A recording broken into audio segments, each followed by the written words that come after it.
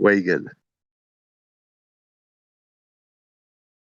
So would that be science because is weight a measurement? No, I was referring like I know. women I was making a joke. pay, yeah.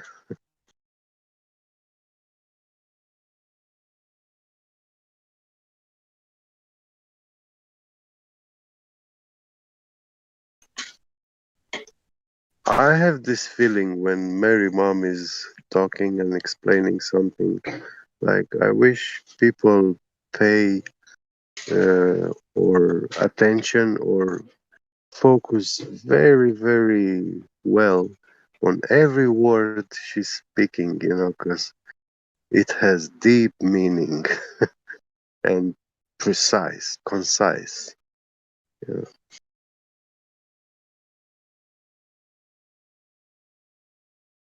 Thank you, Gibby. I appreciate that. Or if there's somebody who's going to come after me, just pretend I'm just a pretender clown. That'd be fine too. No, if you're a person who you have. I give you this. You have the gift of speech from above you. Yeah.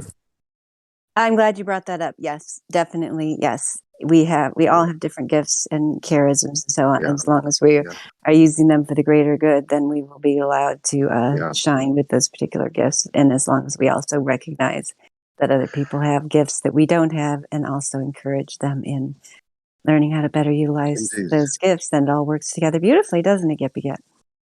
Yes.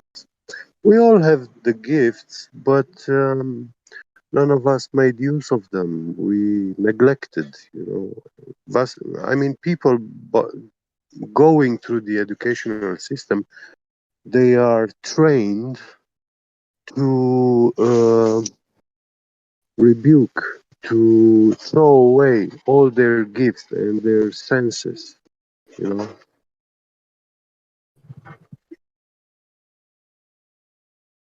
Yes, that's the unfortunate thing, definitely. And also people are not, some gifts in society, are not recognized as being such. And so then you have these children kind of like vying to like fit some kind of mold, that is, unattainable if you're not meant to be whatever it is. I mean, they tell them like everyone can be a scientist, right? Everyone can be a mathematician and so on. It's like, why? Why would I want everyone to be a scientist or mathematician? What you talking about? Like some people are craftsmen, some people are musicians, some people are very, have a lot of empathy, would be good at, helping other people emotionally. Some people are chefs. Like, by no means does everyone need to be it's part of this religification of science to the point where it's almost meaningless, to the point where you have people in here that have scientific degrees and people will say, no way, they can't possibly really have that degree. But I'm here to tell you,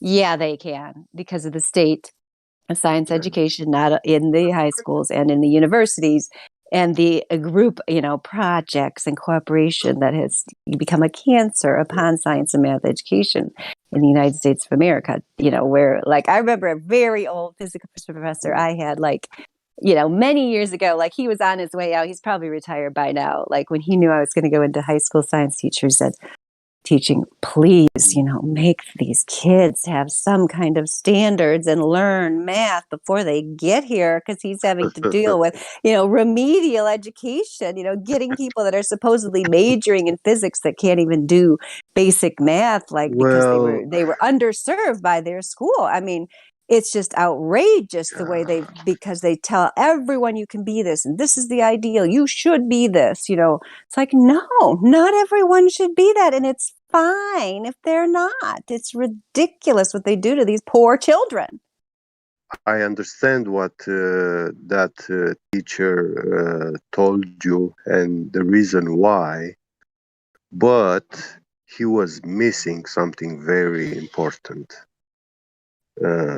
And that was the future of technology and the big tech corporations. He did not foresee this kind of world, or he did not pay attention to this. because these big corporations, world governed by big corporations, what do they do? Uh, for example, a car factory. A car has thousands of components, and each component from the car is not made in the same factory. It's made in thousands of factories spread all across countries, and like one company produces one kind of screw and then they ship it to a different company which adds a piece of rubber or a plastic to it, and then it becomes something else. you know, until they make it assembly a whole car. You know, yeah, that's and you can't compete with this kind of uh, industry because yeah, you want to make your car producing company. Um, it's very hard. I mean, you need to be Elon Musk to get governmental backup and funding, you know. To me, public schooling is like, I look at the kids as various shaped pegs, and at the end of the public schooling, there's just one small round hole. And over time, Yeah, all the edges of these various shapes of pegs that children are slowly get shaved off to where at the end you eventually, every one of those children fits through that one small round hole at the end. Their peg is able to fit through that one little small round hole, even though within society we need all those various shapes of pegs. And you some know, some kids some Yeah, kids grow good those point. shapes back uh, afterwards, but it takes a long time. yeah. Yes, absolutely. Yes, that is a great analogy. That's exactly what I was trying to get at. You put it very succinctly. Yep, absolutely. They don't want children to learn mathematics anymore because we have smart devices. So the user is not a requirement for the user to be smart. All he needs is to be a user. That's all. He doesn't know. He doesn't need to know the mathematical formula of calculus because you have online calculators. Yeah, and if you get a phone nowadays, and yeah, you should take a SIM card because without SIM card, most of the phone, the tools inside your phone are unavailable to you. You cannot use it. So you need to connect it online, bring it into the network, into the tax system, whatever it will be, Verizon, Telecom, Vodafone, etc. And once you did this, yeah, you have access to everything. And you don't need to know how that functions. You just have to use it to make use of it. So yeah, they say now Bill and Melinda Gates, they say, oh, mathematics is racist. We shouldn't teach it anymore to the children in school. So let's start testing this in the schools, in the US schools. And they did start it in 2020. They experimented this in certain schools in USA. Where they treat math like something racist, and the teacher is not allowed to ask the children, "Hey, how did you get to this result? Show me." they were forbidden to ask this question because that's discrimination, racism, an Yeah, insult to the intelligence of the user. Yeah, yeah. So that's actually, a it's insult to the device he used, not to the user. Yeah, yeah, that's a good example with math on how we get trained in school to really just kind of rely on the devices, the calculators, all that kind of stuff, which are useful tools, but we don't understand the concepts anymore. But that's starting to become the case for everything. I notice a lot in the server, especially if you spend any time up in the lobby having text conversations with kids. mm, They literally think that everything that they need to know and can know is found in a yeah, simple Google search, and the first answer that comes up on Google is the correct answer. And who are you, Mr. Person on the internet? What are you smarter than what Google is showing me? Give me a break. You're an idiot. That's kind of the yeah. attitude that they have because they think that easy answer that's supplied to them very quickly with just keying in a small search is the answer, and you don't have to critically think at all about the topic Yeah. because you've just been spoon fed the answer. And thank God I was an ex-evil hacker, because otherwise I wouldn't have be coming to this knowledge that I have now. And I don't consider it as something great, something big.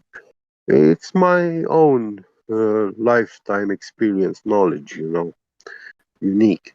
Uh, but it's not more special or less than anyone else.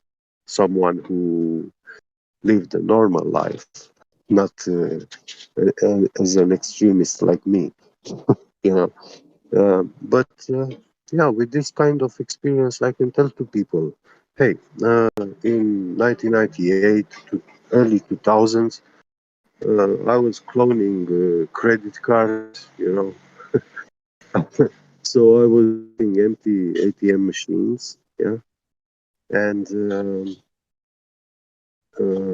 yeah, I was ahead of normal people with technologically with 50 or 100 steps ahead, and I was ahead even uh, ahead of our city police men, like these organized crime policemen, uh, which they say of themselves that they have higher education. They are not just ordinary cops. These guys, they really went to schools, to university and stuff. And when they interrogated me, uh, they realized that they don't even know to what what are the right questions to ask me, what I did, you know, or how to catch me. And it was silly for them to ask me um, how for me to tell them how to catch me. That's like, that's your job because you're the cop. So, and I've seen with this trend of technology how it's evolving, artificial intelligence and all that.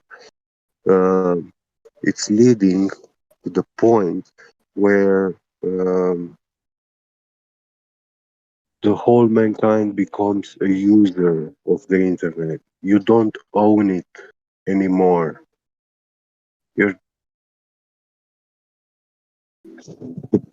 it's not easy to explain it, but yeah, overall, the internet is alive, has a mind of its own, and they have these big centers of big computers with uh, a big chunk of this artificial intelligence from the brain of this being is physically in some buildings, and when they use that, yeah, that machine computer can design a car chassis much better than any engineer or architect, even buildings, everything.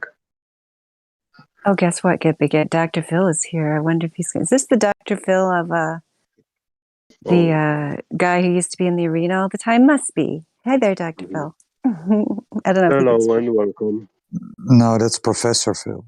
Okay, this is a different guy. Who's Dr. Phil? Professor Phil. Oh. I don't know, but he's the secret king. Yeah, that's what it says. Maybe he'll decide to speak to us. Plus, I just wanted to mention that in about 10 minutes here, there's going to be the precious metals. That's happening today, right, Roger? Yeah, I think so, yeah. Yeah, okay, good. So hopefully I'll find the little promo image. I'll put it in the live stream. So hopefully, if there's anybody here who is interested in participating in that, that is when the gold and silver members run a show here that's very entertaining and edifying. And if there's any people on the live stream that would like to come in, I think they will take questions from fellow believers or other people as well at some point during that show. So it's a fun time. That'll be going on for the next 2 hours here, starting at the top of the hour. Get ready for a takeover!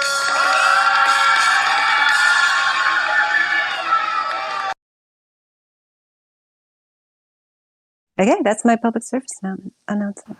Nice. Takeover. Very good. We about to take over. I got to get a real cup of coffee. Good idea. Yeah, you got to be on point. Yeah, see you soon. I'm Trying about to find the finish my graphic. I got it coffee in and here somewhere. open the Red Bull. I'll just go copy it out of the announcements because I can't find it in my album. You've been making the announcements for those, Roger, right? Because I actually am going to have to go out here soon. I'm taking my children to a place, so. I wanted to thank Mary Mom as well. Who was that, Sasha? Or was it Get that was saying listen closely? Yeah, I appreciate every word Mary Mom says. I try to listen. And sometimes I get embarrassed because, well, for personal reasons, obviously, but she brings up points that still, I don't know what to say, that, like some things are unresolved from her childhood and stuff like that. And it brings up issues. So never mind. Anyway, thank you, Mary Mom. Gosh, do I bring up things unresolved from my childhood? I didn't. Wow, what are they, Sonny? Yeah, that's what I'm not going to talk about. But maybe at some point, just certain things about the programming mostly, and the effects, the cause and effect of that programming in my own life. So you bring it out the way you bring it out and talk about it. It makes it really clearly in view, I guess, for me. I guess I could say. Oh, unresolved from your childhood. Yes. Oh, okay. I thought you were saying I was talking about stuff unresolved from my childhood, which I don't remember talking about. But, I thought you were psychoanalyzing me. But now I understand what you're saying. Yeah, not it's at like all. making you think about stuff. Yeah, okay. I appreciate that. And I don't expect you to want to go further into it. That's cool. Yeah, well, I appreciate that. Yeah, because, and I always try not to guilt trip people, even though I feel like sometimes the things I say might be. That's why when I'm talking about the government schools or stuff like that, I try to include I did that too. And this is the reason why, even though I knew better, you know what I mean? And I only say that to try to empower people, not to guilt trip people, because I could go back and say oh my gosh, I made this choice, that choice, this choice, that was wrong. And I used to do that. I used to ruminate over the past a lot, but I don't really do that anymore because, I feel like we can't change that. All we can do is go from here. And maybe our experience can help other people, right? That's supposed to be the way it works with people. You're supposed to share your experiences, maybe to help other people, not do the same thing. And it's not even a thing where you're saying definitely don't do that, forbid that, for no reason. It's if you're getting an inkling in your mind, in your soul and your conscience that this is not the right thing, I'm here to tell you, maybe it's not. Because we had a lady in here, I don't know what happened to them. They were day and night, the husband was day, I think, and the wife was night. I don't know what happened to them, but she was at ladies' night a few months back or weeks back, and she was saying how if the government tells me to do something, then I pretty much feel like I should do the opposite. It's kind of that's the way our world has gotten to. Like, if that's the thing that's in your conscience and kind of niggling at you, like, we're here to tell you, trust your instincts, because isn't that what flat Earth is all about? It's like, yeah, you don't have to like wait for somebody on high to, bestow the information upon you. You can easily go out with, very simple tools and a middle school math background and the Pythagorean theorem to figure out, this gold model is, a bunch of nonsense.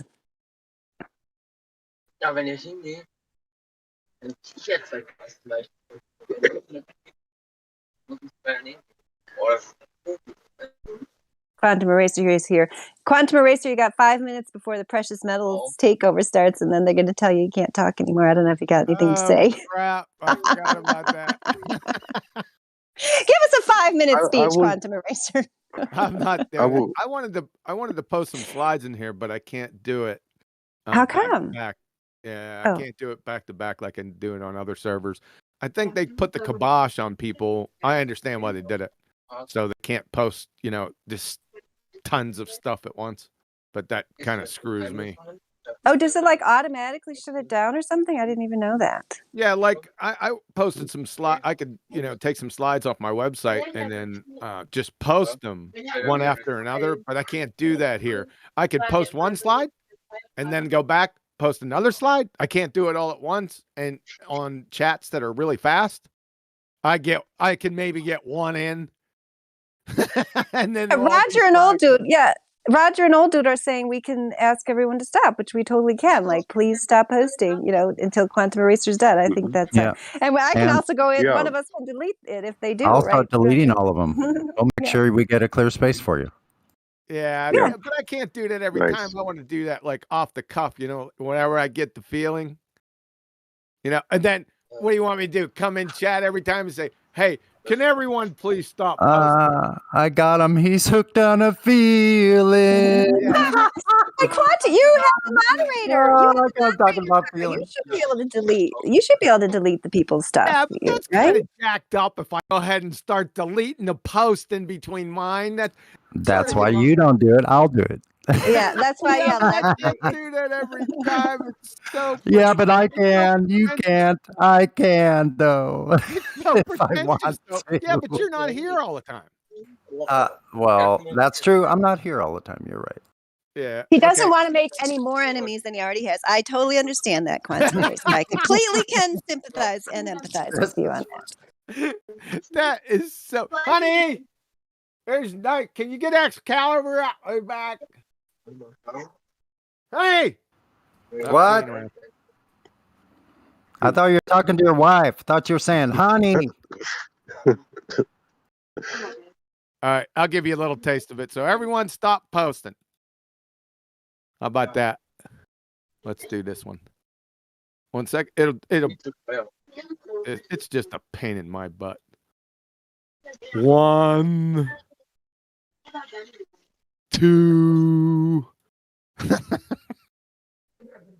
3, 4.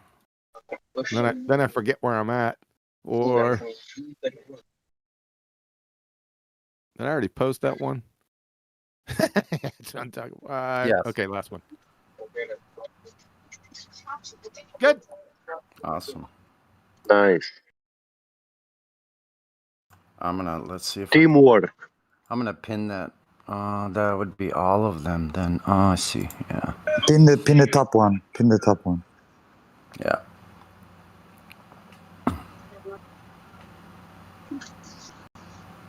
Oh, thanks, Roger. Appreciate that. Yeah, I forgot that last one. I always forget to put that website on. Yeah. Mm-hmm. So thanks, guys. Yeah, sorry to interrupt. I again forgot about precious metals. Well, let me pin it. Okay, whatever.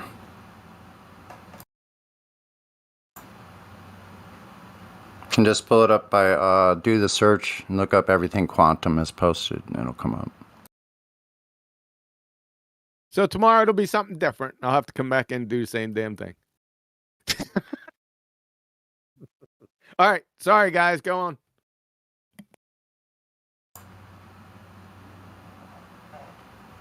No worries. Thanks. Appreciate all of this information you put out here.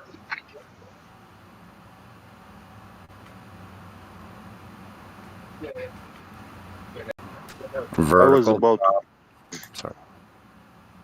I was about to propose a rule, something like whenever Q is in here, he should be allowed to talk. No, it's just another slight, change in the way things are moderated. We can just just say, hey, folks, so someone's going to be posting a number of sites. Could you all stop typing, stop posting in the live stream for now? Or else I'll erase your shit. Sorry. Yeah, old dude, it doesn't have anything to do with me on this side. It has everything to do with how the server's set up in this particular voice text. Has nothing to do with my capacity to post. It limits you to one at a time. Yeah, mate, I know. I didn't know I didn't know if there was a bigger release on the full Nitro or not. I'm trying to group all your pictures into one, and I'll see if I can post it together. Maybe that'll I help. see. Yep. Yeah. So cool. All right, guys, have a good one. Bye, QE. Thank you. You Have too, a good day. QE. Yep. Hello, Sai. Hi. Chi. Yes. C. Welcome. Thank you. Welcome one and all to Precious Metals. As many of you know, I have not had a good week, but I'm not going to talk about it on live stream because that's not a good idea. Yeah, but sorry to hear But, that, and wish you what- get better. I appreciate it. Just an important announcement, okay? And it's very important that I make this announcement. So I don't know about the rest of the live stream, but I'm gonna start doing this on precious metals since I have jurisdiction on it. No more like medical talk at all. If anyone says it, I don't care what rank they are, I will mute them. Yeah, I'm sorry. sure. It's nothing personal. I love all of you guys, but if anyone like goes like too off topic, I'm going to mute them without warning. I completely I will DM agree. you I will DM you privately. I will explain the situation. It is nothing personal. But if people go off topic, I will have to mute them because it's just not a good situation, and Northern Rebellion got deleted. So yeah, be careful out there. And just, I know it's not what everyone wants to hear, but it's what needs to be said. So just remember, do not talk about anything medical. If the conversation gets hijacked, I will be muting people. Okay. Now that that's established, welcome to Precious Metals. Redford, how are you doing? You already know how I'm doing. I'm doing all right. I actually have, so I'm probably gonna leave a little bit early, probably at like 2:30 my time, 1:30 socialist. So Oh, and it just keeps getting socialist. well, I have to, right? It's protocol. But I have to leave like half an hour early because I'm actually gonna be spending time with my mom. So Aw, that's awesome. I mean, shout out to all the mothers out there. I don't usually do this, but because you're one of my favorites, Dandelion, I would like you to unmute and say something real quick. Just say hi or something. Yes, I'm here. Hello. Yes, yeah. I am glad that you asked me to say hello because I treasure and value you a lot, and I'm glad you're able to come back on another account. And I completely endorse and support your plan in having no tolerance, as you mentioned, because we're here about discussing, the science involved around the Earth. And that is our purpose. And if we stick to that topic and what is observable, measurable, testable and repeatable, then we will be just fine and continue to be the haven for truth that we have become. So, yes, I hope the show goes very well, and you're off to a good start already. Well, before we get to our question, I would just like to comment on what you said, okay? And I'm gonna get real close to my mic just to show how important this is. Just an important reminder to all of you: big tech can't deplatform me. Big tech can't deplatform you. I will keep coming back over and over again. They can never erase me. They can never erase you. I exist, you exist. I will always exist, you will always exist. And they will never delegitimize any of us. Okay, let's get started. Start us off with our question. Awesome. All right. Let's see who I can pick on today. Dave. Are you there, Dave?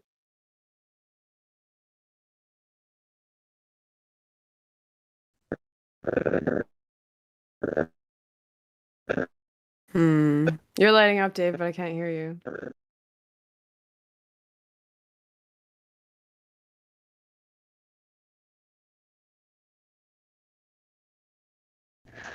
Can you hear me at all?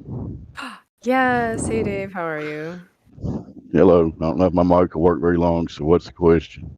Okay, so our question today is, do you favor one great monarch or true and faithful democracy more?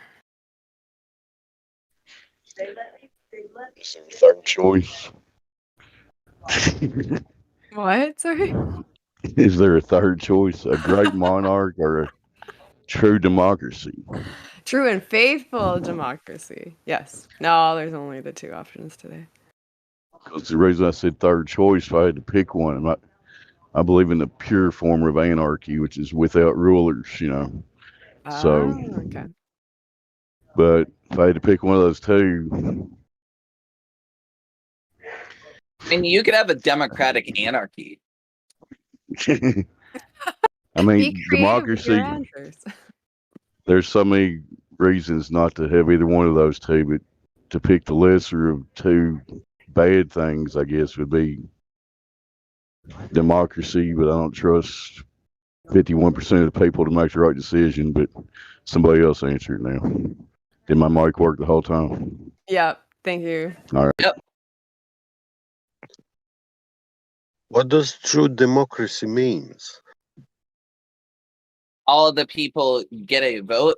The reason it's worded that way is because people confuse the idea of a republic with a democracy. A republic is, quote, indirect democracy, unquote, which doesn't exist, and it's an oxymoron, and it's basically bureaucrats, lobbyists, quote, representing you. In other words, you are forced to vote between horrible choices, and then they, quote, represent you, unquote. So basically the United States. We are not a democracy, we are a republic. This would be like a true democracy where there's no representatives.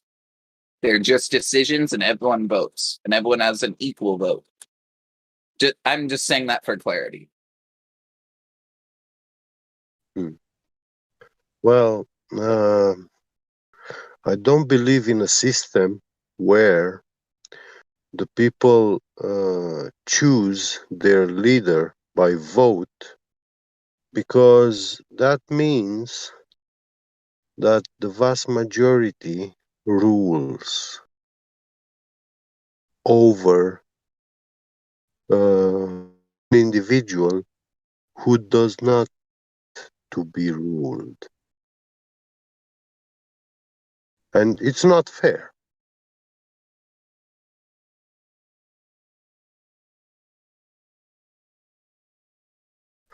But yeah, I mean, that's just me. Mic check. Yep. So would that be a monarch then? I mean, I know we all know our fallacies, so you could say this is a false dichotomy. Well, it is. A true monarch, I think, I believe, he should be invested by God, And yeah, when he is invested by God to rule us, then yeah, I will accept, And I wouldn't even care about those who don't want then to be ruled, you know. Nothing wrong with your answer. Thank you for being honest. Yeah, thank you. Redford, should we ask the follow-ups now to each answer or ask like later down the line? Oh, I'm so sorry. I'm trying to figure something out. That's okay. I I know you apologize. have a headache.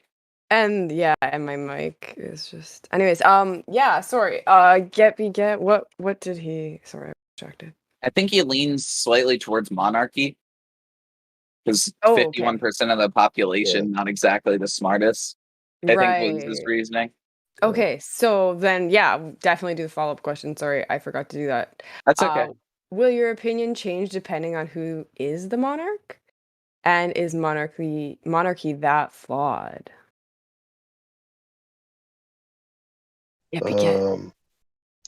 I'm sorry, what is the question? I didn't catch it very good. That's okay. So, because you said, sorry, I missed your answer. Yeah, But you lean more towards the monarchy, right? yes, Right. yes, but a monarchy which, you see, the monarch must be invested by God. And when he is chosen by God to rule over people, then I have nothing against that. I will obey, you know. And I would not even care about those who don't want a ruler over them, you know. Yeah. So that was my answer. I kind of lean to monarchy, but actually true monarchy, not this system monarchy which they made. But what was your second question about the monarchy? So, will your opinion change depending on who is the monarch? And is monarchy that flawed? So, you kind of answered that. Yeah, if he's chosen by God, I don't care who he is. Yeah, yeah. Uh, Someone who self-declares himself a monarch. Yeah, I'm your king, like me saying now. Um I will never obey such a person. I mean, yeah, if he asks me to do something for him, I will do it, but that does not mean I did it because he ordered, commanded, requested from me. I will do it because I know that from God's laws, it's good to help your kind, you know, even your enemy. You have to love them, and yeah. So,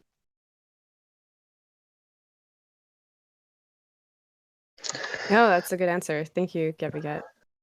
thank you also. We have quite a few people in here. Andy Man, 1, 2, 3. Oh, off it. You're not beast verified either. Wait, off fates is. Oh, no way. Yeah, why? What happened there? I'm not gonna talk about it on live stream because I'm trying to avoid it. Okay. Let's just say, she was a mod of Flush Lounge, which got deleted. Oh, she left. Okay. Yeah, I Oh, no, noticed that was no, kind no, of no, weird. no, no, no, no, no, no. She, yeah. So, did you have two-factor authentication on your stuff? Yeah, it forced me to from that Flesh Lounge thing. Oh, I'm surprised. Yeah. Oh, she left. Oops. Yeah, I mean, I she left. can't Oh, call on people too early. Apparently, she just joined too, and then she was calling on it, and she was like, "Uh-oh," and then left. Man. Yeah. Uh, just friendly reminder, right? For people who miss the intro, because I know that usually happens. If they're gonna go after small servers, they'll definitely go after this one. So Yeah, I don't know about the rest of the server, but on Precious Metals, if people bring up anything, Discord, the wonderful moderation overlords who I would never ever disrespect, if they don't like something like the year of 2020, and I'm done with the subtle references, like even that too, like I will have to start meeting people. I'm sorry, I know it's not what people want to hear, but YouTube as well, like we are doing strict regular, or at least I am. I'm taking initiative. I don't care about someone's rank. I will mute them. I'm sorry. I know that's rude, but initiative's got to start somehow, and I will lead that change because I care too much Yes. about you guys. I don't want your accounts getting. Your announcement is very important to make it clear to all people that come in here, and it's for the good of this server, because and their accounts. Otherwise, they will take it down, and we lose. Yeah. I mean, we could always rebuild. It's just a pain in the behind. So, like, we shouldn't, right? Yeah. So I hate to repeat myself, but it's extremely important, so I'm gonna repeat myself. Very important. Sure, no medical talk. Just kind of a coincidence, right? That two people got McAfee'd on the same day. That's all I'm saying. Didn't we have a question a few weeks ago about coincidences? We did. Everything's a coincidence, remember? Everything. Everything's a coincidence. That's what Google says. They ate the same soup. Oh. In China. No, that's a coincidence. Yeah. All 26,000 people in this server. Oh, that's a coincidence. Free will will never exist, and atheism prevails. Right. Yeah. And I would never be sarcastic. I would never ever be sarcastic. That is wrong. How dare it's blasphemous. Just like I love Discord moderate. Okay. Next person. I know. I should probably shut up. I get point of clarity if my mic's working. Is it? Yep, not it is. working. Yeah. No, you're good. Hey, Dave. Thanks for coming in good. Just a point of clarity on not talking about medical stuff. I understand that, but like for instance, the people say all these governments can't be in on it together or whatever about the Earth, right? Sorry, I'm just gonna cut you off there. Yes, all of it, literally all of it. Will not be allude to what's going on right now. Okay. I'm sorry. It's nothing personal, Dave. You're a very valued member of this community. It's just a safety precaution because things are getting worse. They are not getting better. They are getting worse before they get better. That defines it a little better for me. Thank you. Yeah, I promise it's nothing personal, dude. It's something we have to do, and I'm basically taking initiative because I want this server to get better, and I don't want. And unfortunately, it's something we have to do to protect the main interest of the server. So there's not really any ifs, ands, or buts. This is something I will be enforcing at the very least on precious metals. So.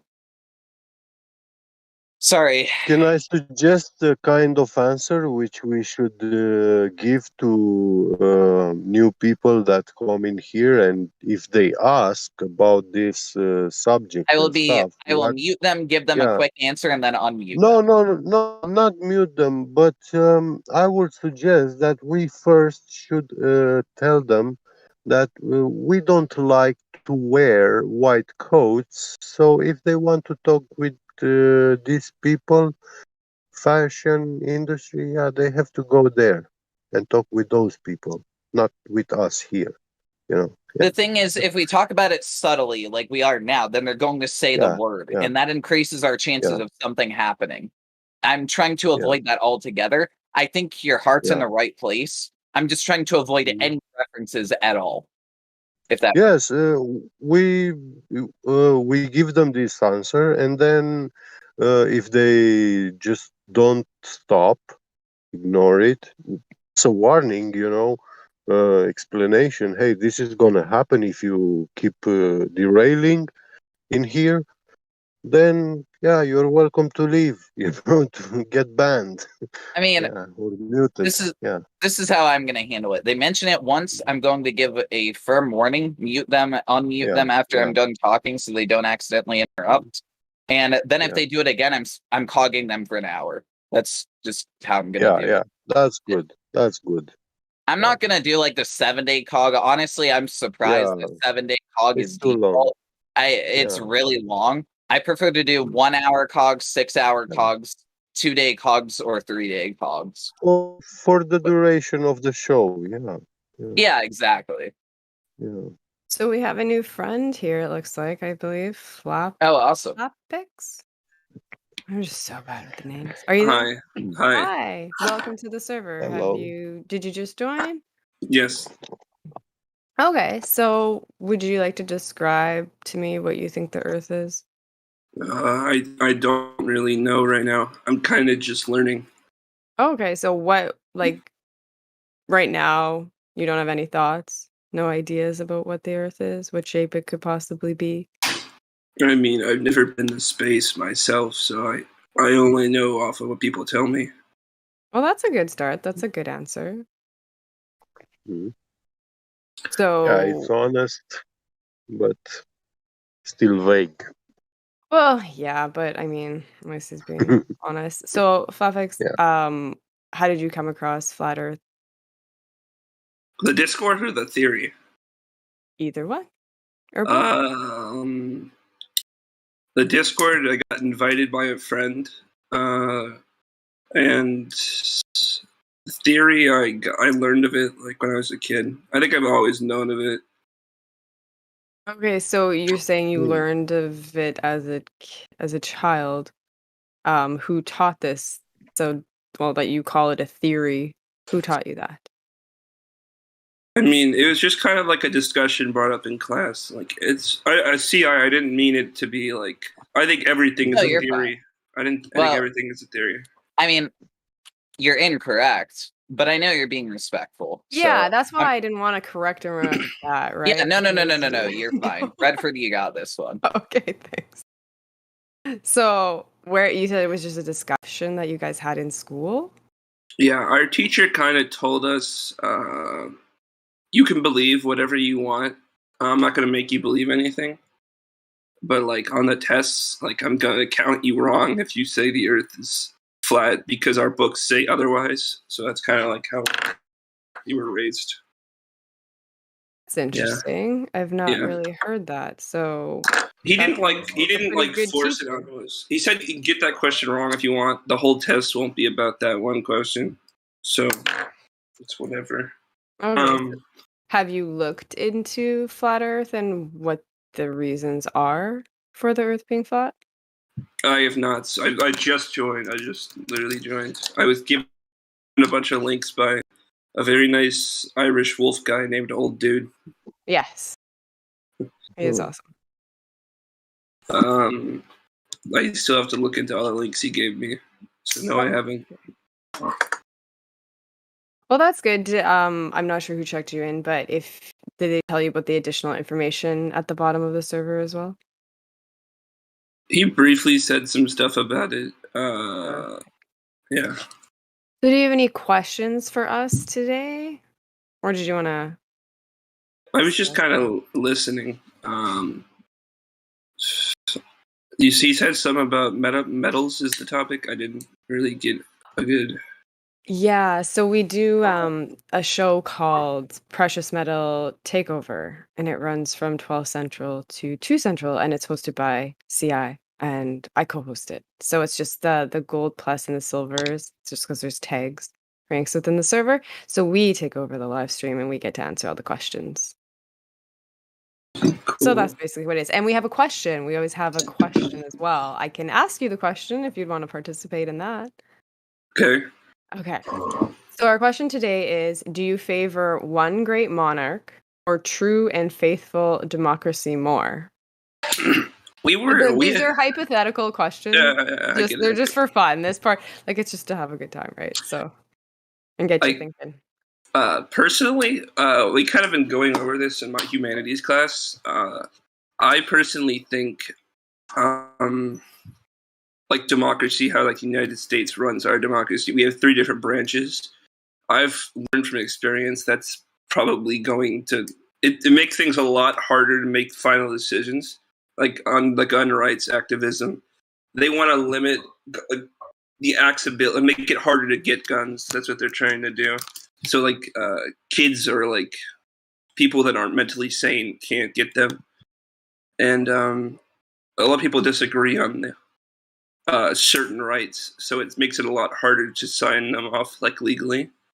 And if we had like one absolute monarch that we selected through like a process like democracy, then it would be a lot easier, since that monarch would most likely represent all of our beliefs.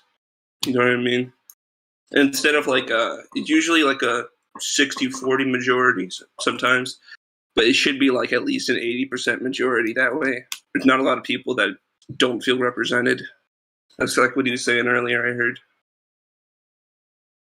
So you said you're studying humanities, or was that just a class that you're taking? It's a class I'm taking, but I really like the class. I'm doing good in it.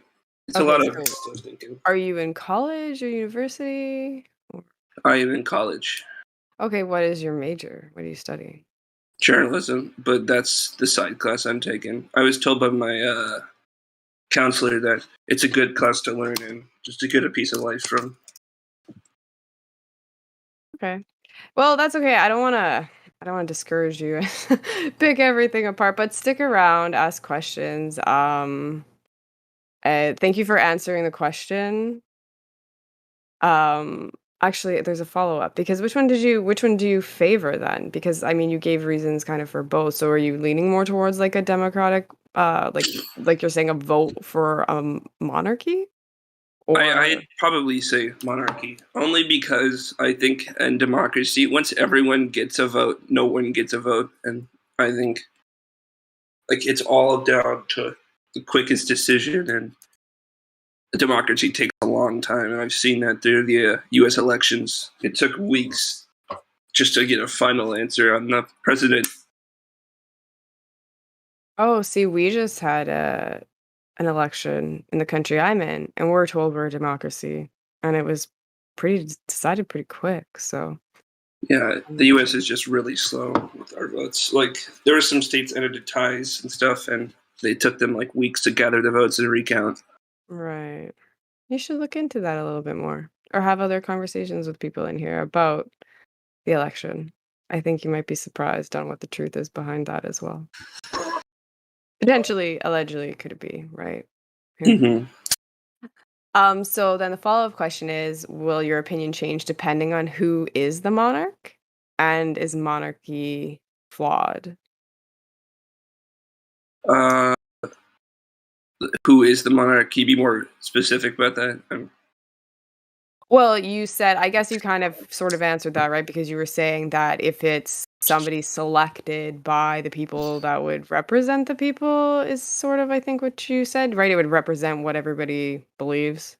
I mean, I personally think it would have to be like you know how like the Supreme Court runs? There's like a group of people that run it, and they're kind of like selected. I think we should like, how do I say this to make it not sound crazy? The president should be like the leader of the council. There should be like 10 members of it that are each selected or something, maybe even like one for each state. And then the president is like the head of the table, and he gets the majority, like he gets the major vote, but they can outvote him if they want to. I mean, it's like instead of like a democracy, the council decides, not the people. The council just gets elected in. Yeah, fuck that. So you're That sounded saying over the my head. council gets elected by the people, and then the council elects the monarch? Is that what you're saying is the most ideal thing? Or Yeah. what? Yeah, like among them, 10 people, they choose the monarch, the council themselves. Interesting. Okay, well, I disagree, but that's not the point. So It sounds like thank you. democracy with extra steps. I'm just spitballing here. Don't judge me. No, it's fine. It's just I'm trying to be respectful, right? Because I don't want to. Everybody has their own views and opinions, and this is good. This is a good conversation, good topic. Maybe you can look into it more and see how everything actually kind of works. But yes, thank you for joining us.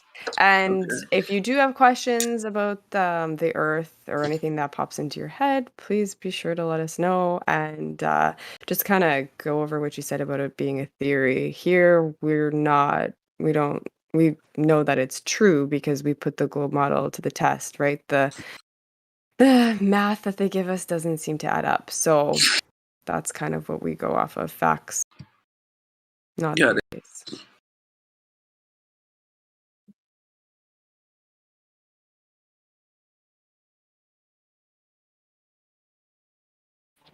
Well said. Welcome to the server. Be sure to look at the resources on the bottom. Scroll the way down if you want to do that. I know there's a lot of text channels. Also, thank you for looking at Livestream voice text. Not a lot of people who are new actually do that. So congratulations for being tech savvy. That's a skill we value very, very much here. And also, I posted a 55-second clip if you want to learn about some of the arguments quickly, but honestly, it's better to just look at the resources at the bottom. But yeah, welcome to the server. I hope you enjoy it, and please stick around.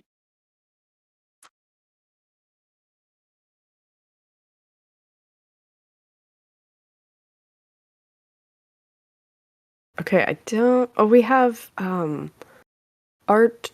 Oh my goodness, I'm gonna butcher this name. Art. The first guy here. That starts with the. We'll just call you Art. Are you there?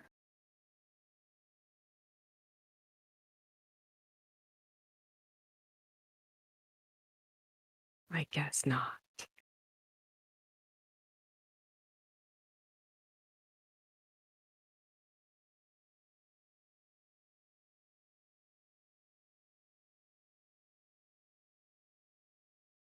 Okay, we'll get back to the question then.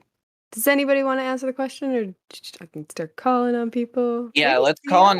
Do you want to answer? No. We need to call on people who don't speak often. Again. Will be flat. Are you there? I love how he's the first person that comes to mind. Oh man. Well, Zan just deafened right away. That's all. Will be flat. Are you there today? Can you unmute?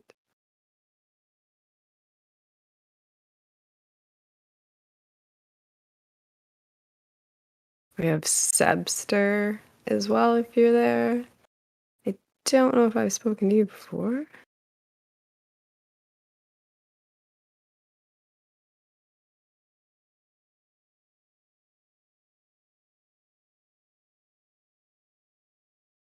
What about Flatman Can? Are you there, Flatman Can?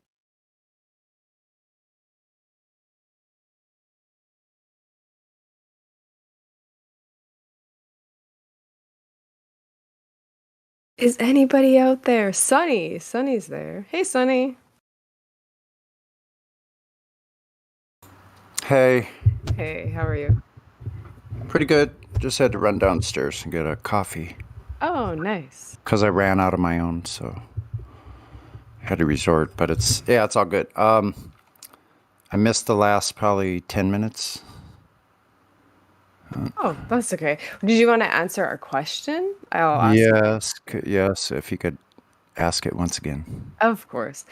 So, do you favor one great monarch or true and faithful democracy more? I heard the question when you first asked it, so I had a little time to think. So, my first response is I don't want to answer the question, but You're asking No. me to answer the question. Hypotheticals. Yeah, you gotta So answer the question. hypothetically, I'm gonna have to go with a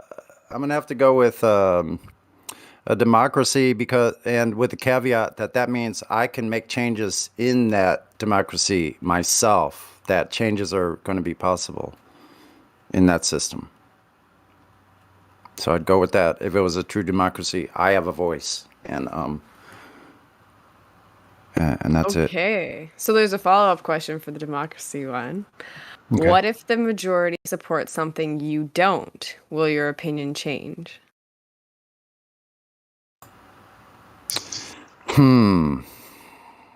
It's a very subjective kind of thing, isn't it?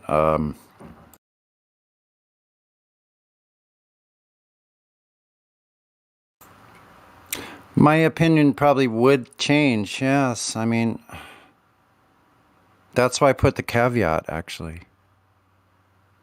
That there's going to be some kind of way that I can make my own input in that, or gather others together with the same ideals that we can actually go in and change it, because that's the way a democracy is supposed to be. That if it's not working, then it needs to be changed. So I'm okay with the caveat of being able to change it.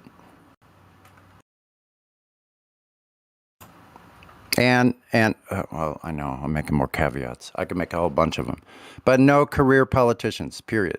No career politicians. Yes, Yep. that's good.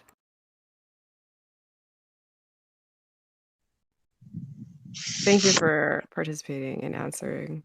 Yeah, career politicians are poison. You could even just say that. You could just say a democracy. I favor if it's a true and what did you say? Loyal, a true and Faithful. faithful. That's a good word. A true and faithful democracy, and then only the caveat of no career politicians. I mean, then even that's a great start. Actually, I just thought of like a third follow-up question, or maybe it could even be maybe it can even be a replacement for the second follow-up, since some people are already addressing the flaws in their first answer. This is one I just thought of. Whoever's in the voice chat right now, so it can't be anyone in the server, just people who are currently in the voice chat. That way we can maybe ask it next week, which would be pretty cool, like for next week PMT question. If anyone, so like, who would be the ruler of, or who would be the person to ensure democracy, or the person to ensure or to lead the monarchy? Like, who would be like a just ruler out of everyone in this voice chat right now? And you can't appoint yourself, and you have to say why. Now, mods are allowed to be picked. However, they can't respond because precious metals. But you can, like, anyone who's in the voice chat, so any of the 24 people can be picked. So, yeah. Well, based on Brad's answer, I picked Brad. Oh, because he said so, that's why. So I guess he wins. He shall not be ignored. I'm not ignoring Brad. That's why I said he could be picked as an option. And he actually showed up because he loves precious metals. What a great dude. Yeah. Like, okay, I'm just giving you guys shit, right? Vote for Brad. Oh, so you favor democracy, not monarchy, because there is no voting in monarchy. Anyway. I'm messing with you. But did you just add the arm emoji? Yeah. Oh, okay. Well, I I'm just giving the mods shit because I only give shit to people who I appreciate and love because I'm comfortable enough to banter. But like I feel like half the mods are like, oh shit, it's precious metals. Goodbye. I'm kidding. They usually listen to it like after or once it's uploaded on YouTube. I'm just messing with you guys.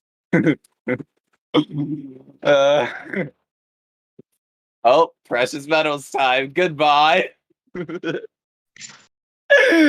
I'm horrible. I should self-deprecate. No, don't self-tap it. It's all good. It's good. I think Tobik, are you there? Yeah, you're the captain of getting us on track. Just divert, get it back. Tobik, are you there? I think you were answering the question in the voice text, but if you can unmute, that would be even better.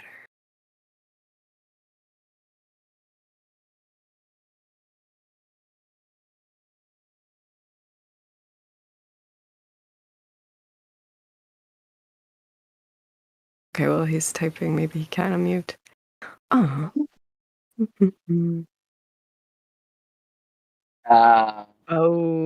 okay. By the way, those the red and blue line, which have nothing to do with real life at all, is a really good profile picture. Very artistic. Very interesting.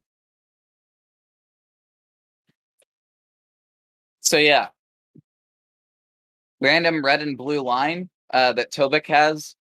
Great profile picture. Very artistic. So abstract. Good piece of art. Okay, anyone else? Anyone else we can call on? Well, did we decide, or are we saving that for next week, who we're gonna vote to rule? We can do it now. Well, it's not. I threw my vote in. I vote for Brad. Who do you vote for? You know, out of everyone in this voice chat, maybe this is a weird pick. Maybe this is actually like a really weird pick, okay? I would actually... Okay, I'm between two people. Can you guess who they are, Redford? Because I'm going to be shocked if you can figure it out. I want to see how well you know me and my values. Because there are two people I actually fully trust being a monarch. That's right. I would pick monarchy. Wow. Yeah. Wow. I think we have a disagreement, but that's cool. Maybe. Okay, who would you pick? Two people. I'll give you one chance to guess the two people. Putin. No, they have to be in the live stream. Like out of us 24. Now, no, it says 26, but two of them are live streams. Okay. Redford. Oh, yeah, okay. I don't know. Am I going to be biased? Do I pick myself? I don't know. I don't know. Do you? How confident are you? Huh? Confident. You pick me. I will be the monarch. Okay. Who's my other choice then? And then I'll tell you if you're correct or not. I don't really... I'll go with Brad again. You got one of them correct. You are actually one of my choices because you don't seem like the tyrannical kind. I don't think that you would go mad with power. Now, I would probably disagree with you on economic policy, but that's a small cost to pay for a genuinely good person. So, you'd probably mandate that grocery stores don't exist and everyone does their gardening. You know what? I can get behind that. Trying to keep people's diet safe. You want a strong country. Okay, I support that. But I also, like, this is the problem, right? Like, I have an appreciation for people. Oh. What? Who was that? Sorry. Sorry, guys. Sorry. Hey, Sasha. No, it's all good. Yeah, it was hot miking. Okay. Anyway, continue. But I think too, like, because I mean, just everybody brings something of benefit, right? Just because you don't like to garden doesn't mean that you don't add value, right? We still need technology. This is valuable, right? To communicate with other people how we do in the world, right? So everybody adds value. So I'm not against, like, not the huge corporate grocery stores and stuff, but like little stores and like supporting local, right? And more trade based, I guess, and like helping out your fellow man. And oh, so you are a capitalist. You denied that. Oh, okay, cool. But in a way, but it's different. Like, I mean, when we talk about these things, they just get so extreme. But I mean, human behavior, I mean, we see it kind of every day, right? It's just this fight for this power of everything. So Yeah, exactly. That's it's you just like understand all that, which is why you used to be the monarch. Anyway, who do you think my second choice? Oh, right, you guessed Brett. No, this is gonna throw people really, really off. But then I'm gonna explain because most people would be like, "What? Why would you pick them?" My second choice is actually Helioskeptic. I was gonna Helio Because actually, but I wasn't sure. I was like, okay, maybe listen, not. I'm gonna explain why. First of all, he's very charitable. I've seen him try and help out people who have had like their house burned down or stuff. Yeah. Really nice guy. Helio has a big heart. Second of all, he knows that he knows how to party, and he's empathetic for people who are in rough positions, which is something a leader needs. But he also knows how to move forward, and I think he would actually be a strong leader because he's very persistent. I know that's weird. Oh, also he's libertarian a little bit. So yeah, so those are my two choices for monarch. Like I'm like actually trying to like make this like a serious answer. Is Helio sleeping now or he's listening? Probably. Helio, if you're listening, DM me. Yeah. Anyway, yeah, honestly, Redford and Helio, in my opinion, would make the best monarchs. Because I picked monarchy. Because here's the thing. One sheep and two wolves. The wolves have a democratic vote. Can we eat you? Sheep says no. And then the wolf says, how about we have a vote? Oh, 2-1. I guess democracy says we get to eat you. Right? Like that's kind of messed up. Yeah, Democracy exactly. kind of sucks. We figured that out in 2020. Okay. Next person. Hey, box ops, are you there? Yeah, box What's ops. up? Yeah, Hey. what's up? So What's we have a today's question today. Uh-oh. Yeah, did you want to answer? It's Precious Metal Takeover. Yeah. I think you've been here before. I Yep. can't remember that. So our hypothetical question today is, do you favor one great monarch or true and faithful democracy more? Those are the two choices? Yeah. Aren't they great?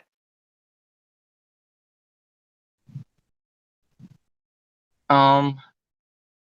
It's hypothetical, right? So you can kind of, I guess, we can add a little leeway. You can tweak it, I guess, slightly, but try to keep it one of the two.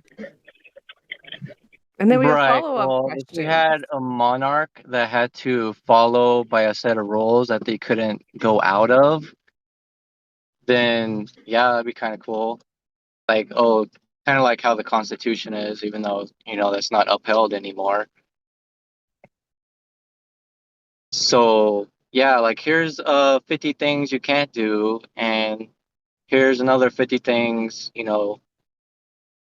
you can be doing. Like, I don't know, here's a strict list of what's within your power, and you cannot change any of this.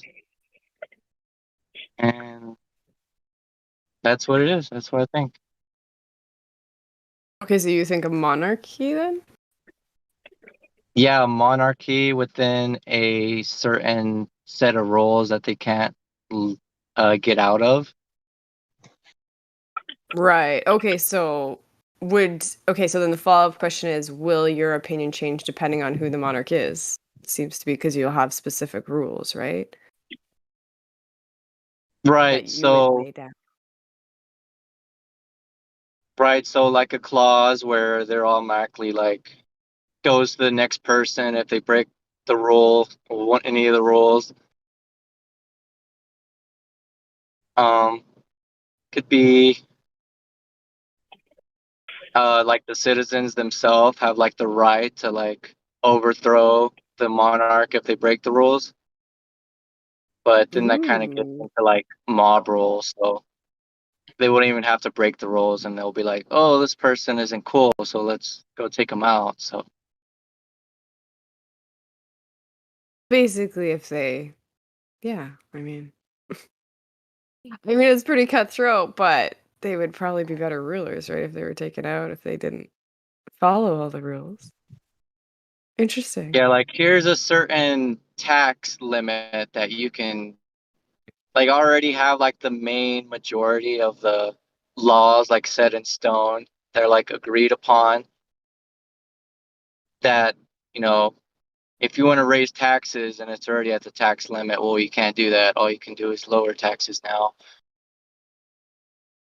And like, you know, here's the 100 inalienable rights instead of just 10.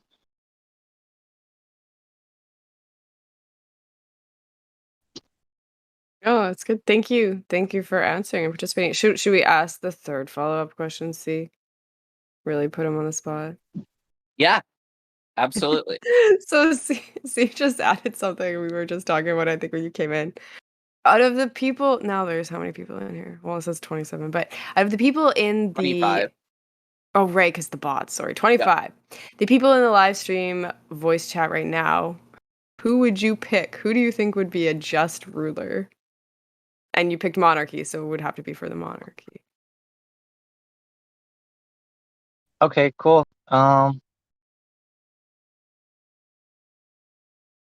If you're reading the voice text, No. We're not more playing votes for opinions. Brad. Go for No.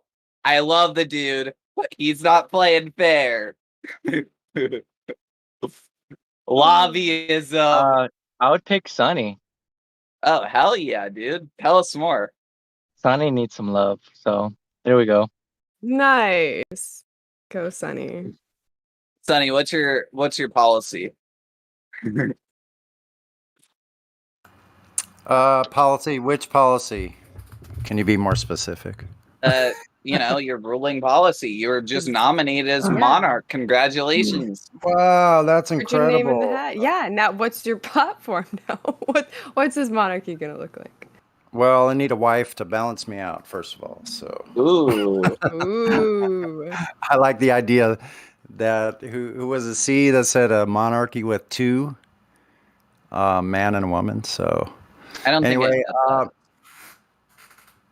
yeah, I kind of I'm monarch now, so I guess I'm going to give up that democracy thing, huh? Honestly, okay, real talk. I'm changing my answer now because you just reminded me of something. You want to know what the best form of government actually is? I'm not even kidding. Oligarchy. What? Oligarchy. Oh. Look at this server. Look at how great it is. Because we have an oligarchy here. It's like a democratic oligarchy. I love it, dude. The structure here is so great. Honestly, like, yeah. Okay, wait a minute. I formulated my platform now. Ooh, so my platform is that everyone is valuable, and the most important resource we have is our human resources. All of us people are valuable in very specific, unique ways. We need to determine what each individual's specialty is. We all have an inherent specialty that needs to be looked at because that's what's being avoided in the place we live in now. Like Mary Mom was so eloquently stating earlier about how these kids, or someone else in that conversation, these kids are shaved off until they fit in a certain size hole. That is not correct. We all have different size, shapes, sizes, whatever we are, we're different for a specific reason. We're all brilliant in particular areas. This is my platform. As I used to say in silver meetings, find your specialty. Look to why you joined the server. Ask yourself, what am I good at? Once you answer that, and sometimes it's a long journey, that's your specialty. That's your motivator. And I'll stop in a second, just a few more seconds. So, and this way we can determine which people are good at building things, like creating industry to start manufacturing. Some people enjoy manufacturing and building. Other people like to draw, like other people like to draw buildings, architecture, all kinds of different things that, you know, we can determine to find out which people are the best instead of just trying to put everybody into these little contrived boxes, right? So we're all individual, and that's what that's it.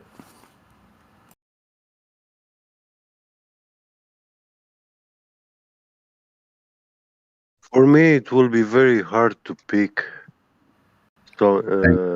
Thank you for someone in special here, because in my mind, everyone from the family with capital FE uh, especially fits the role of a monarch, good monarch, or a good president.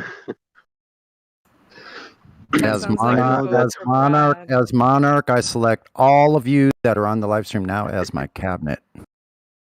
Yeah. Oh, so it is it's a monarchical oligarchy. Okay, I see what you're doing. See, it's got to Ooh. be controlled because I can't do it by myself. So I need all of your help. I like it, dude. Can I? Okay, so just a couple of suggestions. I would recommend myself as the head of the Senate or whatever the cabinet is. Okay, I'll just veto and that's it. And India will be the Supreme Court justice or the judicial guy. Like he'll be like the supreme, like main court guy. That's my suggestion as cabinet member. I want to be the executioner. Uh-oh. Hey, if you can make everyone happy being in that position, then yeah, go for it, you know. It should be yours. So GE Platypus, you want to be? Yeah. Let's ask you the question. Are you there, GE Platypus?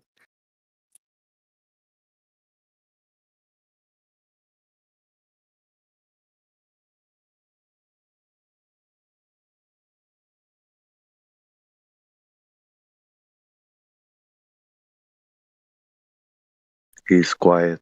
I know. I guess he maybe stepped away. Still afraid to speak.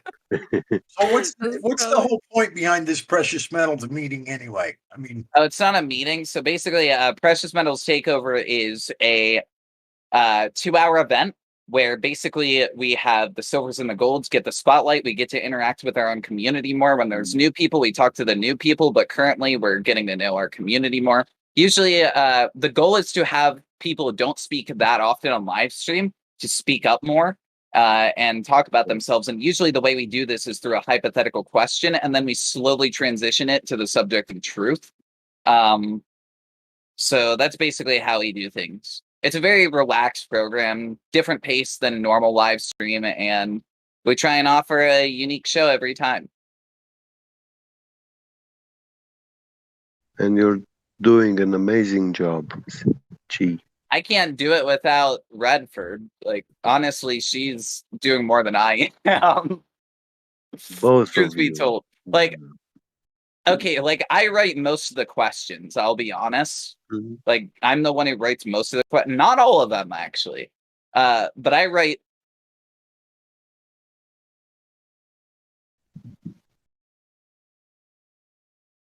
Did you really just put out? Oh, yeah, I did. But Redford is really the one who makes sure that everything goes smoothly. She is really good at checking me when I'm going too off topic, and she's really good at calling on other people. Truth be told, she should be more of the host and I should be more of the co-host, but it is what it is. She's more of a host than I am, truth be told. Also, it's halftime, so that's awesome. Halftime. This is where we play the air horns. No, I'm kidding. This is where where's the entertainment then? Or the halftime. Also, we usually do that at the end. Sunny and yeah, oh my gosh, what's this? Enoch. I know, but I can't remember what his other name is. But anyways, Master Chief. there you go. They usually play us out and sing at the end of Precious Metal. It's Yeah, really but I nice. don't see Master Chief on here this morning for some reason. I guess you'll solo later. The Sunday? show must go on. Vice Monarch. Oh no. Base. Brad, you win. Yep. Okay, No, vote for Brad. no, I'll start no, campaigning. no, Yep. no. See, and even I got elected and I'm campaigning for somebody else. You can't campaign for Monarch. That's democracy. That's No, but not you how it works. elected me. That's You not said- how it works. Yeah, but you No, we elected- appoint. Okay, it's an election if it's a democracy. It's Oh, I'm appointment if it's a You monarchy. see what we Get have your here, words folks. right. What we Oh, have my here, folks, is God, a my true goodness. monarchy in action right here. Yep. Sounds like a dictatorship to me. No, I'll take it. She's putting him in his place. So see, there's the balance, checks and balances. Alex, I'll take dictatorship for 1,000.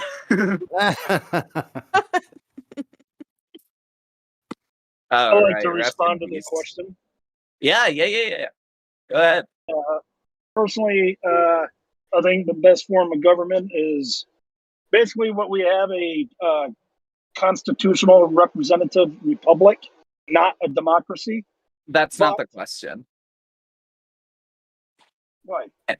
Sorry, continue. Oh, I thought you were talking about what would be the best form of government. Oh, we kind of went on a tangent. Oh yeah, I can Sorry. go back and I can ask you the actual question because we have kind of Sorry gotten for off. the confusion. Yeah, That's our fault. but it is like it. We have like a few follow-up questions that kind of just got in, but we can start at the beginning and then we can get to what your opinions are. Whatever. Okay, so the hypothetical question was, do you favor one great monarch or true and faithful democracy more? Well, not democracy, because democracy is mob rule. That's why I like republic. But well, then I'd have to say monarch because mob rule is never good. I agree. If you have a good monarch, then everything seems to go Okay. smoothly. But he has to be good. So then the follow-up question for the monarch, so for you guys is, will your opinion change depending on who is the monarch? And do you think monarchy is flawed? Okay. This is kind of iffy. Well, I'm like what the other guy said. As long as there are certain rules that boundaries that monarch cannot cross when it comes to ruling, people have their rights, and that monarch is not allowed to dictate anything beyond the set rules of, that were set down beforehand. Did that make any sense?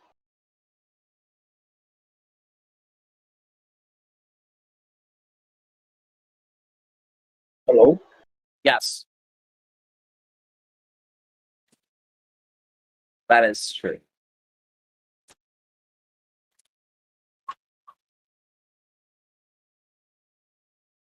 Did that answer your question? Yeah. Okay. So now you said a republic is what you would prefer if you could pick any government. I personally I kind of get what you're saying.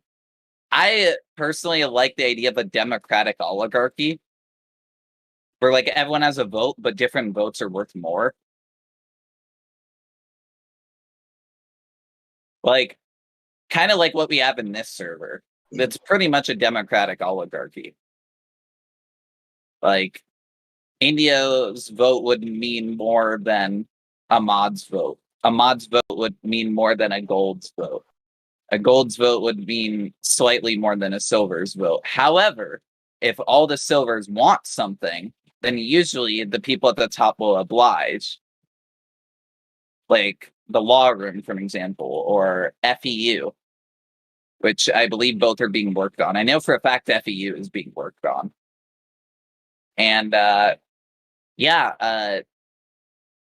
good news. I will be discussing FEU with the right people tomorrow, actually.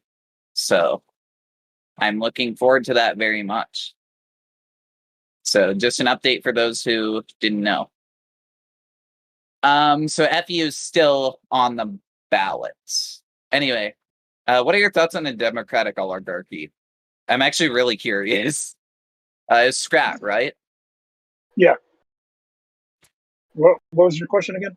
What are your thoughts on a Democratic oligarchy? Like, this is just like kind of like a personal question. It's not like one of our scheduled questions. I'm just curious. You're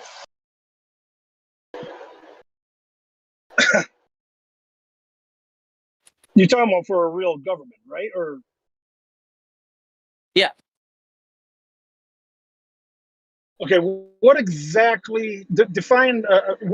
What's the definition of oligarchy? Just to be clear, ruling by the few, but typically, like, it's kind of like Russia's government, kind of. Although that has more of a focus, like, I don't know. I'm no expert on Russia's government, to be honest. I've never been there. But an oligarchy is like a group of people rule. It's ruling by the few. So, like, a democratic oligarchy would be like everyone has a vote, but some votes are worth more. So it's not always like a majority consensus. But it's not like a direct representation either.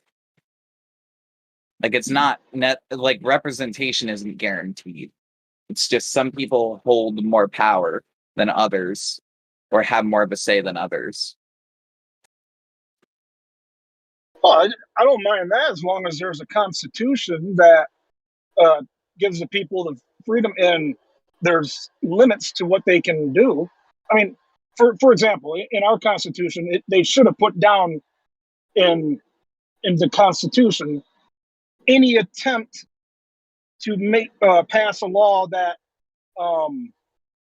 would violate constitutional rights. The person who suggested it should be publicly flogged and then executed. That way, nobody would ever even think of doing it. A good example of an oligarchy is from Game of Thrones, the first season. That city that Varys goes to, that's run by 9 merchants, and you got a merchant who's like, you know, the king of spice, and then there's the king of whatever. There was 9 people that ran that city. That's an oligarchy. Pretty much. So, like, a democratic oligarchy would be like a hybrid between like democracy and oligarchy. Like, a small group of people still hold the power, but everyone still gets to voice their opinions. It's just some opinions. It's almost like quantifying opinions. I don't know. It's basically like that. Also, hi, GE. Would you like to answer the question, or are you just making that small comment? I'm just passing through. Aw. I was hoping you'd answer the question. Yeah. I didn't even hear what the question was. I just heard somebody talking about it. I just sat down. Oh, that's okay. Oh, yeah, we can ask you the question, no problem. It's hypothetical. Do you favor one great monarch or true and faithful democracy more?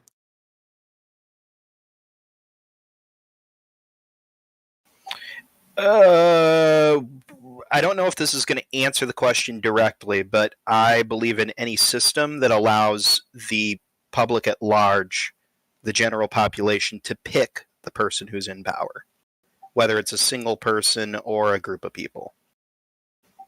We kind of sort of get both of those here, so it's kind of cool.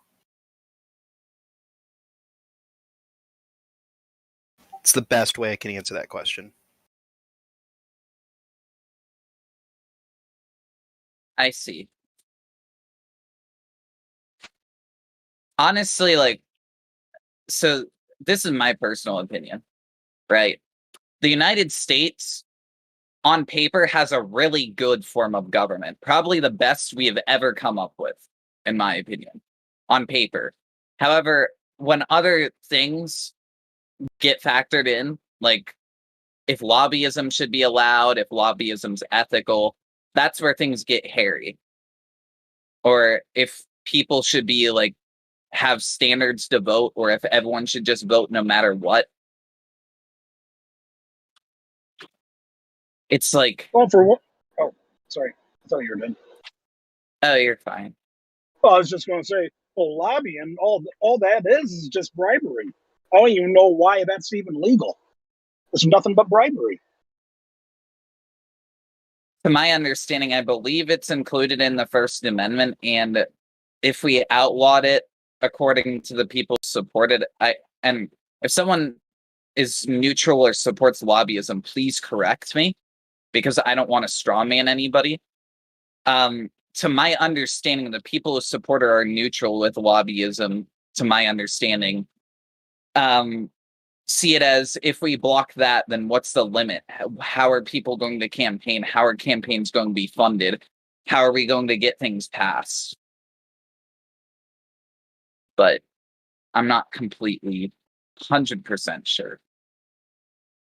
Actually, GE, do you know why, like, I don't know your position, but do you know why lobbyism is supported? So here's the thing. Lobbying in its purest form is simply you talking to a politician to try and influence them to think a certain way. Whether you're doing that because you're a concerned citizen or you're being paid by a company to do it on their behalf, that's both of those things are lobbying. Lobbying gets a negative connotation, but it's not necessarily a bad thing. It's just a thing that gets abused.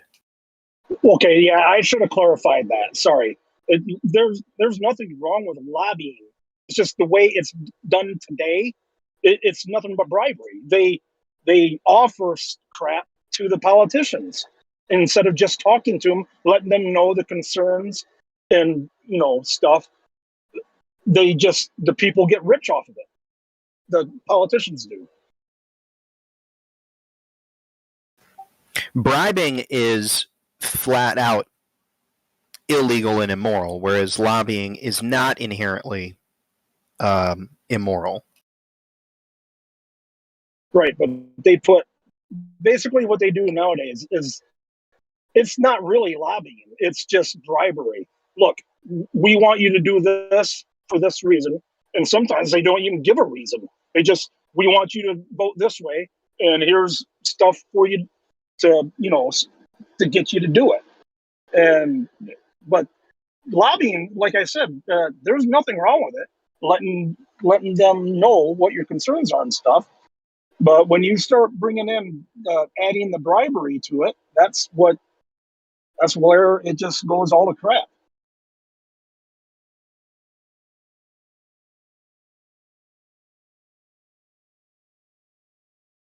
Yeah. I mean, the bribery thing is just... Honestly, okay, I'm going to slightly play devil's advocate here, because GE had a point that's actually interesting, or platypus. I don't know what I should. It reminded me of something. So there have been cases where, and I can't believe I'm even admitting this, but I just remembered there have been cases where lobbyism has actually been good. Like the lobbyism we think of. And I'll give an example. For a long time, most Americans did not support, or at least in the South, civil rights for minorities and African Americans for a very long time. And the separate but equal clause. And no. Funding civil rights group and having them pay politicians to try and get equal rights. I mean, I think we can agree that that's a good thing, but now it's being abused because you have like telecom and cable companies paying for their own self-interest, right? So I feel like there's two sides of the coin. This is a really good discussion. I'm going to tell you something that's probably going to blow your mind. You've probably never thought about it. You've probably never read into seeing how. Boy, here we go. If you, as far as lobbying goes, you can arrange for like a face-to-face meeting at the very least with your state governor. It would be harder to do it with a state representative or a state senator because they've got much busier schedules and they're all kind of, generally out in DC. But you can, as a citizen, you can call your governor's secretary's office and arrange an opportunity to speak with them. You know how long the wait list is? Well, 16 years. 16 years. I mean, that makes perfect sense considering there's no guarantee that it'll be the same governor 16 years from now. Which, by the way, something I will put on the record, just like there are term limits for the president of the United States, I believe there should be term limits for how long you can be a senator and how long you can be a state representative and how long you can be a governor. I agree with you, actually. Yeah, in my country, they can just keep getting prime minister till the end of time. There's no time limit. It's crazy. Yeah, here in the U.S., it's 8 years. Right? Yeah, members of the House can be elected over and over and over and over again. We got old salty bastards from the South that had been.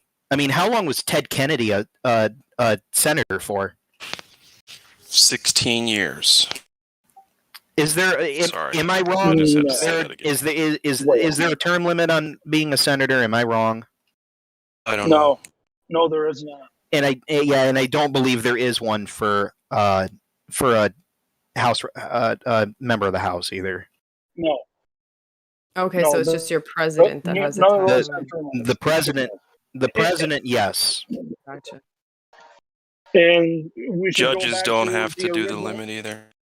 I'm not Well, sure. Everybody's over talking somebody. What we originally had. Senators were not elected; they were appointed. We should go back to that. Oh no! Senators should be elected by the general public. No, I disagree. They should be appointed. They started out that they were not elected. No, that is a conflict of interest, my friend. There's a reason why our government is set up with the House and the Senate simultaneously.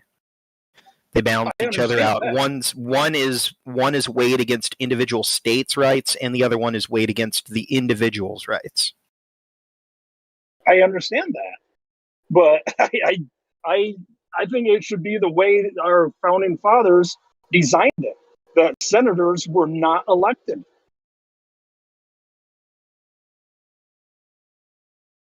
Only the representatives, House of Representatives were elected, and then the senators were appointed.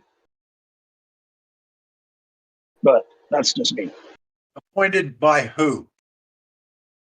I believe it was the governor. By one person?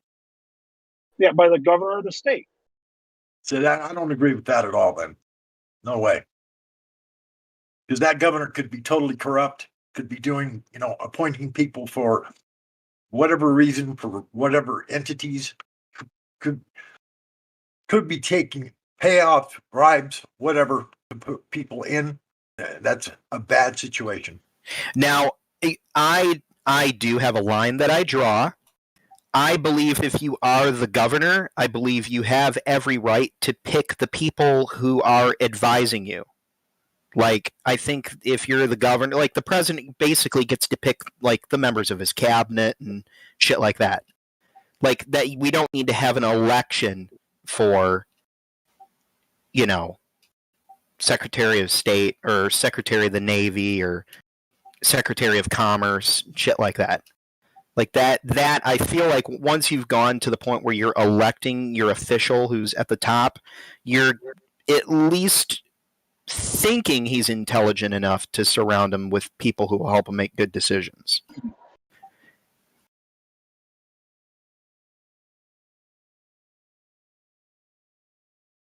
Well, in today's world, I think that's that's not even possible. I think that everybody that picks their own cabinet, they're doing it for their own personal gain in some way. And obviously, to get good advice, but I think the advice is based around their own personal profit and gain. Well, but we already get over that when we go through electing that official. I mean, people campaign on agendas and things that they want to do. You know, I mean, they publicly state, you know, if I'm elected, I want to focus on X, Y, and Z. So if you're already covering that when you vote for them, and then if they said all that shit, and then they get into office and they start surrounding themselves with people who are going to help them accomplish X and Y and Z, that's not really shouldn't really come as a surprise to anybody at that point. I feel like there's like an issue where some people could campaign on a promise and then they go against their word and then you're stuck with them for 4 years. And I think that's one reason why term limits are very important. How often have you seen that not happen? I've seen it happen a lot. That's what I I'm mean, saying. people lie. That's what I'm saying. How often have you not seen that happen?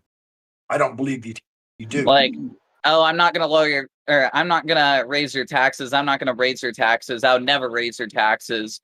Oh, taxes got raised.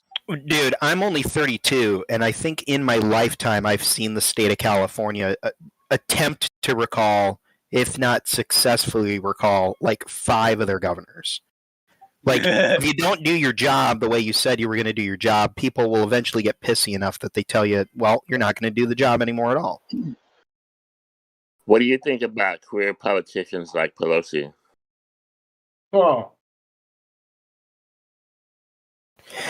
I do not subscribe to the belief that just because you've always been a politician, that automatically means you're evil and you can't be trusted and all that shit. I think it just kind of ends up happening. I do, however, think that I think for certain positions, I think you absolutely should have been a member of the military first. Like the Secretary of State or the Secretary of Defense or the Secretary of the individual branches of the armed forces. You don't even have to have ever served in the military to get into those positions. That, I think, is wrong. I agree with that. At the very least, it's nowhere near ideal. Yeah, you need to have some experience in the field you're going to be advising or making decisions for. Well, I mean, the Secretary of the Navy, for example, should actually be like an active officer of the Navy. It's weird to me that is a civilian, potentially a civilian. It usually ends up being a career politician that does that. That's what I'm saying. They had no military experience. They should have, in my opinion. I got my toddlers are waking up right now, so I got to duck out of here. It's nice talking to you. Thank you so much for participating. Oh, not a problem. Great discussion. Yeah, thanks for joining us. Redford, I'm gonna hand the torch to you. I do have to get going so I can spend time with my mom. Honestly, I'm gonna try something actually. Okay, I know it's only for 30 minutes. Sophia, I'd like you to unmute, if that's okay. Are you here? Unmuted. Awesome, welcome. So thanks. Okay, this will be a little experiment, and I'm only gonna do it with your consent, obviously. Would you like to be the temporary co-host for the last 30 minutes? Me? Yeah, why not? Yeah, I guess I can try. I can't promise that it's gonna be good or entertaining, but I can try. I was gonna vote for Brad. No, Okay. no, he's a mod. Yeah. Oh boy. Well, Lulu is here too. No, I'm just joking, Sophia. It was a joke from going before. Brad and I Yeah. are taking over. Yeah, what are you guys Hi, talking everybody. about? Hey, Hi. I love Hello. you, but what WTF, It's bro? Lululemon. What's up, bro? Oh yeah, update. So not all Lululemon clothes are made in China. Some of them I checked other labels, are made in like the Philippines, and I can't remember what the other country was. Oh, okay. So instead of it being made in a place with cheap labor, it's made in a place with cheap labor. Yes, exactly. I see the difference. Yeah, There's okay. a Big difference. change. Yeah. So I just wanted to clarify that, right? Or instead of being made by children, it's made by even younger children. This is correct. It's made by toddlers. They're getting really good over there. Well, anyway, yeah, I do got to get going. Redford, I'm going to appoint you as the host while I go out. And Sophia, congratulations on being the co-host for now. Oh, thank you. Me and Redford will probably talk more later. But yeah. Okay. Have This a is- great time hanging out with your mom. Yeah, Yeah, she's message me probably later. gonna kill you. Who? Me? Yeah. Give your mom a big hug from all of us, would you? Thank you. I'll make sure to do that. Bye, guys. Enjoy. Bye, See ya. All right, Sophia. Why don't I ask you the question? Yeah, it'll be good to know what's going on. Yeah, we have another hypothetical. So this one today is, do you favor one great monarch or true and faithful democracy more? How about neither? No. Can't That's do not it. how the game is played. Well, what kind of power does the monarch have? Well, you kind of get to decide that, right? Because like we set the questions, the hypothetical, and then you can go. So you can kind of define what it doesn't have to be the monarch today, right? How it's like bloodlines and all that. It could be like an elected monarchy or however you want to. I don't suppose I can help her out with links in the voice text. You certainly can. Okay. Here. Go ahead and think about it, but I'm going to try to present both sides. Okay. As y'all talk about it. Well, I just think that democracy, having the majority vote, is not always the best thing. Let me open this. Is there anyone else in the stream that hasn't answered yet? Are you saying that socialism is better? Oh no, definitely not. That's why I said neither. We also have the co-host. She has not answered, so she can answer the question. You have to repeat the that's question Lulu, for right? me. Yeah, I'll repeat the question. So it's hypothetical. Do you favor one great monarch or true and faithful democracy more?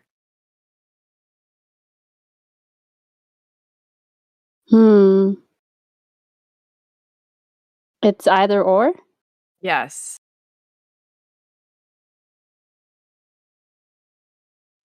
I guess I'll go with the first. Then we have follow-up questions. Will your opinion change depending on who is the monarch?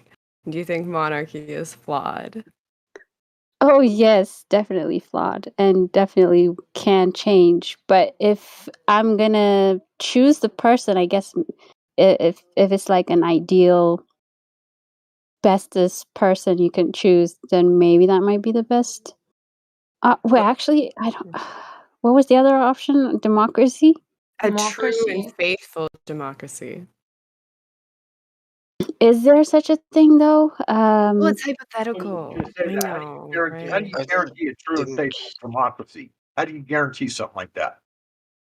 I mean, even if you guarantee a perfect democracy, I don't think it'll work as good as it seems, because you would be relying the most popular person rather than the most capable person. Like it's like Socrates actually gave an analogy to it. Socrates or Plato, if I'm not mistaken. Like, let's imagine Probably this Plato. country. Plato, yeah. You can say that a country is a ship, and on a ship, if you are to elect someone to be the captain, um, it's better not to do it by votes, because if everyone just chooses the most popular person on the boat, everyone will sink together. Yeah, that's Okay, how so the you most don't. popular football players in high schools get that way. So what do Yeah, you like think then? Because this is just a hypothetical question, right? So what do you think then? in all honesty, I think that we just need to put someone in place who's capable, but And how do they get into that position? that's the question. I mean, I would Well, say like Brad and as I got it minimal. figured out, right? No voting. We'll just take over. Yeah, I Oh, mean, I would I'll say vote. I'll vote for that. If There's no Redford voting can though. be the We just monarch. Yeah. But then I want to be your what do you call it? The one just below, your second in charge. Oh yeah, I'm vice monarch. Yeah, Brad's and the I want a monarch. scepter and a crown. Oh, so you want to be the vice? Yeah, that we can work that out. Probably. Well, seeing as we're taking over, Yeah, I you guess can have then you can whatever just do what you want.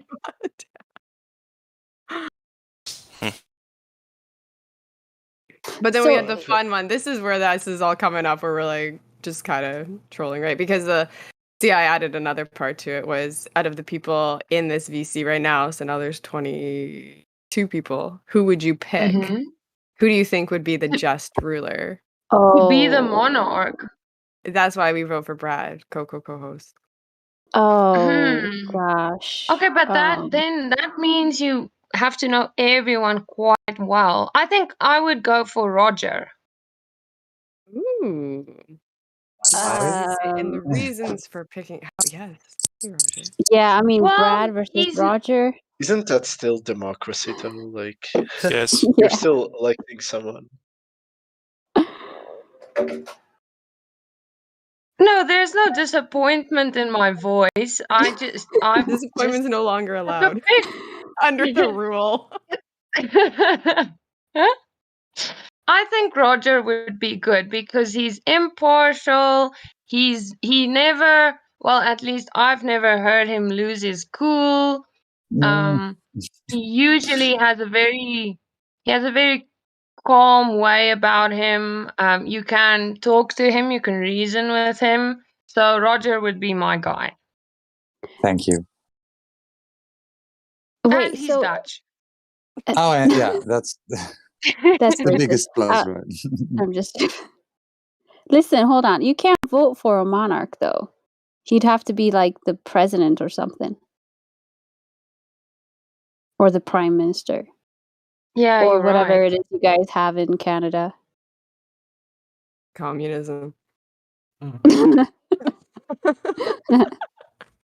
Well, supposedly it's a democracy. However, we just had an election, selection, whatever. And even the person that didn't win the popular vote somehow is the prime minister. But here we are. It still can't be worse than ours. Yeah. At least yours can count. At least, are you sure? Or, Like, okay, I maybe mean, he count is the thinks wrong water word. He is can like, say numbers from a page. well, maybe. Ours didn't finish school. Listen, you guys don't try to compare who has it worse, please. You guys won't win. Okay. It's everywhere. But with the monarchy, I thought that was like you have to have royal blood and stuff, right? So we'd have to figure out who in this VC has royal blood. Then they could just automatically be the next king or queen. Well, that sounds a bit biased to me, but whatever. That's how monarchy works, isn't it? You have to have a minus sign in your name. A minus? Yes. A dash. A Yes. dash. Between two I names, do. I have you two have to have a dash. three dashes Lulu in my has name. 3. Well, it looks like you're the winner. Yeah. Awesome. That was easy. Totally. Good game. So what would be the first decree that you proclaim, or the first rule that you make, or Lulu? What would be the first thing you do when you become monarch? Come on, you got to get used to these questions too if you're going to do it. I wasn't ready for a speech, but I mean, if I have to, obviously, open up the whole world, burn all masks. Yeah. Oh, wonderful. Yeah. Okay, see, so she's far, wonderful. can you be president, please? Thanks. Yeah, I vote for Lulu. Yeah. But does it Very have to be only one? Can't we have like a couple? He Yeah. will be the queen, and then we need a No. man. No. I'll vote for another Roger vote. Actually, somebody already voted for me as monarch, but we won't go into that. But we'll. Well, we can still get you in on the cabinet. I mean, don't a monarch need or advisors? How about being an advisor? Oh no, I was already voted in. I was elected, so I can only do it if you're my wife, Sophia. Oh, I see what you did there. Well, is this the first proposal on the live stream? No, I'm just joking. But I'm just the vice, though. I don't have all of the specialness. Yeah, but we could have a good life, like outside of the public eye, though. So there's that. Exactly. And Okay. specialness is not defined by what kind of power you have. Yeah, how of you course. use it. Of course. I was just joking. You sound like you have a lot that is special about you anyway. Just by the tone of your voice, so don't sell yourself short. I do know that I have a special accent. Yeah, I like it. It's cool. Where are you from? South Africa. South Africa. Cool. I like it. Yeah, down south. I would make lying a crime and deception. Lying? Yeah. Lying should be a crime punishable with 10 years of jail. Lying? Yes, for lying. Okay. Hold on. When do we cross the line of arbitrary censorship and infringing of God-given rights at that point? I saw some South Africans skiing on their bare feet in Jamaica. So, Sophia, would you go with me and go barefoot skiing on our bare feet? I mean, never mind. Go to Jamaica and ski on our bare feet together. Sorry. I'll stop. That was really cute. I have a MJ knows this, but I have a little pet lion. What? That's it's great. Actually, yeah, the lions over here, they just walk around in the streets. So you can just adopt one and bring it into your home if you want. It's like a big No cat, shit. a big old alley cat out there. Holy mackerel. It really is like a Got any safari pictures? everywhere, isn't it? I'm just joking. See, I need No, we're pictures. I not need a allowed- citation. We're not allowed to take photos. You're just gonna have to believe me. Oh, okay. That's fine. That's better than NASA, though. Well, I'm used They to doing save their that photos. through most of my life, so yeah, whatever. So we have Harshad, who has a question. Are you there? If that's even how you say your name. You said you're Harshad back with Mehta. a question. Are you there? Harshad Mehta. Oh, you're shy. Hara? Hey, yo, Oh, there you are. Glad Hi. Flow, I have a question. For me? Yeah, Okay. Hi. Hello. What's up? yeah. If let's say if the world was a sphere, how will it like affect our life? Like, what difference will it make? Physically, I don't know because if we were moving at the speeds they say we're moving, I don't know what life would be like here, physically, stuff like that. Perhaps if there are resources being hidden from us by telling us that it's a finite enclosure instead of an unexplorable, for the most part, realm, right? There, resource scarcity is a way to control people. If you want to fake resource scarcity, make them think that there's limited amount of things when there may be a surplus. So we might have more energy, more land, more freedom, as it were. Gosh, I mean, I could go on and on. It's kind of one of those topics, but yeah. I mean, yeah, he's right. And it's not the only thing where they can limit a certain supply. Like, for example, the diamond industry. Diamonds aren't even that rare. Like, the market just artificially controls the supply. That's why the diamond prices are so high. So it's not the first time they lie or hide things or manipulate things to get what they want out of it. Is that so? Could you tell me more about this? About diamond?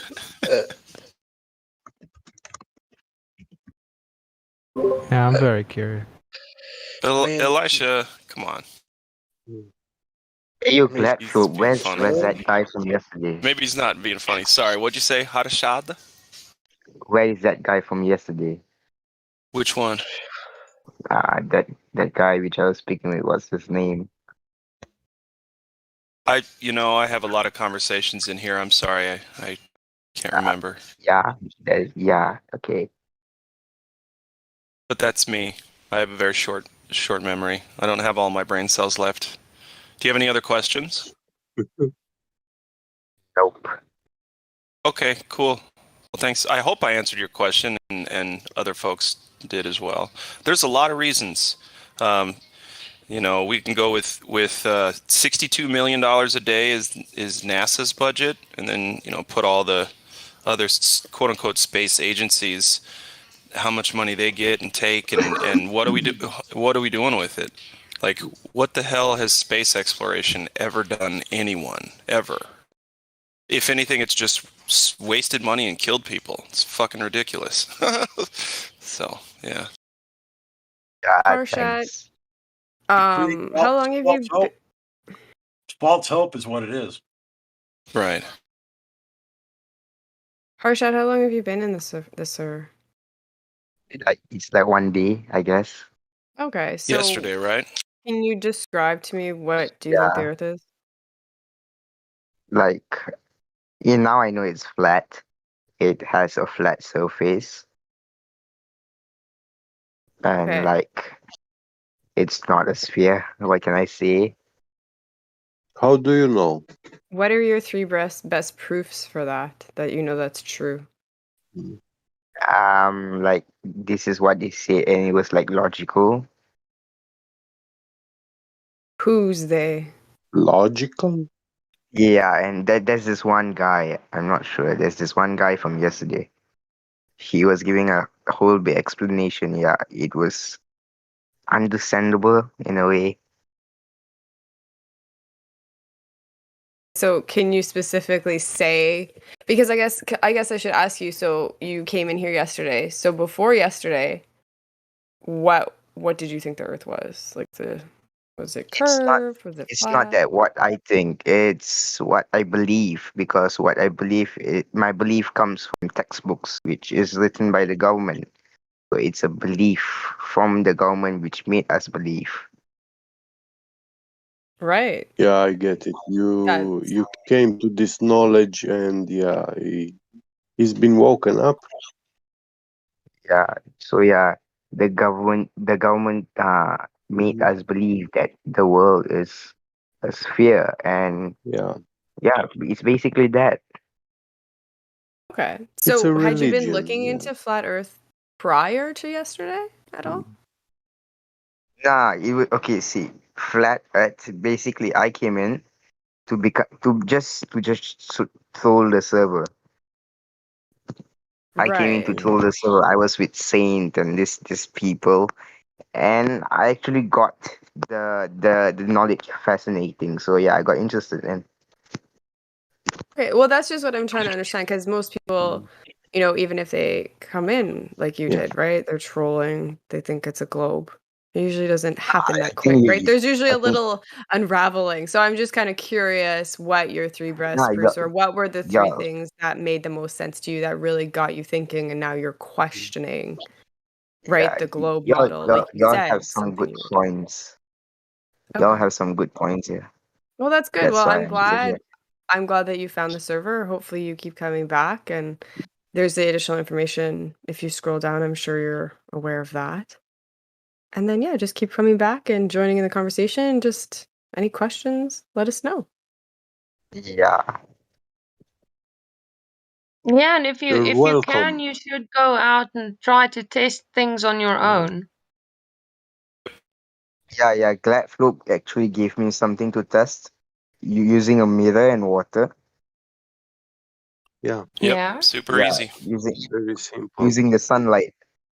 Because if you see, it's like shining the light, using the sunlight, using a mirror, and it shouldn't go past you 1 mile. And you need to About have, 2 miles, but yeah. Yeah. yeah.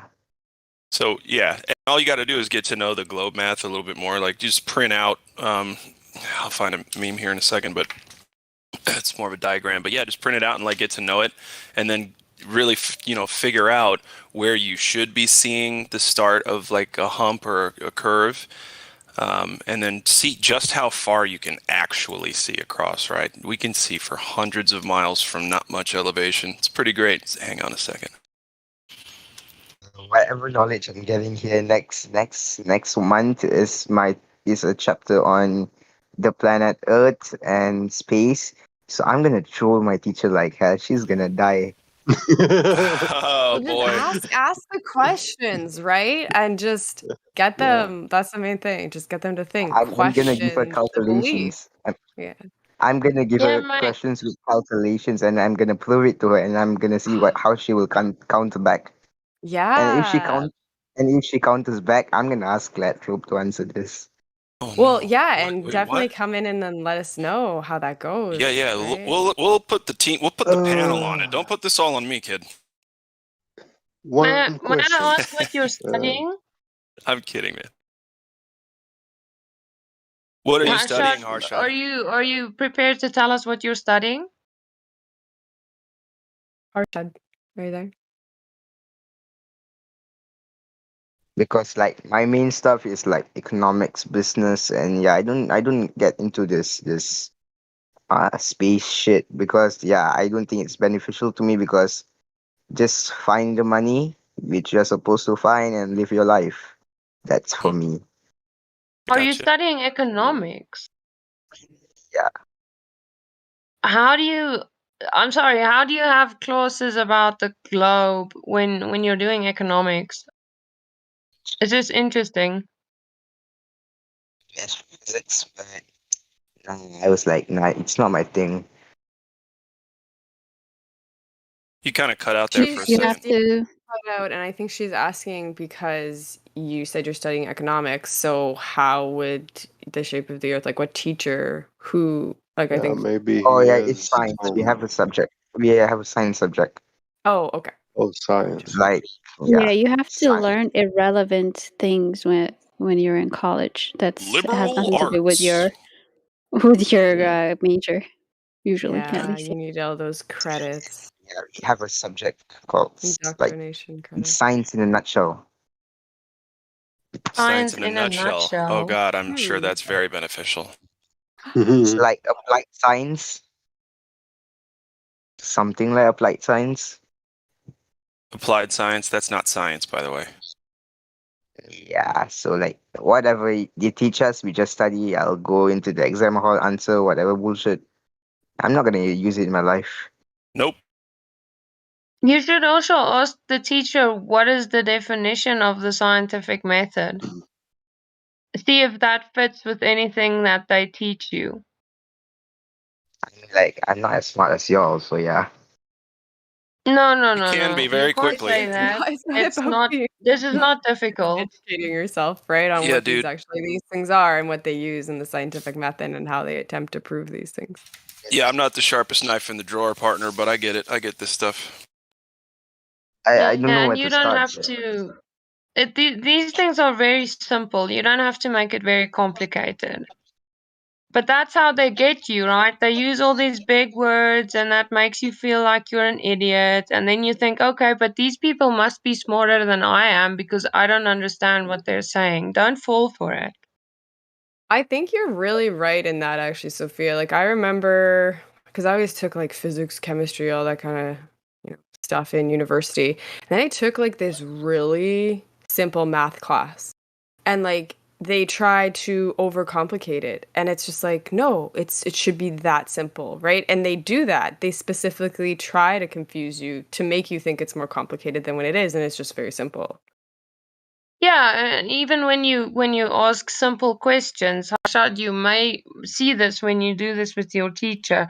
They get angry and then they just start using these terms and saying, yeah, but these people who are a lot smarter than us figured this out. So there's no need for us to doubt because these people are so much smarter. Appeal to authority, yeah. Yeah, it's a fallacy. So yeah, this is what's happening in schools. Yeah, they just don't care. Yeah, Well, they're like, people would much rather be told what to believe and how to think than try and do it on their own. You know. Yeah, because it's more comfortable. Harshad, you have to see what kind of teacher you have in your university or college that you're following. school. So I'm in school. Oh, school. Yeah, I'm in school. Is this like high school? Yeah, high school. I'm sorry? Yeah, high school. High school. Okay, yeah. You see, these teachers in high schools, they are paid to teach the children some things, you know, on a schedule. Just copy They have pasting an what you were taught. agenda. They have an agenda what to teach you. They don't choose themselves what they are supposed to teach you. So I think on that note, Yeah. because we have 8 minutes left of Precious Metal Takeover, so if Sunny's around, he can play us out for the last 8 minutes, and then we will wrap it up. All right, just give me a minute. I'm going to get a drink of water, and I'll be right with you. Oh, okay. All right. That sounds like a good idea. So, did we settle on a monarch? Yes, Brad. Supported Oh, by Lulu. I will want to ask about this question with the choice between monarch or democracy. I have a question. Which one would you choose? A bad monarchy or a deceiving democracy based on deception? No, we can't change the question 7 minutes before it ends. That's not how the game works, Scappy Get. Choosing Yeah, the better of two worst things. I think the word deception adds up a little bit to these democratic systems, because That's when they exactly what are we're in now. when it's a deceiving system, you don't even have the right to know if it's good or bad, the system that you're living in. So yeah. Critical thinkers only. You are not VC verified, so if you'd like to jump up into the VC check-in, somebody can join you up there, and then you can join the conversation if you'd like. And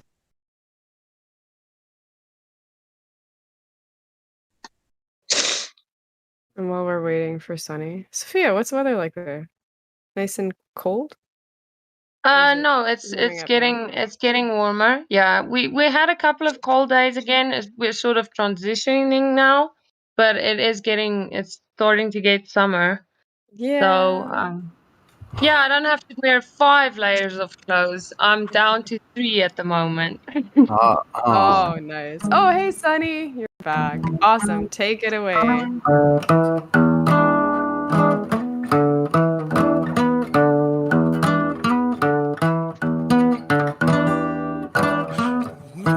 Since my baby left me.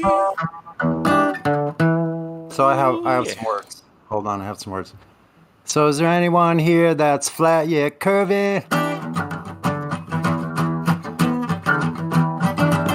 How about someone that's still but yet moving? What movie do you think you're in? Yeah, the Sci-Fi Channel, yeah, that's it. Globe is in a tailspin. On the disco, we can hear your grin. Without saying, you tell us what religious sect you're in. Now it's time to trade it in. Globe's in a tailspin. You got to face the facts. Earth isn't spinning. Helio snobs, you believe all the lies. The only thing moving is above you and in the skies. Maybe give this a second try. Maybe look around you once in a while and go out and try to find the 8 inches per mile squared.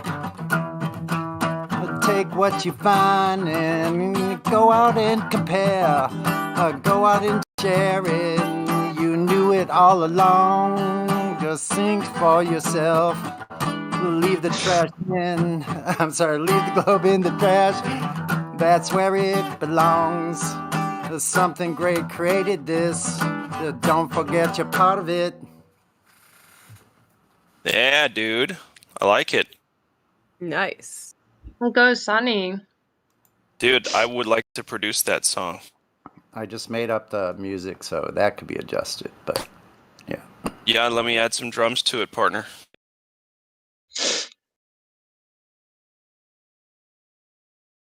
That's a good one. I like the bluesy aspect and the...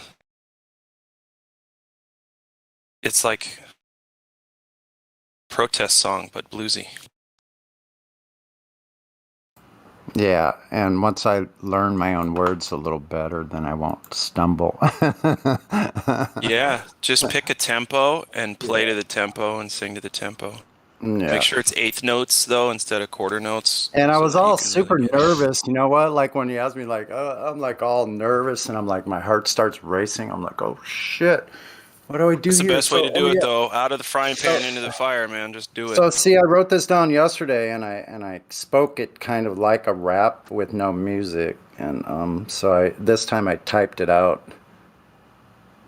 So yeah, thanks for helping me get it, a little bit more squared away here and there. We'll continue on. Thanks for letting me share. I have no idea how that sounded, so. Sounded good, man. Thank you for sharing it. Is that the first time you played it live, right? Yeah. There you go. It's just going to get better and better. Yeah, thanks, Sunny. That was good. Thanks a lot. Well, we still have 2 minutes, but... Do you want to sing us a song? Oh, I don't sing. You can sing. Sing us a song, Sophia. Go. Sorry. Who's gonna? Maybe Sunny should do another one.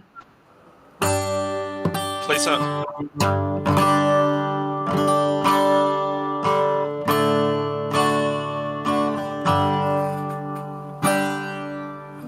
Okay, one sec. Maybe if you play something familiar, then everyone can sing along. Yeah, actually, that's a great idea, and that's what I'm gonna Even do. though there's a second and a half delay, we're gonna have to time for it, but that's okay. It'll be interesting. Well, I guess we'll do karaoke for a while, so I guess we could do that. Okay, 1 second. I'm gonna tune while muted.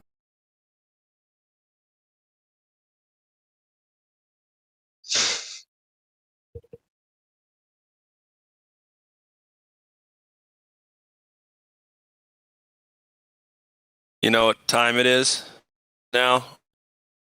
It's time for... Is it the end? No, it's time for basic bitches in fall hats to come out and play. Basic bitches. wasn't really paying attention.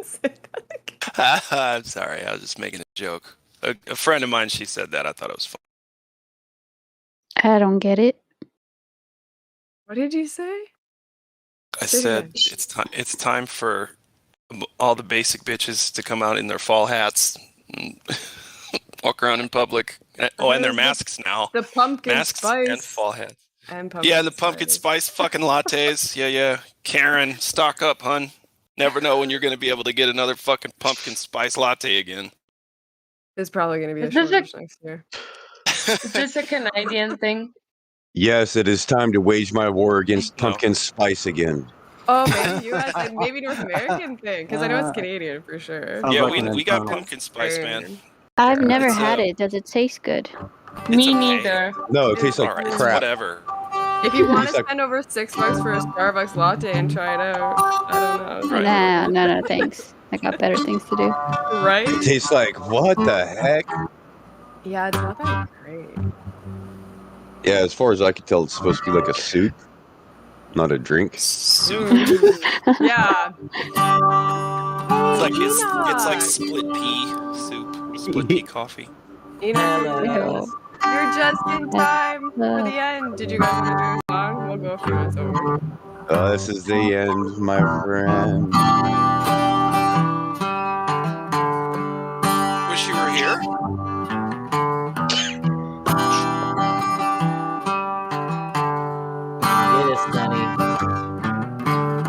We're just two lost souls swimming in a punch bowl, year after year. Wait for the cue.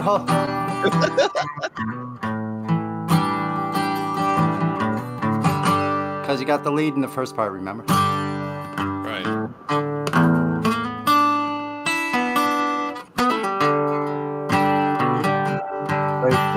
I was just reciting the only part of the song I know. It's a really long song.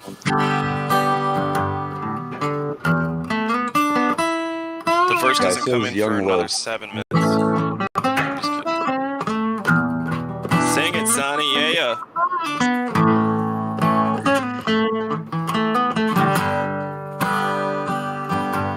So you think you can tell, right? So you think you can tell heaven from hell, blue sky from rain. Can you tell a green field from a cold steel rail?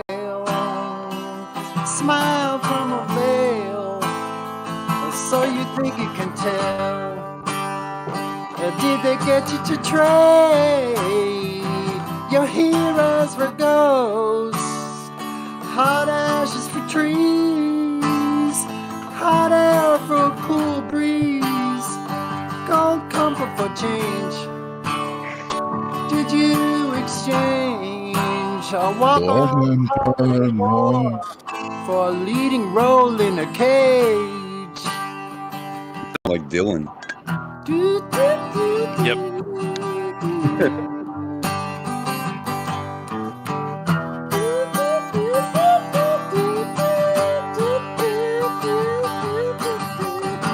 Is that who Sonny is? Is Sonny Bob Dylan? For a lead role in the cage. It's about the cage, yeah. It's all about the cage. How I wish, singing, how I wish you were here. We're just two lost souls living in a fishbowl, Year after year.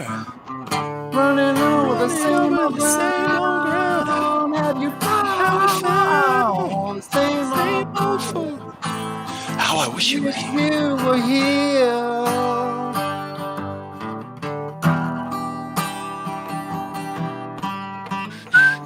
Now, what part is potash is for trees? California. No. That Thank was you. great. Sunny. That was beautiful. Everybody. Awesome. In the dead of night. How about that one? See, I need someone to help me sing the high part because I've never been able to find someone that I could sing that with. And there's a harmony and there's a high harmony part. And it's like really great if I could have somebody. So, Oh, isn't that What on wish you were I here? was going to recommend the co-host. I wish you were here. Yeah. Sonny, you know, I've been trying to get a hold of you. I'm a hard person to get a hold of on Saturdays because I'm on here. Except. Yeah, I put my phone in the toilet when I come and talk to you guys. No. Yeah. Oh, lovely. Interesting. Well, you know what? Maybe on that note, we'll end Precious Metal Takeover. So, thanks everybody for joining in, for participating. Thank you, Sophia, for filling in and being the co-host today. Well, thank you for giving me the opportunity at such short notice. It was fun. Awesome. Yes, and thank you, Applause everybody. for you, Sophia. Hey, that's why I always miss it, because you guys do it so early. I mean, shit, I just barely woke up. I was training. I Good was actually morning. training Get a life, today, man. and I was doing my Good drills, morning. and I did, Thank and I you, was. Rectangle Bear. Thank you, Rectangle co-host. Yeah. I Yeah. also Rectangle did Bear. my. So I Rectangle. woke up early this morning. I went for a jog, and then after my jog, I did my drills on my bag, and then I did my exercises, and then I came back, and then oh man, I forgot that precious metals. God. Hey, did you was- eat? You've been Dan, to did the you, Led Master Zeppelin? Chief? No, I didn't eat yet. Eat right now. Do it Yeah, right now. Eat some fucking peanut butter, dude. Thank you for joining us. We hope that you had a great Saturday. Enjoy the rest of your day. Yeah. Thank you. Is it okay if I call you Rectangle Bear? Yeah, sure. I like that. I mean, How is it spelled? Or how do you say your name? I'm Redford Bear, but it's Rectangle Bear. But I like Rectangle Bear. It's hilarious. Right, okay, cool. It's wrecked ankle bear because she damaged Wrecked her or ankle? she injured her ankle a while ago. Oh, it's like 6 weeks now, and it's still a problem. Wait, it's 6 weeks and you're still babying it? Yeah, well, it's better, but every now and then it's still gets pretty bad, actually. I wish I No, had give it 6 weeks time. when my ankle was shattered. I only had 3 weeks till I had to be back at work.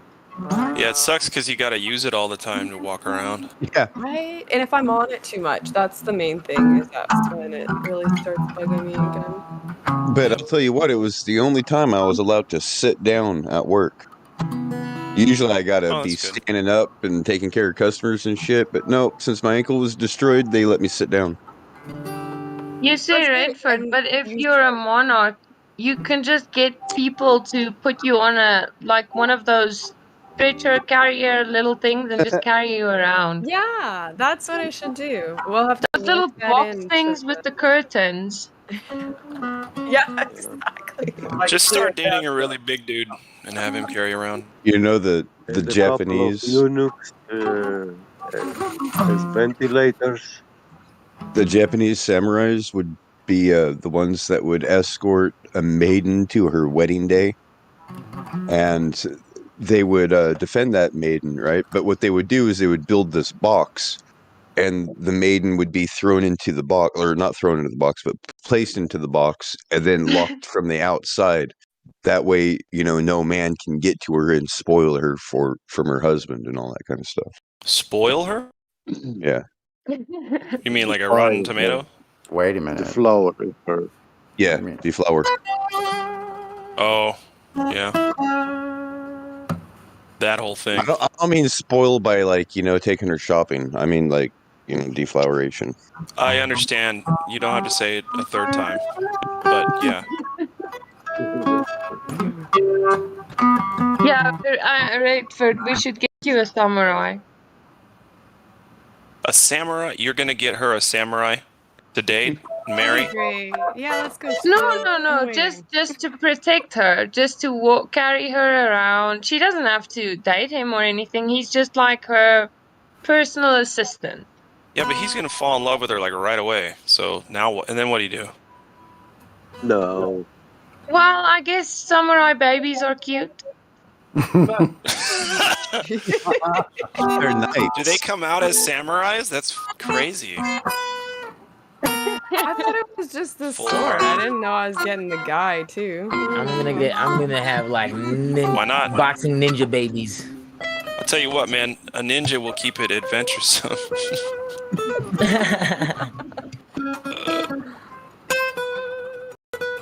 All I know is, like, I got that kind of nobility in my blood somehow. I don't know where from, but yeah. You're somehow, a ninja? like, no.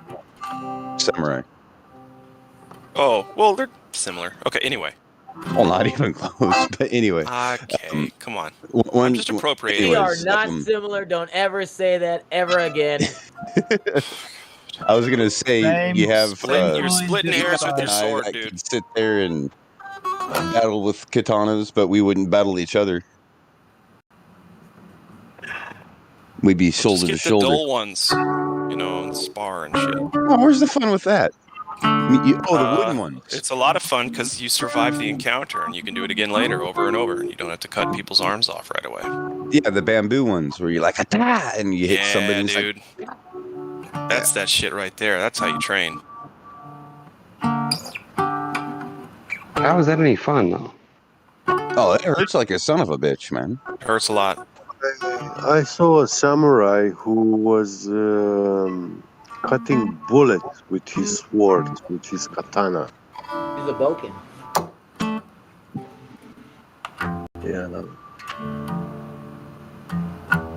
You know, it's not the sharpness of the blade, but it's rather the fact that the blade is curved and you draw the blade, which causes the weight of the blade to cut. Yeah. Right. But So it's the bullets are copper metal with lead inside. It's soft metal, and the blade steel is actually something very much like the high-speed steel, a very strong one. And Yeah, but paper mache airplanes can take buildings down, so that's nice. Yeah. Yeah.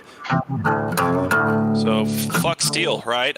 Steel sucks anymore, right? Now it's terrible. Look what it can't do. I'm never using steel again. Gosh, steel and concrete beams? No thanks. That's what happened when we started buying Sloppy. steel from China. Yeah, not safe. Yeah. Fucking next thing you know, a candle will melt the steel. Well, you sit it there long enough, boy. Hell yeah. Yeah, that candle definitely won't.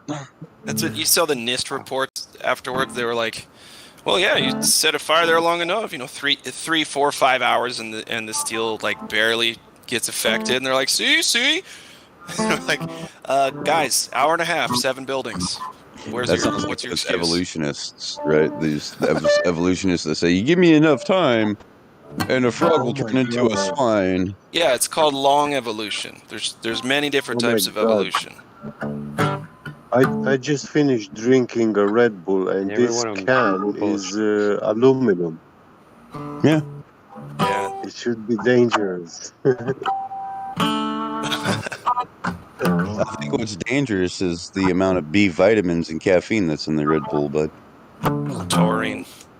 Yeah, don't drink more than 6 of them. I don't believe that. The doctors say Red Bull is not healthy. It's fine. So if Red they Bull's say it's fine. not healthy, then I'm like, hey, it's a good poison. but much better than others. But Yeah, I know somebody. the doctors also say smoking is bad. And I used hey, what's the scientific experiment that shows that smoking causes cancer? There isn't one. check it out. Yeah, I was working with there this guy, isn't. and his son was in the hospital with renal failure. Like his organs were shutting down because he drank 6 cans of Monster Energy every day.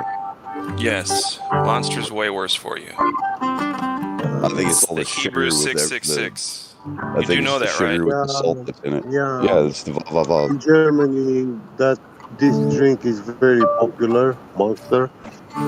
But Yeah. I say it's dangerous when your diet is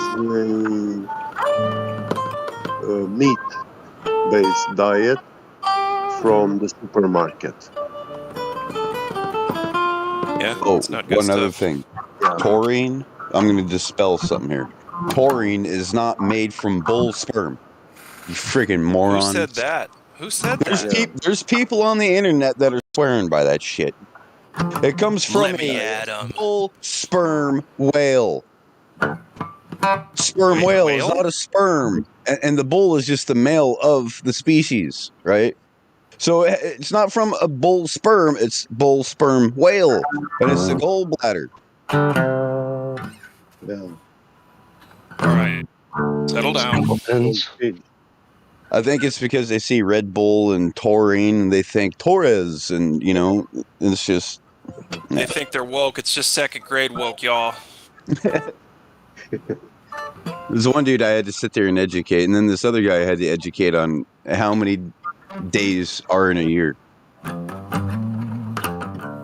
Well, time is a man-made construct, so fuck that shit. He said there's 364 days, and I go, that's not even right. It's 365 and a quarter. 5 and a quarter. Okay. Yeah, because a leap year. Okay, so it's time for So me you, to go. Thanks, everyone. Yeah. Bye, Be Have a good great, one, Sophia. Sophia. bye, Sophia. Be Thank you. great until next time. I'll see you again. Yeah. Bye bye, Sophia. And this one person was just arguing with me about it until I pulled out until I told him, you got a dictionary? And he goes, yeah. And I go, pull it out. Let's look up year. And he goes, holy shit, 365 and a quarter? That changes everything. Yeah. Ruins my summer plans. Like, there's your cognitive Man, dissonance right there. how can you be so right like the dictionary? I grew up reading the dictionary. Coincidence. Yeah, he ended up It was a asking me that question. coincidence. Have I ever read the dictionary? I said cover to cover. Why If not? I were him, I would say, "Wow, what a coincidence!" It doesn't take very long to read the dictionary. It's not like you're trying to follow some story, Yeah. Like there was, I can't remember which dictionary it was. It was an old dictionary that my grandfather used to have. This is Mm. a couple of moves ago. I don't know where the hell it is. But there would be a section at the beginning for each letter, and it would tell you the history of that letter and where it came from and how it was incepted and all that stuff. The ancient meanings of it and the like it all goes back to the Phoenician. All goes back to Hebrew, man. Well, this is what they say in the books in USA editions. But you see, in Europe, for example, in my country, in Romania, if you take a dictionary from the communism times, 60s, 70s, 80s, you will see that all the words in the Romanian language, none of them is actually a Romanian word. All the They're words Soviet are, words. Yeah. no, they are coming from Latin, French, Oh. Spanish,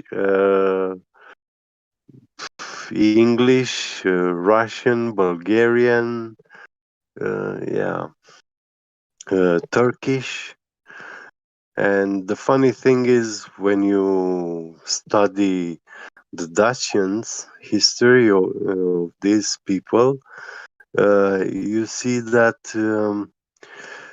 they did not like to write on paper. They had these solid gold tablets.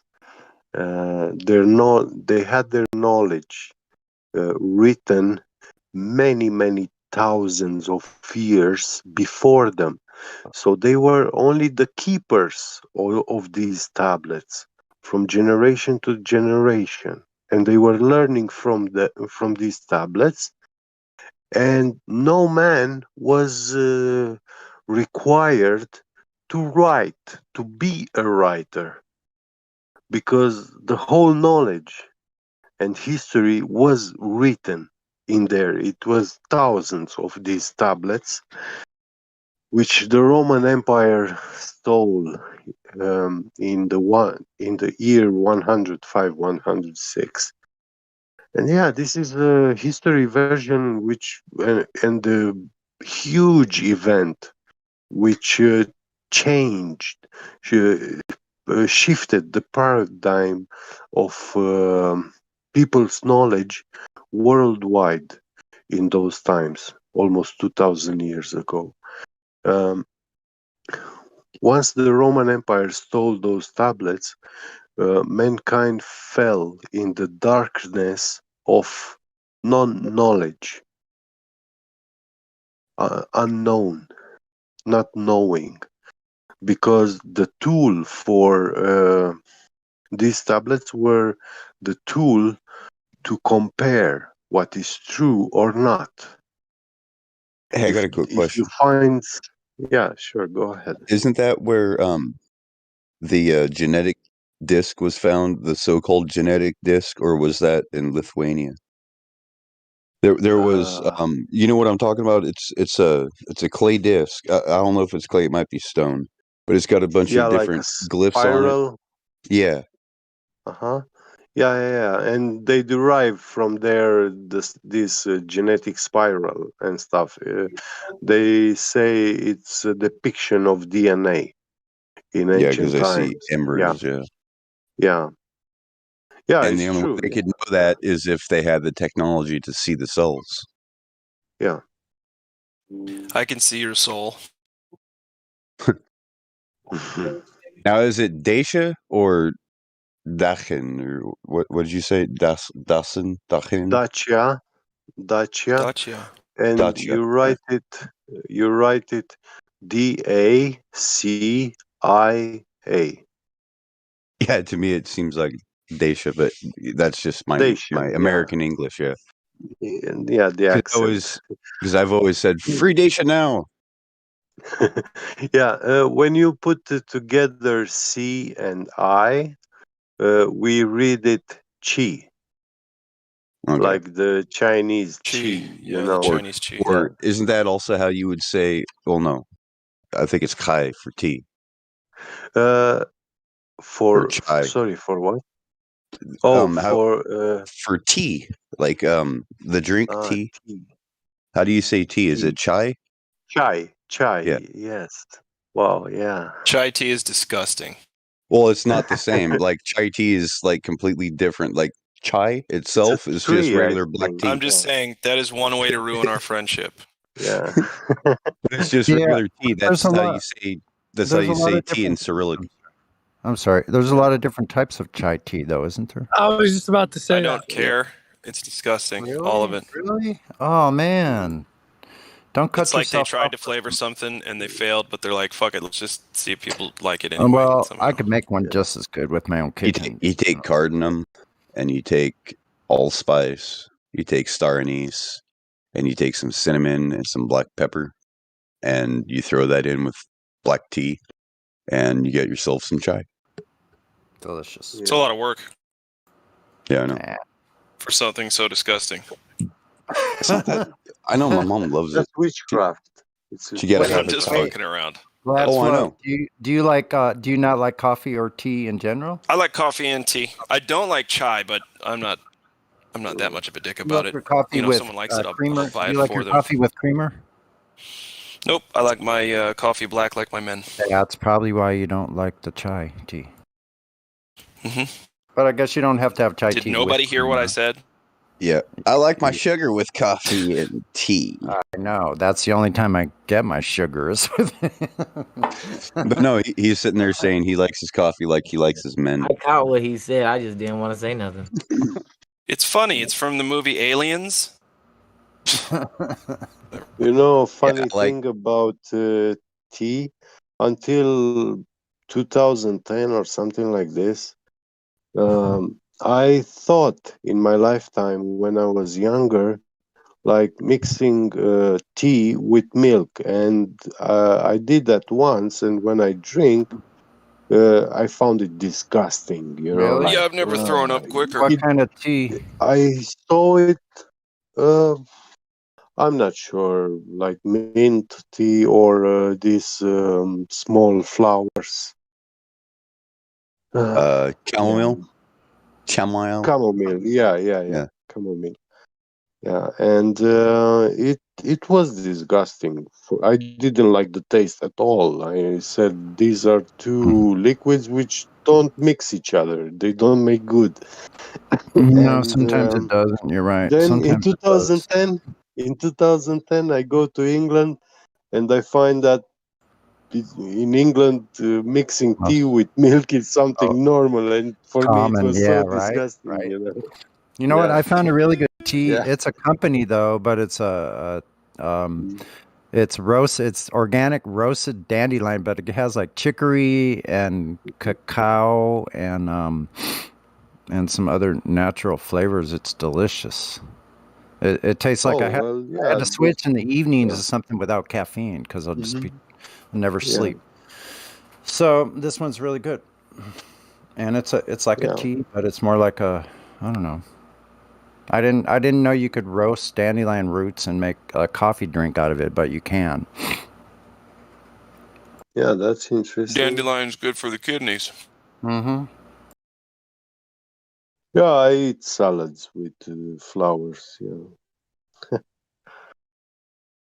quite often. Summertime, springtime. Yeah, when these flowers show up.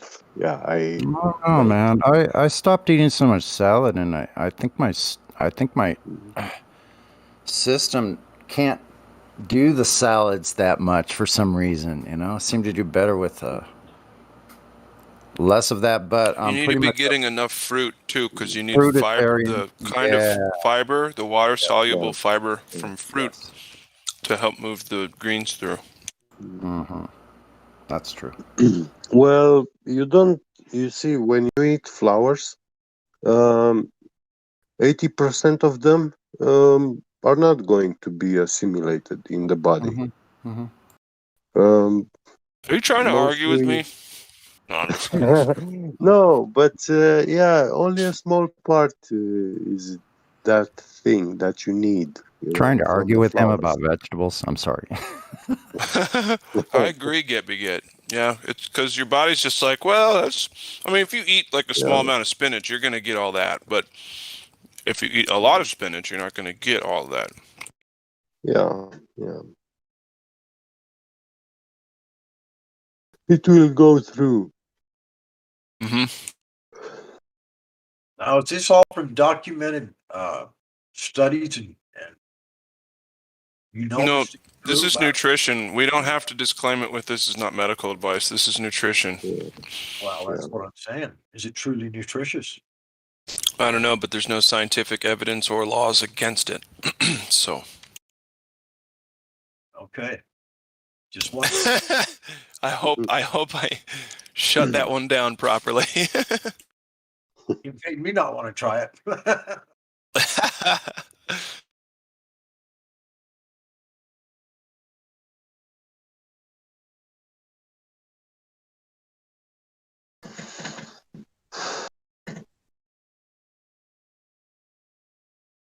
Saturday. Wonder where the Globers are. So many people on the internet right now, you know. I think we'd have a couple of them. You guys like advertise to like your channel or whatever? I don't have a channel. No, not that. I mean, like this Discord, is it like advertised anywhere? Because I saw there's only like 3 Kinda. clubs. Here, let me show you something. Let me show you something. Let me show you something. No, hold on. That's not what I. Fire Marshal Bill, right? That's what you're talking about. Yeah, Jim Carrey. Yep. Let me tell you something. Okay, here. Check the voice text. That is the QR code for this server. It is a great way to advertise, and I send the blank one so that if you want, you can put logos and stuff around the rim there. I don't like that word rim. How about the edges? There we go. Yeah, it's Neato gang. So yeah, just spam that everywhere. Oh, is that for smartphones? Yes, it is. Oh, okay. Yes, indeed. Can you scan it off the screen just right there? Yes, you can scan it from your phone off the screen. Yep. Sometimes I have a hard time finding this channel. So. Yeah, I mean, for all intents and purposes, they make this channel really hard to stumble upon. Real hard. You got to be looking for it, and even then, it takes a second. Yeah, my computer when my computer turns on, it automatically pulls it up first thing. I don't have to do a damn thing. That's because pulls what up right away? This Discord channel. Oh right, yeah. Me too. Yeah, so all I do is turn my computer on, come back after I make my cup of coffee, and it's up and running, ready to go. Sounds like you need to get out more. I'm just kidding. No, you could be quite right about that, my friend. Especially now, dude. So many Karens and idiots are at home instead of walking around outside, clogging up society. Shit, bud. It's a good time to get out there and just hang out. Oh, I do quite a bit of that, but I am 65 years old, bro. I have slowed down just a little. And I've had No, I don't want to hear it. No excuses. I don't want to hear it. All right. I bet I'm more active than you are. You probably are, dude. That's what I'm saying. Don't even worry about it. Oh, shit. It's all just a bunch of gravy and biscuits. Yeah, it is. I just had biscuits for breakfast, so shut the front door. Trust me, I already knew that. Shut the front door. What? What? Check a swat. First time I heard that was like 15 years ago. My stupid wife started every time something surprised. She's like, "Oh, shut the front door," and I'm like, "Oh, shut that." If you say it more than once in like a 6-month period, you're overusing it. Overused terms in general. I heard it come out of her mouth every freaking day. Thank That's God crazy. she's no longer in my life. Oh boy. Yeah. One of those, huh? Well, I had a heart attack. She takes me to the hospital. Almost died. I had the Widowmaker 100% blocked. They tell me in the morning if I'd been 5 more minutes, I'd have been dead. And I got there within 5 minutes of it starting. So we were really close to the hospital. Jumped in the car and flew there. Well, a couple of days later, it came time for me to come home. And she tells me she's too busy to come and get me because she's out smoking meth with one of her friends.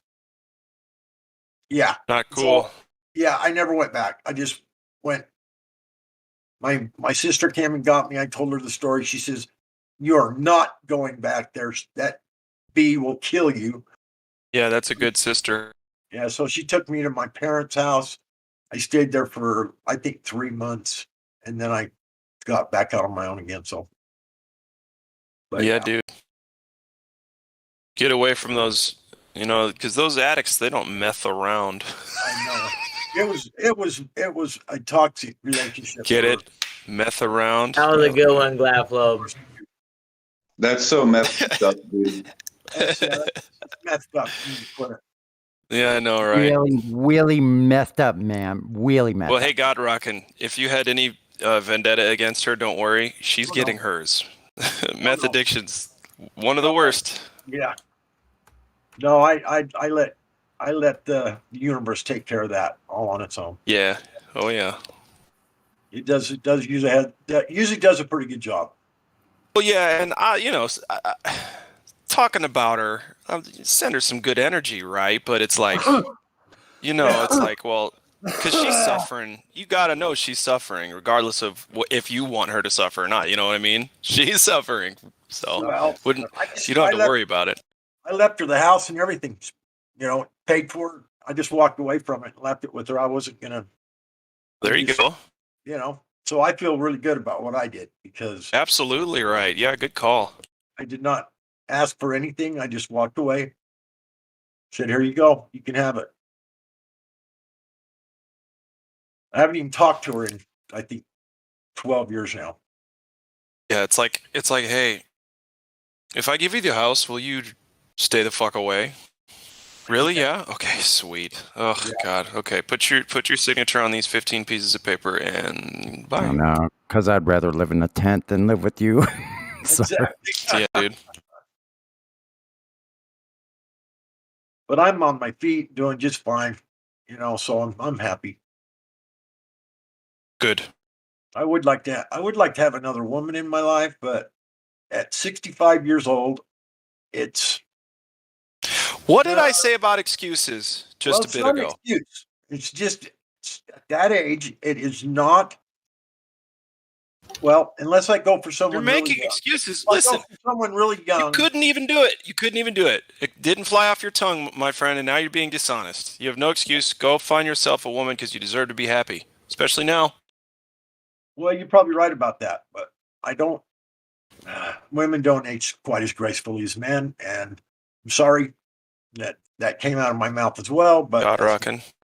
That doesn't matter. I know, but okay. Anyway, you won't care. You won't care when somebody touches that part of your soul, what they look like. You're right about that. And you sound like a really, really genuine dude, and it wouldn't be hard for you to, in my opinion, connect with somebody. No, had really easy already. Okay, slow your heels down, cool them jets. I'm just saying, I know a lot of girls that have said, "Hey, that's good, man. That's good. So fuck being 65. It doesn't matter. That's a number. Yeah. You know what I mean? How does the song go? Good little love is hard to find. You got lucky when I found you. Sounds good. I don't know the song. Now you're gonna have to post it. We need a citation. Yeah. Hold on, let me find it. Justin Bieber song? No. This is a classic rock song from back in the day. Get the Bieber song. That's what he's talking about.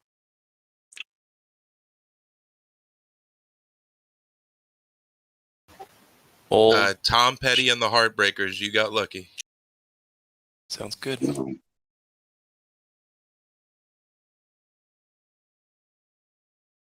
Where's the music bot when you need one? Well, I'm gonna post the official music video. Cool. You got lucky, babe. Yeah, I know that song. Yeah, we can't play copyrighted music because of the stream. That makes sense. You got lucky, babe. Yeah. Yeah, it's a good little tune. So check the live stream voice text in 5, 4, 3, 2, 1. I see it. Gonna have to play this one. Yeah, dude. You got lucky, babe. Tom Petty died at quite a young age, didn't he? Or was he? How old was No, he died recently. recently. Yeah. Are you sure? I thought it was years. Within the last 5 years. It was within 5 years for sure. Yeah, 5 years ago. I still thought he was kind of young, wasn't he? Or was he really old? Bro, it's Tom Petty. He was old. Let me see. Hang on. Sure, he wasn't just wore out. All that 2018. Accidental drug overdose. Accidental. Of several medications. Holy moly. Tom Petty He died was at 66 years old, guys. Are we surprised? Nope. It's Not- really young. Not with that. Not That's with true, that. though. It is young. But yeah, that number is, I mean, come on, get real. Wow. He probably wasn't even 66. They probably just fucking put it in the article.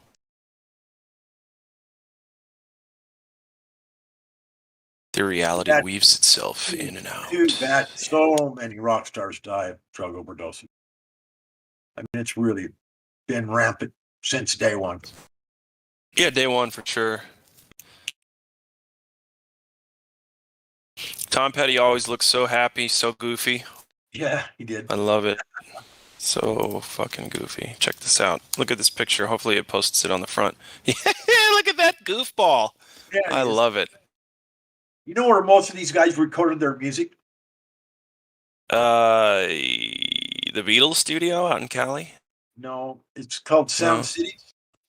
Oh, It's an Sound old- City. Yeah. It's an old rundown.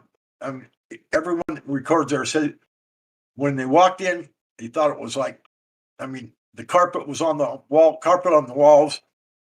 The couch they'd been renting for 10 years. Yeah, man. Listen, there's a common misconception. A studio does not have to look good to sound good. I understand that, but I'm just saying that was everybody's first impression. But in the end, they all knew what magic was made there. Absolutely. It's the engineers, the artists, and the energy of the place. Yeah. Well, what the main thing of it was is the guy that started it was in the service. He was like in the Navy. He was he was part of one of the Navy bands. Anyway, he was a musician, and he got out and he started this music studio.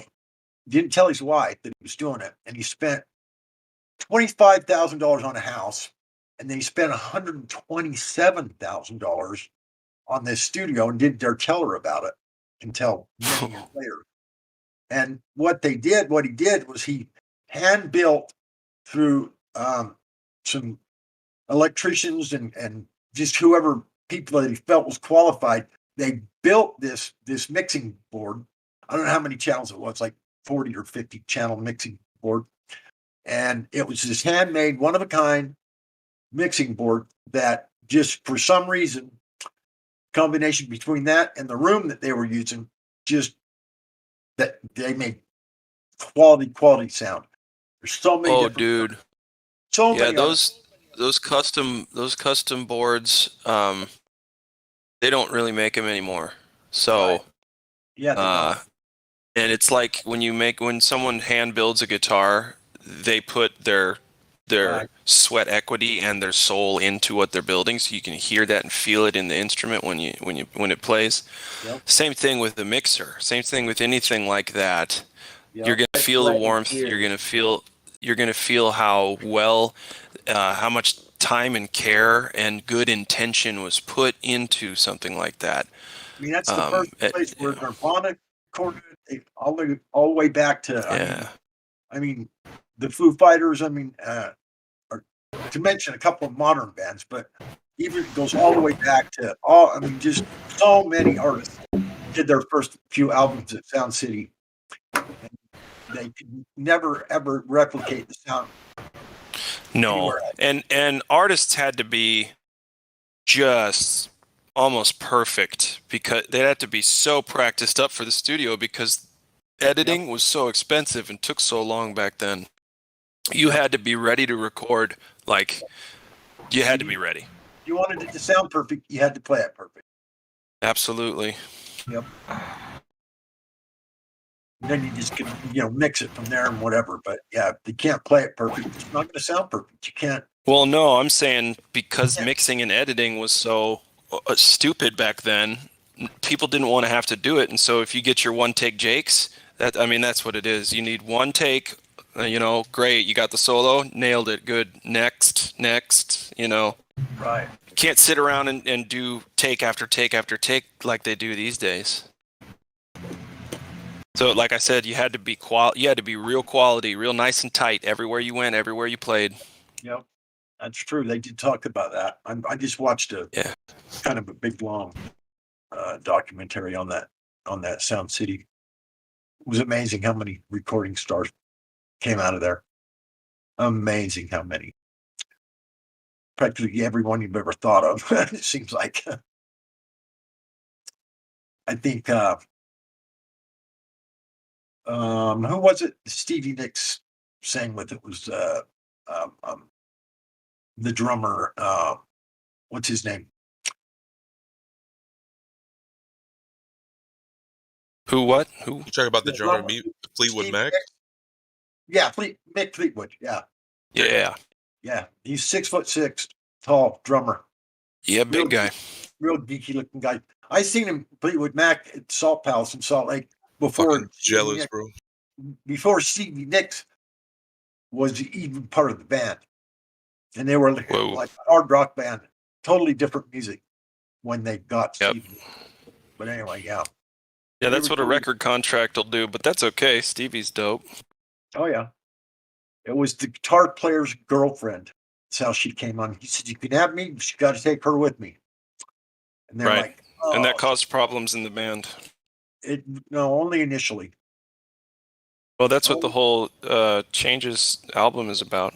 Right, but after the magic she produced in the studios and all the money that they made, all that stuff went away. Pretty much. I mean, from the public view, they're still holding on to that. That must have sucked. Yeah, I guess maybe a little bit. I watched a lot of stuff on them in the sound studio documentary I watched. They looked like they were having a great time to me. So, I don't know. I don't think it was as bad as what people, made it on to be. Yeah, their music was pretty magical, anyways. So. Yeah, they were having a great time. It looked like they were all laying around on the couch and hugging each other and just sitting around with big smiles on their face. There wasn't any fighting going on that I seen. Well, good. I would hope that the mainstream blew it out of proportion and that they really didn't have to suffer through a lot of dumb shit. Yeah, that's what it seemed like to me because I know what you're talking about. They did try to say that they had all the problems, but big falling out. Yeah, after watching this documentary, I'm thinking, no, they looked like they were having way too much fucking fun. Well, and they wouldn't have done so much together if they hated each other. Right. That's absolutely right. You'll maybe do an album or two if you hate each other, but you won't base the whole career off of that. It won't happen if that's the case. Right.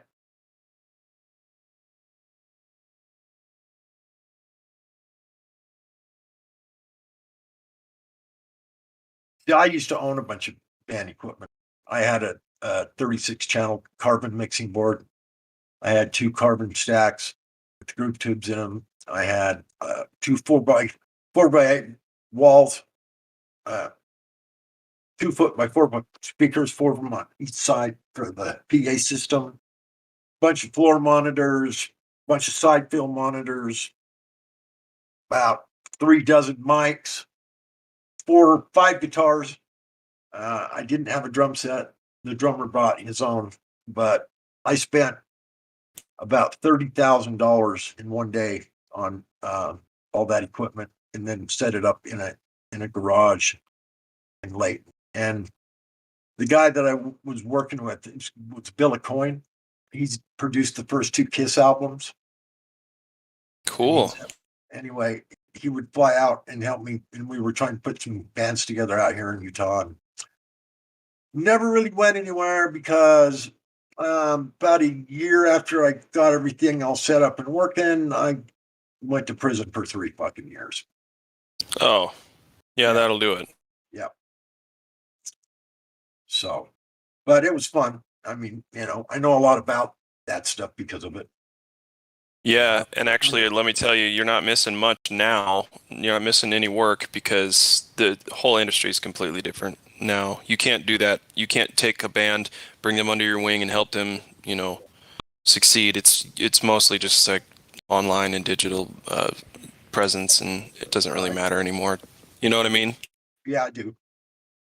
I mean, it's not like you can pull it off. Yeah. It doesn't happen that way too often these days. Yeah, for sure.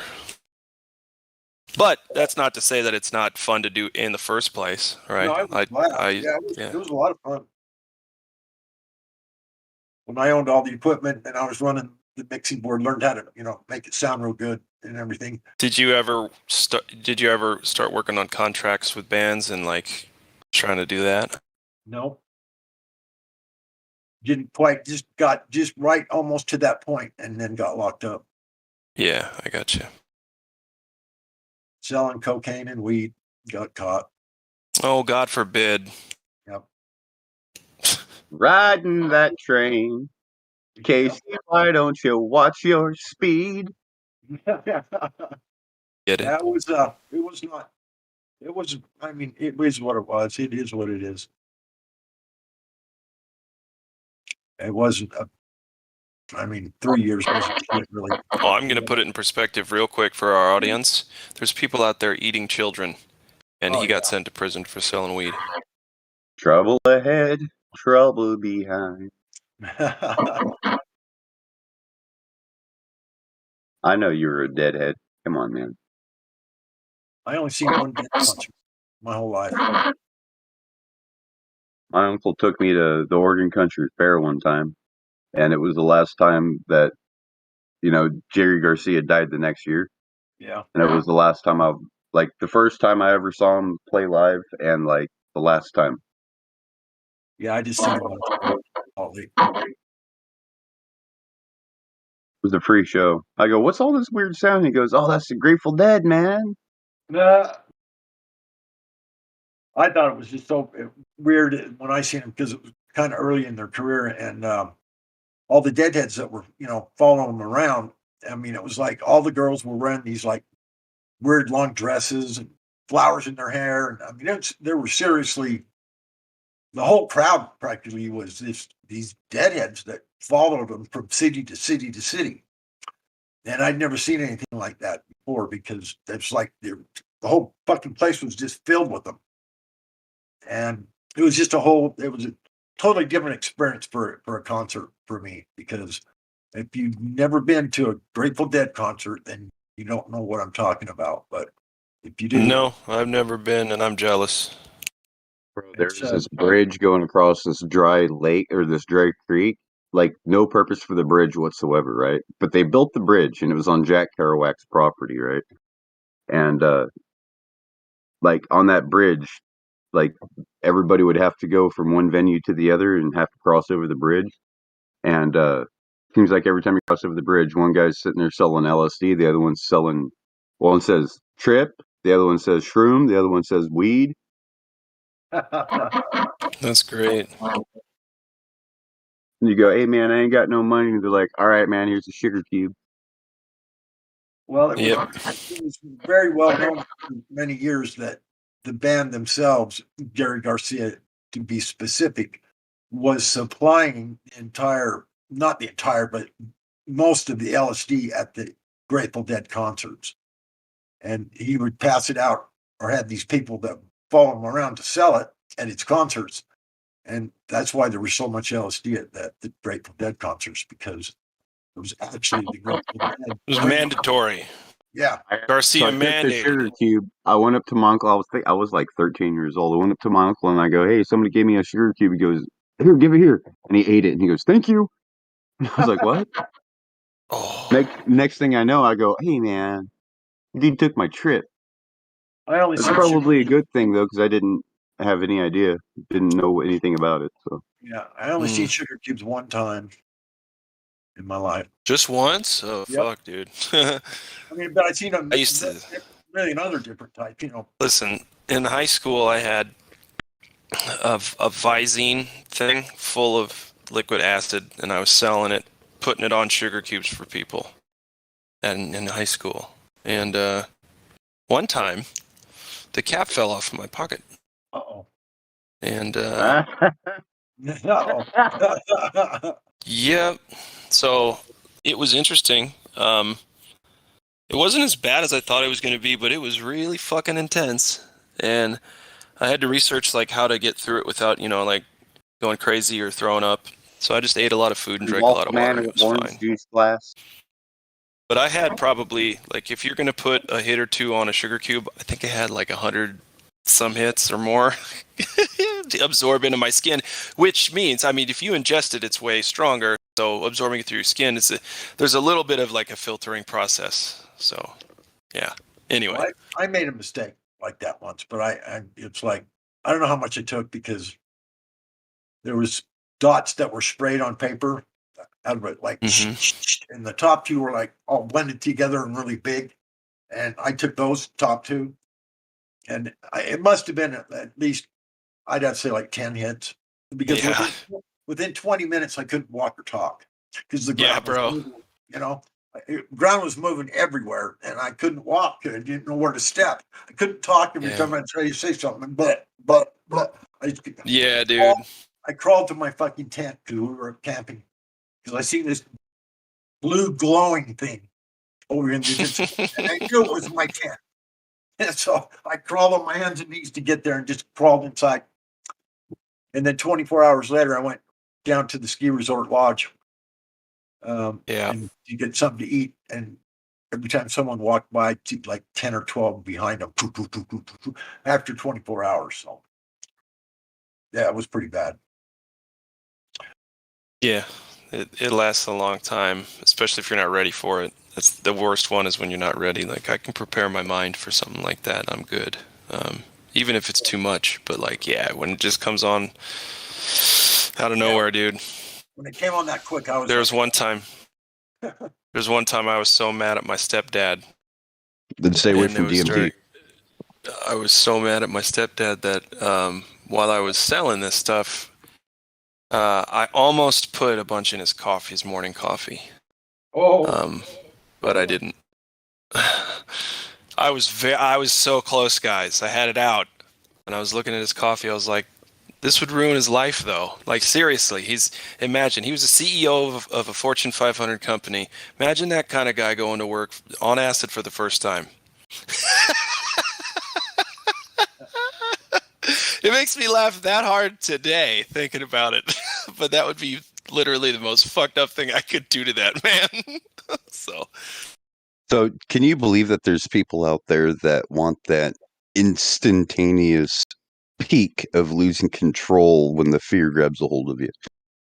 They like that? Yeah, it's called DMT. Oh, I don't like that. I like when the trip turns into something smooth. It and you hold it, and as soon as you blow it out, you start vibrating and you start going like taking off like a hovercraft and shit. And next thing you know, you just fucking close your eyes and you fall backwards and you're out of it. Like, you're passing out, but like you're still conscious. And then like the secrets of reality are revealed to you. You know, I'm good. I'm all set. Yeah, but me too. I've got friends that have got DMT, and just the next town down from me tells me, "Yeah, I've got some if you want to come try it." And I'm like, "No thanks, but no thanks. I'm good." Dude, I've done so many hallucinogenics in my life anyway. I don't need to try another one, if you know what I mean. Yeah, I got like one dose left. Yeah, I'm good. I am very good on that. And like, yeah, I can get it anytime, anywhere. Any city has it, but it's just like, I don't think so.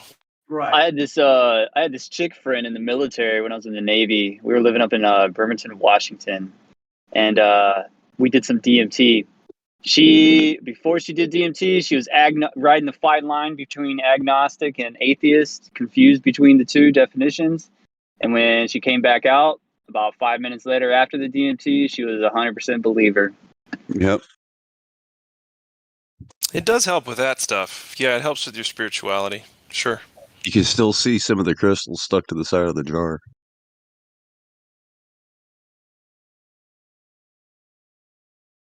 It's labeled DMT. Are you just not afraid of people even knowing that you have it? No, a lot of people don't even know what the fuck it is. Dimethyltryptamine. Yeah, gotta label this shit, man. Like that's true. Dude, I even have I even got this. Don't want to get it mixed up with the damn sugar now, do we?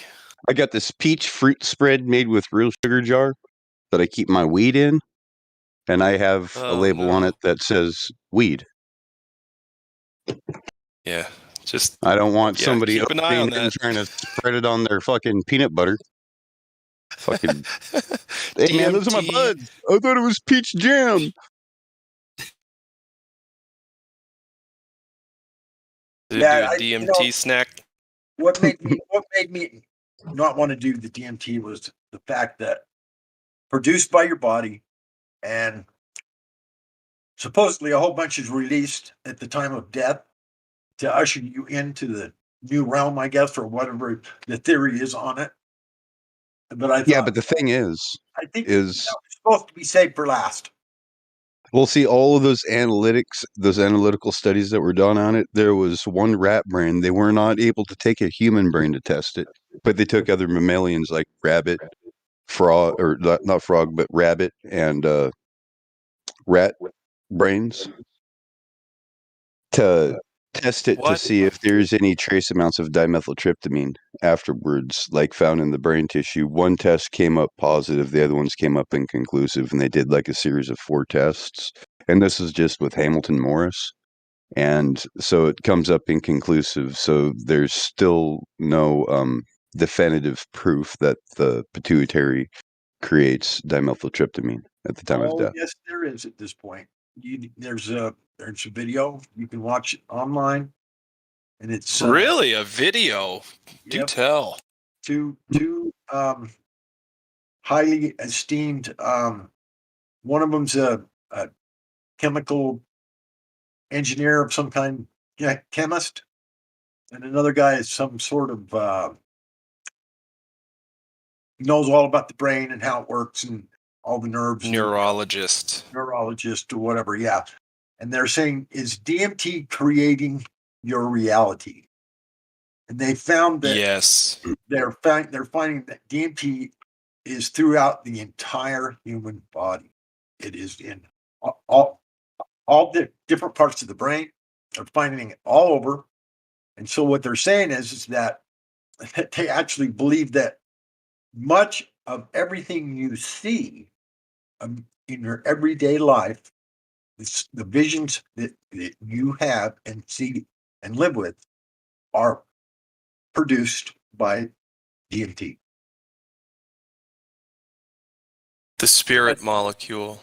That's what they're actually. Yeah, but I prefer DPT. I don't know why or what that means, but Well, DMT is dimethyltryptamine, and DPT is dipropylamethylene methyltryptamine. Some So words is it like that. methylated twice or what? No, it's propylated. Basically, And what is that? Isopropyl? No, it gives you a different result, a different effect. It's known as the light. So DMT is the spirit, and DPT is the light. I don't know if I should get into this, but analytically, there's more. There's little to no when you take your extract and it's extracted from Mimosa hostilis, right? Because it's more of a I don't know. You know. thing with it. Keep going. But however, if you go with Acacia confucia, that has about 1% DPT when you do the base extraction from it. So, there's certain other plants, but I don't want to get into it. Some that are common here in North America, especially in river areas. I don't want to get into it. But anyways, then you can do an extraction and get high amounts of DPT with DMT at the same time, which will give you more of an ayahuasca experience. Crazy. Yeah. Let you see angels and shit. Right. But they're I fallen. don't know. But they're fallen ones. So Well, the thing is that's the biggest rush of all. They say for last for a reason, and so Fallen angels? I want to talk to those losers. Whatever. I'm gonna just wait. well, that's who the so-called clockwork elves are the fallen angels. Yeah, like I said, man.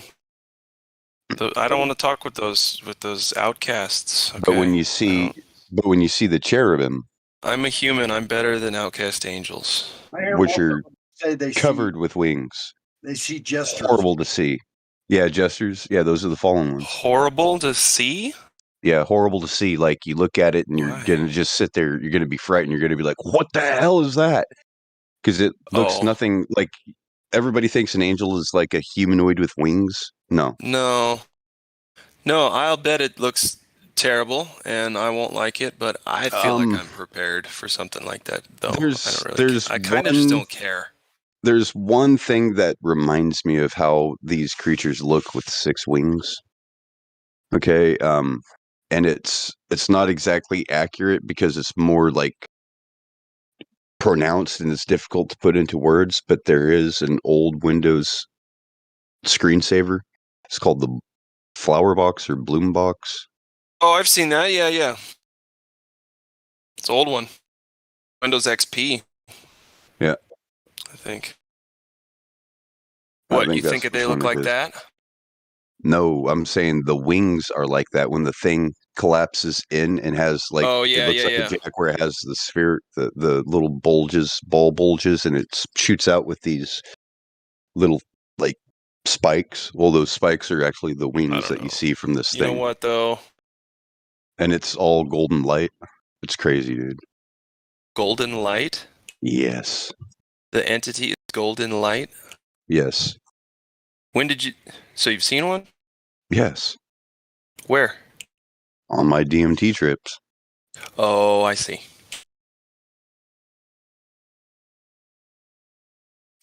And,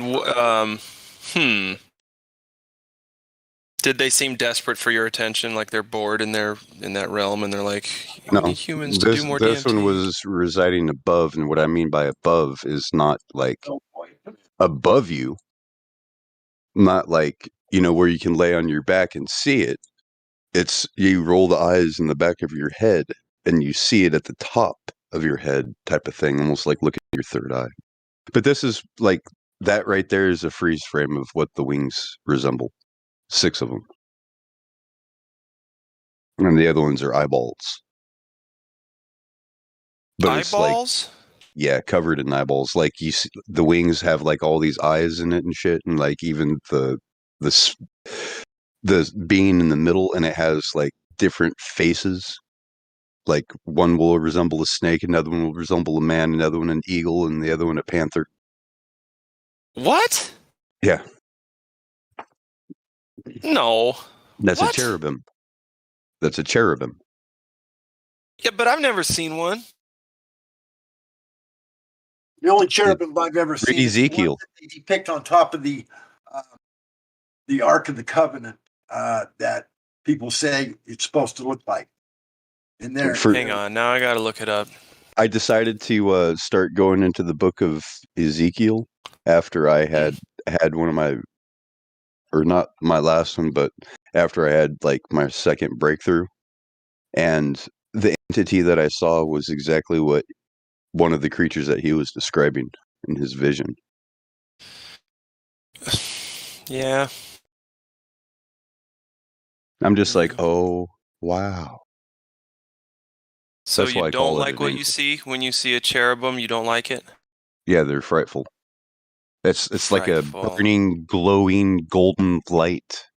Like it's like on fire, like golden and red on the edges. Okay. I'm gonna I got start a little- posting some. I got a little clue for some people about the Ark of the Covenant. I think I'm right. Everybody wants to say that this Ark of the Covenant has all these special powers and whatever else. And I'm here to tell you, it's not the box that carries the stones. It's the stones that have the magic, because stones are used for so many things. Laser beams are created with stones. Frequency waves, radio frequency waves are created by passing through stones. Carrier waves through a stone, 2 stones held together real tightly, then they vibrate, and then out the other side comes a frequency wave. That's how we get our television, radio, cell phone communication all over the air. Stones are used in computers for the processing chips, the silicone, is what rock Mhm. is. In the RAM chips, you can store information on it. You can store video, audio, everything on the stone, and then retrieve it. And there's many other things I can mention that stones are used for, and all in magic or like magical type things, like frequency, getting radio signals over the air, hearing them, whatever else, video, TV. There's just a lot of things that the stone is used for, and I can guarantee you that it's the stones that were in that box that had all the magic and all the power. They were created by God, not by man, and they have all of these different capabilities that apply to stone. It wasn't the box.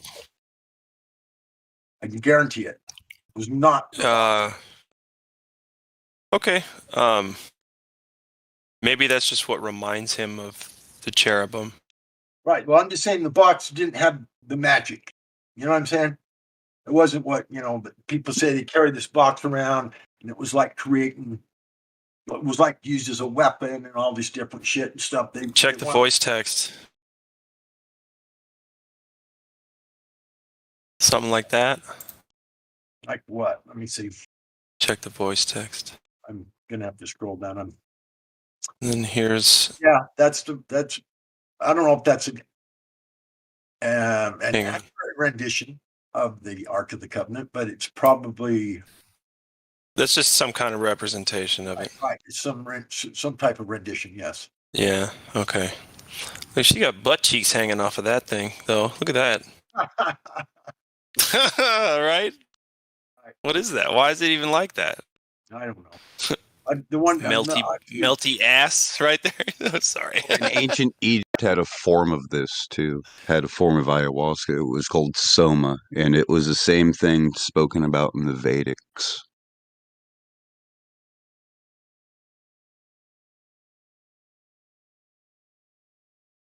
Okay. Anyway. Yeah. Now I see defeat. Thanks, KJ. Oh man, I'm really embarrassed.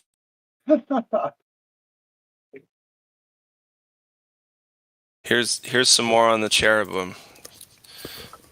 Just because it's interesting, and I'm stoned. That is like Sumerian artwork, isn't it? Yeah. It's supposed to be a cherubim. That's So I'm thinking that cherubims have faces, human faces, as well as all the other kinds of faces that you were talking about. Yeah. Many faces, and they're all covered with wings. And eyeballs, you said?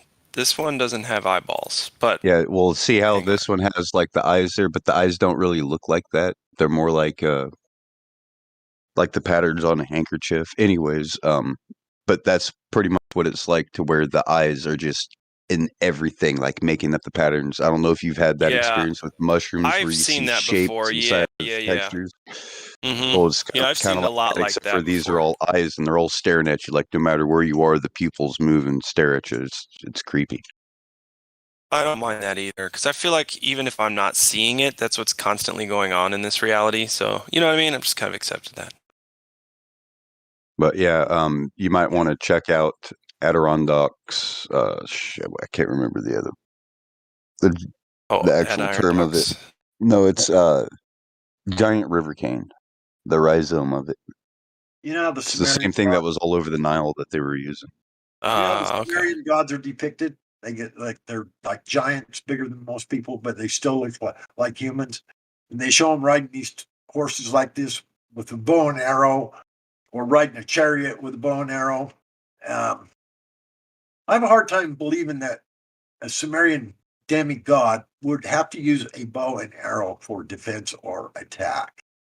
So I'm really confused about how these people think that these Sumerian,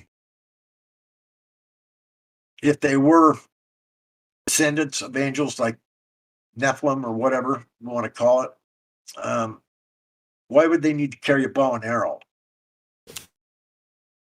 Well, they taught man the art of using the bow and arrow and weaponry warfare. See, here's a depiction of the cherubim, and everybody's seen this picture of these kids, right? These kids with wings. This came up in my search. What's that about? That's Led Zeppelin or some shit.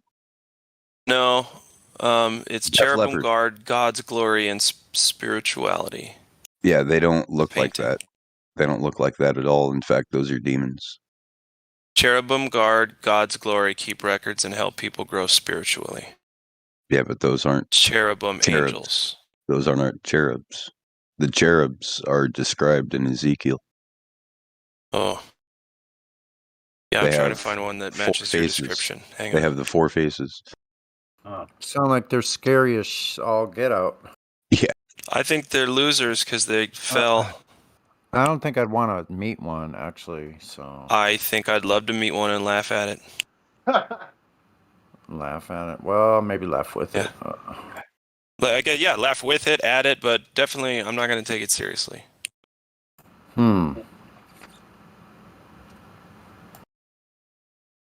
See, if you don't take it seriously, it can't scare you. Does that make sense? Similar to this. That's a cherubim. Well, hold on, I just found one. That's Ezekiel's cherubim. Yeah, I might be able to handle that. This one's really cool. I hope Yeah, I but can it doesn't actually look like that. It's like, okay, here we go.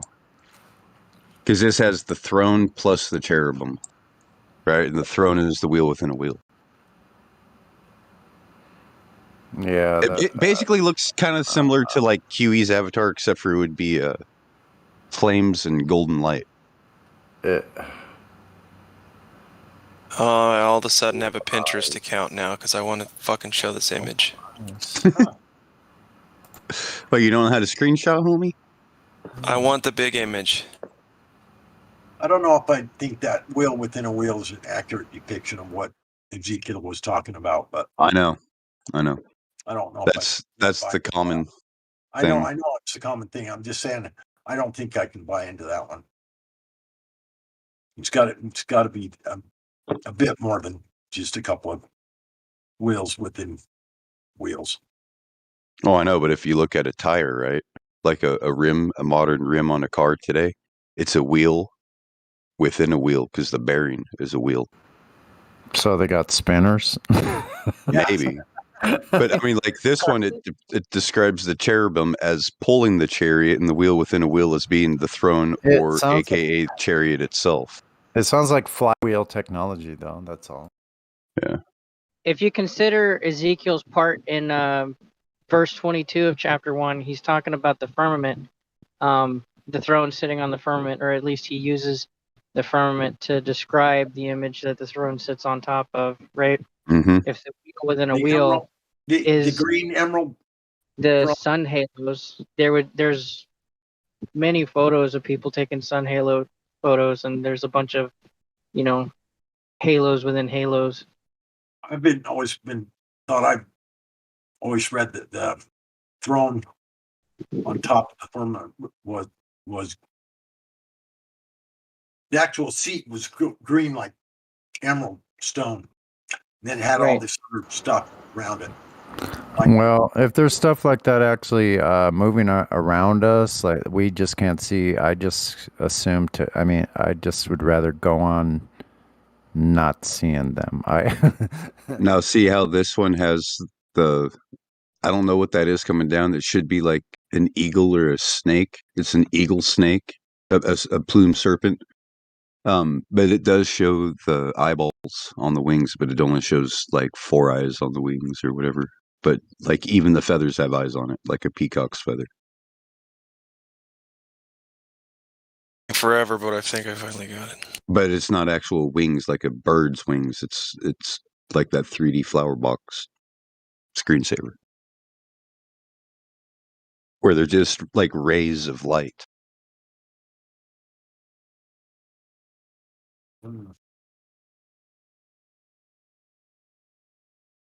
This is the coolest image I've found so far, and hang on. Oh, we're down a rabbit hole, aren't we? Where's the Globers?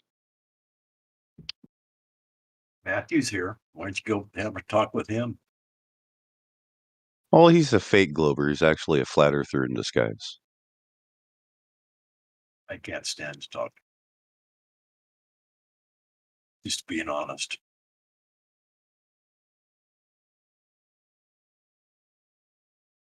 He knows the truth and just defies it. Defies every bit of it when it's perfectly understandable.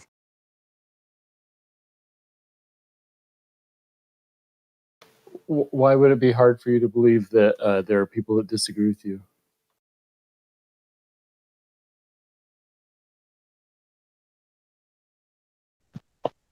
Well, it would be blatant disagreement despite the facts. I think that's his point.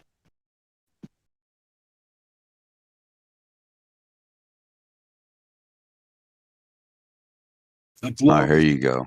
Globe is the There most you go. absurd, ridiculous thing a person could ever think that we live on. Actual spinning 1,000 miles an hour globe with water on it in a vacuum, driving at all these miraculous speeds, and we don't notice or feel any of it, and it's just magically adhering to the fucking ball. Yeah, right. It's just fucking so utter ridiculousness. I don't want to hear not one more fucking word of it. Sounds good. So I posted Why didn't you tell us the what you best one really I could find. Joshua, is this close? No, because the creature is standing, right? Oh my God. It was more similar to the picture I posted at 17 after the hour, where it's just a head within light, and like the heads will switch and Yeah, I've change. seen The that one one. facing I've down seen is that always one. a snake. Dude, I posted that one earlier. Yeah, that's like Yeah. the closest that I can think of Well, a that's not representation. fucking bad looking. You're I like being it. really No, really that's picky. but it You doesn't look think like that. everybody who does this has to have the exact same image and trip that you had. No, I'm just saying what I saw, because it's similar to this, to where it doesn't have a body. Like the one that Glatflow put down has a body, right? This doesn't have a torso. It's just a head and light with rays coming out everywhere. It's fucking frightening as Yeah, shit. but I like the one I posted. I want to meet that one. That's the one. I'd be like, dude, what are you? And he'd be like, I don't fucking know, but this sucks. I'll be like, hey, can you fly? He'll be like, well, yeah, but like, Yeah, because you see how it if has I fly, eyes if I everywhere. use all my wings, then this blue thing around my waist goes away, and you don't want to see what I got under there. See how like eyes are all on the wings and even on his feet. It looks like all throughout his body too, but they're red for some reason. He doesn't have feet. He's got hooves. I thought I said legs. My bad. Whatever. No, it's fine. You're fine. Look, even the compass has eyes. Come on, get out of here. Compasses don't have eyes. Oh, that's supposed to be the throne, the wheels within a wheel. It's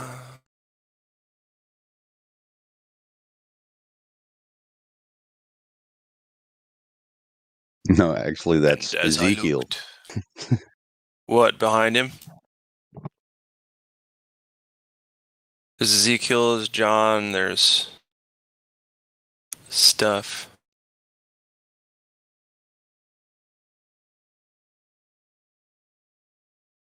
Yeah, well, dude, I would say that's satanic, I guess. It's all just weird, right? It's all just like, tryhards. It's fucking, fallen angels. What are you doing? What are you doing down here? It's kind of funny, the thing with the eyes, though. Like, you guys were talking about Grateful Dead before you got into DMT. When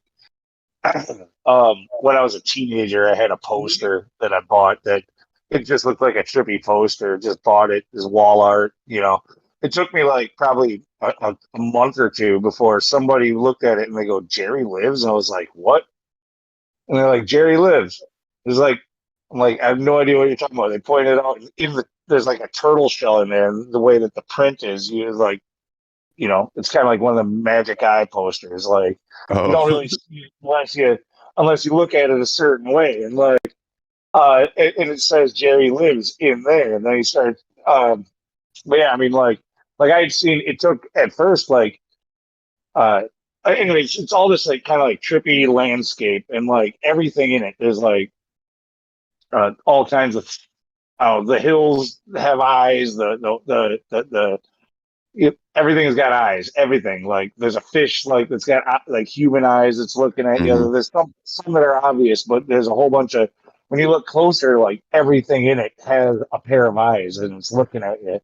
It's just kind of funny. Like uh, even I don't know if they were taking DMT back then, but just tripping on LSD apparently gets you this eye thing also as a theme. I don't know. I've never Yeah, there's done a lot of LSD. eyes everywhere. Eyes like to be there, and they like to melt all around you when you're tripping.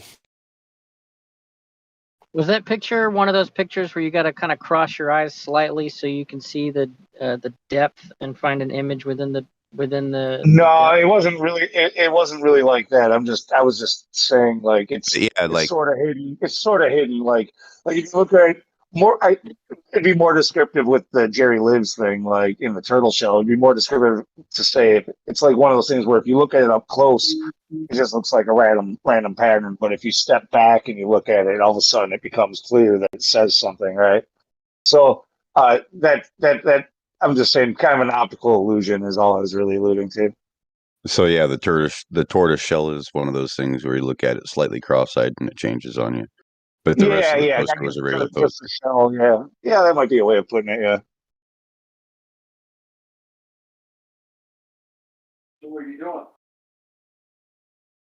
But I just thought it was crazy. Like a year, I've had it for a year or more, and all of a sudden somebody points it out. There's like Jerry Lives. I wasn't even a deadhead. I'm like, all of a sudden I was like, damn, I've been rocking this deadhead poster for all this time. Oh man.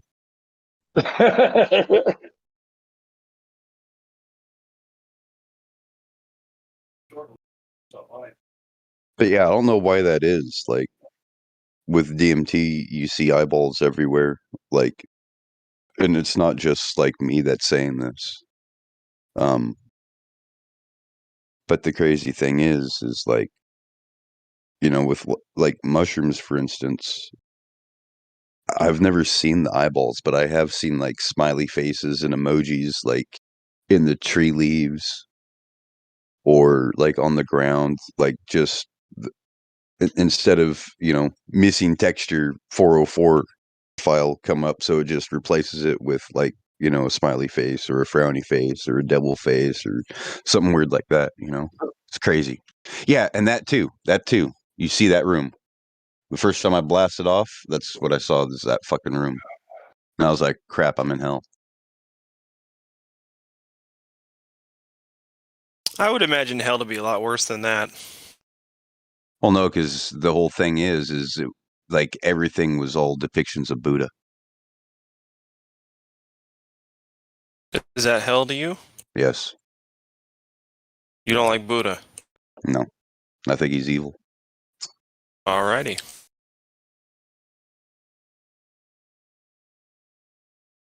I don't know. I can't comment. I'm very uneducated.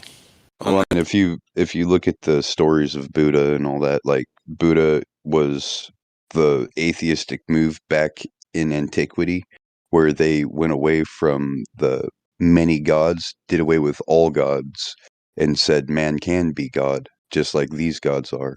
Oh, so Buddha said that? Yeah, I got it. He was, I guess that's Luciferian, right? Yeah. Well, because Satanism's different. On top of that, he sat underneath the tree of enlightenment, right? Which is the tree of the knowledge of good and evil, with snakes. And then when the Nagas came up through his spine, he gained enlightenment. And he stayed and admired the beauty of the tree of good and evil for another week. Stayed under the tree and admiring the beauty of it. It must be some tree. Well, I have a feeling the tree is like an ayahuasca type tree. One of these DMT type things. Witchcraft. Sorcery. Because you should not normally be able to see through the veil. One of those shortcuts that we do to see through the veil. That's sorcery, man. Well, And it can I lead guess, you. yeah. It can lead you to error real easy. Because you see what you see, and like the first time, I went face to face with Buddha in like the lotus blossom, and the lotus blossom goes all the way back to like Egypt, which is Hinduism all in itself.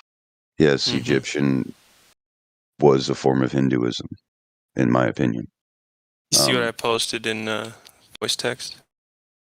An ancient depiction of Yep, the wings everywhere with the eyes. You got. Is that Jesus with Adam and Eve and the snake and the tree? No. See how Who it's the got hell the is sun. that person? See how it's got the sun disk behind him. Yeah. Oh, I get it. It's false. The light bearer. Yeah, light bearer. Lucy. Oh no, Lucy's a female, man. Lucifer is a woman. I know. But I think the serpent, right? So you got the serpent, and then you have that little angel there. Like if you read the Targum, it says that Eve saw the cunning serpent, the trickster, the sorcerer, and he told her, you can eat of this tree and you can know the things like I know, and you could be like God. So she went under the tree and she caught a glimpse of Samael, the destroying angel. So that could be Samael. I get it. The angel of death.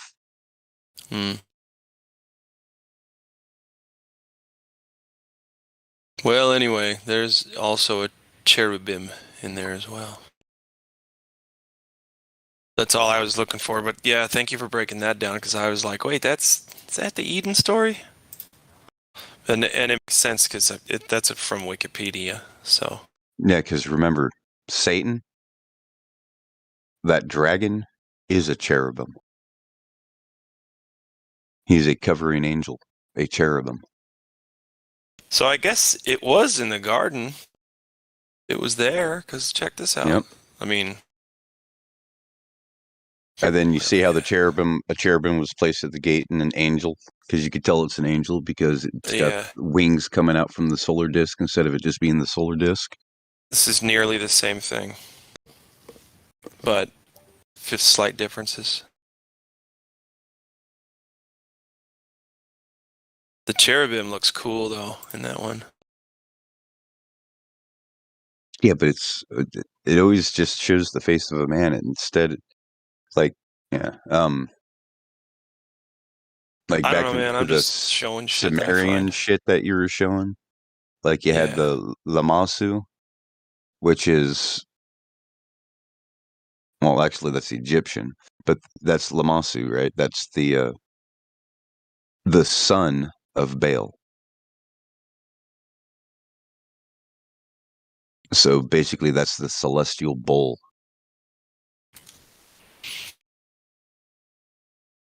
It's supposed to be a bull, but it's got the face of a man. Got it. Yeah, a bull. Okay. I put a sketch down in the text. Oh, look at this.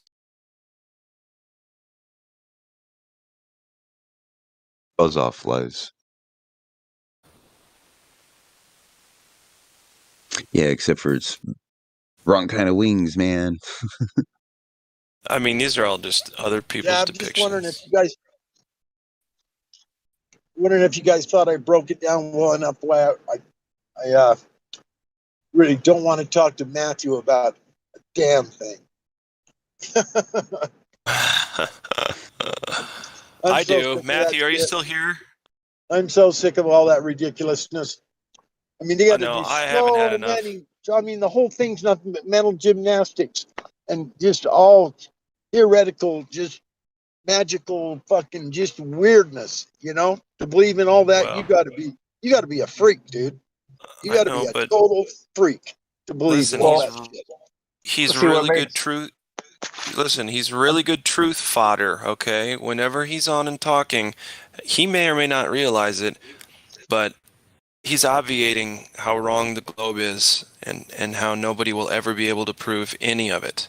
You see, so he's helping obviate the flat Earth case by his sheer presence here.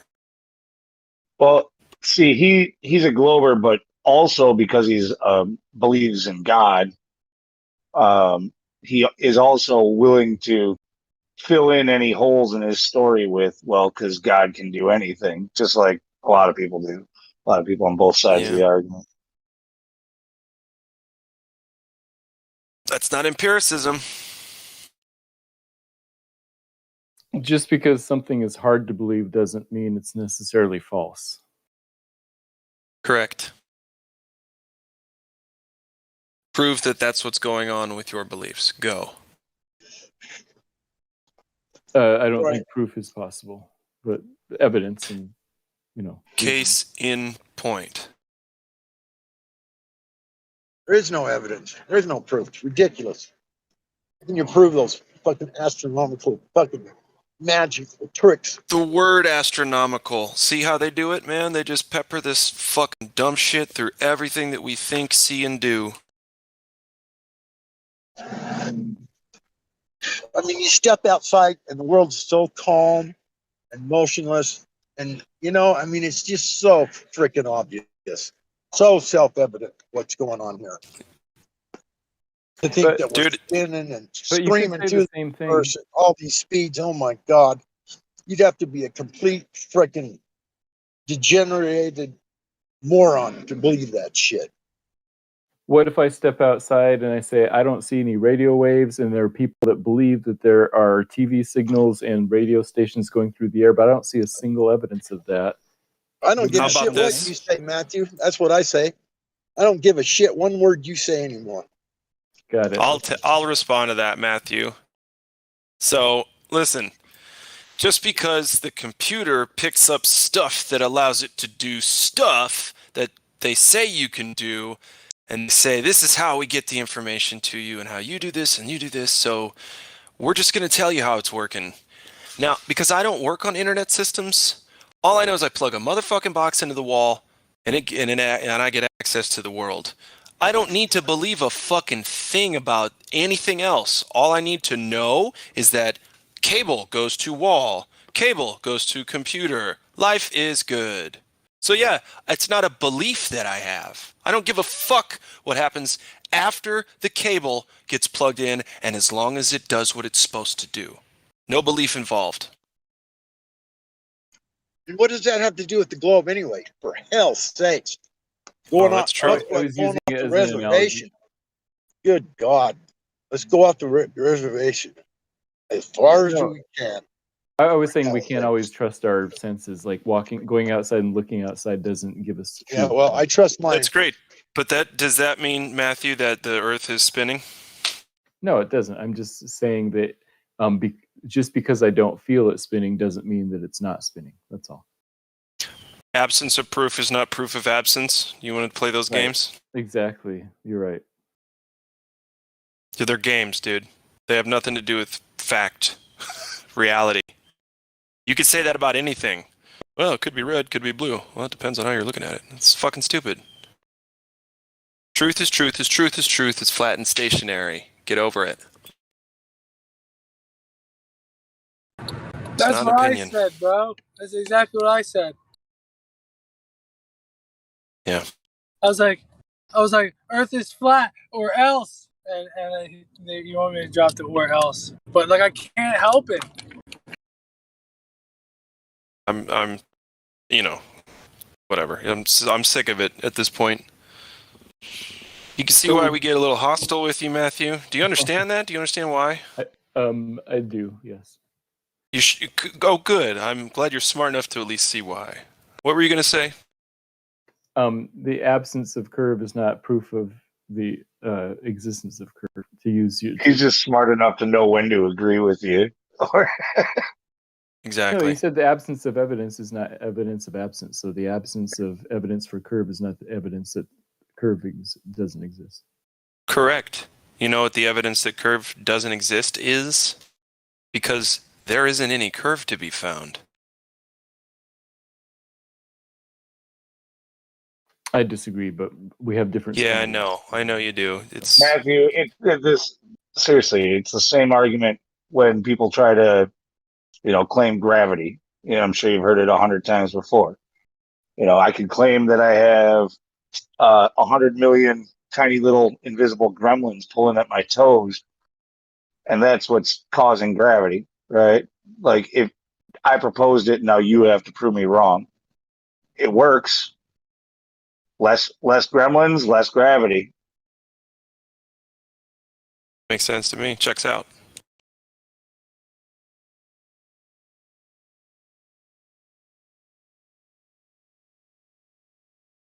Yeah, so how do we escape radical skepticism? How do we know anything, I guess? Scientific method. We don't play your little mind games when. Yeah. Scientific method. Tried and true, my friend.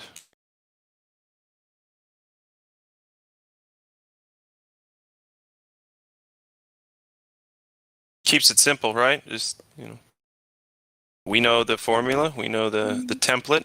Just follow that every time, and it works every time. Can't test it, can't manipulate it, you can't know anything. I know. Matthew, do you still think that you can look at the sun to determine what the ground is? I think all truth coheres, and so all evidence is relevant. So yes. Blah, blah, blah. It's a yes or no question, dude. Yes. Although Wow. I wouldn't say prove.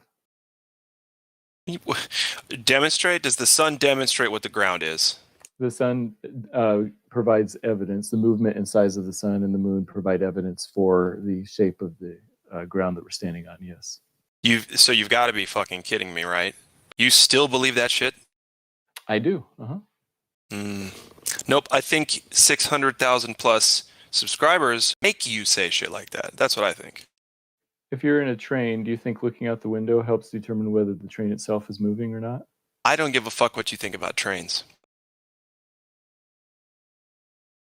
Is a train the flat Earth or globe Earth? Why are you bringing up trains, dude?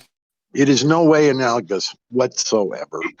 Yeah, you have to know something to answer that. I mean, when you're on a train, you're on a train, and you know that the land is not moving. Oh, he's on the train, all right.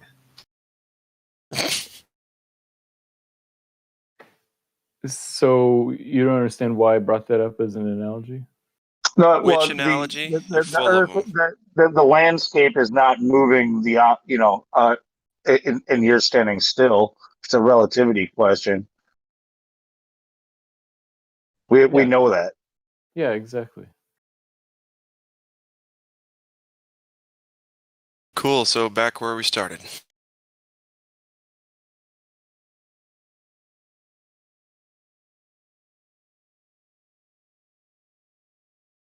So I guess maybe I'm wrong about why you brought that up. Maybe it would fill me in.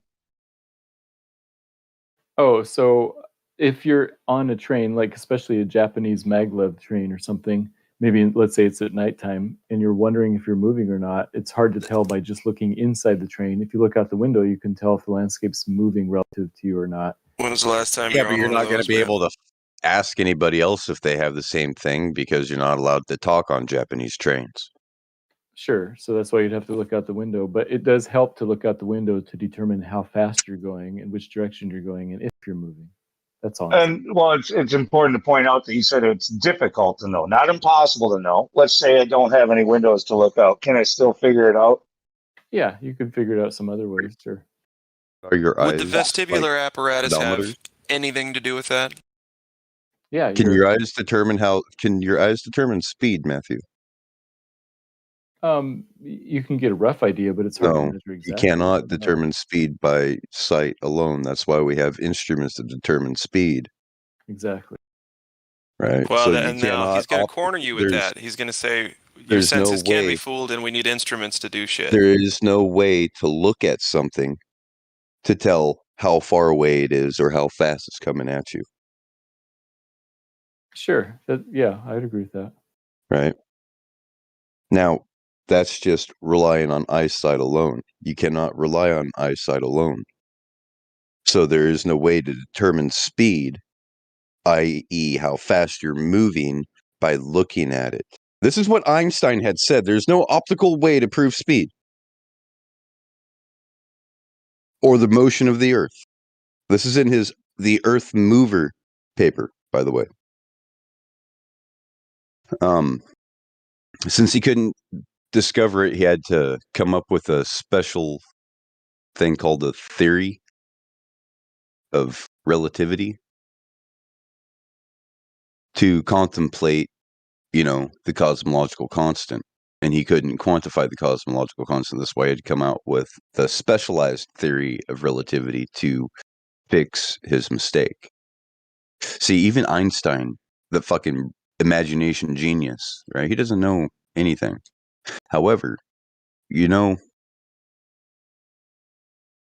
have you ever been on a gravitron? Something that's spinning, not lenticular motion, but centrifugal motion? Like those carnival rides where they Yeah. plasters you up against the wall? Yeah. Yeah, it plasters you up against the wall and it starts spinning like real fast, and you can like stand up like straight out from the wall and shit. Anyways, you're not supposed to do that, but you can. So you could dance and do all that kind of stuff, but if you fall, it's gonna hurt. But yeah, when you start going, you can feel a little bit of motion and a little bit of motion, and then once it starts spinning and you feel the quote unquote gravitational effect, the gravitron hitting you, or sometimes a Starship 2000 or something like that. Anyways, when that happens, you definitely feel that disturbance in your ear. So why would you feel that disturbance in your ear if the Earth is spinning? Right, centrifugal motion. So why would feeling real centrifugal motion feel different than standing still? I guess it would depend on how strong that effect is, like how fast you're moving. Well, don't you think 1,000 miles an hour is pretty fast? You'd be able to tell that gravitron only moves at about freaking 200 miles an hour. Yeah, so it would be the acceleration that you would be feeling in your ear, and so it depends on how much acceleration there is. Have you ever been on the ocean, Matthew? Speaking about like inner ear and all that stuff. Like, okay, so you know what land legs are. So after you've been on the ocean for say a weekend fishing, you come back to land. The land doesn't move, but you keep trying to move with the ocean, right? Yeah, I'm familiar with that feeling. It's kind So of how come that doesn't happen when, you step outside of that, or you step inside of that carnival ride and you start getting that vertigo feeling, or say when you're in a plane and then the plane lands, how come you don't get that vertigo feeling? Especially if you're on a cross-Atlantic flight. because you're not accelerating as much as the ground Because or the ocean. because the ground is stationary. Well, it's either stationary or close enough to stationary. And the plane is moving at a steady rate. It's not jostulating, moving up and down like the rocking and rolling of the ocean. So if the Earth was spinning when you're in a plane, and when you land in that plane, you should get your seat. You should try to feel your land legs again instead of your air legs. But that doesn't happen. Interesting, huh? I think it would be to be expected based on the numbers involved. Based on the numbers involved. What are you talking about? Why with you people? Yeah, You mathematician why do we always care have to about come up numbers? with numbers. Yeah.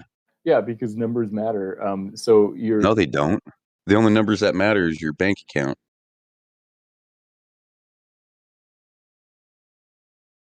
Right? As long as you got more in your bank account than your house note, you're fine. If you don't, then you're stressed. Then those numbers really matter. But numbers really don't matter. Do you think numbers are real? No, they're useful for measuring things, but They're abstract. They're constructs like yeah, time, exactly. right?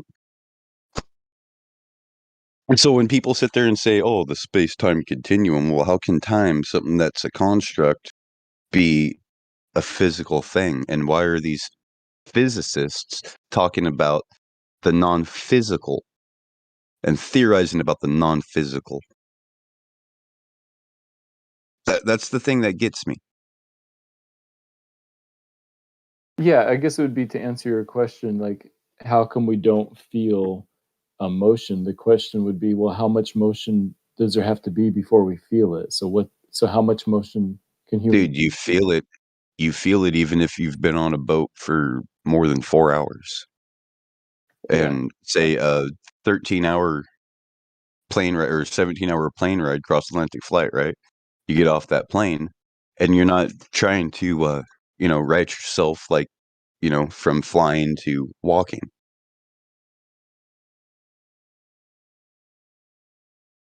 I mean, even if it was turbulence the whole way, you wouldn't have the same sea leg effect.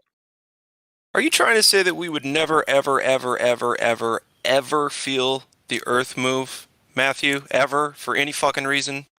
I'm saying when we're talking about human senses, we should at least quantify how much humans can sense and see if we should expect to find that or not. Do you think that's possible?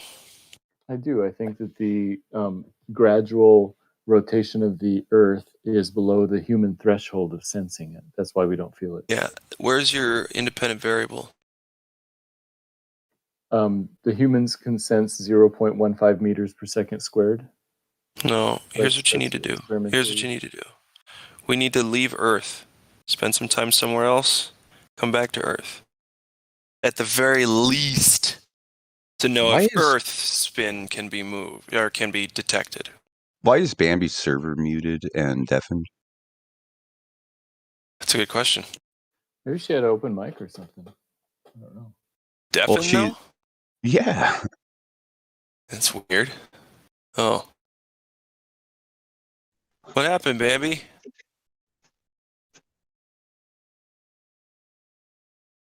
She's a mod, right? Yeah. Yeah. Strange. Adhere to the earth. When it states in many citations that gas adheres to nothing. It doesn't bond to anything. Doesn't have those. Hold on, I want to stay. Okay. You're right. You're right. You're absolutely right. But I want to stay on this movement thing. Matthew, do you think the Foucault's pendulum proves anything at all?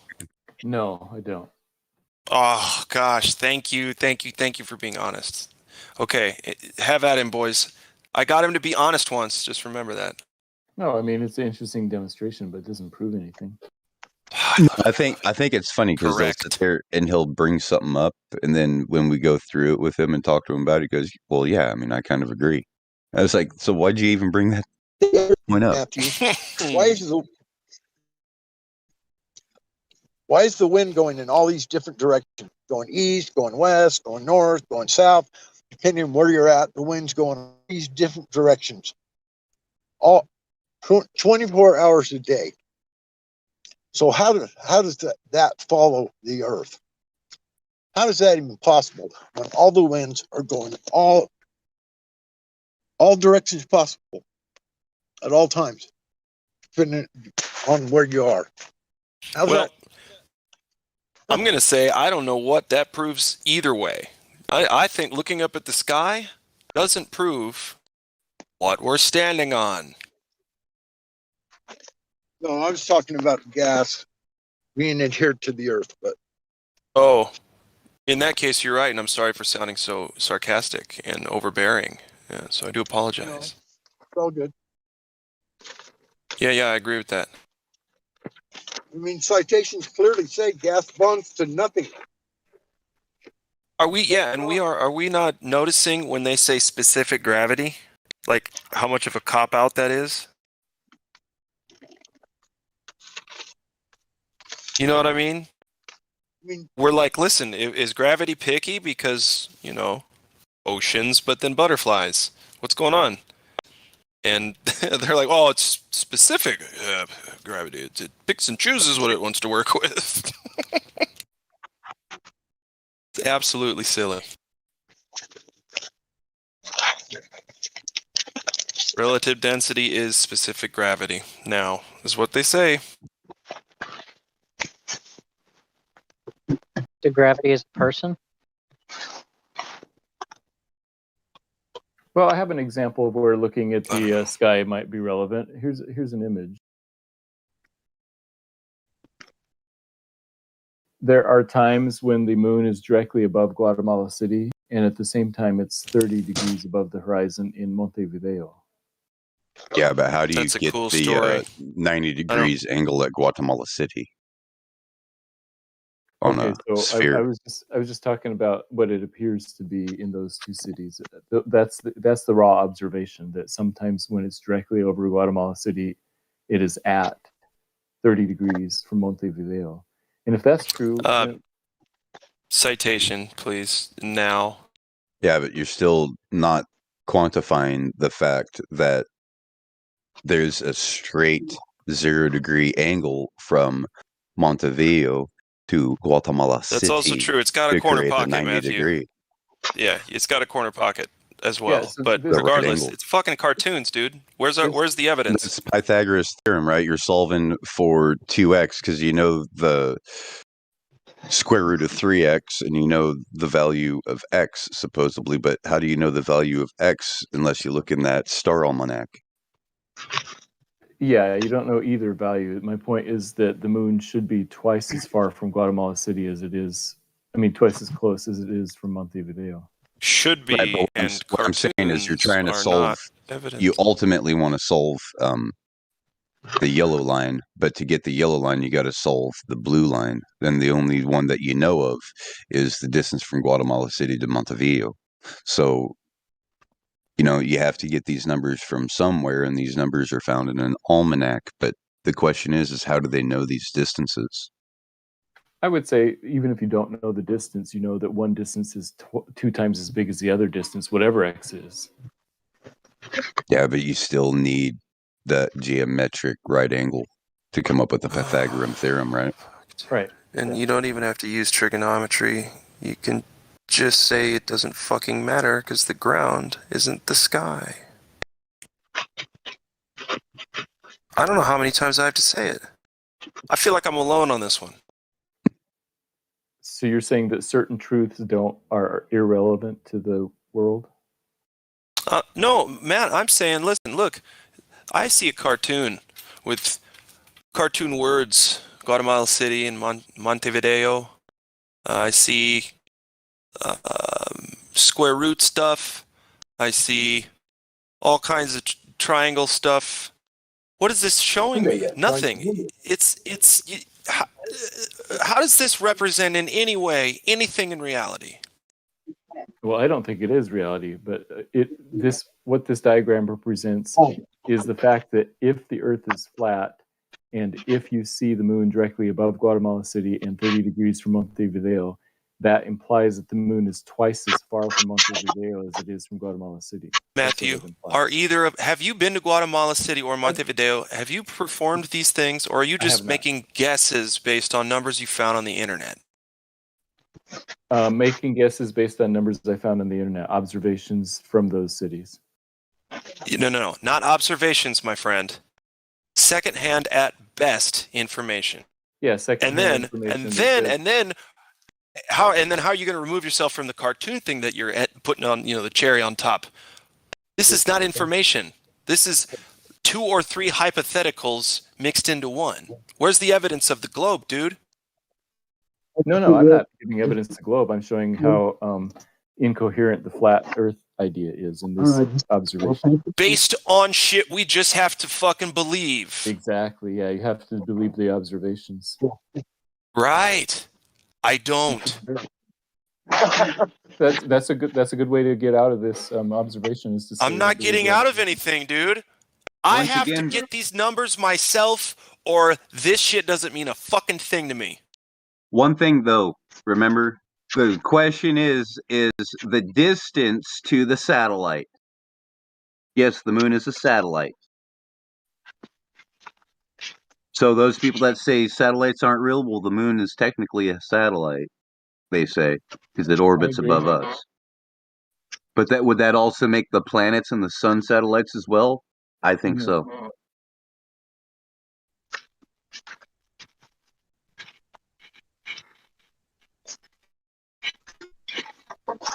But once again, the problem is how do we know the distance to the satellite, to the observed thing we're trying to measure? Right. So this whole thing that Matthew's bringing up about the celestial that we cannot go to, we cannot actually measure the distance.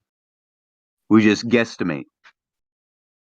It's not about the distance; it's about the relative distance. You have to know the distance, otherwise that observation is thrown out of the window. Because the only thing that you know for sure is the distance between Guatemala City and Puerto Viejo.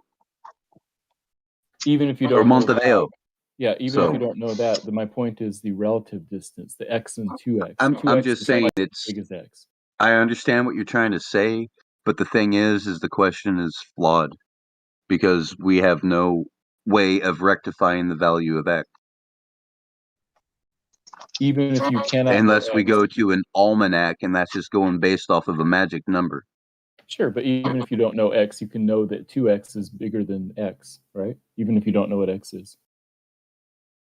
Are you saying 2x is twice the size of x? That's all I'm saying. Perfectly. 2x is twice as big as x. That's right. Who gives a shit, dude? No, it's not perfectly twice as big. It's more like a factor of it, like the Pythagorean theorem. Height squared times run squared will get you, and then you find the mean of that answer, and you will get the hypotenuse. So it's a combination of the run and the height. No, you're absolutely right. But with the 30, 60, 90 triangle, though, it is exactly 2x. This is not a math problem, guys. This is science.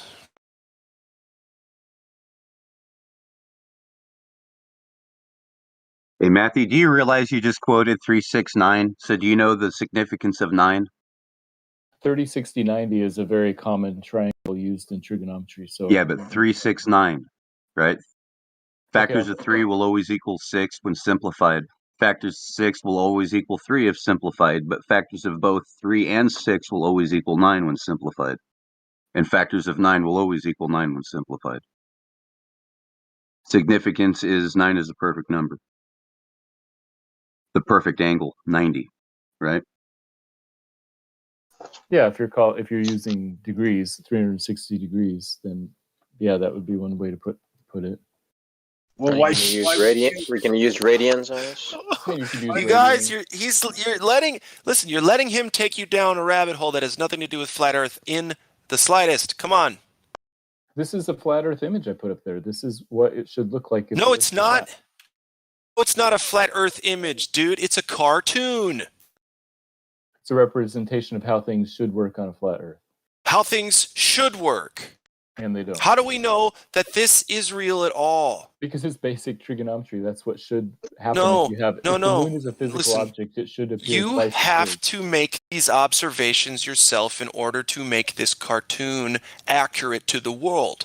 Does that make sense to you? Fair enough. If you don't believe the observations, then this whole thing is meaningless. You're right. Exactly.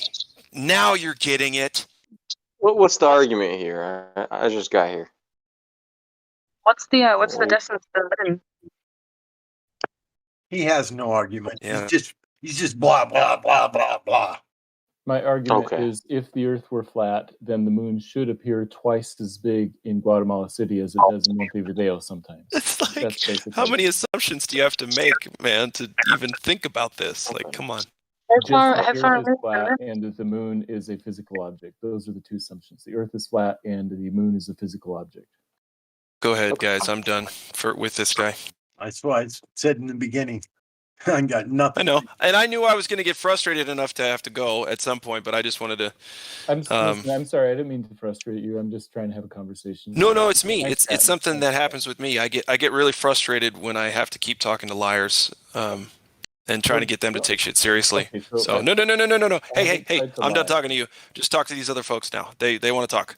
Have a good one. All right, take it easy. Bye. No.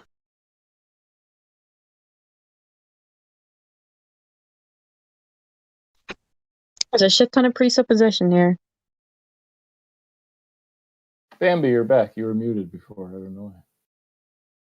Yeah, Oh, Bambi. I'm having internet What up, problems. Bambi? Irish Hello. girl. What up? How Hey. you doing? Long time no see. Good. How you doing? I know. It's been a minute. I know. You've been gone. I've been here though. So you're the one Yeah. that's missing. Yeah, and then when I was here, you weren't here. That is You true. avoiding? Are we avoiding each other? Yes. Yes, I'm avoiding you, Bambi. I'm sorry. Understandable. If I could, I would. Me too. All right. Back to Matthew. What were you guys trying to achieve? The moon should be twice as large in Guatemala City, you said?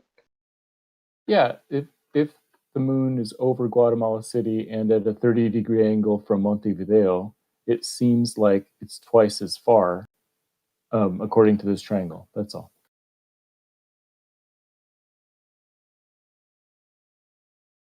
Oh, okay. Okay. Cool. But all bets are off if the moon is plasma or if it's not a physical object. This is assuming that the moon is a physical object. I admit that. Oh, I don't even, bro. I don't entertain anything in the sky, sir. I think you should already know this. Like, what is this? Why am I looking up? It's like I entertain none of it.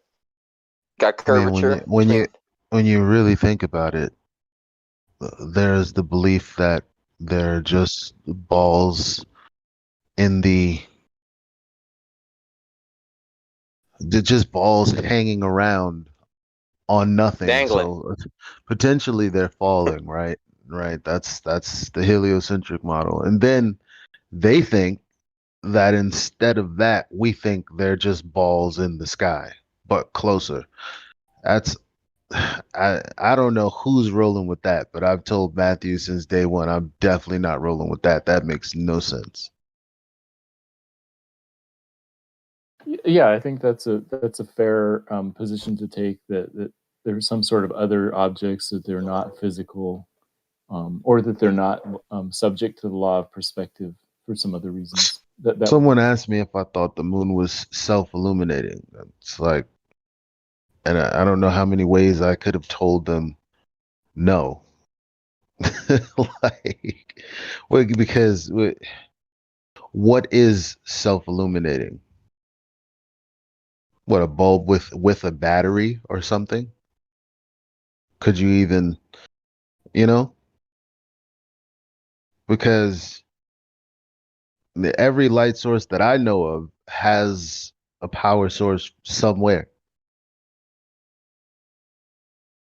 of some kind, right? Well, the creator did say he created two great lights, one to rule the day, one to rule the night. Now, wherever that is, I don't know. I just the creator, well, not creator or not, but I just think it has to make sense because the rest of the world makes sense. You know, things don't happen in the world that doesn't make sense. When you show animals a magic trick, that's the first time they're bewildered. Like, you don't really see animals get bewildered until you show them a magic trick, and then they're like all confused and shit. You know what I mean? Because things in nature naturally they just fall into place. They make sense. So Yeah, I agree. a God made the world self-illuminating light just in the sky somewhere makes no sense. That's all I'm saying.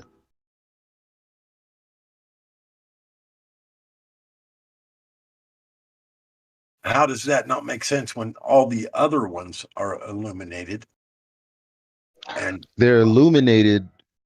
Well, they're points of light. That's what we know. I don't think that they are self-illuminating orbs in the sky that are closer than the heliocentric model. No.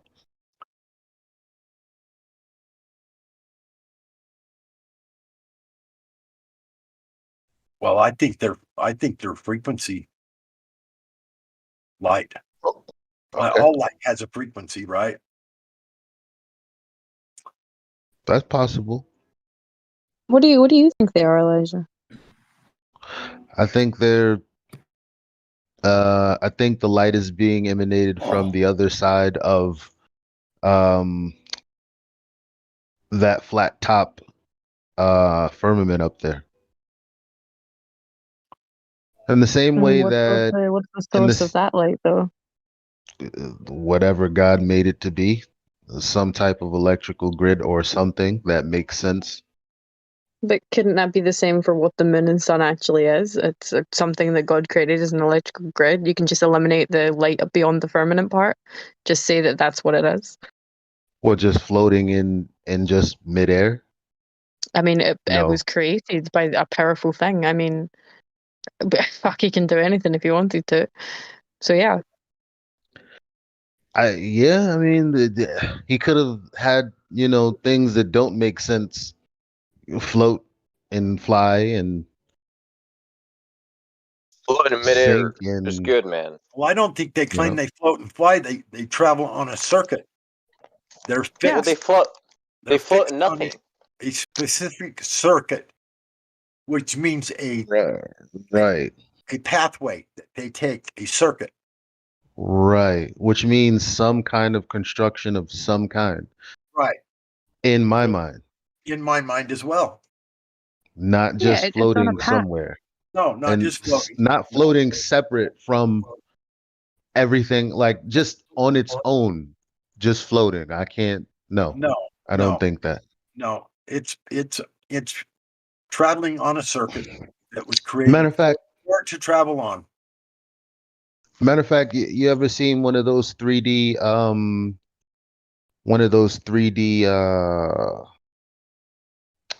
pictures, like 3D portraits, where within 180 degrees, no matter left, right, how you look at it, it appears as though the image is face on with you. Well, that's what I think the moon is, potentially. Not barring the light emanating from whatever surface that is up there. So like with that light and the way that we witness the moon traveling, and what is it? Obviously, it's not like quote unquote floating to you. So what's it traveling on? Is it literally lying on top of a firmament? Like are these two like things Yeah, that that's we're what I seeing? think. I think that it's projected through. Oh, do you think it's like a hologram, or is that like the wrong word to use? Hologram's the right word. Okay. Hologram? No, because I wouldn't call a what? It's a holographic image. If you think of the 3D crystal, then yes. If you're looking at it like that, like the bat signal, no. Yeah. And the bat signal. Yeah, like because the bat signal was just in the air. Right. I don't think that either.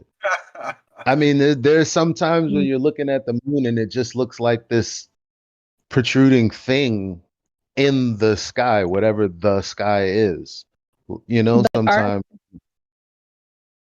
But like, see your like your hologram and like a projection, isn't that onto something? So like, if we were looking up towards where it's coming from, like if you were to think of it like looking towards something that's being projected, you're not going to see it because you're looking towards where it's being projected from. You'd have to have your back to it, and then you would see the projection. So that would mean that it would need to be getting projected from beneath us. No, because isn't the projector of the holographic image with the 3D portrait on the other side of you while you're looking at that image? So you think that the sun and the moon are like those 3D portraits? Could be. That's a new one.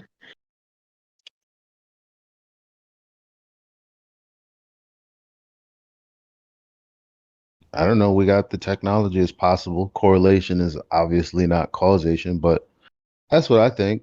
Possibly.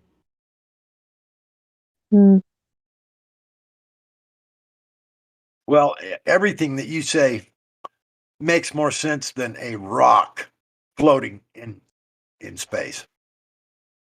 I mean, when you look at that's ridiculous. Sorry. That's when you look at like some people's telescopes, when you limit or filter the fuck out of the light, I mean, it kind of looks exactly like what I think it is. Well, I think it's somewhat translucent.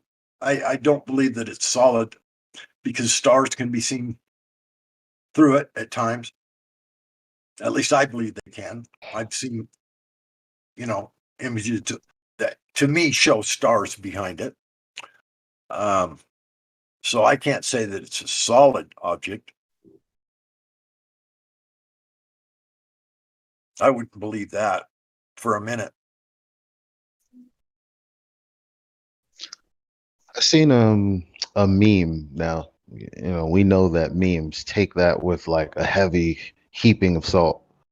But there's this meme that showed like the different hues of the moon, and it's always taking on whatever color the sky seems to be. Right. Now I don't know because I only seen the meme. I didn't get to really pay attention to this and try to verify that that's the case, but I thought it was pretty interesting. I don't think obviously I don't think it's physical. I just don't know how it's done, man. The creator's dope as fuck. I don't really know how it's done. I like with the sun. I speculate that it's like some kind of. I mean, the sun is a white light. How do you make white light? You combine red, blue, green. Then you know, you have the light pass through some kind of lens or whatever bulb in most of our cases in our houses.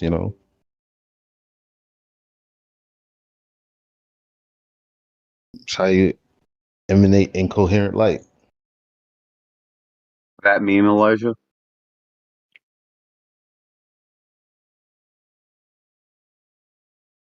And I'm about to look in a second. My finger is sweaty, so I can't hit the what the fuck. I It can't says the unlock my moon takes phone. on the color of the sky behind it, and it's got a couple photos of the moon with Let me like see. the craters and stuff. You can see like it's the same color as the sky behind it. Oh, okay, yeah. Now it could just be, the ways like, someone's edited the image. That's why I can't confirm that, but yeah, that's kind of what I'm talking about right there.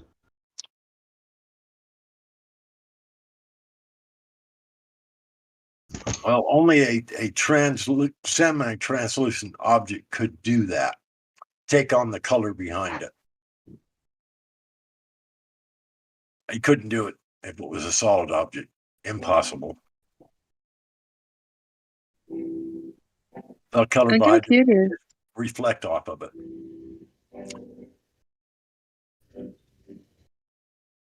I'm kind of curious what Matthew thinks of what we're saying. Like, obviously hearing about these objects and stuff. What do you think about?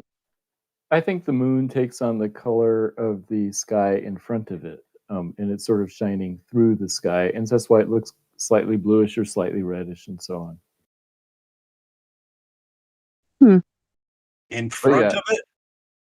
Yeah, I think the sky, the sky is translucent, and the moon is behind it.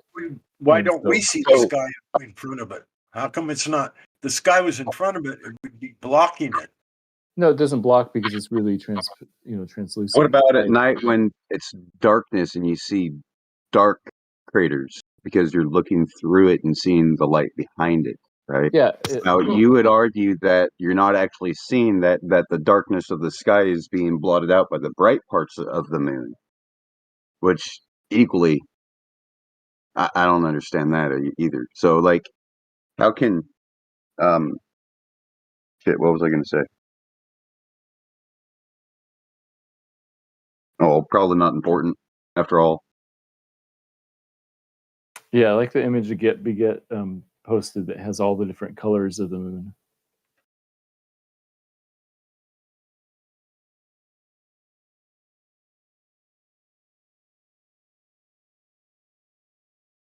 I think the red ones are the prettiest, like the blood moons. I think they're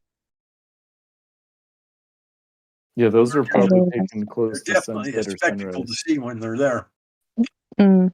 Oh, I remember the last one I saw was like 2014. I think it was like before 2014. I can't remember when the last one. Not. I don't remember when they occurred, but I remember going and seeing one, and I've got like some great pictures. I need to see if I can hunt them out. It was It's like cool. an eclipse as well. Yeah, it's a spectacle to see it like that, isn't it? Mm. It was beautiful. Yep.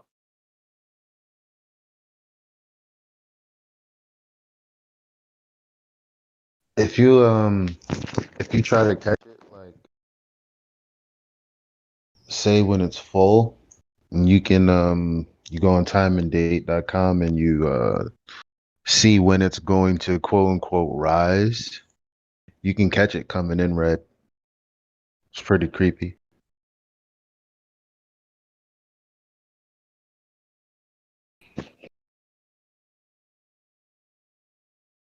I think, like, for where I live at full moon, it's always 180 degrees, like opposite from the sun, where the sun will set and the moon will rise at full moon. It's always like that. That's And, funny because I like, see the full moon when the sun's out. really, I never get to see that actually where I'm at. Like, what parallel are Well, you on? How it's far it's away? not It's pretty close to Mexico. Oh shit! Yeah, you're down south. it's probably something more like a waxing gibbous, like when it's like mostly full, but not entirely full. I mean, that's what they get away with when they say, "Oh, that's not a full moon." It's actually just like 90% or something, so that doesn't count. I mean, to me, it's like the shit's full enough. but they say like when it's according to the cycle, when it's 100% full, you're not gonna see it at like say noon. You'll probably see it some other time, but you're not gonna see it like midday. Yeah, I only see that when it's like waxing or waning. The midday moon, for sure, yeah. Never at full. You know, the one refraction nobody ever talks about is conical refraction, man. That's such a funny term, especially when I've been saying, well, this laser idea of mine, which obviously requires multiple media, and that's something that the heliocentric model doesn't have. And this rainbow phenomena where it's actually just a circle, it kind of looks like conical refraction. And everybody went, okay, crazy man. I kind of see where Dude, you're going. That's interesting. Okay, okay. And then I look into how rainbows are caused in the heliocentric model. You know how? Diffraction, right? Isn't it? Boatloads of conical refraction happening, but at such an angle because all of the rays are hitting at a parallel angle because the sun is so far away. It's actually just a bunch of conical refractions happening, making you see the rainbow. Bullshit. you ever seen a double rainbow? Mine sounds so much more simple. But Have you ever I seen mean, a double rainbow, Elijah? in person? No. Yeah, Or have dude, I? they are Um, they are strange, not creepy, but odd. Just you're just like when you see it, you're just like, wow, that's kind of crazy because you see two rainbows, right? And the color bands are going opposite of each other. So it'll start like red will be at the top normally for a yeah. rainbow, but the secondary rainbow, the one closest to the ground will be red and it'll be blue on the outside or purple, right? So it's you're just like, okay, that's kind of creepy. It's like opposite bands, but like inside it'll be all bright. In between the two rainbows, it'll be a little bit darker, and then outside it'll be significantly darker. So how would those double rainbows come about? Would that be the prism that holds the gas pressure in, the light going through there? That's what I thought. I mean, it makes sense to me.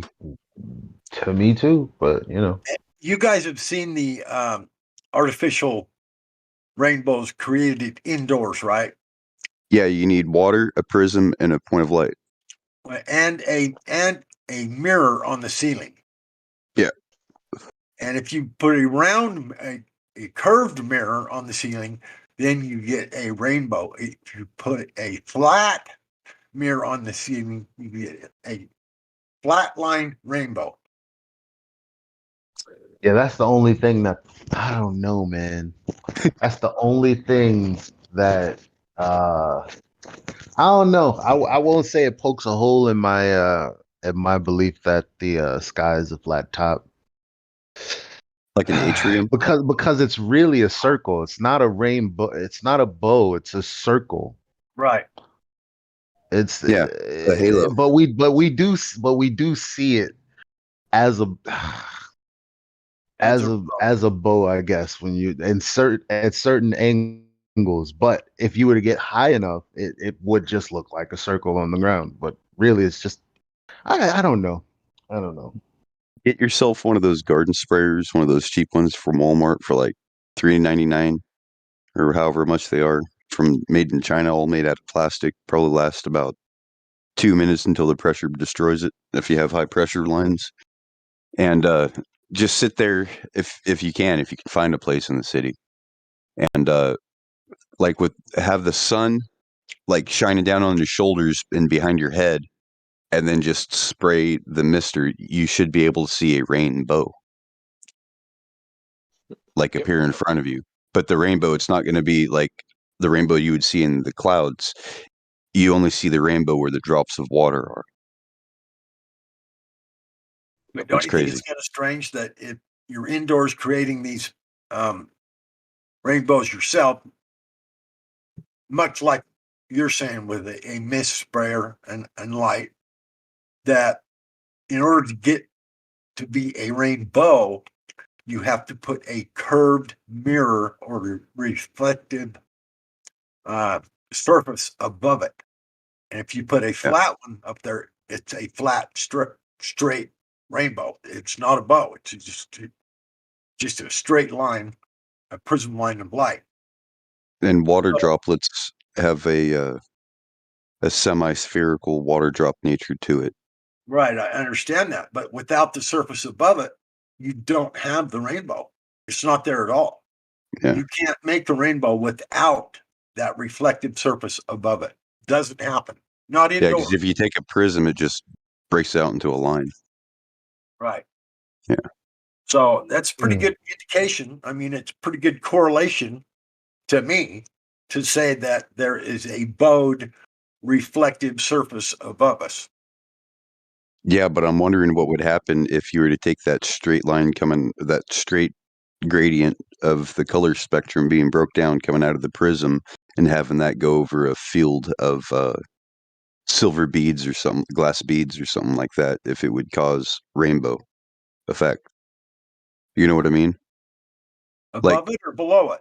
Yeah. In front of it, like you're seeing the light bounce off of it and come back through the glass and hit it. So in other words, it's like the same thing as like water droplets, because it's the water droplets that allows you to see the rainbow. Well, yeah, of course it I is. mean, just for God's sake, just look at what Gabby is posting, man. Come on, Electron bro. spin. Oh God. Oh God.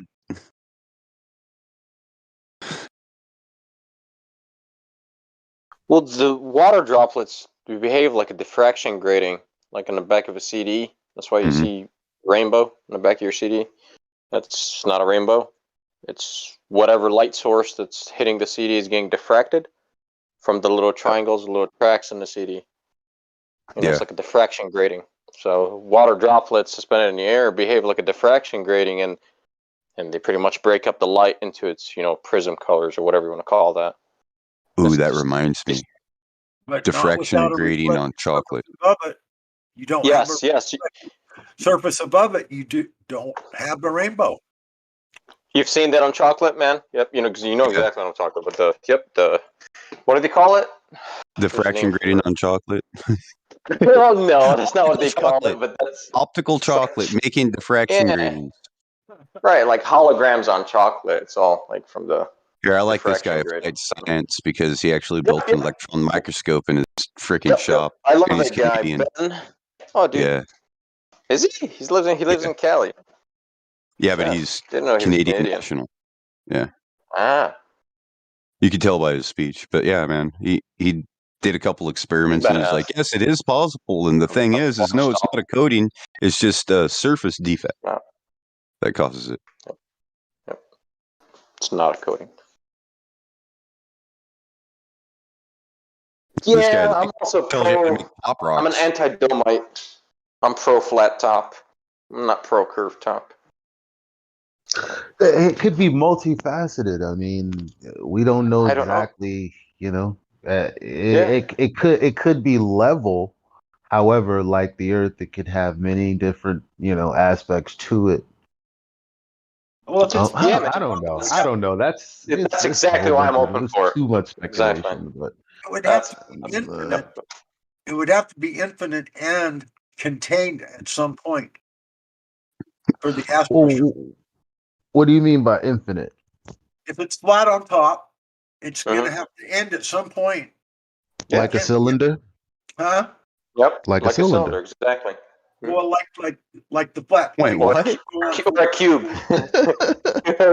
I'm just saying. I was thinking like an atrium, like a fish tank.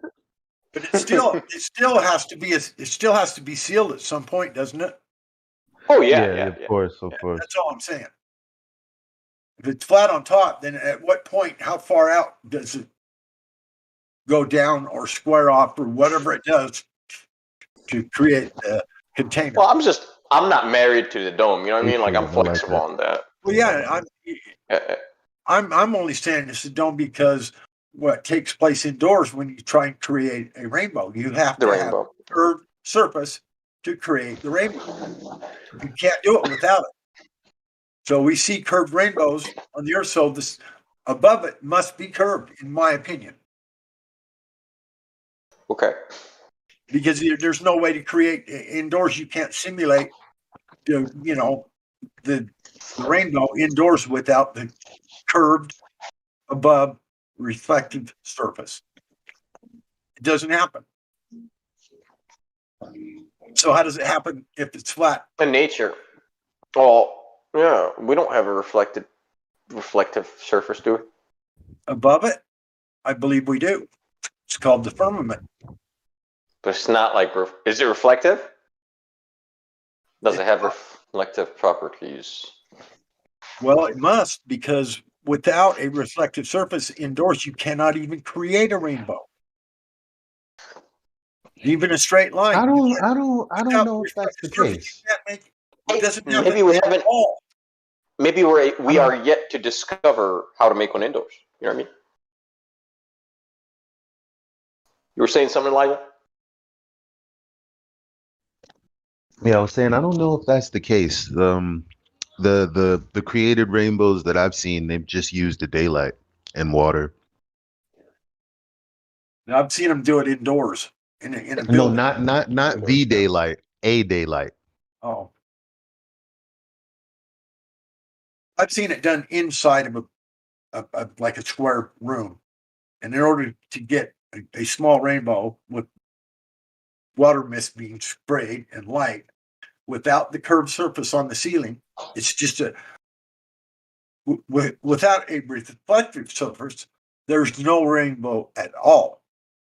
You have to have a reflective surface above it to get a flat one or a bowed one. A flat surface creates a flat line. A bowed surface above it creates a bow. That's what I've seen demonstrated indoors. So, I mean, I don't know. To me, that's pretty cut and dry to me. But well, each rainbow is personal, though. There is the rainbow actually doesn't exist. Like the rainbow's in your eye. That's where the rainbow is. If you watch that video I posted, like you can see the rainbow move with me as I'm flying. Yeah. That's because I live in a rainy place and we have rain and sun a lot. And like I've seen some of the most significant like rainbows ever here. And yeah, they move where I go. Where I go, they go. So I know it's a personal thing, has to do with your optics. Right. Same as the location of the sun and the moon. Everybody's now that one, I have a hard time swallowing that one. Like I really do. With the sun and fuck, like we all have our own personal sun and moon too. It's like, yeah, well, go look at the take a bit more. reflection on the water. When the sun is setting on the horizon, and you get that straight line of light coming to you, to your feet. The guy next to you. Oh, okay, yeah, it's straight to everyone else. Also has the same view, straight to his feet. Okay. But you can't see. I see what you mean. You can only see yours. Okay. You could have the source. You could have the 100 source is lined up, and they would all have their own. Yeah, there's an interesting thing about all these optical effects with like the sun and stuff is like it references off of the observer. Exactly. Like that glory picture I posted earlier, you have to be referenced off of the observer's shadow to get that rainbow effect. And I think that the sun and the moon locations are the same. If you had a line of people, they would all see it and just that. I'm still a different. I'm like in the sky. It would be a different. I'm a bit globe sciencey until proven. Well, when it comes to like the sun, but even though it's not even globe science, but like I'm for physical object until proven else, like otherwise. Like I'm still game for whatever, but that's just the best speculation for now until I have more information. It's like I got nothing really.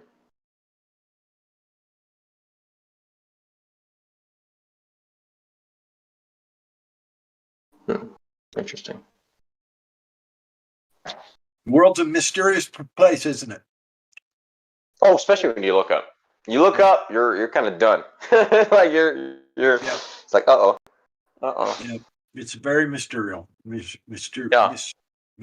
place. Yes, sir.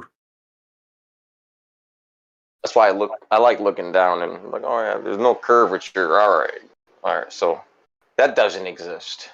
So let me figure out how this stuff works. Which I still don't know how. Yeah.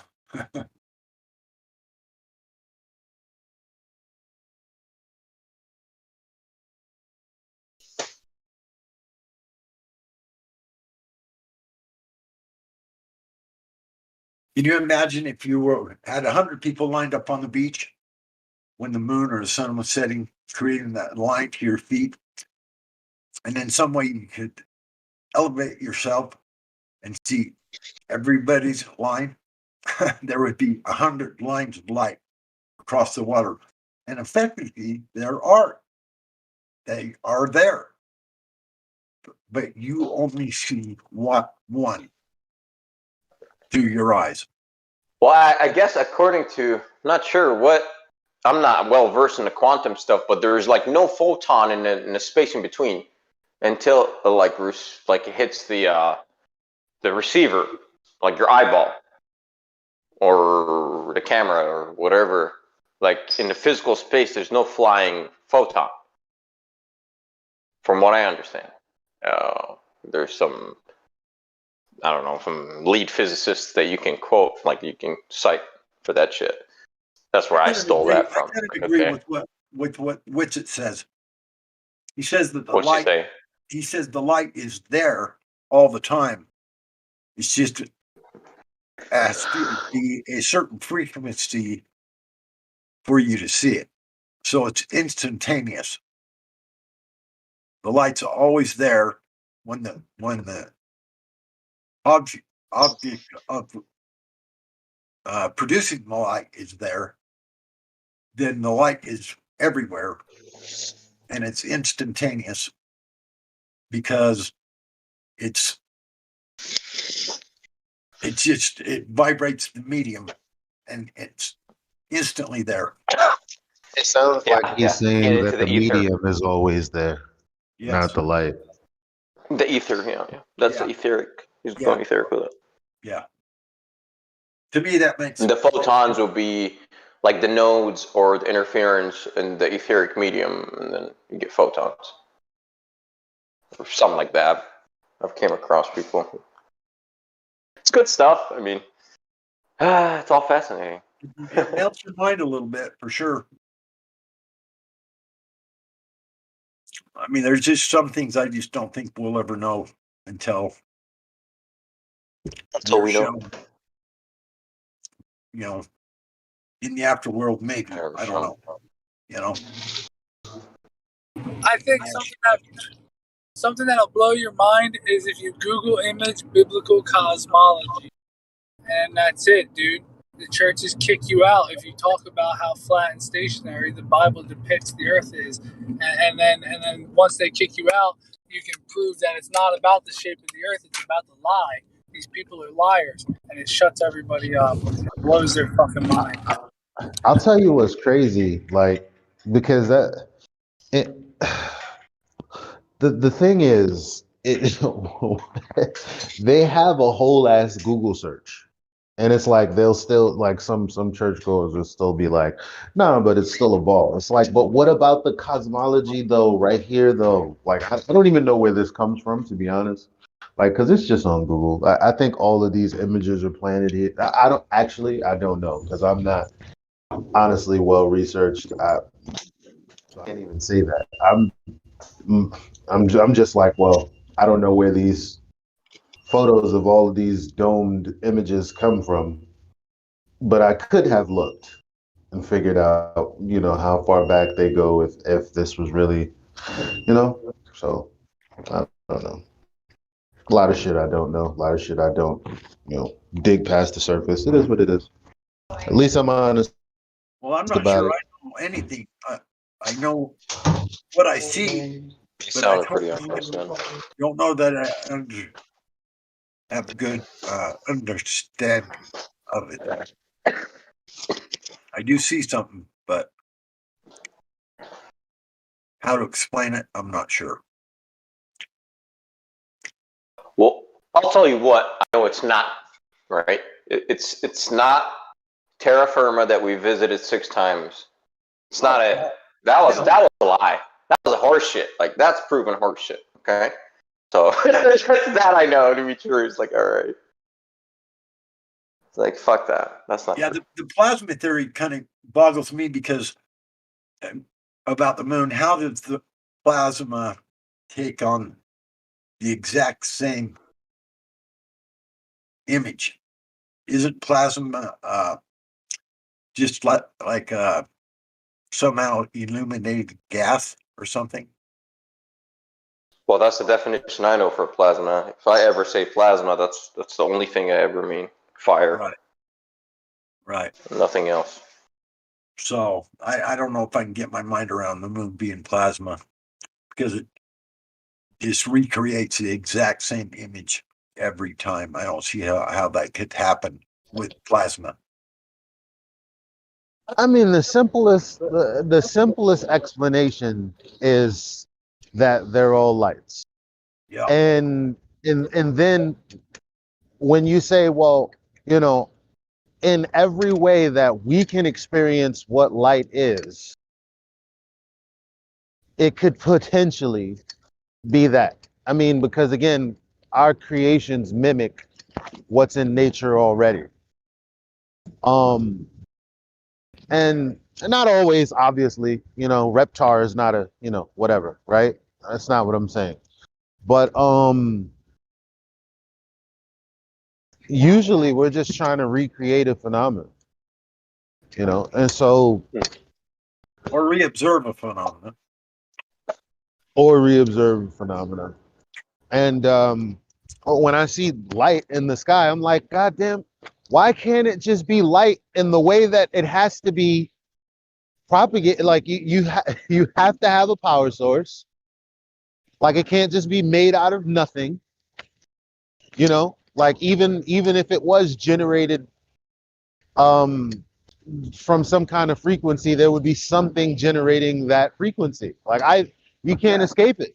Yeah, sure. I agree with that. I think that's a given for sure. You're right. got to be some form of energy source, no doubt.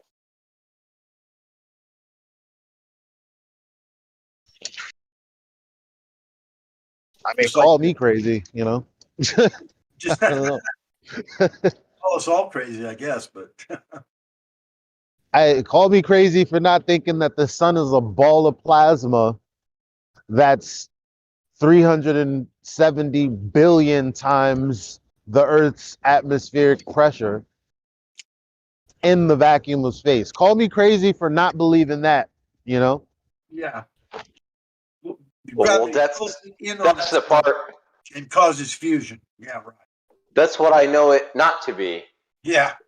Gases collapsing together on their own because that breaks first and second law of thermodynamics. So right. Gases. Yeah. How did this shit happen now? It's like, so yeah, that's not true. You know, that's what it cannot be. A ball of gas suspended in nothing. And it's like, no. That we fucking orbit too. Yeah, it's like, what? Just toss that in there too. Might as well. Yeah, that's fucking ridiculous.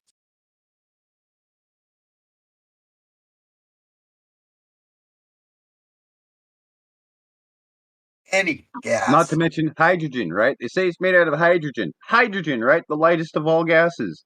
Right. A gas. How does a gas cause other heavy elements to orbit around it in a gravitational pull? What the fuck? Come on, you fucking retard, globy fucking scientist. Exactly. It's obviously not gas. Ooh, Matthew, are you still there? Yes, I'm still here, just doing other stuff and listening. Cool. Would you mind? You don't have to read this out loud. I'm not going to sit here and I'm not going to do all that. But someone else can read it out. I just wanted to get your attention. Look at this. What? Yo, if I was still, I'm going to share with you a picture of when I was a Glober too. By the way, look, get a load of that hat, right? That I'm about to post along with it. But I was balls deep into Vsauce and space, and you know, I was like, oh man, I'm so dumb. I got to learn as much as I can. That's all I want to know. It's like I only have but so much time to learn. You know, maybe I can discover something. You know, so. But aside from that, just take a look at what I thought was some flat earthers joke. Until I Googled it myself, and I was like, would you look at why is this the first thing that comes up? It's insane.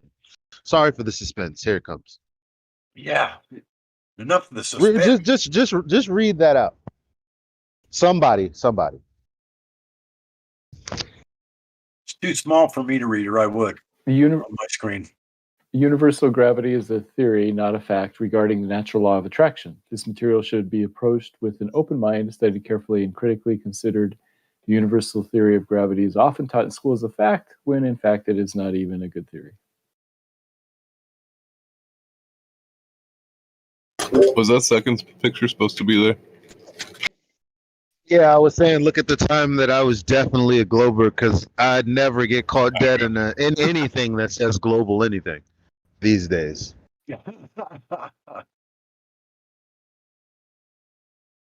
Unless you were there to refute it.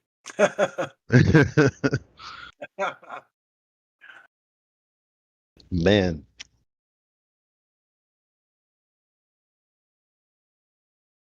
Oh, that's you, Elijah? Hey, I didn't realize you're African American. You're a liar. I'm teasing. Come on. You a hard time. Everyone jokes about that. That's insane. What if he's not African American? What if he's just American?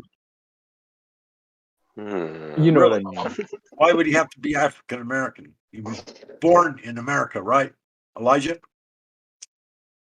Weren't you born here in the United States? Yes. Oh, this is fresh, man. This is brand You're an new. American, dude, period. In my opinion. I'll let Elijah pick how he wants to describe himself. I just say you're just See, I got a buddy that I got a buddy that lives in Harlem, and his girlfriend lives in the Bronx with his baby, with his son, right? and he said he went to the Hebrew school for black kids when he was younger, and I don't know exactly where that's at, but it's somewhere in New York, and it's like a whole like teaching them real history about, hey, whatever you hear about in the books, unless you read the actual real books by the people that wrote their story, you're not going to get the truth. And basically, a lot of the slaves, quote unquote slaves, were actually captured from the Americas and then brought back to the Americas. Yeah, I heard about that too. And he's The one of math these just doesn't black work. foundational Americans. There's no way the math works to have that many African Americans come on the few ships that came here. Yeah. There's no way they could have brought that many people. They had to have already been here. Yep. In fact, some tribes will even talk about there being other peoples already here with them, on top of the giants, the white, red-haired giants. Yep. They had the White brothers from across the sea. They also had the Caribos from the Mediterranean that were swarty, or not from the Mediterranean, but from the Caribbean, and they were expert sugarcane growers. I don't know what they were using the sugar for, but they were expert growers at it. And these guys are linked from the people that fled from Portugal during the Inquisition. Within 50 years, they were able to settle large, like wild islands and start cultivating sugarcane on it, tamed it. And then Vespucci went through it and conquered all of those islands and took them into slavery. They're also called the Western Ethiopians. So, yeah, I think there were the black Americans already on this dodge the hijack. Sorry. by the millions, maybe even. Because there's no way, not near enough ships came over from Africa with slaves. It's like maybe 5 or 10% is all they could have brought over to what was here. If you do the math, me and Jason did it one day, figured it out that there's just no way. Wasn't enough ships. They didn't carry enough people to have that many black people here. They were already here.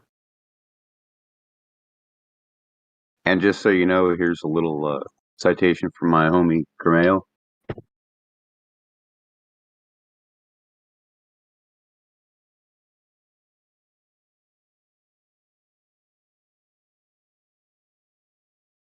I mean, the amount of slaves they say they brought from Africa is just a staggering amount.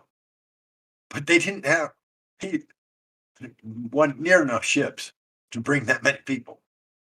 Not even close.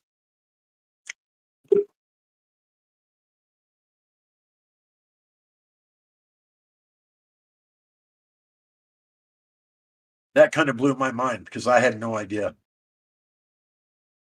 Oh, yeah. How would you know?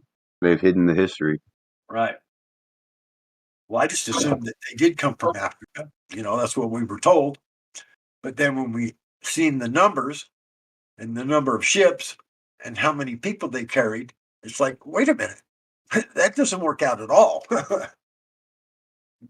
Does not work. They had to have been here first. Yeah, Do you that's why think I'm it's saying, possible like, some of from them the had Caribbean people? area.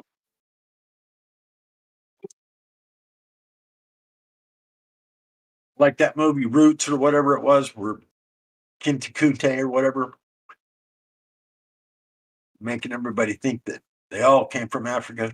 Nope. Impossible. Well, the first group of slaves that came to the colonies, right, they were all circumcised.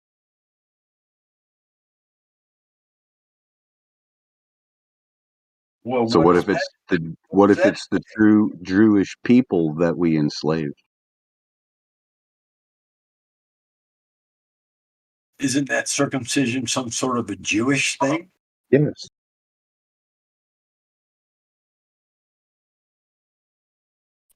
It was a requirement that God gave Abraham. If you want to take this covenant with me, this is the sign of the covenant. If you have somebody enter into your family or into your household that wants to join you in this covenant, this is the sign that they have to take, which is the circumcision, which transitions into circumcision apart when Jesus comes in to play, you know?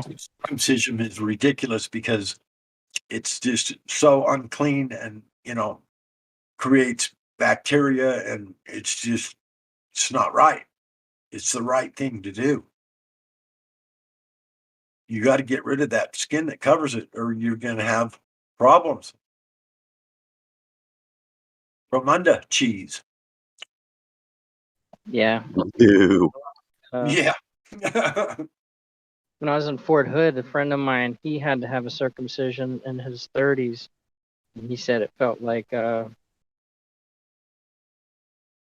he was in a bag, and the bag was slowly getting tighter and tighter. And whenever they actually cut it off, he was walking around like a gimp for like 2 weeks until got back to normal. Yeah, I have a friend right now that's not circumcised because his parents believed for some reason that it was the wrong thing to do. And I'm like, dude, you should take care of that on your own at this point, but you never have. I think you should look into it a little bit more because it's not what you're saying at all. It's what? It's not what you're saying it is at all. Oy vey, get out of church. You guys are in here talking about your schmeckle. Yeah. Well, no, it's a Jewish practice that for some reason has been adopted medically and spread wide throughout the Western world. And there's really like little to no scientific evidence that it's as beneficial as they say it is. In fact, it's pretty disgusting. Do you think it's normal for a man to wipe after he goes pee? I think it's normal to keep your body intact the way it was. What are you how you saying? were born. What are you Well, are saying? you guys Jewish? Are you guys What all is Jewish or something? what does being Jewish have to do with anything? We're talking about a Jewish practice that's been adopted medically throughout the West. So I Well, just we're figured. talking about the scripture saying in Exodus exactly what should be done for the Hebrew Israelites that are the descendants of the three bloodlines. Right, so I guess it would make sense for me to ask I don't know if they what were you're Jewish. talking about. Yeah, no, I'm just asking if they were Jewish because it's a Jewish thing.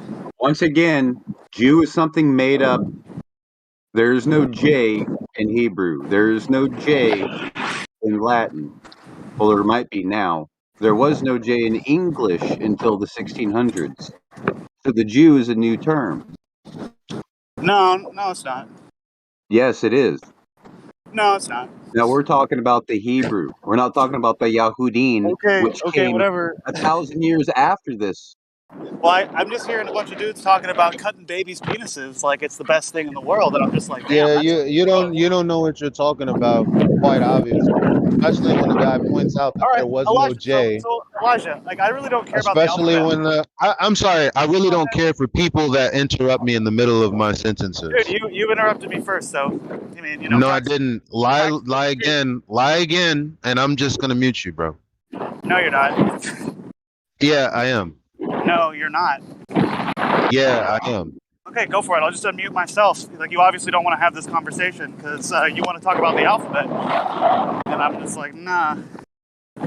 Nah, bruv. You're obviously wrong, and you're trying to pivot your position. Yeah, go ahead. and Go ahead. Prove me wrong, dude. Like, Again, I waited for you to stop talking, and then I started talking. I'm not gonna keep telling you. dude, you can tell me whatever you want. You don't. Can we drop this, please? You two are moderators. Let's please.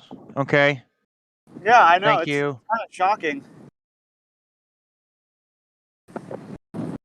See, what I'm talking about is being accurate. I don't care what people believe or what people don't believe. He's not talking Well, as you about the same thing. Okay, what am I talking about? Jewish mysticism. No, I'm actually talking about removing. can I bridge the gap, flesh. guys? Can I help Yes. you guys come Yes, to an yes, agreement? please. Okay. Thank So it's there's a lot of misunderstanding about who is who in the Bible.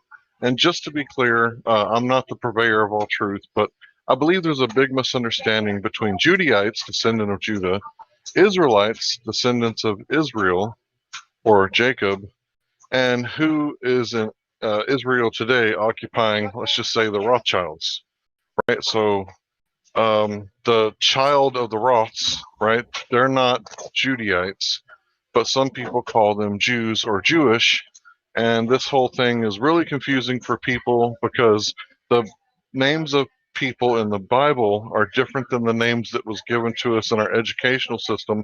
The modern educational system goes by the Roman names, and it's very difficult to say who, what, when, and where when you got like two different history lines that have two different names, and it's really confusing. So if you guys would like to go into in-depth study, I would be happy to join you in biblical. Yeah, let's go. Why not? All right. That's very, very Nice. cooperative, guys. My hats off to you. Thank you.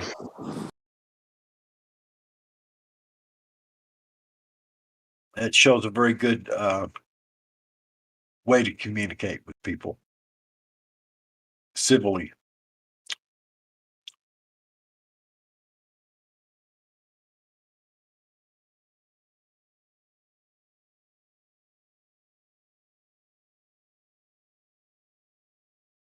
I'm just glad my parents were rich enough to have it done when I was a baby, so I wouldn't have to do it on my own and suffer the pain.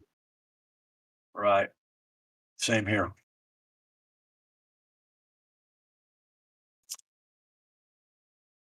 I just know that my friend that hasn't been circumcised says that it's a problem for him.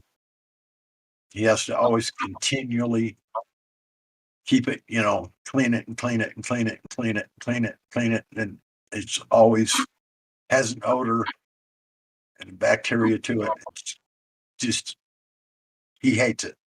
So, Yeah. At least that's from someone I know, not circumcised, says he had those problems and he does not like it.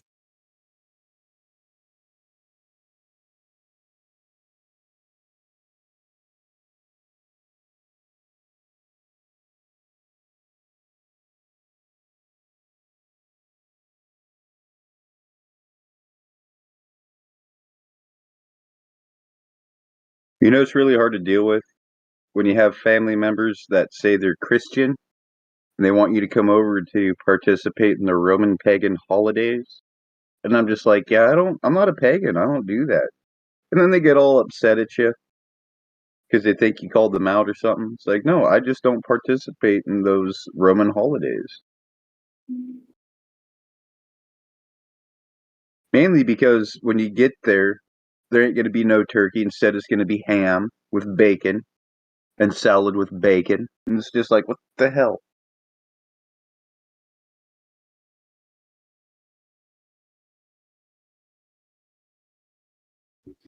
We have 3 different types of turkeys that we cook.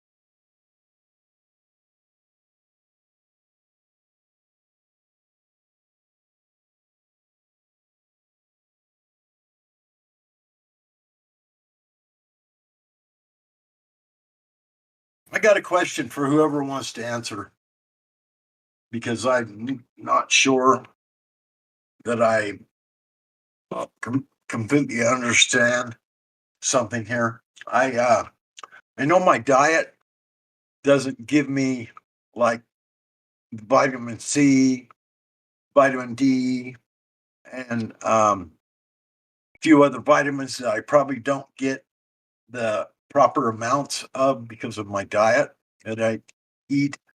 So I purchased some vitamin C, some vitamin D3, and some zinc.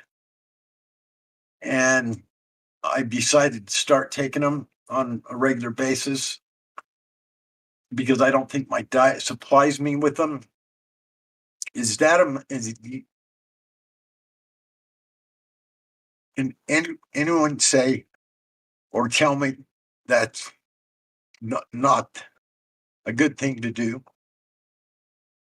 I'm not a nutritionist, but I know I've heard many people, many nutrition people who are, talk about like the best way to get your vitamins is through your like fresh food. You know, like um, they'll tell you not to, basically you shouldn't just start making a cocktail of those different supplements and shit like that. Even if you're not getting them? Like, like you shouldn't mess with it unless you really know what you're doing, and I don't think you do. Well, I went to my doctor, did some blood work, and had him tell me what my levels were. And he told me that they were low. So certain. Okay, so you do know you had some tests done, and you know for a fact you're low on those things. Yes. I don't know. I guess in my opinion, like sure, supplement it that way, but probably better if you can get it through food. Oh, I agree with that 100%. But I've got bad eating habits that I'm finding it hard to change I instantly. mean, vitamin C is pretty easy. You know, you eat an orange or a grapefruit or something every day, and it's probably be all right. You know, a couple of them maybe. Right. Uh, vitamin D, is it different from getting it from the sun versus getting it from food? And is it in food? I know that pretty much comes from the sun. So just get outside, get some exposure to the sun on a regular basis too. Right. Yeah, I know all about that. I haven't started taking these big cocktails of anything like you just said, but I do have them, and I've been thinking about it. No, I just know a lot of people. They get all of a sudden they just start buying all kinds of supplements and vitamins and whatever else, and they're taking 20 of these things a day, and they don't know what the hell they're taking. No, I'm not. It's not to that degree. It's like 2 or 3 of them that I was low on in my blood work. Especially people who are buying their shit off of Alex Jones and shit. Like, just take all these pills, folks.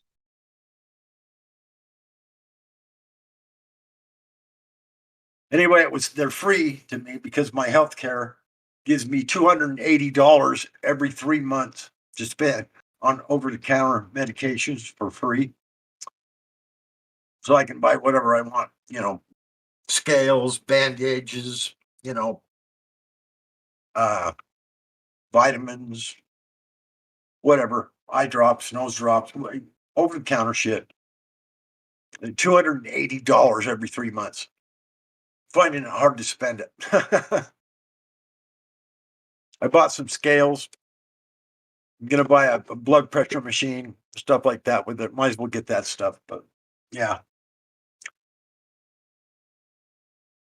My health care provides me with that money. So I'm like looking through the catalog. I'm gonna buy, some stuff like a new blood pressure machine, and I got some new scales I just bought.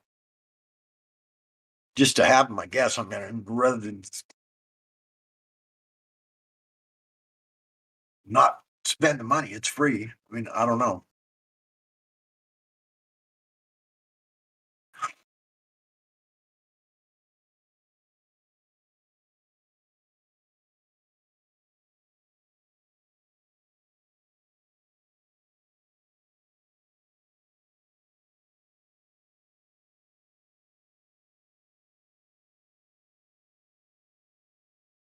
Yeah, I need to change my eating habits. I think that's probably true with most people, I would think. I don't think everybody buys the exact food they need to get the exact vitamins and minerals. Even most people who you would look at and say that looks like a healthy person, even they're eating shit most of the time. Yeah. Exactly.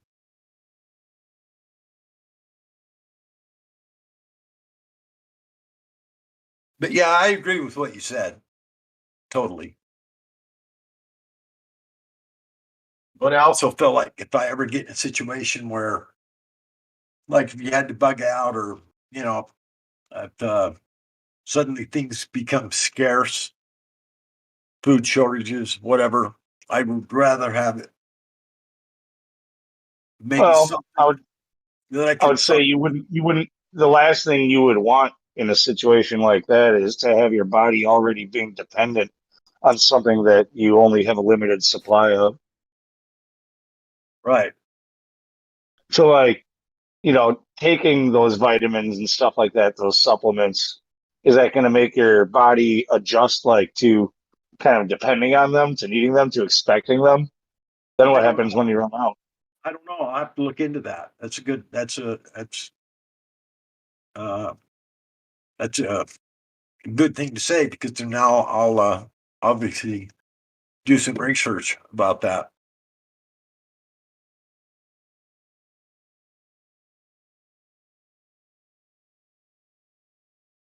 I mean, it's just a couple things like vitamin C was the main one, and some vitamin D. My blood work said I was really low on my vitamin D. I mean, like way, way, way low. And I guess probably it's because I don't get out in the sun as much as I should. Yeah, man, I have an outdoor job, so like it's fucked up. Like, if I get what they call like SAD, seasonal affective disorder. I think I've never been like diagnosed with it, but I'm self-diagnosing with it. Like in the middle of winter, if we're not working, I'm off for a couple of months, and it's just freaking, gets dark so early, light so late. Like, uh, uh, it fucks with my sleep schedule. I turn into like an insomniac. Like I don't know. It. And it's probably because I'm used to so much vitamin D from the sun, and then when I have during the summer, then during the winter when I'm pretty much indoors almost all day long. Yeah, it definitely has an effect on me, I would say. And that's not even saying that a supplement would even cure it, maybe. You know what I mean? Who says it's the same? Right. Like actually this last winter, I bought a full spectrum grow light and plugged it into the lamp in my ceiling in the computer room to turn on for a few hours during the day.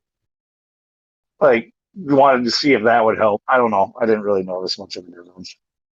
Thought maybe it would help though.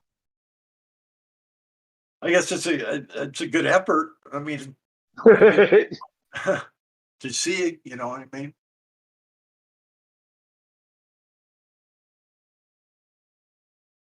Go buy some of them good grow lights that have the full spectrum or close to it, I guess.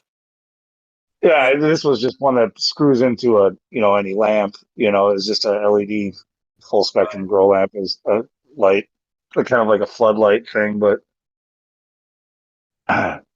whatever. Best thing you do is put a weed plant underneath it, I'd say. Yeah, I could at least bring some plants into the room, and that would maybe help. There you go.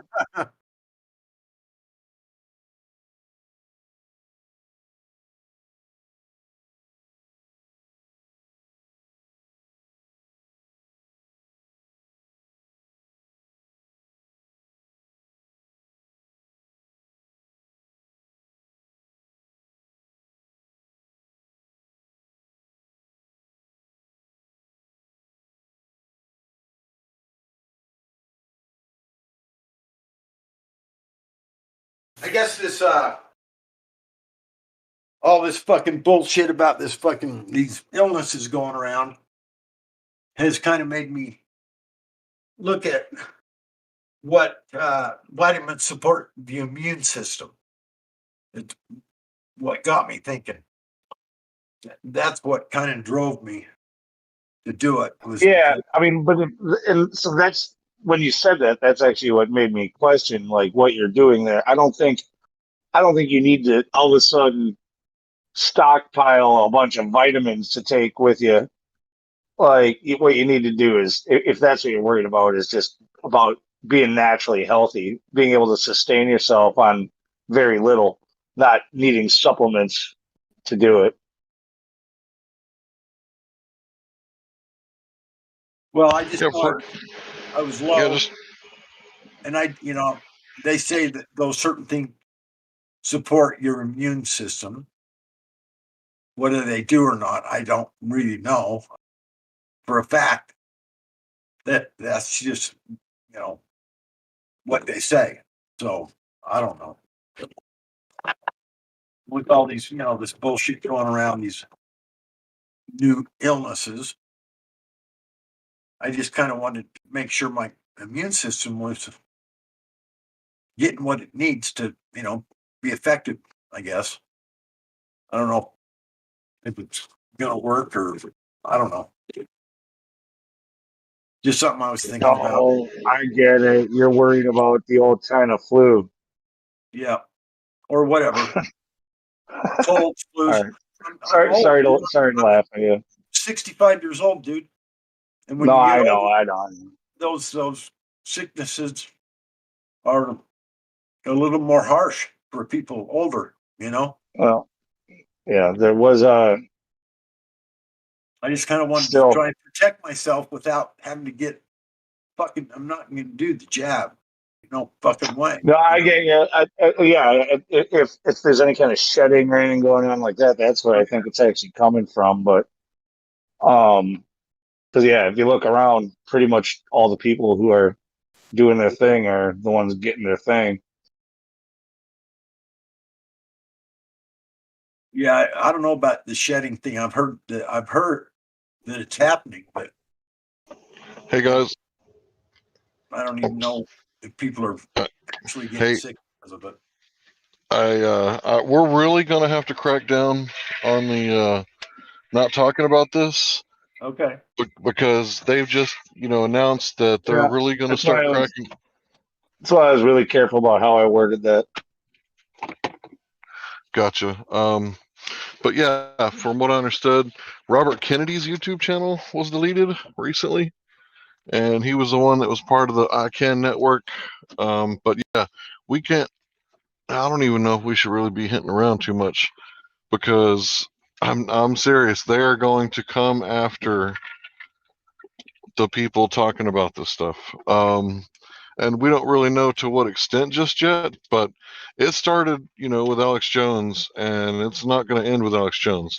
It's going to end with anybody who's who's right of Lucifer, as far as I can tell. If you're, I agree. I agree, and I'll stop. How's that?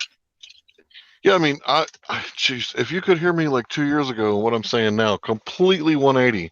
Like I came in here, like I'm gonna talk about whatever I want to talk about. Watch me. And I kind of had a little decorum, but now it's like I fully understand. I get it. I get it now. Well, I've got my own server. If I want to go there and talk to people in private about that kind of stuff, it's not broadcasted. Yeah, I would check out Jimmy Dore. He's been putting out some good videos. At this point, I don't think he's going to be around much longer. And Jimmy Dore is that leftist scumbag from the Young Turks who couldn't keep Jesus' name out of his mouth. So you see what I'm saying? Like, I don't think he's going to be on YouTube much longer. Yeah. He's too far right, too far gone. I understand what you're saying completely. I really do. So I'll do my best. Are we so lucky to have the privilege of using their service?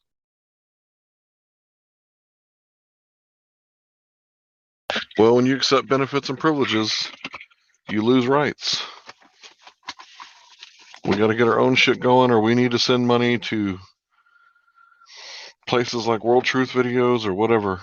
I just posted a video on World Truth Videos who kind of talks about who's who in the Bible, because it's not clear, because when you look at biblical names and then you look at the Catholic Church's indoctrination system, like, you don't really know who's who in the Bible. So hope that clears things up.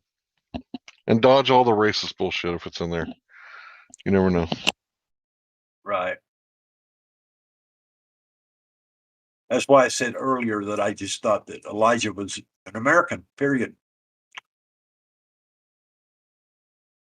Not African American, American. He was born here. You don't have to add that other part to it. I don't think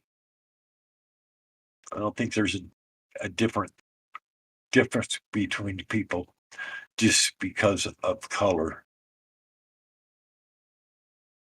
We're all the same people. We're all the same. We're humans. We're all brothers. We're all sisters. Yeah. The whole idea of there being a chosen people is ridiculous. And I'll throw away everything that goes along with that story on its face. Right. Yeah, I agree with that.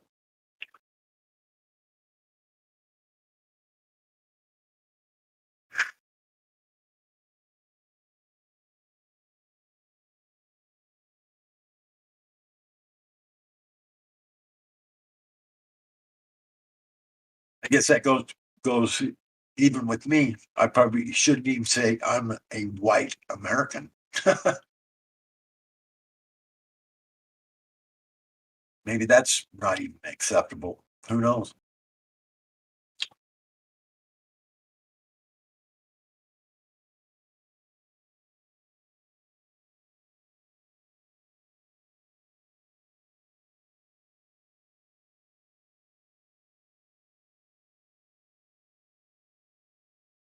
And they're getting pretty silly about all that stuff, aren't they?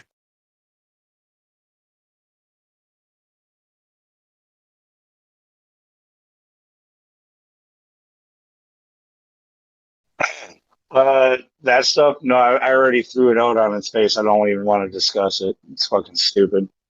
Right. I agree with you. It is. Yeah, I mean, it's kind of like this. I can forgive nations. Like, if you didn't know because the information isn't out there, right? It's like, okay. But ignorance at this point, we've had the internet for how long? I mean, if you don't know what's going on, it's because your own damn fault. You've been watching too many cat videos, or you've been watching television. And it's like, if you don't know what's going on with 9/11, and it's been like 20 years, like, something's wrong with you. Like, as far as I could tell, if you're not seeking truth, you're like a man child. Like, if you're like, if you can tell me all the stats about all the football games, but you don't know about 9/11 or any of the big things that have been happening that's been changing our world. My God, what Dude, 9/11 was obvious. The forbidden topic right now is the one that should be having everybody eyes wide open. Everybody should see this. Anybody who doesn't, you got to wonder about their like mental capacity to like even like tie their shoes or feed themselves. Like,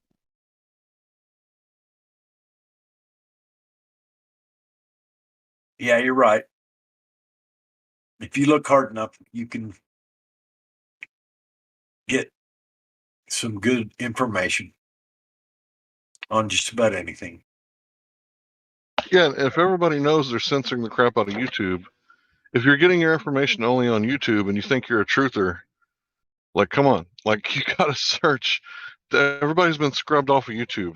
So if everybody's been scrubbed off of YouTube, what does that mean? That everything on YouTube is brainwashing or You're gonna have to white noise. Reach out somewhere else. Yeah, you gotta branch out. Yep. And I hate the fact that I even have to say this, but Chaiki is the reason that I had to say this. That doesn't mean go to Wikipedia, right? Don't lay your ends. So there's like research. He's a retard. He's one of the retards I was just talking about earlier. Yeah. And then there's like preliminary research. So like preliminary research is like when someone tells you something and you spend like an hour looking into it, right? Maybe 2 hours. But like real research, like on a topic, is like when you've got past like, you know, the 3 hour mark and you're not just watching one long, video. You're getting like different people's perspectives. 100 hours, I would say. That's expert level. Hey, So Hank, what's a chokey? what's a chikey? I kind of think it. I ain't gonna say it on air. I did on Brandon's first time I went in there actually on the mic. I just said like I'm not talking to you, Kike. Oh, Yeah. it's a guy. Okay, never mind. Yeah, It's a it's globalist. it's a A globalist who globalist. lives in Israel. Got you. Okay, continue. Yeah. So I told the guy about I can't ever pronounce the Japanese guy's last name. He's the one that froze water with like love, hate, and control variables, and then found out that the crystallization formation is different under the love as opposed to under the hate jar. Right. And I was showing this to Chaiki, and you wouldn't figure you'd have to explain it to a Jewish person because they don't eat food unless it's been blessed by a rabbi. Am I right about that? Like they don't eat food that ain't kosher. So for me to have to explain to, a Jewish guy that, you can basically manipulate the world around you with, good vibrations. Right. That's and then that is provable. And I couldn't find the guy's name, so I found a YouTube video. I said, "Look, don't let this be like the end of your research. Don't go to Wikipedia and let that be. You really got to research this guy. You got to really look into it." 30 seconds later, he's at Wikipedia, and he goes, "Oh, this is a pseudoscience. This is a pseudoscience." And I'm like, "Bro, did you go to Wikipedia?" He's like, "Yeah, Wikipedia article right here, pseudoscience." And I was like, "This dude is an imbecile." Like he did the very thing that I told him not to do. And that's why John QE rightly calls them their alma mater is Wikipedia. Like he's not joking. He fact checked the YouTube video with a fucking Wikipedia article. They're the same type of people who write in and try to edit Wikipedia. Like they wrote it and then they send in the idiots to fucking defend it. Yeah, Wikipedia is ridiculous. I mean, anybody can, change it, add to it, whatever. It was funny if y'all saw Witsit last night at Santa Monica. There was a guy literally standing there Googling stuff to argue with Witsit. Yeah, I seen that too. Where can I see this? Well, and the thing with Wiki is it fundamentally the way that was supposed to be is like you said, anybody could write in. So like you would get the Glover's take on a topic, and then a flat earther would be able to write his article on it too, and you'd have both perspectives. But that's not what happens with Wikipedia, is it? One of them trumps the other one; it silences the other one, so you get this one person's opinion as the official story. Yeah, he kept saying this is the official story to Witsit. Yeah. Yeah, I seen that too. So that's when you say, "Oh, you're toting the line, the mainstream line, crafted to you by the corporations." Yeah, I'm sure they're not biased, right? And how hard? Go ahead. Just real quick, could somebody post the link to what they're talking about? It sounded like somebody's flat smacking in Santa Monica. It's called Witsit Gets It. Cool. I left the link in text for you, Hank. Thanks. He's got numerous streams. He's been traveling the U.S. from the East Coast all the way to the West Coast for like 8 months now, doing activism. Got arrested twice. within a few days. Yeah. Yeah, we 2 days apart from each other. Yeah. It's crazy.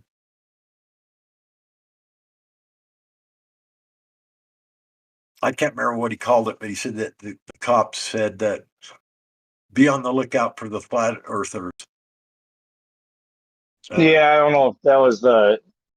I remember I was watching his. I don't normally watch his channel that close, but I was watching that period of time. Like he was just at. I mean, first I just actually he was in my state during the NBA finals, and I went and hung out with him. And then he went. Where'd he go? Whatever. He went to Rushmore was where one of the places he got arrested. What was the other one? Like Yellowstone. Yeah, Yellowstone. Yeah, that's what I thought. Anyway, yeah, he went to Yellowstone first, and like when he left there, like they knew that he was obviously touring the country and hitting up all of the same like monuments that anybody who drives across the country hits. So they called ahead and said, "Hey, if you see these guys, talk with them." Yep. Be on the lookout. Be on the lookout for the flat earthers. Yep. And boy, they spotted him quick, pulled him over, and fucking took his equipment and everything. I'm not the type to tell people what they should have done, but I kind of felt if they would have deployed Issa's kind of, okay, I'll do this if you do that. I don't know. I kind of felt like he could have avoided some of that. Agreed. Yeah, I'm sure he could have. Oh wait, he got arrested in Florida too, but that was something. Oh yeah, that was for He's been arrested 3 times on this fucking road trip. You can't hold his tongue, man. I don't blame him. I wouldn't be able to either.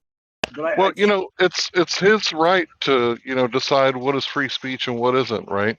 And we need people like Witsit, challenging things, right, and maybe correcting things, because does he have the right to speak there? Maybe the Supreme Court needs to decide on it. Isn't that what that 1/3 of the government is there for? Like their only job is, to see if someone's rights have been violated, right? Like that's the only thing they're supposed to do. They're not supposed to be legislating from the bench. But that's kind of what's happening. But to look at it from Issa's point of view, he could have negotiated his way out of there. But to look at it from Witsit's point of view, who says that he doesn't have God-given right to say whatever the fuck he wants to, wherever the fuck he wants to? So you gotta look at both sides of the coin. Right. I think that the arrest in Florida, he no longer smokes weed at all.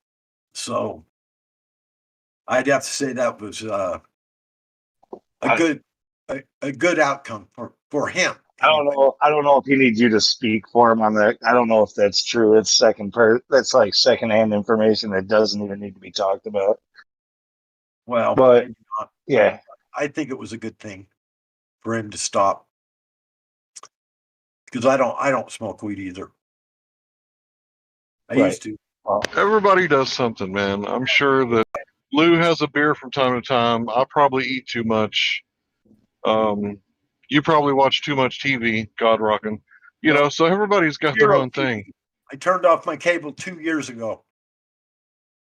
Okay, but you watch. I haven't watched the TV in 2 years, bro. You watch Hollywood films, or you do something? You drink coffee? I drink coffee. You bet. Okay, there you go. Yep. There you go. I'll admit to that one. Everybody does something, and it's like, who's who to say, Jesus? Who's who to say, you shouldn't do that? Like, if I want to have high blood pressure into my 50s, isn't that my business? Amen. My blood pressure. Well, not if it's putting a strain on the healthcare system. I don't go to the doctor.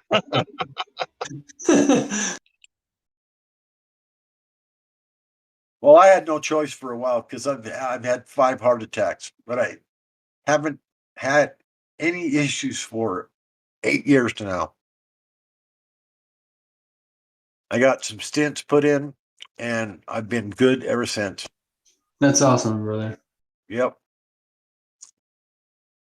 First one almost killed me. I had the Widowmaker, 100% block. Oh yeah. Yep.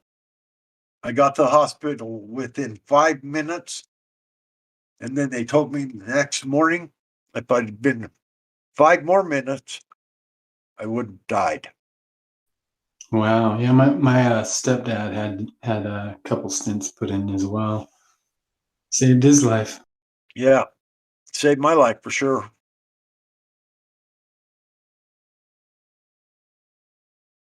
I've been to the cath lab 6 times,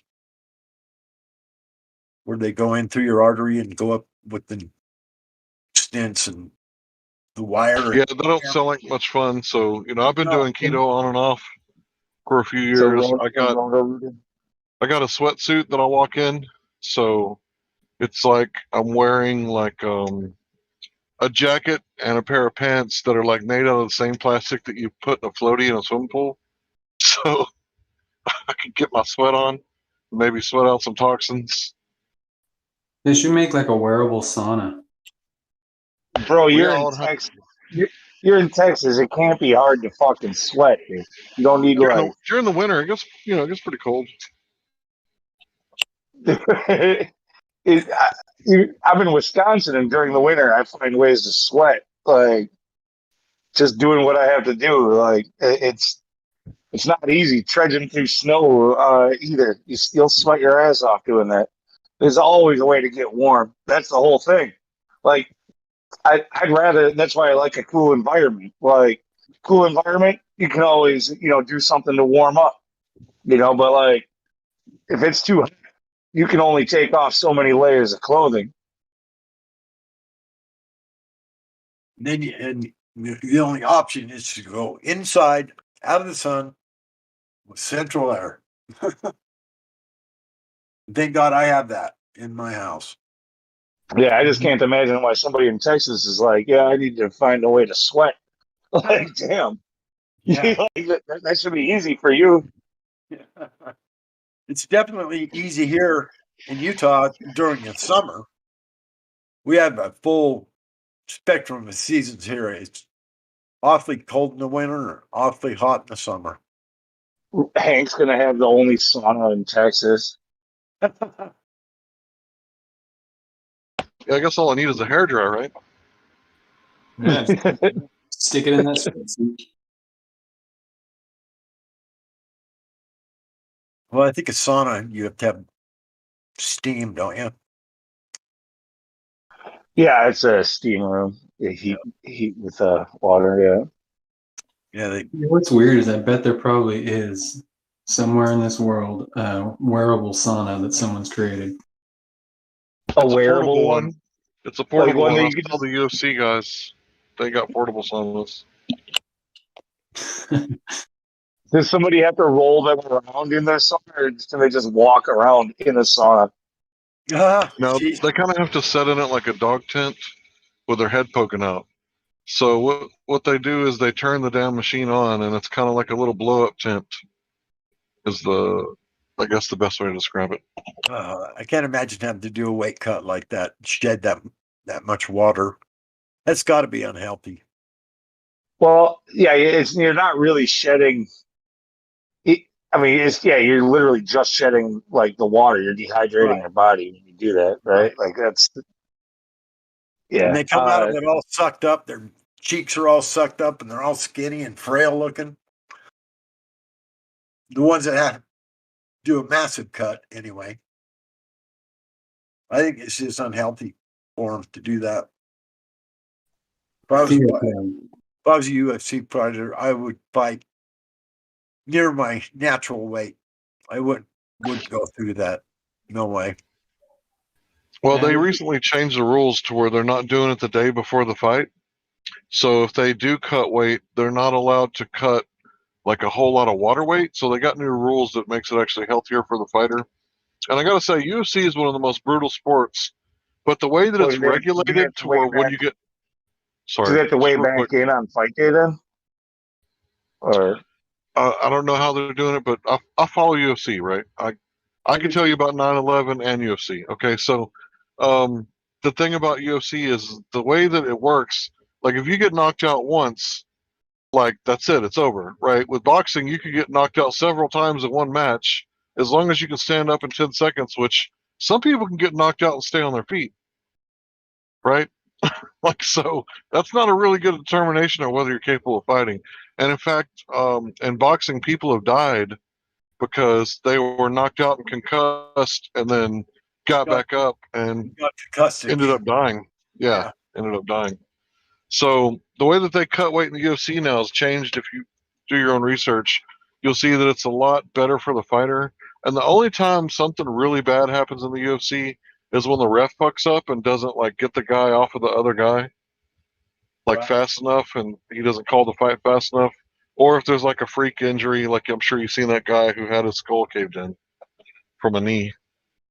But that's rare. I watched some of the UFC back in the day before it got pulled off the air, like, and then it was how long ever it was more than a decade before it came back. But,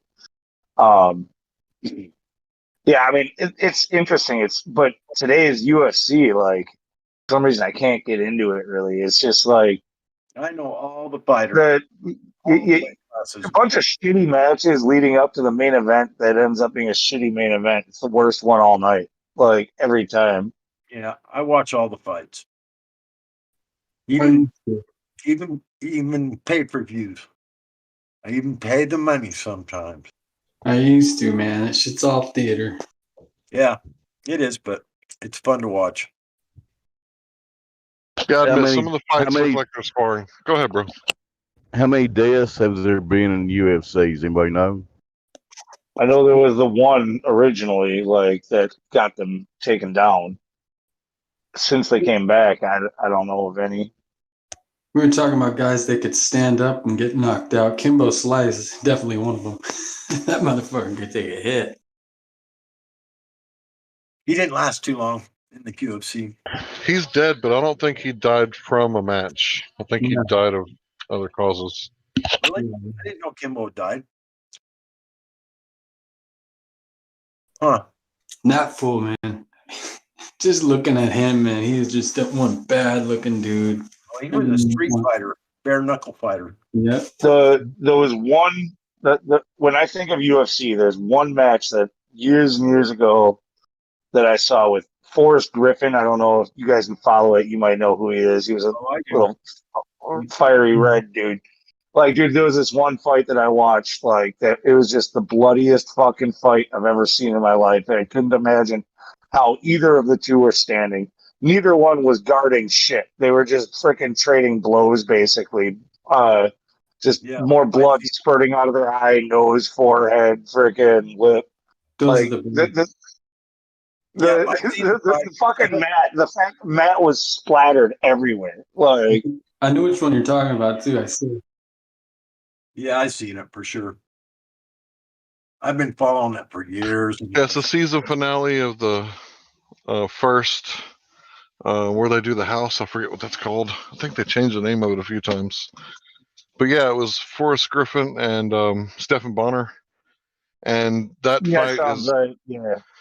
That fight is going to be like always one of the best fights because these dudes were reckless abandonment for like 3 rounds, beat the crap out of each other, and it was a perfect fight. It was like there was no clear winner.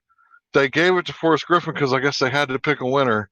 And then the UFC, Dana White comes out and he's like, you know what? I'm handing out 2 contracts. So Stephen Bonner and Forrest Griffin both won the contract. That's called the Contender Series.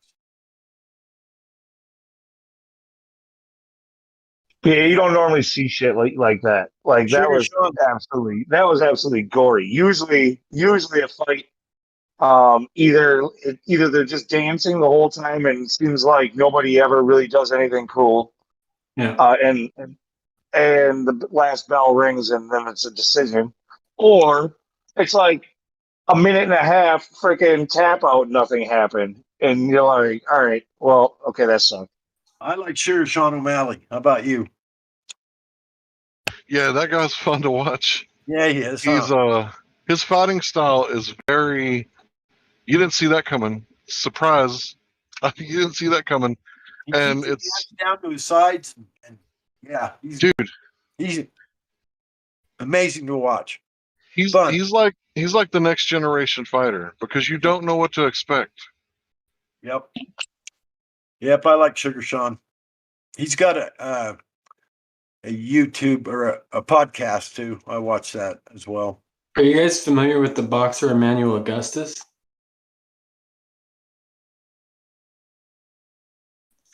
Anybody? Sorry, bud. I haven't followed boxing in a while.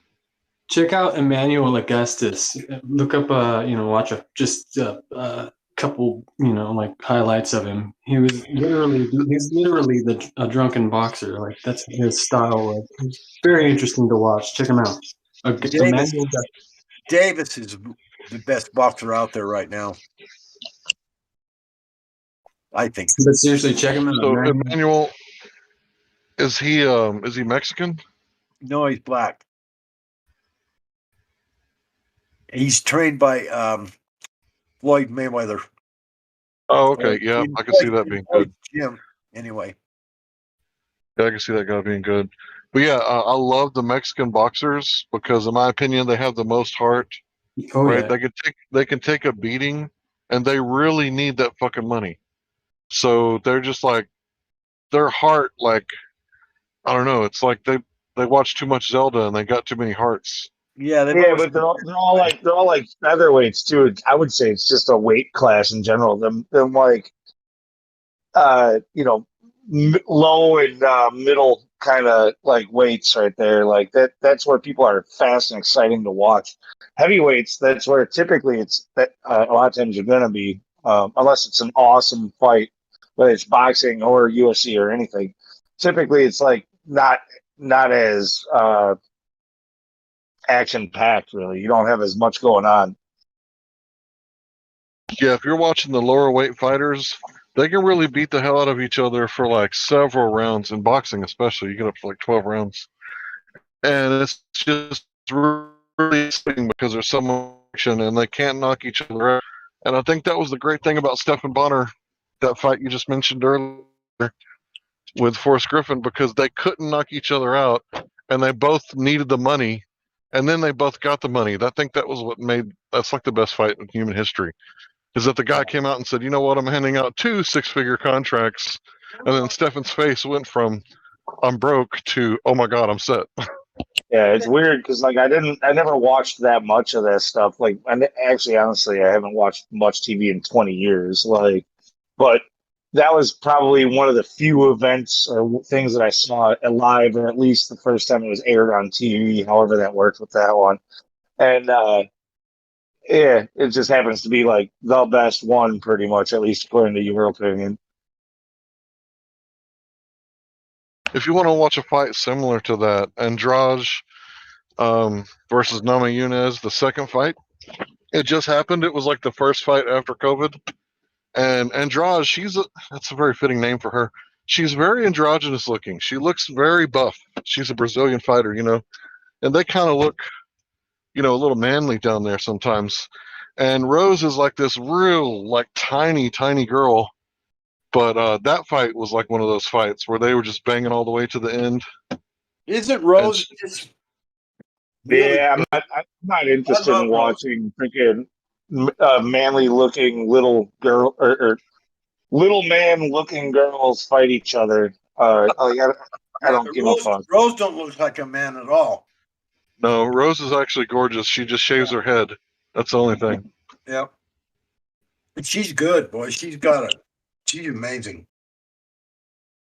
I think. I hate to change the topic, but there's a VC verified in here if you want to try to talk to him.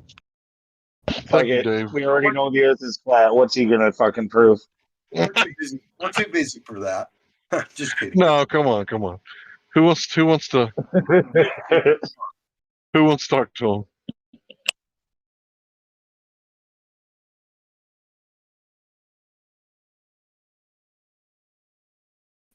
I would, but my mic never lasts long enough, so somebody else go ahead. You don't want to give it a try, Dave? I never do it because I always get someone butts in. Hey, Tar, welcome to the... Oh, sorry, God Rock. Petar, how do you pronounce that? Welcome to the server. What brings you by? Oh, Is my mic well, working? yeah, we hear you. Now Go I'm ahead. just like, for now, just listening in. Like, I didn't even plan to like speak up or anything. I'm just like listening to the flat Earth and things like that. Like, You Well, how didn't about come here. that's perspective. You didn't come here to prove that you live on a rotating pear in space. No, I didn't come to do that because I like like I've watched like all kinds of like the reason why I'm here is because like I watched those like videos that apparently like debunks flat Earth and things like that. And I was like, okay, I'm just gonna go to flat Earth servers or like flat Earth like forums, just listen to Yeah. this for a moment, just you know. Well, cool. If you really want to listen, then what you'll do is you'll go get one of your friends who will fight for a rotating pear in space, and we'll destroy him piece by piece while you watch. Sound good? I doubt any of my friends would be down to do that. No. You don't have a professor or a teacher or? No. I'm not at school Okay. right now. Nobody wants to get their ass handed to them by a flat earther. Yeah, that's true. I think people have kind of learned their lesson. So how about we ask just 3 simple questions? And if you don't know, you just say you don't know, and we won't ask you any further on that topic, and we'll move on. How about that? Does that seem fair? Sure, if it doesn't take too long, because I'm No, gonna sleep soon. It's it's almost 1 a.m. it'll be quick. So, anytime in ancient history up until now, has anyone directly measured the curvature of Earth? And if they did, how did they do it? Do you know? Ugh, actually, I don't know. Okay, that's a good How did I answer. say it? It's an honest answer. That's a very good answer. If you don't know, you don't know. All right. So, number 2, anytime in ancient history up until recent times, has anyone directly measured the Earth spinning on its axis? And it's okay if you don't know. Like somehow measuring. Well, I don't know. I can be imagine someone trying it with like by watching the stars, but I don't know. Okay. So, the number 3 claim of the globe Earth is that the Earth is an open system that sets inside of a near perfect vacuum. Is there any way that you can demonstrate gas pressure inside of a vacuum with no container? No, it's an open system. So imagine like you got some gas and you put it in the vacuum, but there's still parts of the container that are vacuum and then parts of the container that have gas. Do you know how to do that? You know how that would Well, be possible? I for sure couldn't like demonstrate in any way, so I don't know how I would be able to. But I Right. like when I first joined, so like when I was like voice verified, what was the full name again? Like Wolf something. I guess like one of the moderators. Yeah, like he also told me about like how that apparently doesn't make sense. Like how you can have a Earth like an open Earth and still have like all those gases without escaping into the vacuum, that sort of thing. Talking about Yeah. Wolfgang Hope, Yeah, it would be so gas very pressure. right.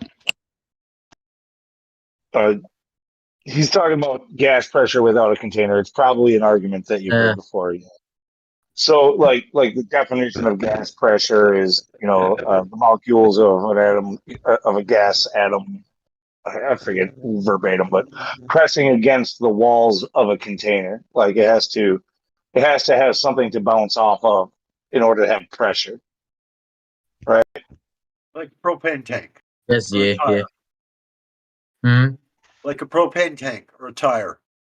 Hmm. Pressure in it. Yeah, I know what pressure is. That's I get that. So, going by what you told us today, is that you don't know if any of this is possible.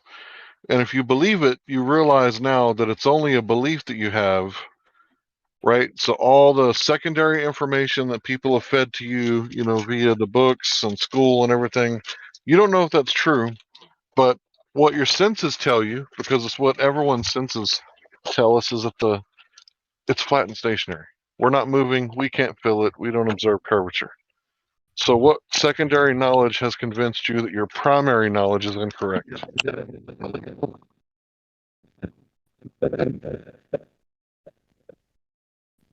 All right. I'm sorry, I'm a little bit too tired for that stuff. I don't know. I guess just because I don't know doesn't mean like that it's true or untrue.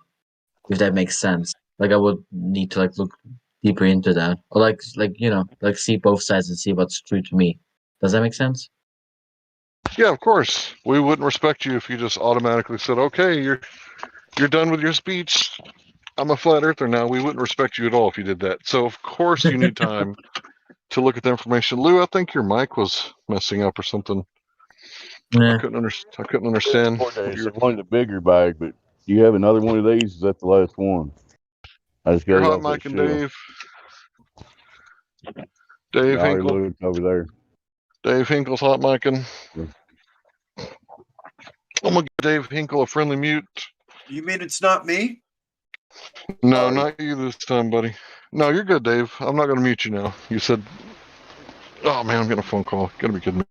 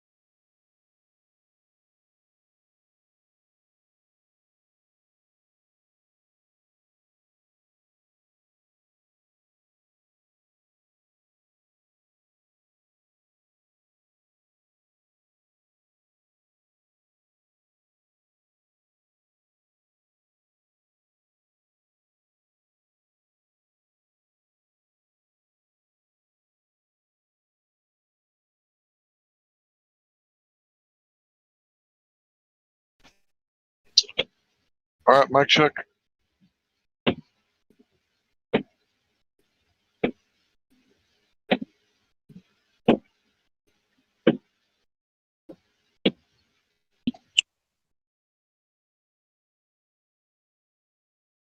Your mic's good.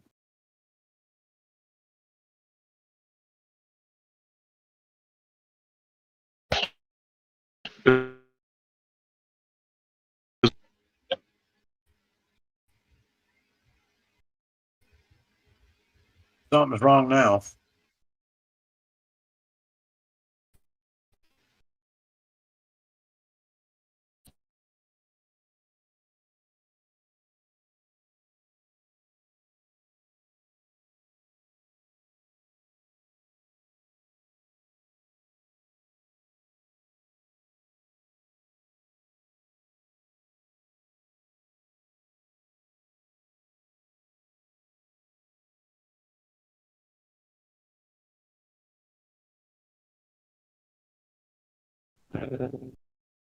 Mic check. Everybody quit talking.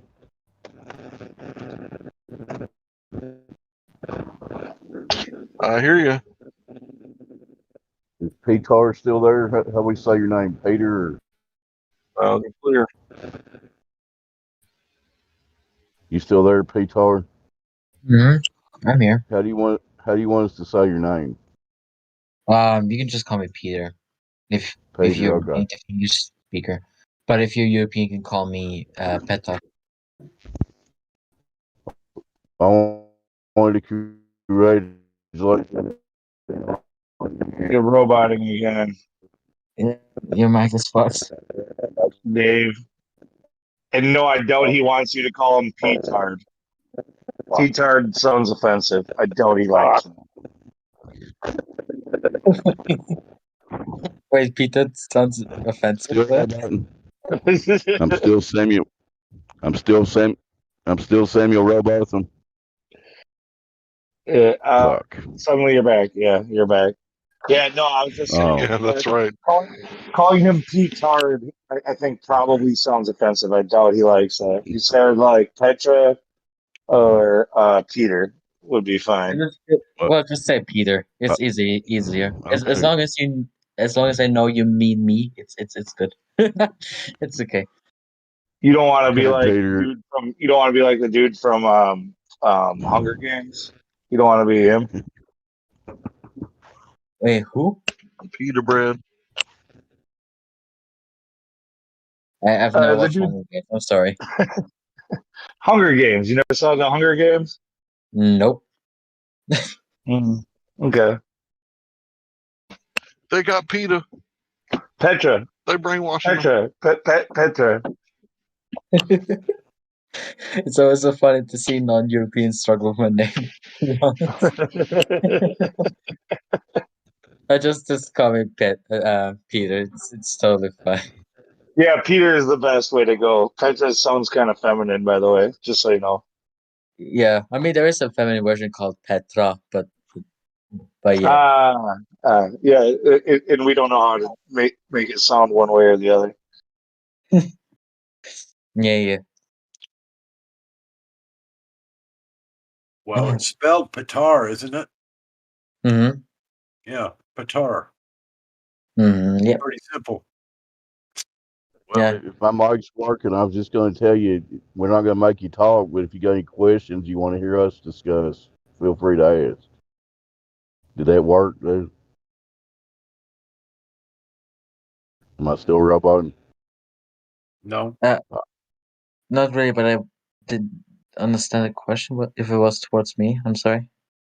I was just telling you we're not going to force you to talk, but the new people that come on the server always get picked on. So if you've got any questions you'd like to hear us discuss, feel free to ask your questions, is all I was saying. Okay. Got it. Yeah, I guess it would be best to talk about like how you got interested in the flat Earth, how long you've been looking at it. Like, let us get where we all are trying to get a feel for anybody who comes in new. We're trying to get a feel for like how interested they are in the topic and how much they actually already know about the flat Earth, or if they maybe are on the fence, or if they're leaning towards the globe, or if they're leaning towards flat Earth. Like that's kind of the way that everybody's always looking at the new guy. I see. Well, I mean, it has been I guess 2 weeks since I kind of went on. It was kind of random. On my recommendations on YouTube, I saw you guys probably know those videos of the Professor Dave person. He made some videos about flat Earth, and I saw his videos. I just watched them all through, just doing work, just I did some kind of background noise, and also just interest. Okay, so people as as a regular person raised up to believe that the Earth is a globe, right? To me, at first, it sounded kind of. I'm sorry to say that, but kind of crazy to know that people still believe in a flat Earth. Because what I believed, or what I think, is I thought it was an outdated belief that it's flat, but I don't know. So I kind of from then on, I was on different. Well, I was on one other flat Earth server. I was kind of talking with people there. I was okay, I'm just gonna go ahead and talk with more flat earthers just to see how what made them believe that the Earth is flat, so I can kind of understand them. because I'm usually the type of person, like, if I see an out, like, I guess, how can I say that? So, like, if somebody has a belief or opinion about something that's kind of outrageous, I dislike going like, oh, that person's crazy. Fuck them. Like, no, Yeah. I actually want to, like, understand, like, okay, how did that person come to that goddamn conclusion? Because Right. doesn't that happen And out of nowhere that that's they good.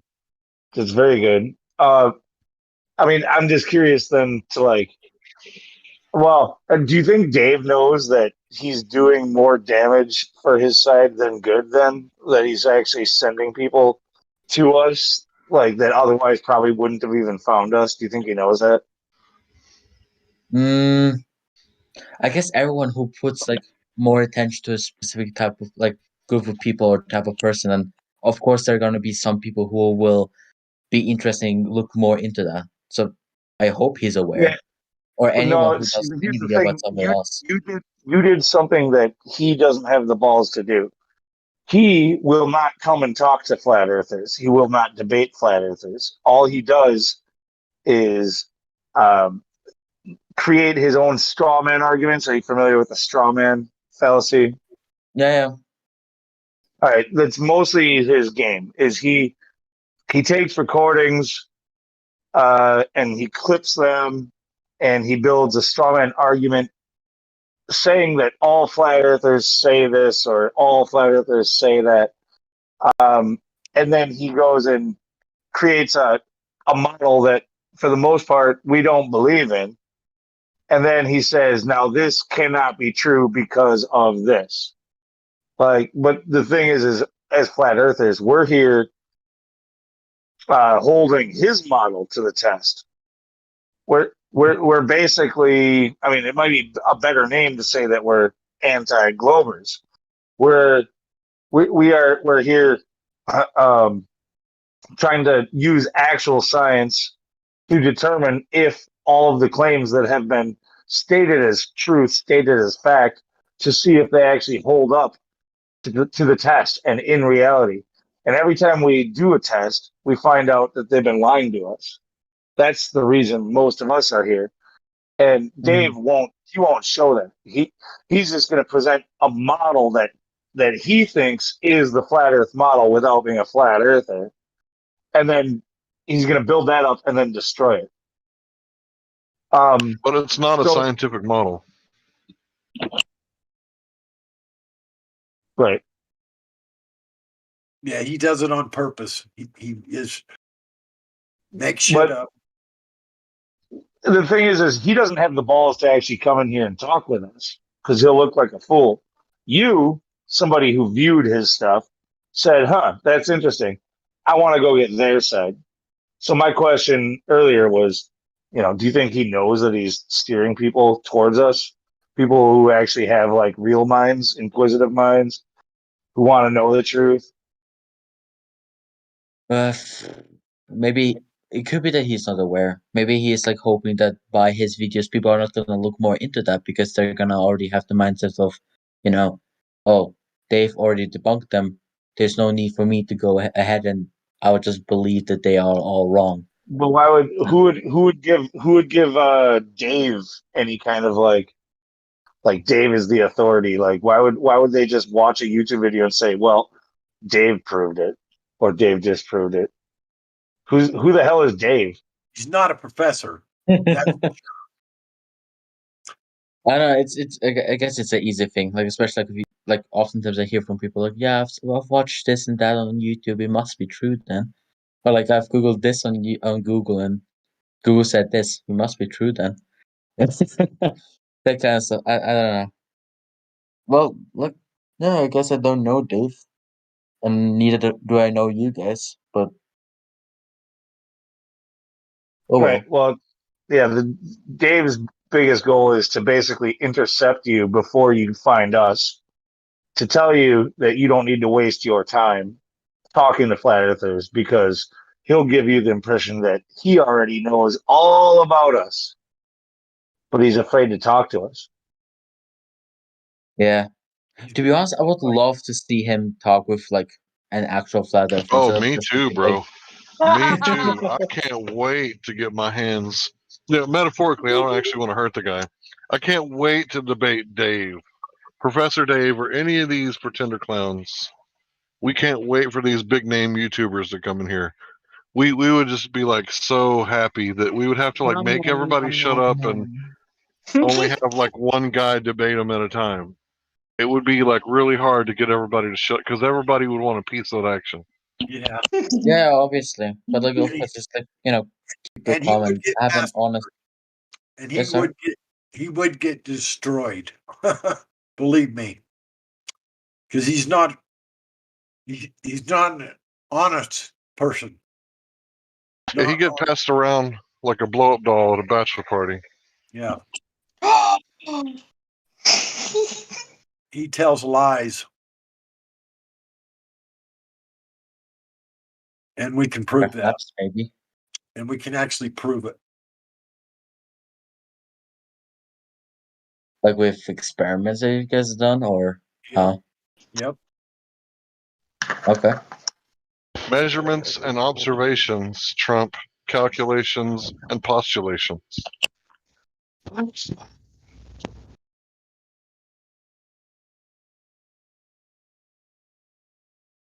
All right. All they I was got is looking at both. calculations and postulations. They don't really have anything concrete. And what they do is they make their theories that are not scientific concrete. They try to make them concrete, seem concrete. But I mean, the way I know, well, I might be wrong, but the way I understand science to work is like they make a hypothesis on why a thing does a thing, and then they test the thing if the hypothesis is true. At least that's how I understand. Yeah. Generally, that's a really layman terms way of saying it. Yeah, that's true. But how do you test it? There's a specific way to do the test. You can't just look at another thing and say, "Oh, it's solved." Like you have to know what is the cause of the effect in order to actually see how something happened, right? Mm-hmm. So you have to isolate independent, and you have to you have to have an independent and a dependent variable, and you have to isolate, the cause by manipulating something. So if it's something that you can't manipulate that you're trying to test, then all you have is an observation, which is the first step. You're skipping step 2, 3, 4, and 5.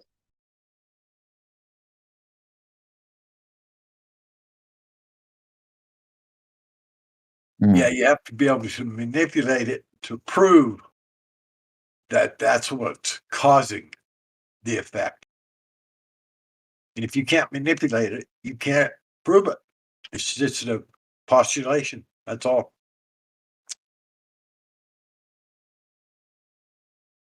Yeah, then you're talking about correlation, not causation. Right.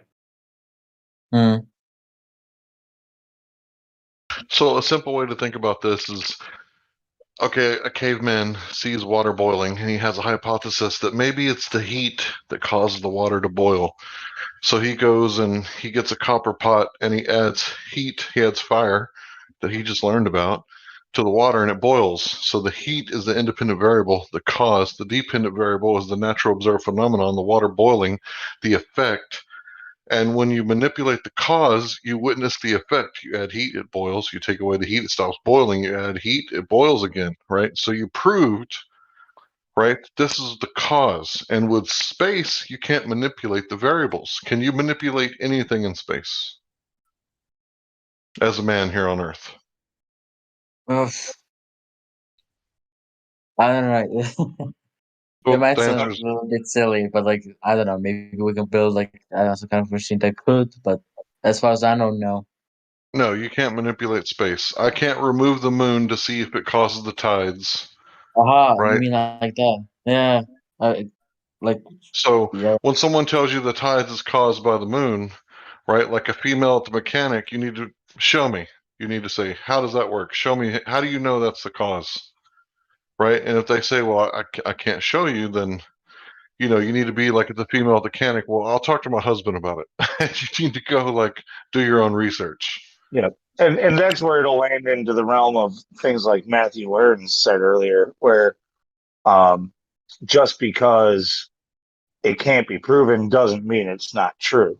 You know, all of a sudden, you start talking about, well, okay, the moon and the tides. The moon caused the tides. Well, can you prove that? No, I can't. It's unfalsifiable. But my postulation is good enough where it's going to at least win over the public opinion, and you're going to have see it starts getting to these that's pretty much the game that they're playing with that stuff.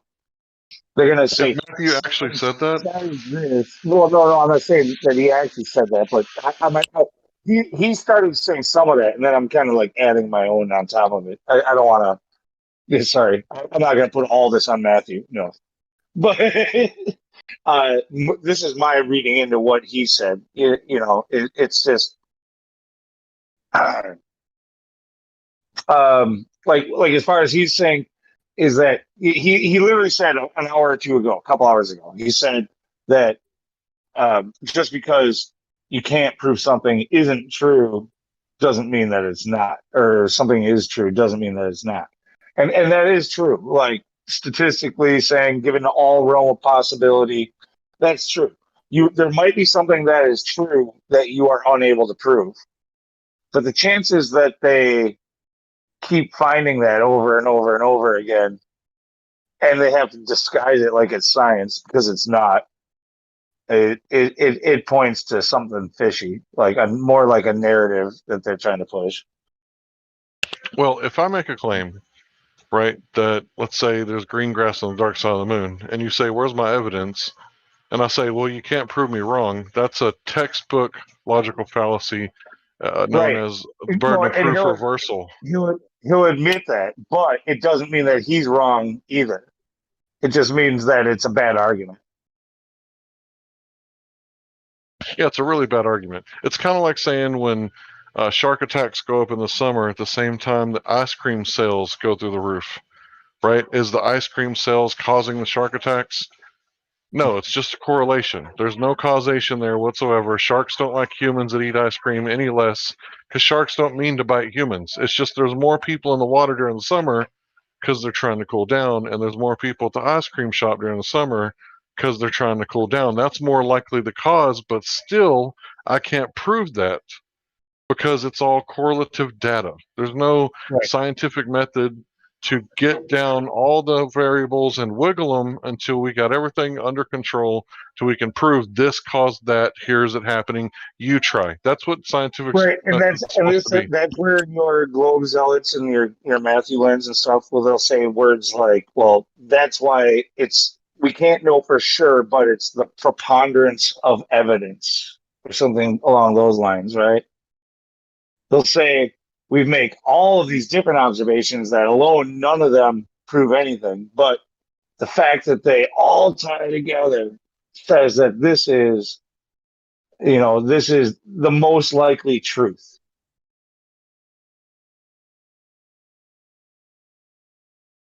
So yeah, it's kind of like, this is what I came up with.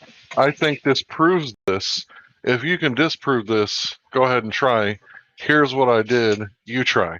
And then that way it's falsifiable. Because if I say enough heat during enough time will boil water, you can try it at your house, in your kitchen, in your garage, and you can either prove it to be true or you could prove it wrong.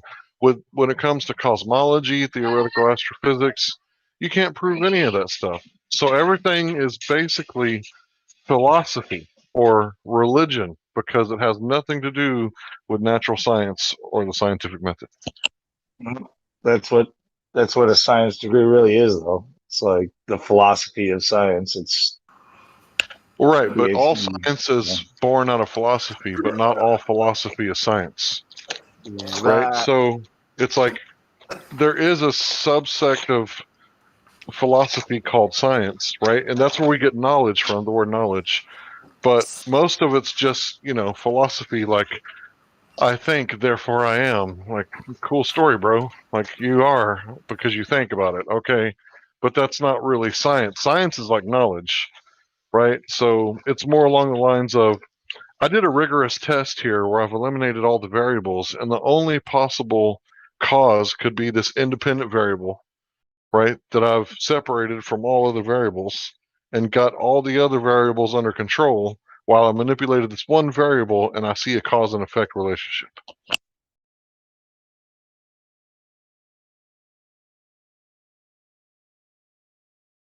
Yep, no argument there. No. Anyway, we started talking with somebody. So, Peter, that what do you have? What do you think about that? Like, what is your understanding of science now after listening to us discuss it? Yeah, I was wondering who you two were talking to this entire time. I was waiting. Well, to be really honest, like I'm still, I guess, unsure. Like I cannot decide. Like, okay, yeah, the flood is the flood. I can't talk. What's The Earth is further, flat or man? not? I cannot. What are you talking about? You know How, what? how about a Fill how up your about a little sink pop full of quiz? water, put a plug in it, fill up your sink full of water, and then look at the water and tell me if it's curving. I got a little pop quiz for him. Okay, Peter. So, we're gonna ask, um, do you agree that science is the application of the scientific method? Natural science is the application of the scientific method. Do you agree with that? Wait, hold up. So science. Wait, can you repeat that? I'm sorry. So sorry. Okay, what is science? Have you heard of the scientific method other than before today? Like at least from how I understand, like scientific method is just like creating hypotheses, doing experiments to verify that or not. Yes. Yeah, And if yes. it's like Yeah. correct or incorrect, then you write it down somewhere, and that's science. That's how I Well, understand. it's more than that. It's more than that. There's definitely more than that. Yeah, for sure. But Lou, you've can I heard of this ask you a method, right? question? Lou, can I ask Peter a question? Yeah, I mean, it's going to distract the line that I was trying to take him down. Oh, I'm sorry. Go ahead. All right. So you heard of this method. You were taught this method. You might not be skilled in this method. You might not have cared much at the time when you learned it, but you know of this method, right? And do you agree that that is what science is following that method? Is that what science is? Yeah, or at least it should be. Right. So with that in mind, I'd like to ask you a couple of questions. All So right. do you think chemistry is science? That is science. Yeah, is chemistry science? I mean, it's for sure involved in some way. Like Are chemistry is you able just to use the scientific method and prove cause and effect relationships in chemistry? Yes. Say yeah. Yeah. Sorry, He I'm was really hoping you. Yes, yes. The answer is yes. Okay. So do you understand? Do you understand why the answer is yes? yeah. Okay. Now I have one more question. So Yeah. as- is astronomy, if you're an astronomer, is that a science? If I think about what you said earlier, like we The cannot study like the study of observing stars, like the study of the stars, is that science? I I would say it could be. Like if How? you like see something happening, then you make a hypothesis on why it could be happening, and you How could just you basically determine? watch. I'm really unsure, but I think it could be in a way. But it's just I guess it's just more difficult because you cannot demonstrate it on Earth because it's all in space. Can The you only thing you can do. can you manipulate a variable and change the effect based off of what you've done with the variable? Like if you change something, can you change the outcome when observing space? Nah. No. So therefore, you cannot manipulate anything to determine what is the cause or of the effect, right? With that So when it logic, comes to no. the things that they typically call things like astronomy, they call it a science, but it's not really a science. It doesn't use uh, any the scientific method. Period. In cosmology and astronomy, like um, all they're doing is observing, and observations are great. We observe all the time. It's the Mhm. first step to actually applying the scientific method, but you're not going all the way through with it. You're not able to. It's not science. It might be related to it, but it's not. It's not it.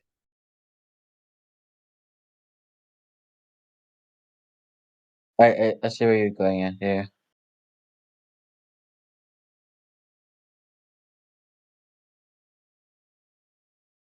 Hmm.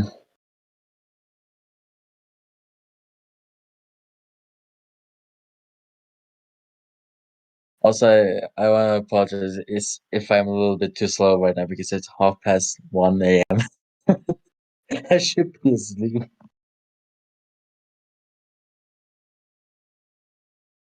Don't feel bad. Don't apologize for that. Yeah, you've been good to talk to. Hmm. So, okay, so what's all? So maybe Sonny can also tell me something real quick before I need to go and sleep.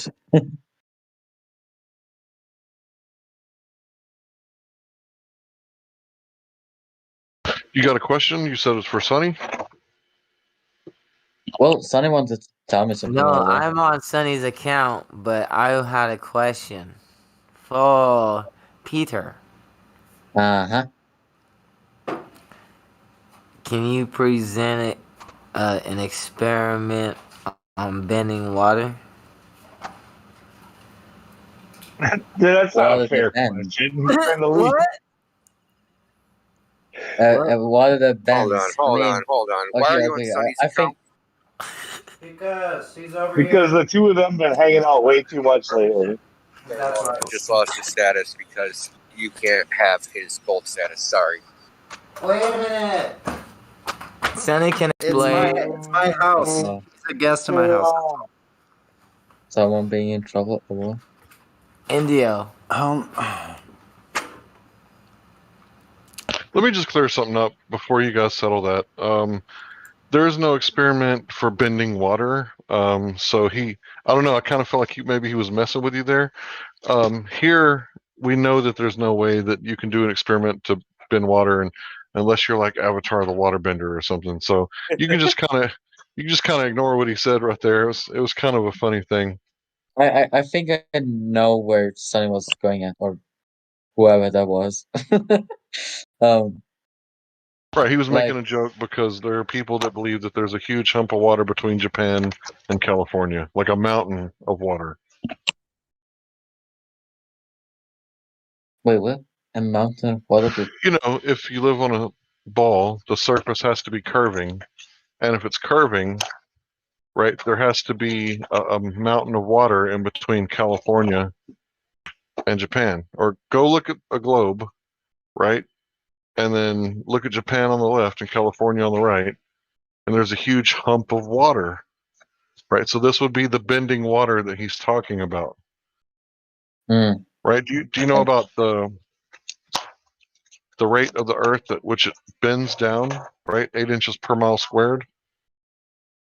Do you know about Hello? I've heard. Well, at least I've Hello. heard it from the Dave video though. I remember that. But yeah, so like that's the I guess the apparent curvature thingy. Yeah, that's the I have curvature rate. Hank? Go ahead, sir. Yeah, but you gotta wait. I have He's a gotta wait quick his question turn though. for you. You gotta wait your turn. How That's would rude, dude. I'm gonna ban you in like 3 seconds. You're being rude. Okay, he was talking to somebody else. Wait your turn. Okay, I'll wait. You can wait. I will be asleep soon anyway. So you're signing off. He's been trying to go to sleep for like 20 minutes. Oh, okay. Yeah. So we don't. I don't like bad precedents. Wait, you don't like All right, what? Sorry. Go ahead and go. Sorry. Hank? Yeah, go ahead with your question. How would gravity work in a flat Earth? Well, what do you mean by gravity?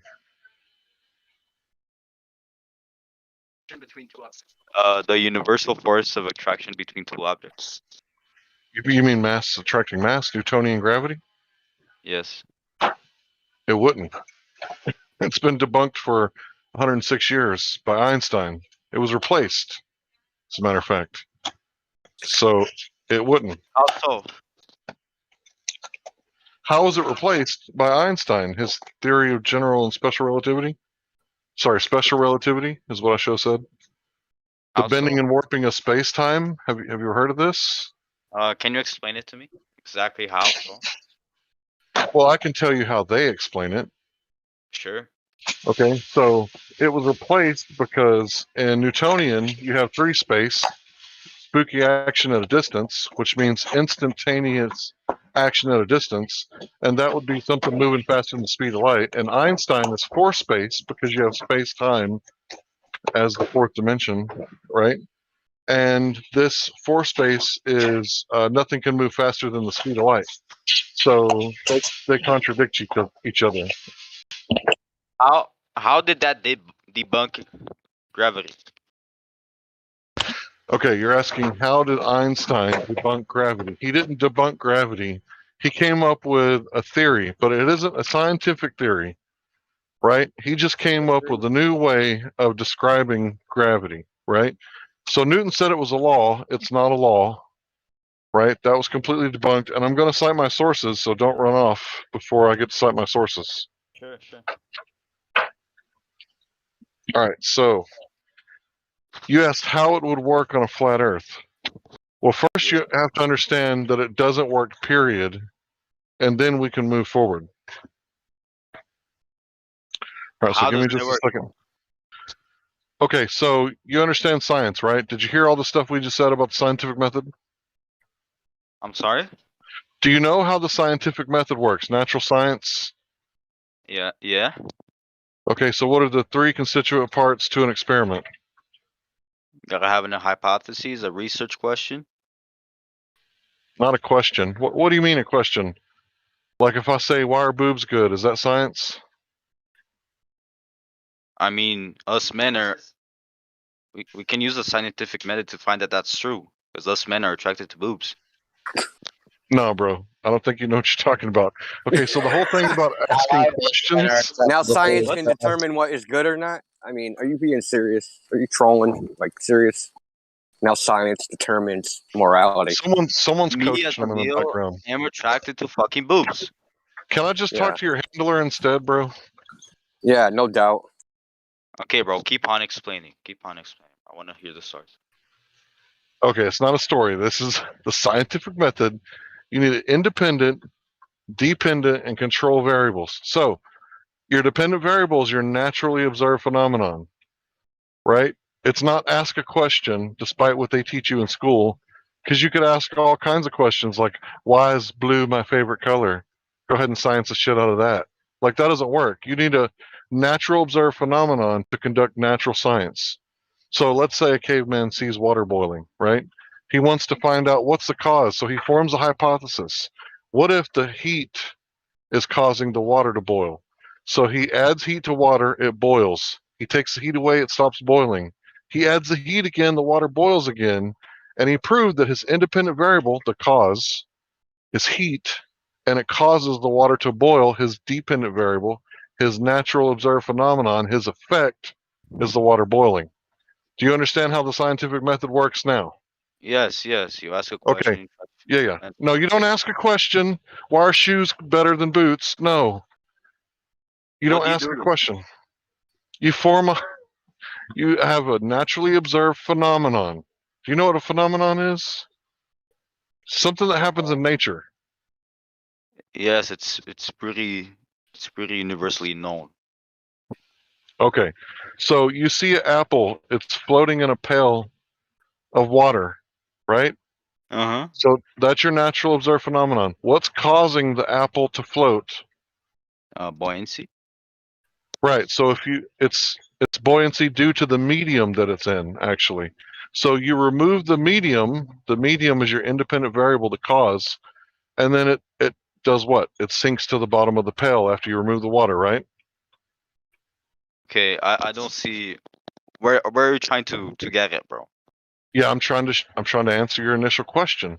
First I had to teach you how science works, and now I'm teaching you this hypothesis is there is no Newtonian gravity. There is no Einsteinian gravity. There is no dark gravity.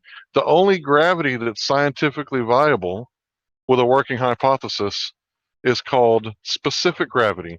So, like I said, if you remove the water from the pail, like, What hold do you on, mean bro. by Hold on. scientifically Hold viable? on, bro. Uh, Hold on, you gotta bro. define Hold it. on, bro. It's subjective, Hold dude. on. It Hold on. doesn't work like that, bro. There's no You're subjectivity getting to nowhere, it, bro. That's bro. all redundant, bro. There's no. Look, I'm Fine. gonna mute you if you don't shut up. Yeah, because You asked me a question. I'm trying to Yeah, answer it. because Now you're let me talking answer it, over it. bro. Go. You're she talking doesn't want over me to the talk. answer.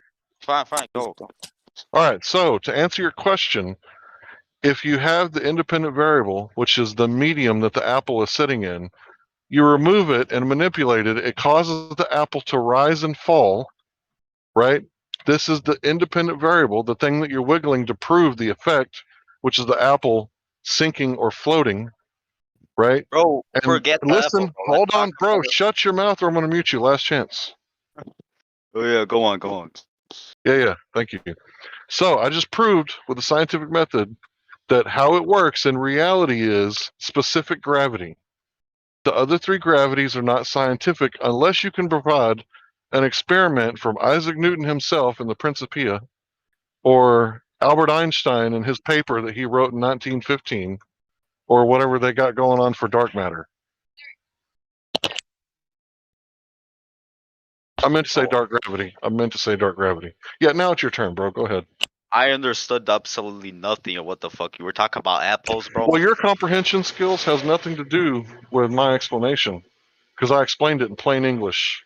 Okay, so if it's not gravity, what is Specific gravity. Did you look that up when I told you to? Did you Google that? specific gravity? Specific gravity. Did you look that up when I told you to?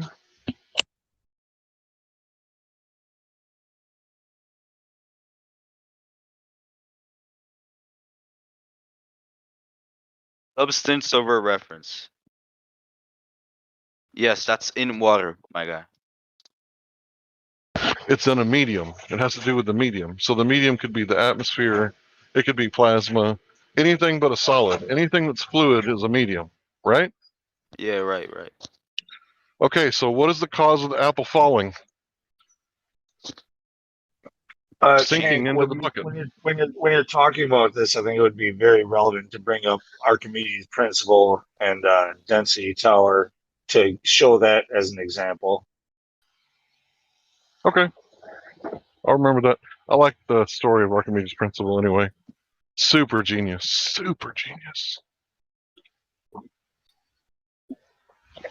Like, that was some next level stuff. It's like you can't destroy the crown, but we want to know if we're getting ripped off. Is there any silver in this crown?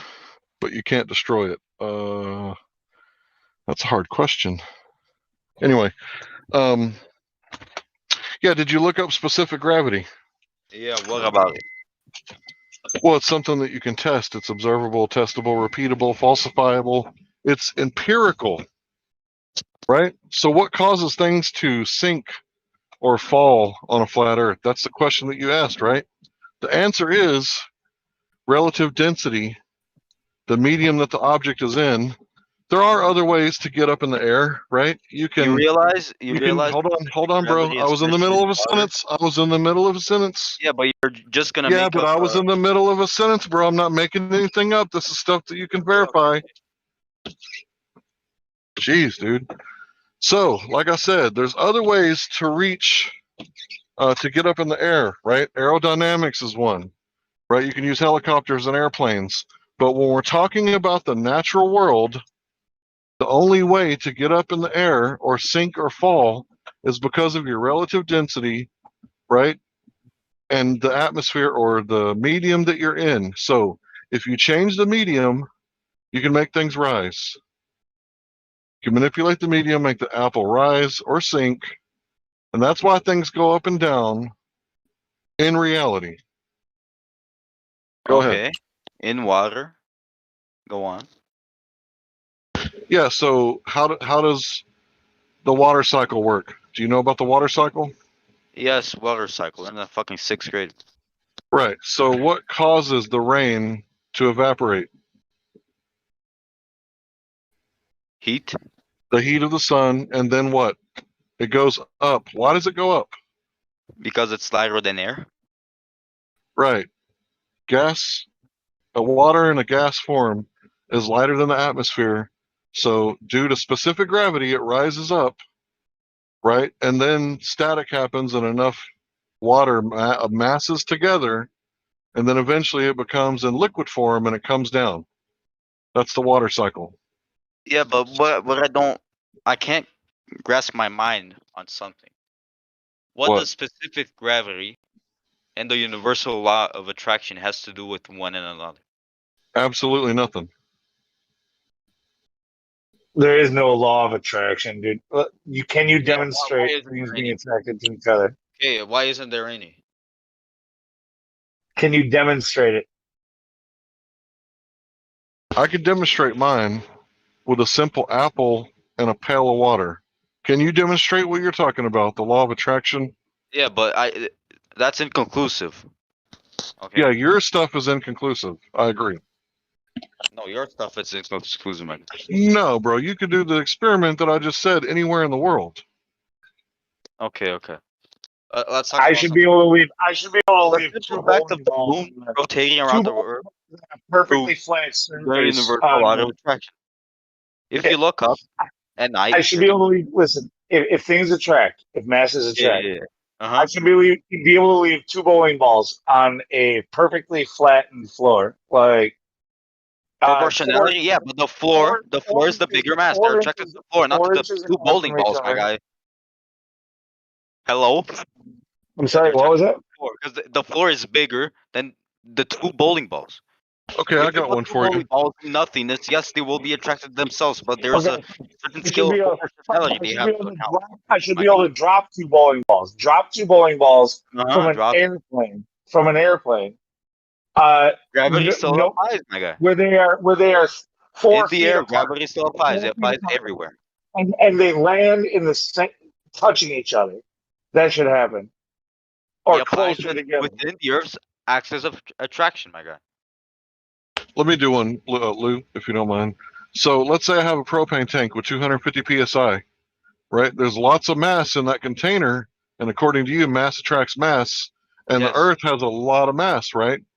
So when I open the container to the propane, is it going to spew out, or is mass going to attract mass, and it's going to hold it down into the container? That's pressure. Right. Where's the gravity? You said mass attracts mass. In this case, the floor, the tile floor, would be what's attracting the mass. But the gas inside the propane tank is lighter than air, so it's going to go up. Right. So how are we breathing right now if there's a vacuum above the Earth and the Earth is an open system? Because of atmosphere. No. The atmosphere is the ozone layer, my gas. guy. Do you know what the ozone layer is? Is the ozone layer like a propane tank? No. So why would you say ozone layer? Do you know what the ozone layer is? Yeah, I was born in the 80s. What is it then? It's allegedly a layer of ozone at the upper atmosphere. But how does it hold in the atmosphere because we have atmospheric pressure on Earth without a container, according to your model, which of course violates the laws of gas pressure and the second law of thermodynamics. My guy, The, what? the laws of gas pressure. Your model violates the laws of gas pressure because in order to have gas pressure, you have to have a container. Where's the container on the spinning water ball Earth model? Container is the ozone layer, my guy. Air No, doesn't that's the contain thing. air, Listen, bro. yeah, Hank, you need to highlight that. That ozone, when he said ozone is a layer, he's thinking of ozone as being something different than air, different than gases. Look, Yes, the it's the layer, ozone, but it's different. the ozone is made up of different gases. They're the lighter gases. Okay, they're the ones that Okay, rise to the okay. top. It's like the density tower we were talking about. Okay. But gas does not contain gas. They don't. One molecule doesn't stop another from going anywhere. They have to bounce off of each other, and but they all move omnidirectionally. Yeah, Okay, but so do you realize that the ozone layer is, a very, very high concentration of ozone? Okay. It covers the entire planet. ozone, it's just gas. It's just gas. Why is that gas that wants to rise to the top not escaping into the vacuum that is directly adjacent to it? If it's the top layer of everything that's holding all of our air that we breathe in, then why isn't it gone? Yeah, because you understood it perfectly when I said propane tank, and you said, "Oh, it's because the gas pressure." And now That's what that I'm gravity talking to kills. Earth, oh, that's where gravity comes in. So it doesn't work at the surface level of the Earth where the Yes, but gravity is it's the a very, strongest, very high but it quantity of ozone, works. my guy. Oh, okay. So how does that prove that that's going to hold in the Earth's atmosphere? Sorry, what? Okay, I said, how do you have gas pressure without a container? You said ozone layer. So if you come up to me, right, and I'm selling propane and propane accessories, and you want to buy some propane, I say, where's your tank? And you say, oh, I got some ozone layer right here in my hands. How is that ozone layer going to get you home so you can grill your mother a steak on Mother's Day?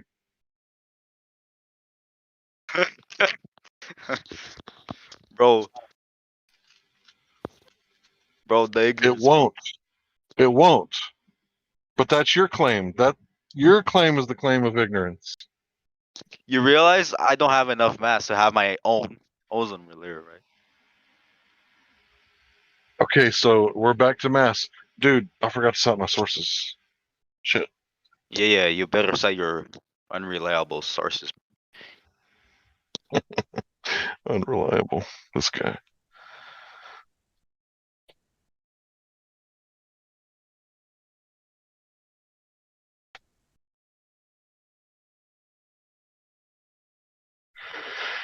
All right. Can you see the live stream voice text? Okay. Can we move on to this? What can we move on? We just got here. We just got to my sources. Now you want to run? Okay. Let's get into your sources. I'm still Okay, waiting. so we have the double slit experience. Can you see the live stream voice text? 47 minutes after the hour. I'm sorry. What? Live stream voice text. It's the room right above this one. Live stream voice text. Yeah, I'm looking.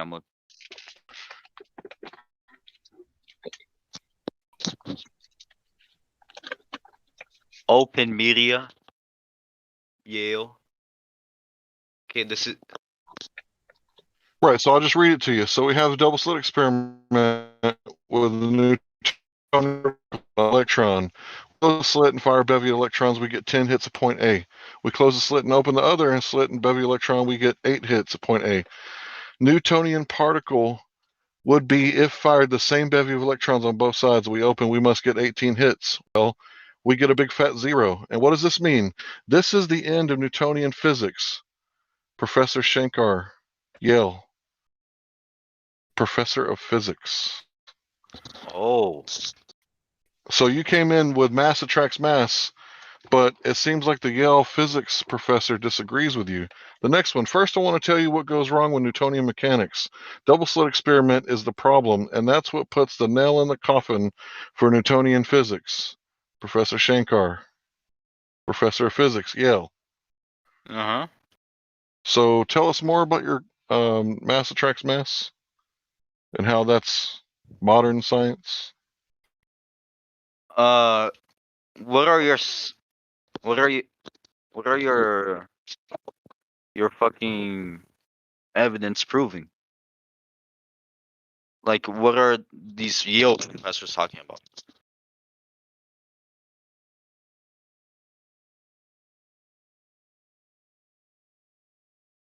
Wait, give me a second. I'm reading.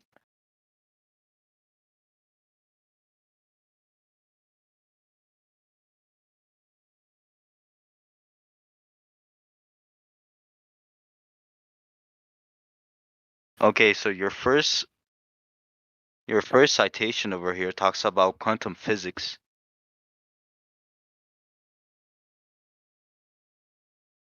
And how quantum physics kind of contradicts gravity.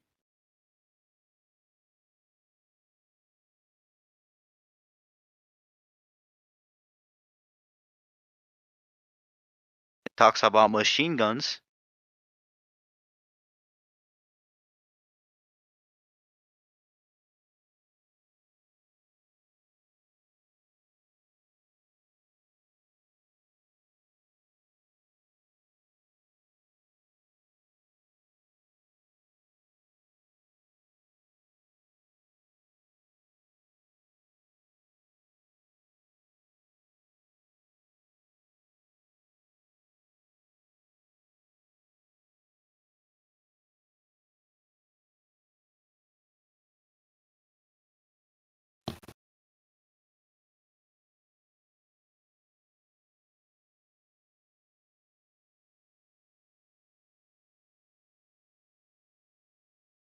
Bro, why you mute yourself, bro?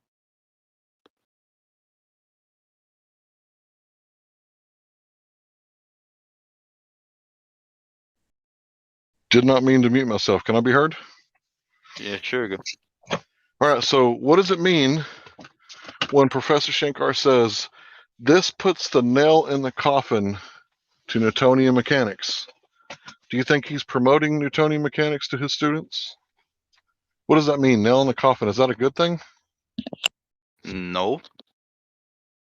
So it means that Newtonian mechanics is dead, right? According to him. According to him. So you came in here talking about mass attracts mass, right? And you just found out that what they've been teaching you in school is wrong. And the sad part about it is they known it was wrong for a long time. This double slit experiment, it's not new. It's been around for a very long time. So why are they teaching you the wrong stuff in school? Why do you think it's wrong? Dude, I don't think it's wrong. I know it's wrong. Can you play tetherball without a tether? If you got a tetherball pole and it's got enough mass, can me and you play tetherball without the tether? I have what's with enough mass? I guess so. No, I guess not, bro. Newtonian mechanics is dead. Mass attracting mass is not science. Hey, There's no how can you scientific prove it? experiment. How can you prove it? How can you You prove it? can't. You can't prove it. Yes, you can. No, Well, how then do you prove it. think of the planet's attraction to the sun? The Okay, exploding star. that's just a cool story, bro. You have no science. No science. You have no science. Seasons, time zones, the moon. Hello. Are seasons science? The horizon. What Is else, the bro? horizon science? How is it not Bro, science? bro, what It's is a science? What phenomenon, is isn't it? Isn't it? What is Isn't it? natural? Isn't it nature? What? Hello. Okay, listen. Okay, Bro, you I'm just say driving my stuff car. with Bro, no back shut your information. mouth. Shut your mouth. You're the Okay, one okay, projecting right now. go. Yeah, shut your mouth. Yeah. Okay, so I'm driving my car right now. My car has an alternator, but I'm not driving my alternator to work. So a part is not the whole. That's the fallacy of division or composition, excuse me. So if you make and observe a natural phenomenon, it's not yet science. That's only one step of the scientific method. So to say that observational science is science, that's not science. you have to do a hypothesis test, which is called an experiment. Without the experiment, it's not science. It's not natural science. There are hundreds of experiments regarding the sun. Right. So The show horizon. me one. Show me. The horizon? There are fucking thousands, bro. Y'all use them. The sun? NASA, have you ever heard about NASA? Oh yeah, you guys don't I've heard believe. about NASA. Yeah, Give you me guys a don't believe. viable hypothesis from NASA. Elon Musk. Oh, who's that guy, right? Give me a hypothesis. Give me Elon's Yeah. hypothesis. How does saying a couple names prove anything? He's name dropping. How I about know. Metallica, bro? How You about know Metallica? that's fallacious, right? It's an appeal to an authority. It's fallacious reasoning. Can the authority be wrong? I mean, the authority is science. Can the authority be wrong? It sure NASA's can. a space agency, not a science Are you a agency. Christian? Are you a Christian? That religion has Are you a nothing to do Christian? with Are you a with Christian? Are you a science. Christian? Are you a No, Christian? Do you believe in God? no. Do you believe in God? Do you believe in God? Listen, I'll bitch slap you out of here quicker than shit. Science Bro, and religion don't mix. Don't why? ask any They questions don't. about They religion don't. because it has nothing to do with science. Religion is a way for humans to understand phenomenons. You But can't God, prove anything about religion. Religion doesn't prove anything. Poseidon You is used to explain the earth. Okay, All right, Oh bro. my I muted god. you because you just went into like non sequitur. Religion has nothing to do with what you're talking about. And I get it. You're spiraling because I just destroyed your gravity, right? And you have absolutely no science to back it up. But you need to take a deep breath, recenter your chi, get your shit together, and start looking for a valid hypothesis for gravity. And if you can't find one, then you need to admit that you're wrong. Okay, I'm going to mute you now. Take a deep breath, bro. Oh, he's gone. Open. My bad. My bad, Hank. Oh, did you send him? No, I didn't get rid of him. I ran him off. Oh, it's all right. Oh, you guys ran him off again. Oh man. I can't stand that. Let's go to religion so I don't have to address the actual point. I can't stand that. I wanted to smack him all the way from over here.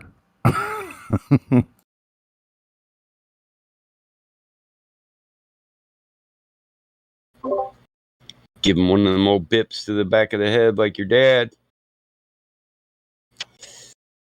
Yeah, it just blows my mind how they all think that an observation can be science. It's just fucking so stupid. Yeah, I drive my alternator to work every day. I'm riding a starter. Hell yeah. I ride Stardust everywhere I go. Prove me wrong. Purple haze all through my brain. Lately things just don't be the same.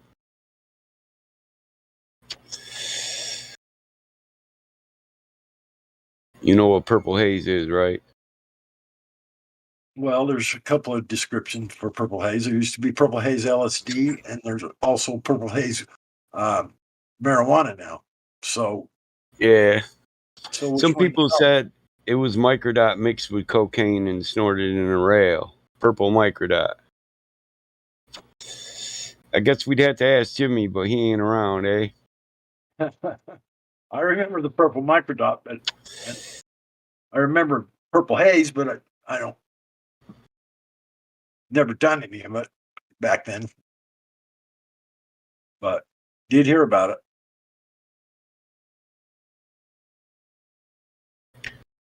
Purple Haze. Isn't that a Jimi Hendrix song? Yep. Feeling nervous, and And I was trying to tell that dude it wasn't his fault that his teacher lied to him and that he believed the wrong shit. But he just couldn't control his ego long enough for us to get the message across.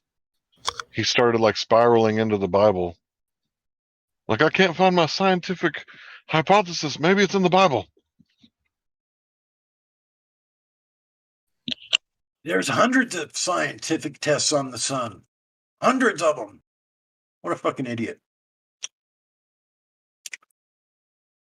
He just needs to put his ego aside and come back inside and say, you know what? I think Professor of Yale probably knows more than I do. So what else do you got? I mean, that would be like the honest thing to do. And that wouldn't really be an appeal to authority. You know, it would just be like putting your ego aside and give me more information. Let's see if this professor's right. Or maybe he's a retard. You know, maybe he got hired because of affirmative action or something and he doesn't know what he's talking about.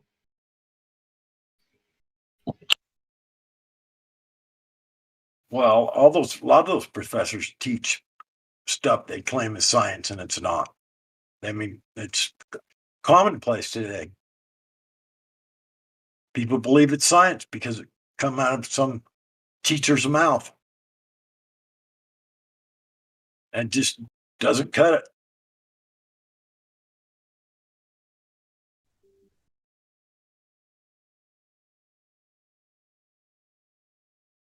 People just don't have a real clear understanding about what real science is. They just don't.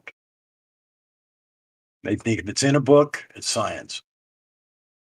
The teacher said it, it's science. Doesn't have to have any validation other than that. And that's sad. I mean, it's really ridiculous.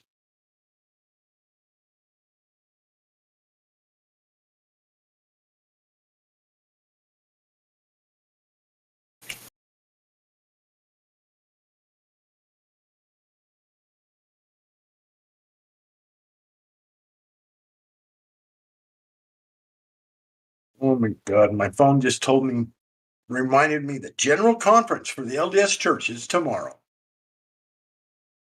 Nice. You going to hang out with the Latter-day Saints? No. No, I It's do cool if not. you do. I don't care. No, I don't. I'm just not. I don't buy into they're heliocentrist, brother. They believe in the ball. They believe in all these different worlds out there that they're going to inherit and all this weird stuff. I mean, they got some good morals. They, they're basically kind, nice people for the most part, but they believe in some really weird stuff. A lot of people do, bro. Right. I know because I lived here my whole life and listened to it. I got my family, my sister, for one, is the head of the Relief Society in her ward, which is the top dog as far as a girl in the church. She's the head of all the women in the church. It's like, okay, do your thing, sis, but I don't want to hear about it. I'm pretty sure the lady across the parking lot just took a picture of me. It's kind of weird. Is it a lot lizard? You're a truck driver, right? No, I'm not a truck driver. That lot lizard fell in love. She's talking you, Hank. Oh, there's my boy. Yeah. Nope. I just looked at the sunset. It was most likely the sunset. The sunset's pretty spectacular right now.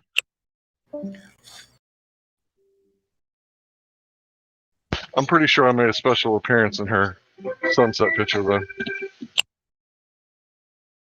Oh, my buddy's a truck driver, man. His truck caught on fire. He sent me a picture of it burning on the side of the road. And there was this awesome sunset behind it. I said, look at that sunset. He's like, fuck you, Mike, my rig. I was like, well, couldn't have happened on a more beautiful night. You didn't have a fire extinguisher with him or what? He did. It ignited too quickly. Too much was already ignited. He couldn't put it out. So we watched it burn. Bummer. He said, we can rebuild it, right? I said, yeah, we'll just need a whole nother truck to put on that frame, dog. That's all. Might as well just, get a truck that needs donor parts and we'll use yours as donors, motherfucker. It's actually what we did. Working on semis is a lot different than working on cars, though, man. You need heavier equipment to move motors. change wheel hub assemblies. They're fucking big. Yeah, they still use split rims on those things. But yeah, some do. Yeah. Those are dangerous sometimes. Oh, You don't, fuck. Ain't that the truth? you don't know how to mess with them. Take your head right off.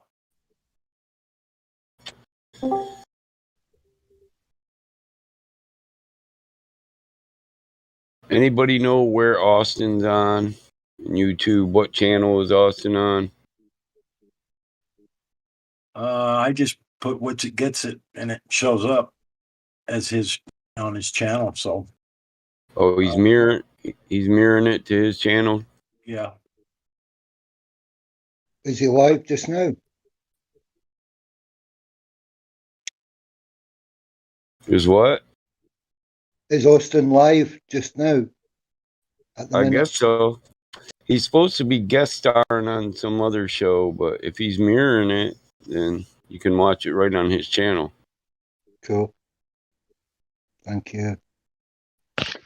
By the way, I did cite my source on the scientific method about how if you don't have a scientific experiment, we don't change our minds. So until that dude comes back with a valid working hypothesis Oh, he's that's got a new stream. falsifiable, This stream that started 55 minutes ago. It's still live, I think. Really? Where's that? The last notification I got is 2 hours ago. What the hell?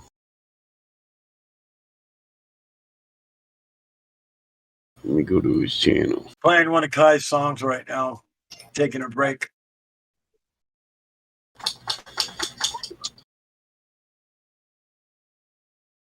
He's in downtown Los Angeles on the street.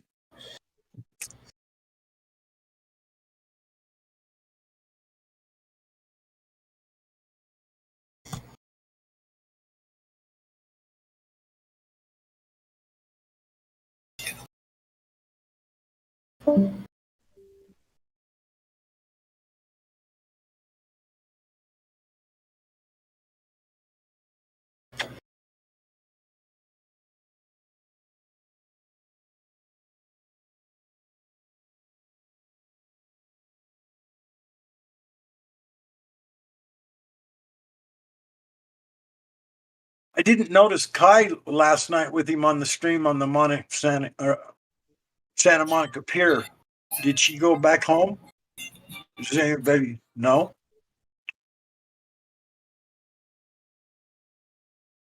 No comment?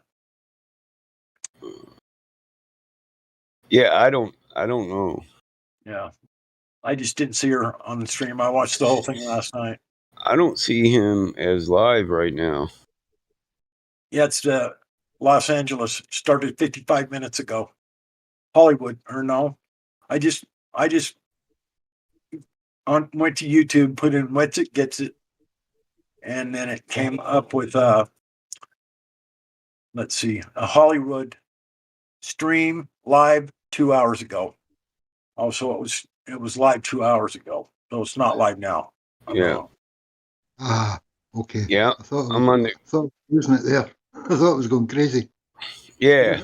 Because I I think go to he my was looking at his notifications. Sorry. I'm on the laptop, and when I look at my subscriptions, it shows me who all is live that I'm subscribed to.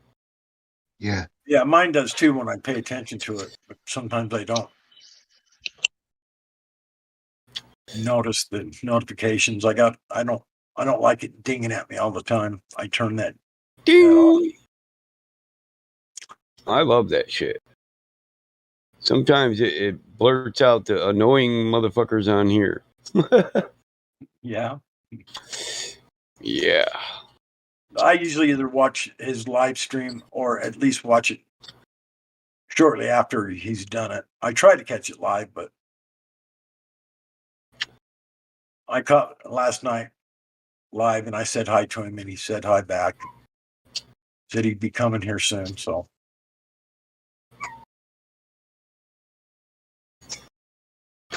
Maybe I'll get to spend a day with him on his way back east. I guess he's planning on doing something in Salt Lake City or wherever. I think he's got someone named Veda Bear that lives there, he knows, I think. And then me, I live in 30 miles east or north of Salt Lake. So I'd make the drive down to spend a couple hours with him, I guess. Why not?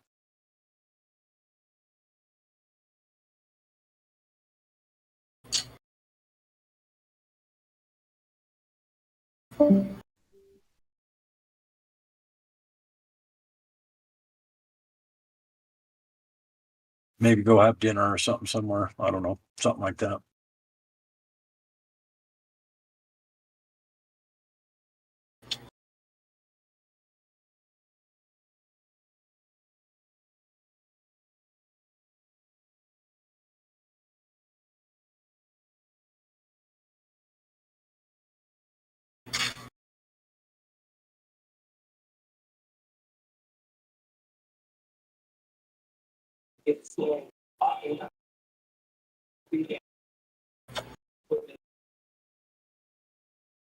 Flat Earth Dude is live. What's that? Flat Earth Dude, he's live right now. Oh. Sunset Beach all day. Austin could be guest starring on that. You never know. Dude was asking a lot of people to join in on that. If anybody wants to give him a like, check him out.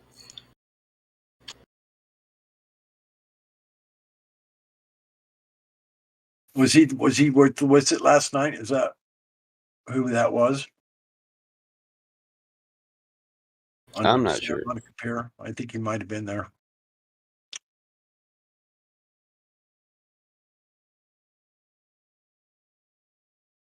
Yeah, It had some actor from isn't Sunset Beach in Hollywood?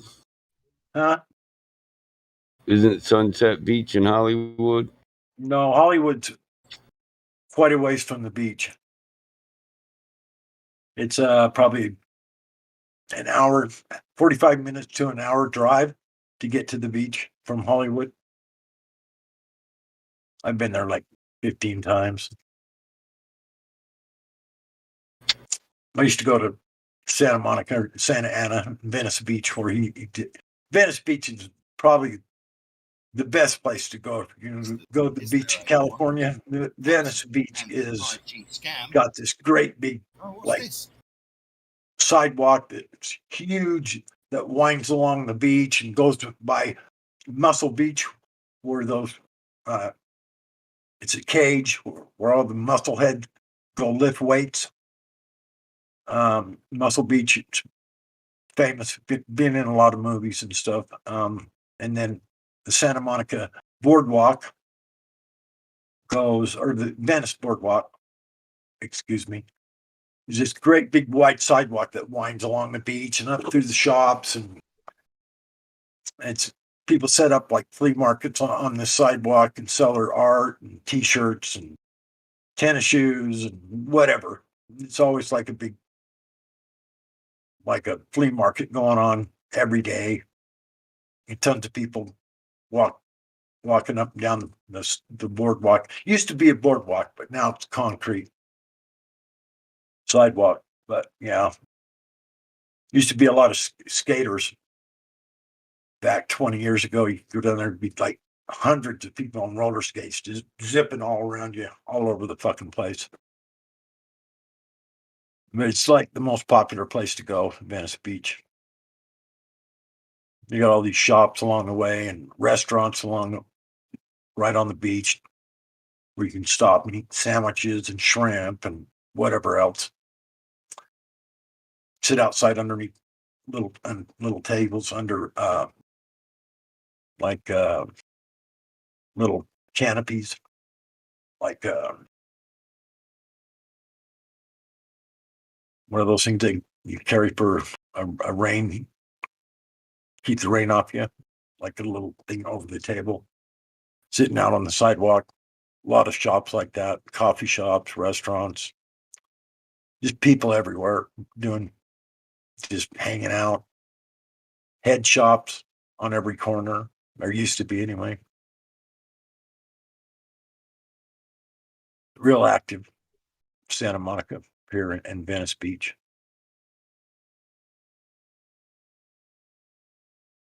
He did both of those in the last week.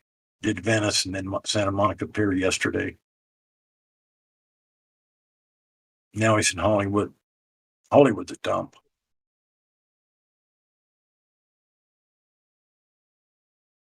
Anybody that thinks Hollywood's like this cool place or whatever, it's like, it's not too cool. Strip joints, head shops, t-shirt shops, homeless people, needles laying all over the streets. It's kind of scummy. Don't forget to update your human poo app. But yeah, Hollywood's not the most beautiful place to go in California.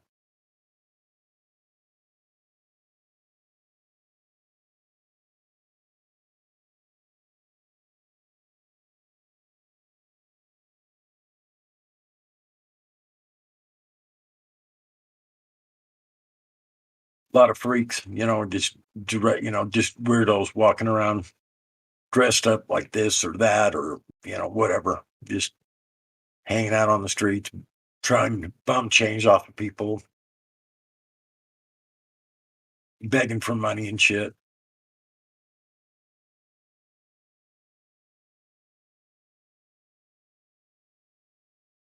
Not the coolest place to go.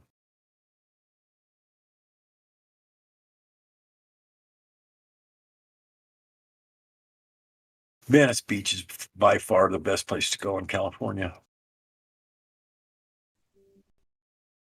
Los Angeles is like an hour in from the beach. Big city. Nothing special about it. LAX is there. Big airport. That's about it. 8-lane highways. Yep. One time I was coming back from down there, and I was headed just getting out of LA on the freeway, going back to Utah, and I hurried, changed a bunch of lanes, and got off the freeway, and I got pulled over by a fucking highway patrol, and I had 2 kilos of coke underneath the spare tire in the back of my trunk, and I was fucking petrified. So I told him, I says, "Man," he says, "you can see I'm from Utah. I'm not used to all these crazy 4.4 pounds." He says, "I'm not used to all these fucking crazy drivers. I had to get off that freeway. Can you show me a way to get out of town without going on the freeway?" And he says, "Follow me, sir. I'll escort you right out." So he escorted me out of town with 2 kilos of coke in my trunk. You're supposed to build a hidden compartment for that shit, bruh, under the hood. Yeah, I know. I did throw him under the spare. I wasn't too worried about it. I was clean cut looking, had a nice car. He didn't even question me in that way. I just told him I was petrified of all these fucking crazy ass drivers. Get me out of town without getting me killed. You never know what. You never know. You never know what Mike might pull out of the engine compartment. Yeah, this is true. I'm serious. No, I know you are. I weld them up. If I build it, I fabricate whatever I want. Oh, yeah. I usually never had to go pick up. I always had shit delivered, but there was a few times I had to go down myself to get it, but I never did. Never really liked doing that at all. Transport, not my thing. Mike might have to go to war with the police someday, so I might have a heavy barrel hidden somewhere. Yeah. Mm-hmm.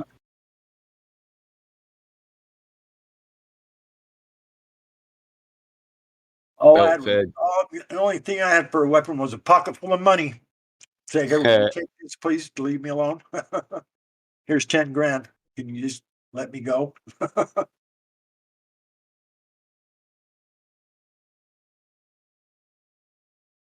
Never had to do that, but I was always willing to. Lost 92,000 one time at the Salt Lake Airport. Damn. Yep.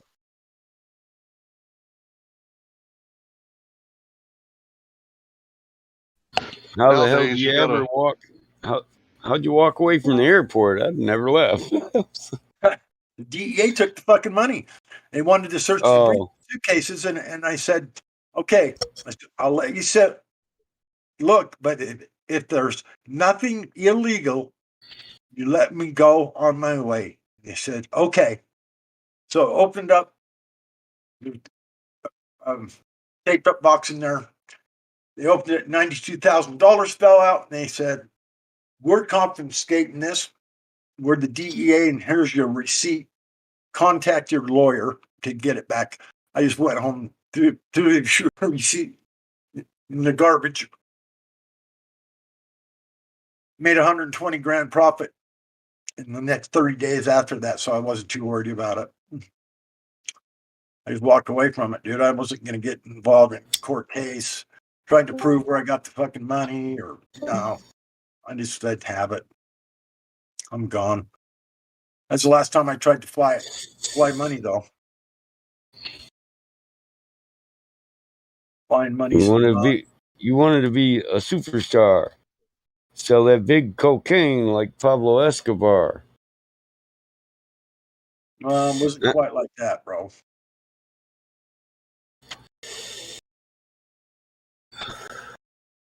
Accepting benefits and privilege like airplane flight don't get you very far. No, it didn't that time.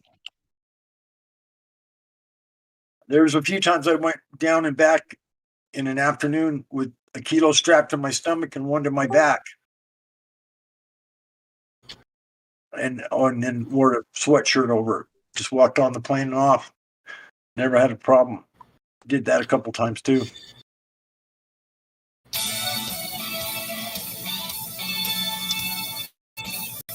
I had to make sure they didn't have no metal in them though, because sometimes you get them, they have aluminum foil wrapped around them inside the plastic wrap. So I had to always open them up and look to make sure there's no aluminum go through the metal detector. Bzz, bzz. Yeah, see what it smelled like. What does this cocaine smell like? Oil or ether? Oil or ether? Which one? Smells like coke. It was the best shit you could fucking get. I'll guarantee you that. It was nothing but Peruvian flake. Oh, ether then. Yes. Mike I've seen knows shit that was made in a lab, dude. Like made in a beaker, test tube, all that shit. 99.99999% pure. It was tested. Yeah.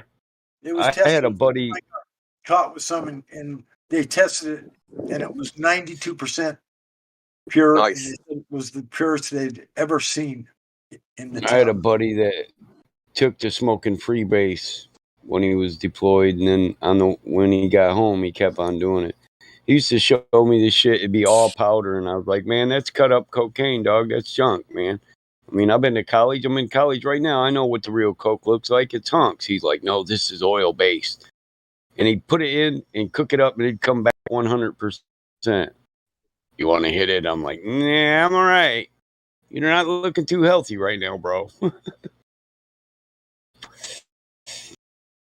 But, I dug him out of many holes. That's how I know the difference between ether and oil, though. I went to a few college parties. You know the shit's there, right? But, my buddy had to wait 15 years for the motherfucker to hit rock bottom and finally say, help me out. 15 years, damn.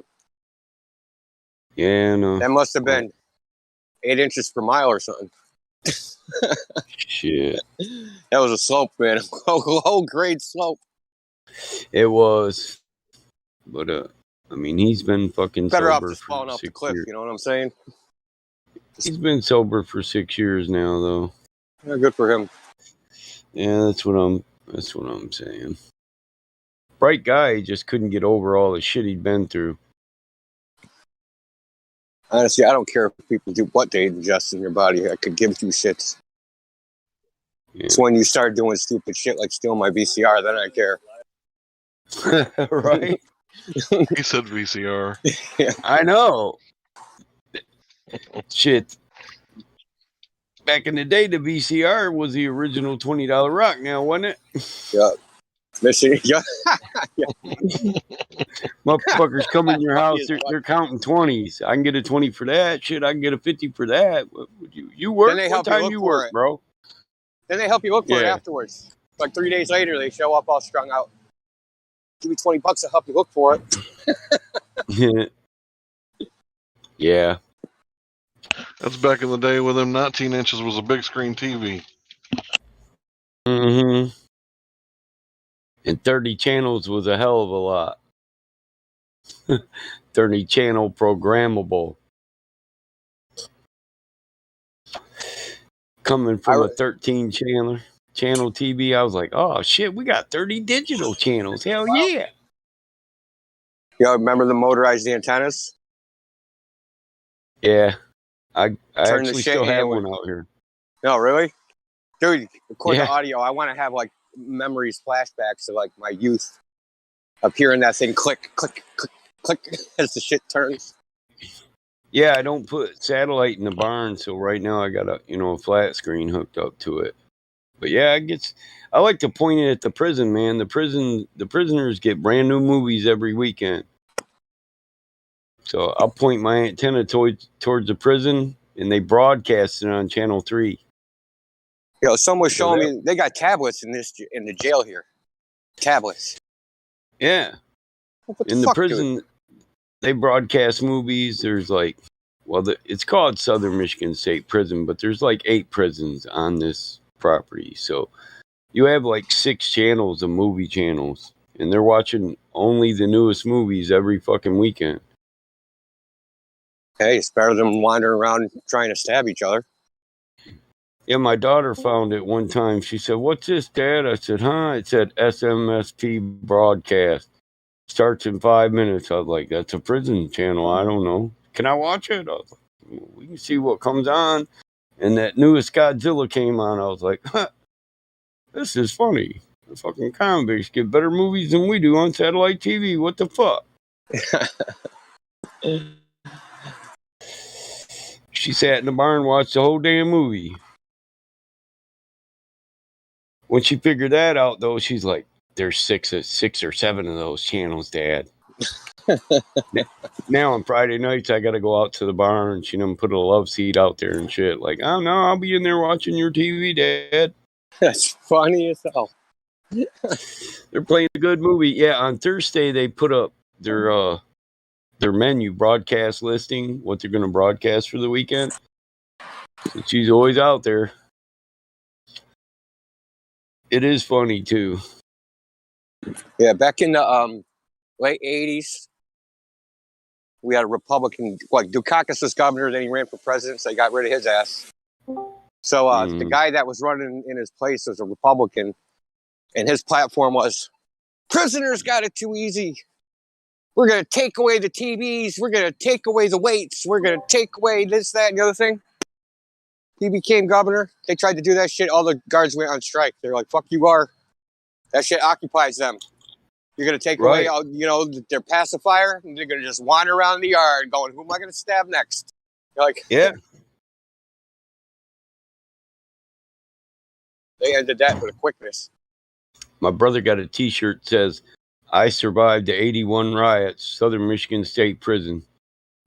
My brother got stabbed 6 times during a lockdown over a week where the prisoners took the prison. Yeah, the good old days. There used to be lots of riots back in the day, man. Yeah, they burnt down. They had a bunch of mobile housing units on a yard, and that's what started it. People were tired of being crammed, 500 people in a mobile home. Stacked like cordwood? Yeah, bunks, 3 bunks high. I said, fuck it, they took the prison. It's a big fucking prison, too. Oh, I bet. Where else are you going to put Detroit? Yeah, we house a lot of people from Detroit. If you watch that movie about White Boy Rick, He was housed at Southern Michigan State Prison.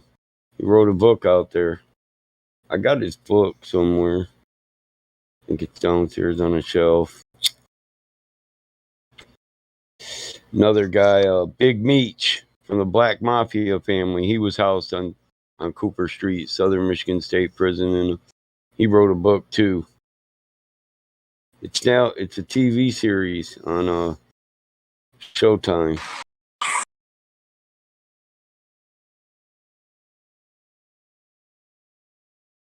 And prisoners go out there and write books about their life, try to get paid and live good while they're in prison.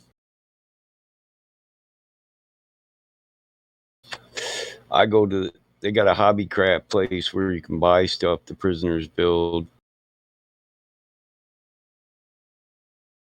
I like to go out there.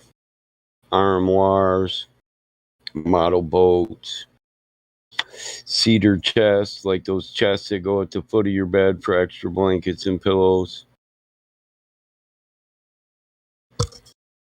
I need one of those. I like mine. I don't have to leave the room if I want an extra blanket. I put a blanket on that thing too, and that's usually where my fat boy sleeps. So the dog's not hogging the damn bed with me.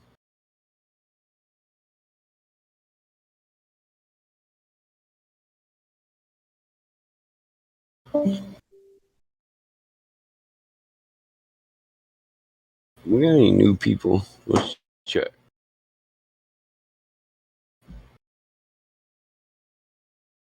They scared. Every once in a while, Jonathan. Professor Dave sending one of his minions. What happened to that jerk Jonathan. you were talking to a minute ago, Hank? Oh, he ran. He spiraled into religion, started saying, "You believe in God?"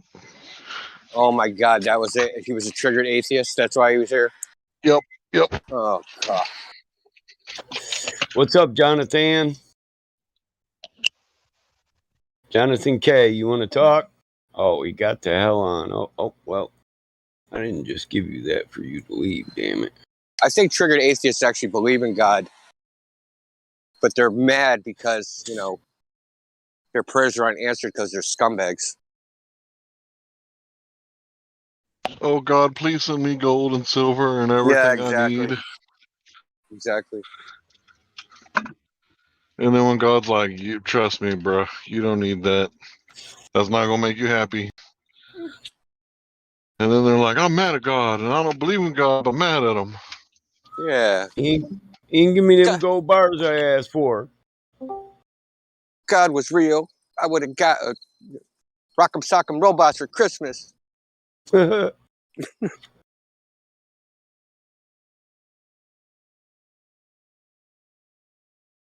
he spiraled real quick. One brought up I did that and got him quick.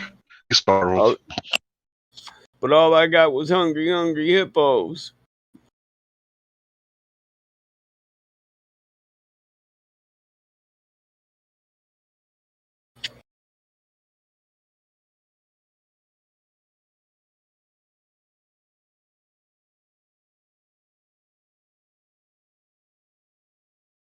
He had some kind of handler in the background telling him what to say.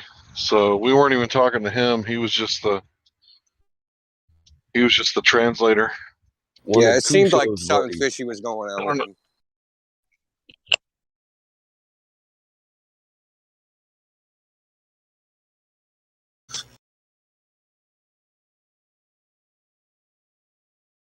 Dr. Phil probably gives him extra credit for coming here and debating us. Want some extra credit? Debate these flat earthers That's while I that tell you space what credit. to say. Right.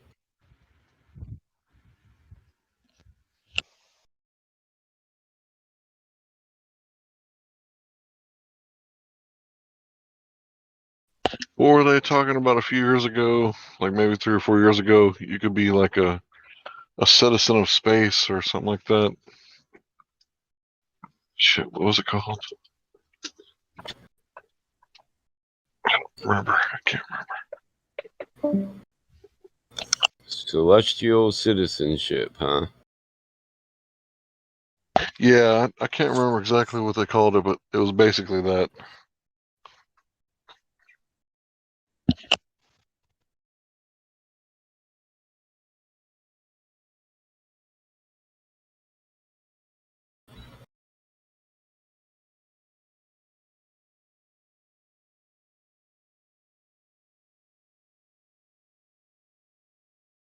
Oh, I love those commercials on, or those things on TikTok where people like show you how the different branches of the military eats a sandwich.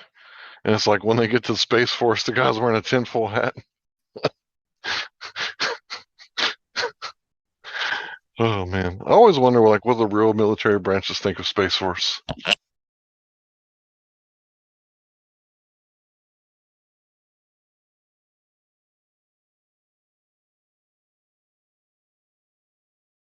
Well, who the hell are you gonna fight?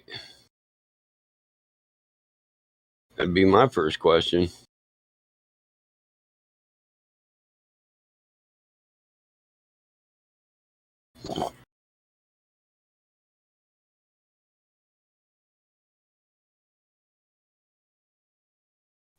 Who does America always fight? They gotta pay and invent enemies. Space Nazis.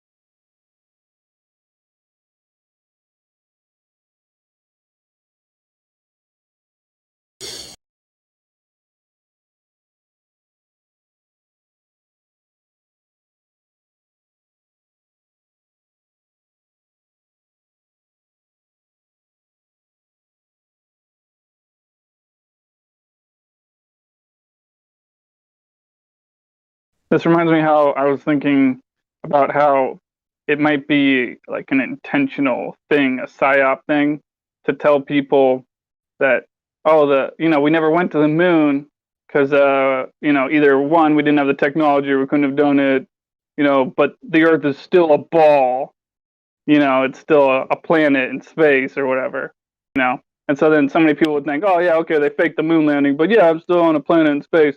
Or the alternative, excuse, which is, oh, there's aliens there, and they don't want us, approaching on their turf. That's why we never went back there. So we went there, but we never going back. They don't want to piss them off.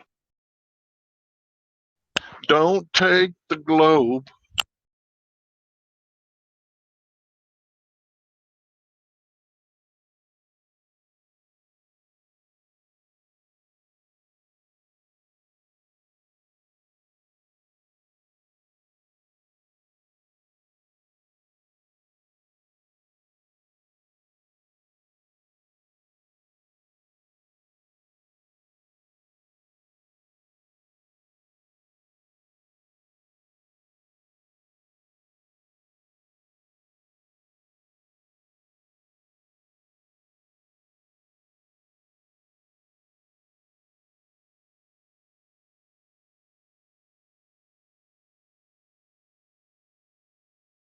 What do the real military branches think of the Space Force? I think they're jealous of them because of their uniforms. Their uniforms are just so cool looking.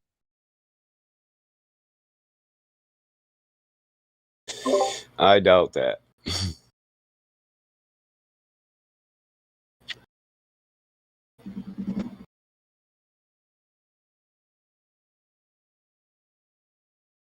You can turn me into a girl, but don't take the globe. Take Jimmy Johnson. Take Tommy Thompson. Take my best friend Bo. Take anybody that you want, so long as the globe don't go.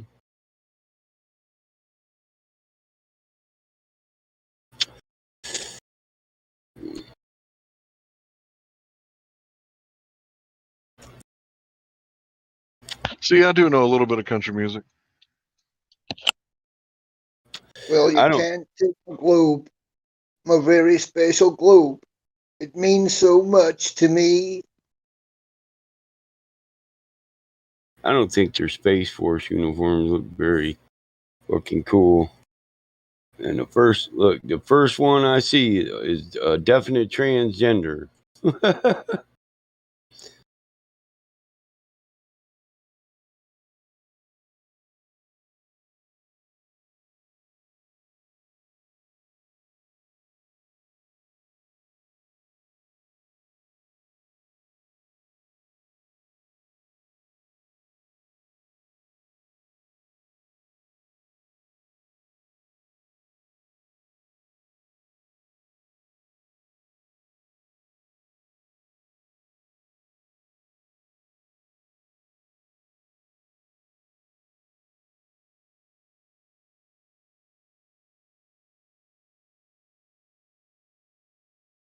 Nah, that's just wrong. Everything about that, the person inside of that, the clothes, the material, the cut, the whole lot is wrong.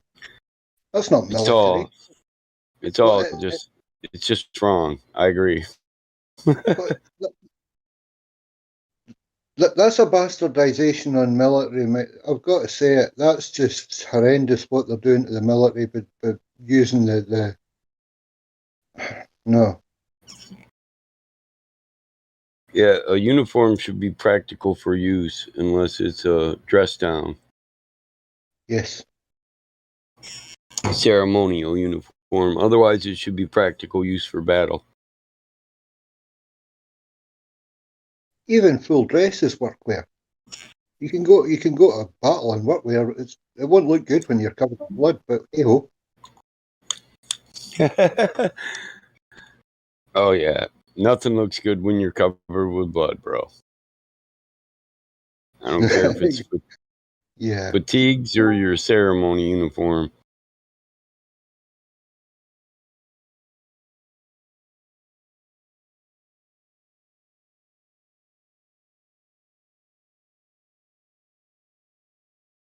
Space Force should just be another TV series, bro.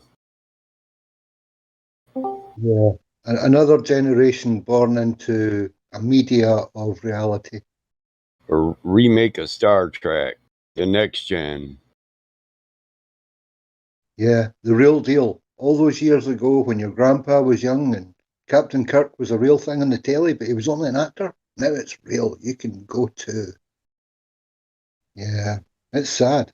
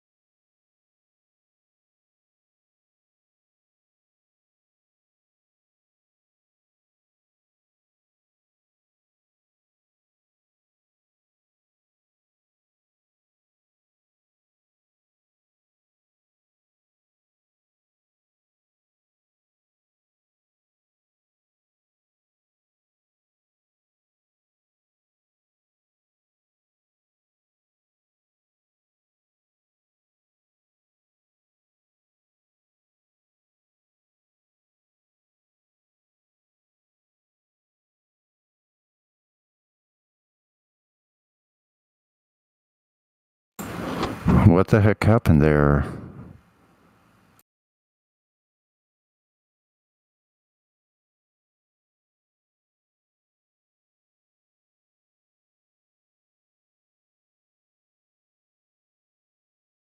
Where? What happened where? Nothing. I just heard it silent for a long time. Sonny, I took your Yeah. gold away. Why? Breach of security. You're letting somebody freaking on your account. They can see everything you can see. They can see all the gold chats. They can see the Flat Earth Council. They can see everything. Yeah, but he wasn't allowed to see any of that. Huh? If he's Wasn't using your allowed to see computer, any of that. I'm standing right here the whole time. how do I know that? Yeah, I guess you don't. That's true. Okay, well, you gotta do what you gotta do, I'll man. give it back. Well, I'll give it back to you. Just I won't let Come him on, use man. my account. I won't let anyone use my account. yeah, then. don't. Yeah. We don't even like people having multiple accounts. Yeah, okay, I get it, Like man. Jin had like 5 accounts. He wants like gold on all of them. Like, no, dude, you can't do No, that. yeah, I didn't want to breach any of the security, bro. I really didn't. That was I don't not know if my. I got you turned down because you're super low. Am I super low? Let me see. For me, here. you are. Hold on. Let me see if I got you turned down. Yeah, I got you turned down. I don't know how that happened. Well, Now maybe you're on I. earbleed. Now you're on earbleed. Ow! Okay, okay. No, you're back, good. I'm back 2 feet now. So.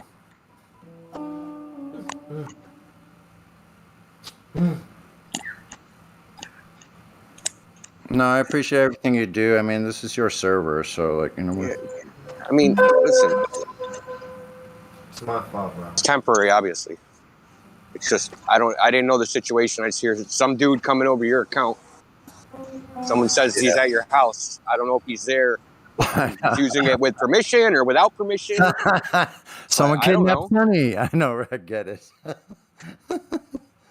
No, I understand that. Fucking, he's flat smacking too good, man. They went and took him out. Oh shit.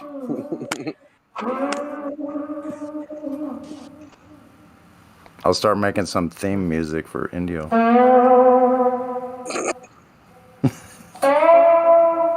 That's about right, though. That's about the right tone. More like Deliverance.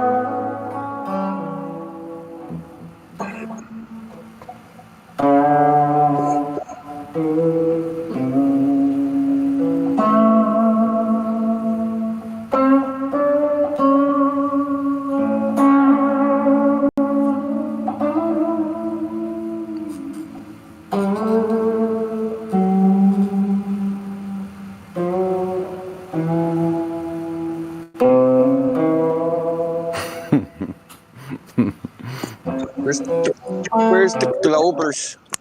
Play a sad song for the death of the Globe. I think that's what this is.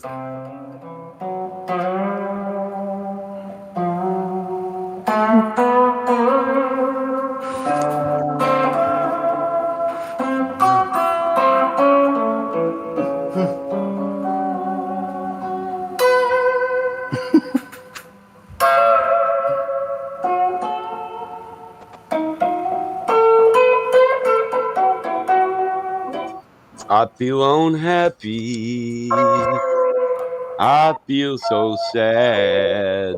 I lost the globe, best friend I ever had. Look, if I could do whatever I wanted, Thanos snap, I'd be at Helio's house right now, waking him up. Dude was up all night till like I don't even know. Was he in here till like 1 o'clock in the afternoon? I've been Wow. waking up. Time to get up, You ain't said Helio. shit. Time to flash smack. Let's go. You ain't said shit yet, dog. You ain't even started talking. Motherfucker, wake up forward in a minute. Hold up, phone. Hold on. I don't care if your head hurts. Get back on there. Go, go, go. Wait a minute. Where'd this little riff come? Check this out. Wait a second. Hold on. I just figured this out just by listening to you guys. I wasn't even paying attention.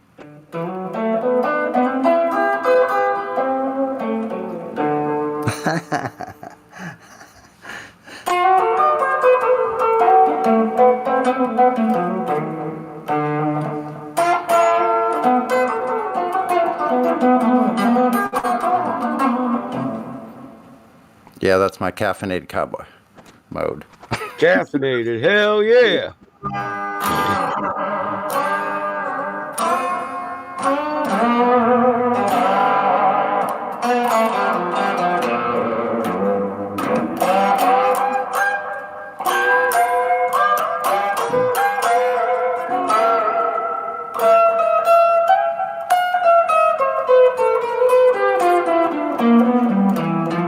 Yo, it's Saturday night.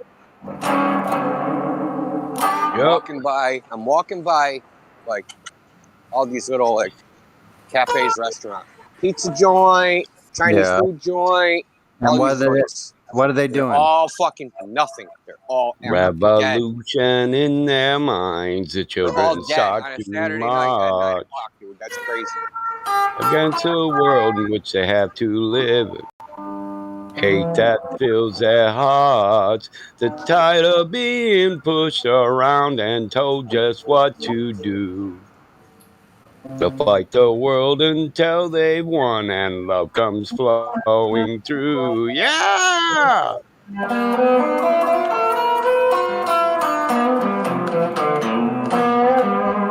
I'm always looking for signs of economic collapse.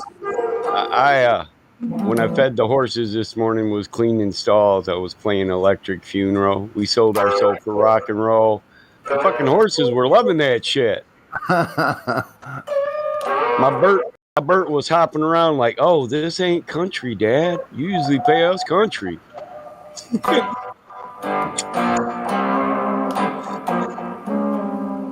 No, I won't do it to you. Isn't that the first one everybody learns on the guitars? One of them, yeah. Smoke on the water, the fires in the sky. It's stoned on the water, man. That too. Me and my friend, we used to go out on this lake in a rowboat and get plays, sing that shit, stoned on the water.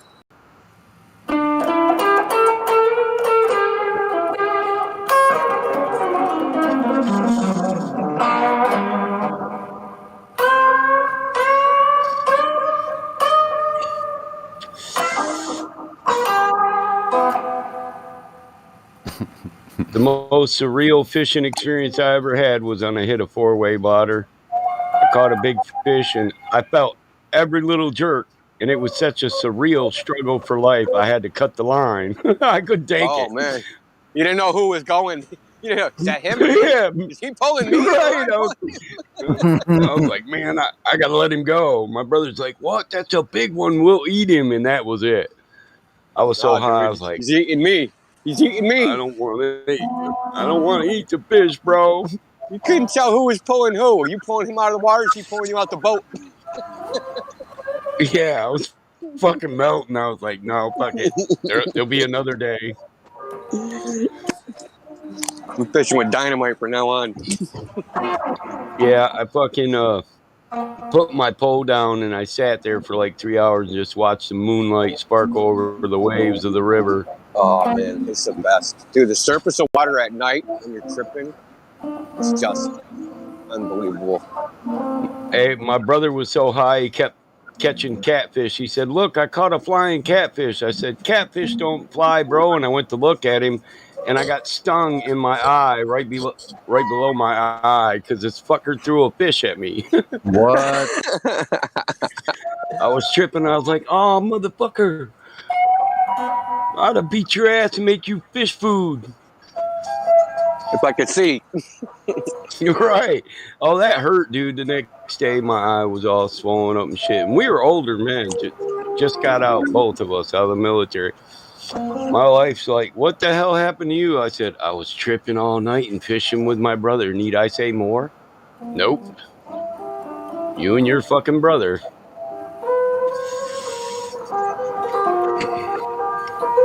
That motherfucker swolled up like a goose egg, yo. I've never been stung by a catfish. I heard it's like a jellyfish thing. Really?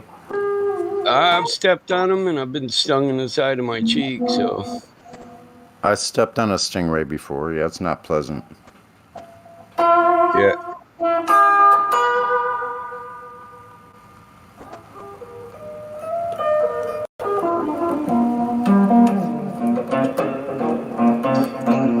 Come on, Globers, get in here. Yeah, exactly.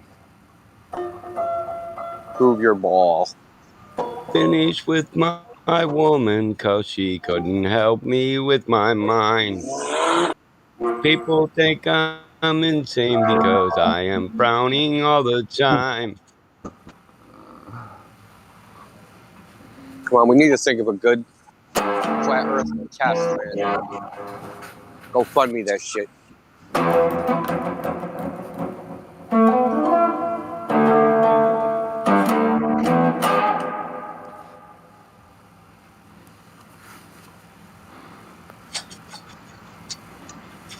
Hey, Mike, you know any cops? I do. Will they get us like equipment that only police and military and government officials can order? It depends on what type of equipment you mean. What, less than lethal shotgun rounds? No, infrared beacon. They make these infrared I'd beacons. They make these infrared beacons, man, but like the websites say, for government or official use only. So I don't know why that is, but you know. Yeah, well, I I'd do have know to why, ask right? my brother. I'd have to ask my brother-in-law.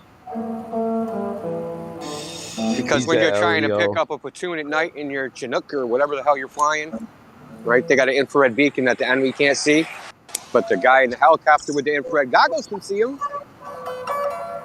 Right. So I'm gonna get one of these, get a P900 or P1000, or maybe something even better, and get the infrared cup filter on there.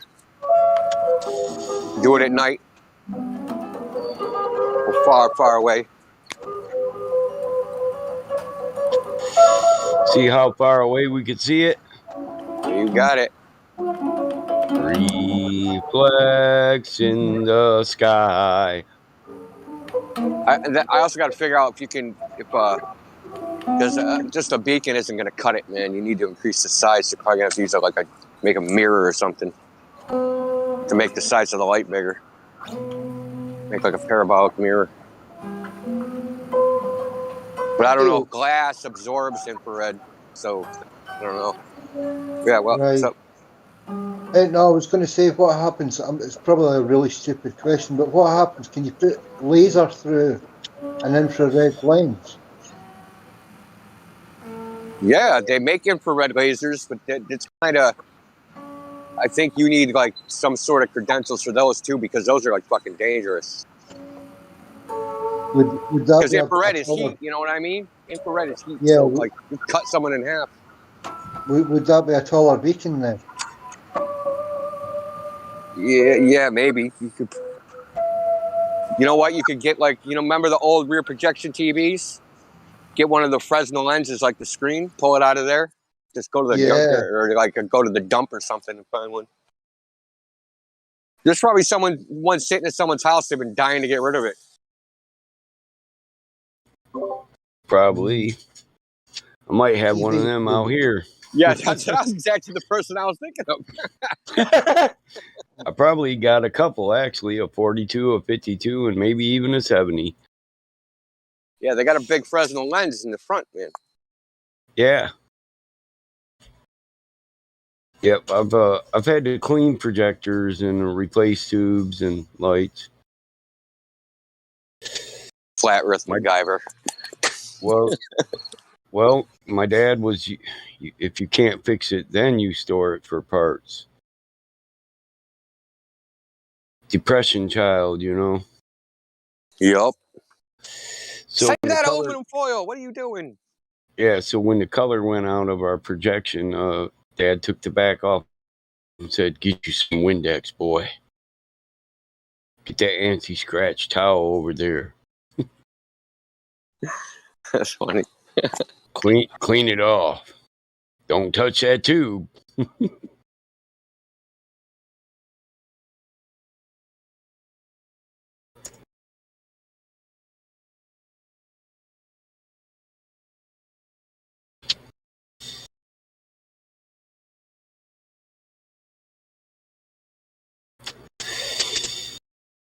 You know what I'm talking about, the color lens projectors.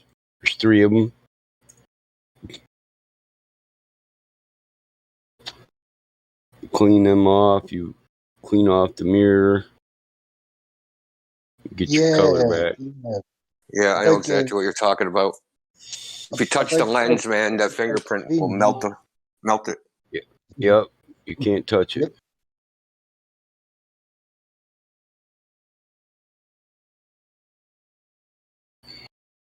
Yep, my dad was big on fix everything you can fix. So the projection lens is a Fresno lens, huh? The screen is like the old. I'm talking about the old ones. Yeah, like a RCA, big square one. Yeah, exactly. The old RCAs. If you look at them, you can see the little grooves and shit in the screen. Oh yeah, all of them got that. I think one of mine's got the newer flat screen protector, so it looks flat. But the screen behind the cover has grooves in it. Yeah, that's a Fresnel lens. You could melt shit with that. Oh shit. Oh yeah. And we stare at light projected through it. That makes a lot of sense. Well, it's diffuse, so. That's what they say. That's what they say. So I'm blind at 30. Right.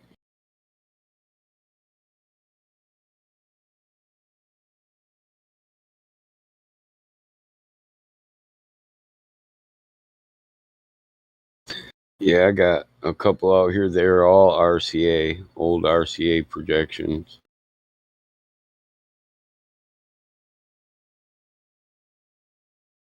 My dad loved them fuckers. I didn't like them. It's like, you couldn't see them from certain angles. And most people don't know. Have you ever seen the first RCA projections? I don't know. Maybe. Probably. They sat in a cabinet, dude. Like the old cabinet stereo. Oh, yeah. Didn't you have to like set them on the floor or something? Here, I'll show you. I got one something like this, too. It's my grandpa's.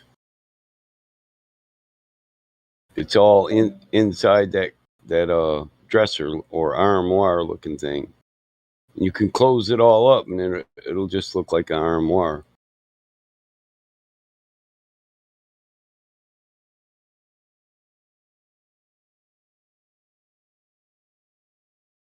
That's from the 40s. Yeah, that's a Fresnel lens too. I guarantee it. Oh, I bet it is. Yeah, I can see the little things. That's old, man. Yeah, my grandfather had it, and he fucking loved it. You know, he paid a guy to fix it. Then my dad said, "Fucking went and bought this 52-inch RCA," and my grandpa's like, "Mine's still better." he was always paying his buddy to work on it. It had to be fucking maintained at least every 2-3 months. But when you shut it up, it just looked like an armoire or a dresser. So I know, it looks like a nice piece of furniture. Yeah, my grandfather liked it because he put it in his study. So when it was all shut up, it didn't even look like there was a TV in there. I know, man. That's like freaking Batman shit. Hit a button, or Maxwell Smart or something. Everything opens up. There's a TV. Yep. Chest of drawers type shit.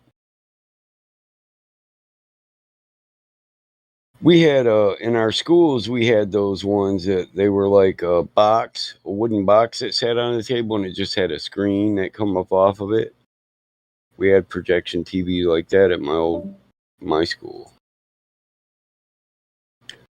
My dad tried to buy them all when they sold that crap, but some antique dealer rolled the price way up.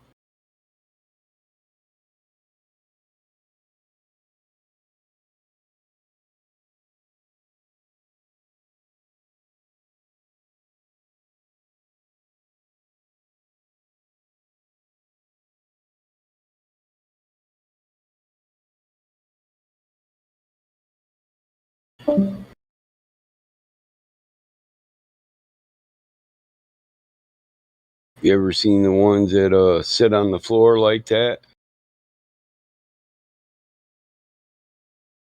My friends had one like that. It shut up to look like a wooden box in the middle of your front room. But then you open it all up. Yeah, and the 3 colored lights, right? Yep.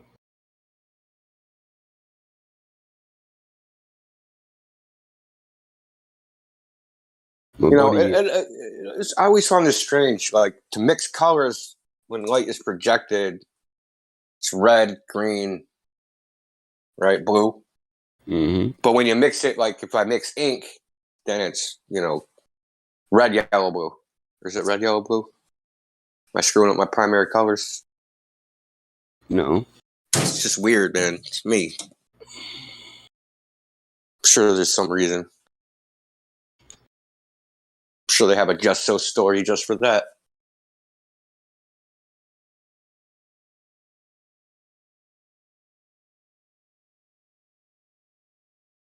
I take it that you all remember televisions when you were young and you looked really, really close and you could see the green, red, and blue pixels. Yep. Yeah. Especially if your station wasn't tuned in all the way. Yeah, aye. The ghosts that used to move around people and stuff. That's why NASA got away with it in my mind. You get that porn ghost. Yeah, you get that porno channel on UHF 53. It just kept rolling. My brother used to say, "Let's watch this." I'm like, dude, I'm not gonna watch the TV roll for 4 hours just because you're a pervert. Going downstairs.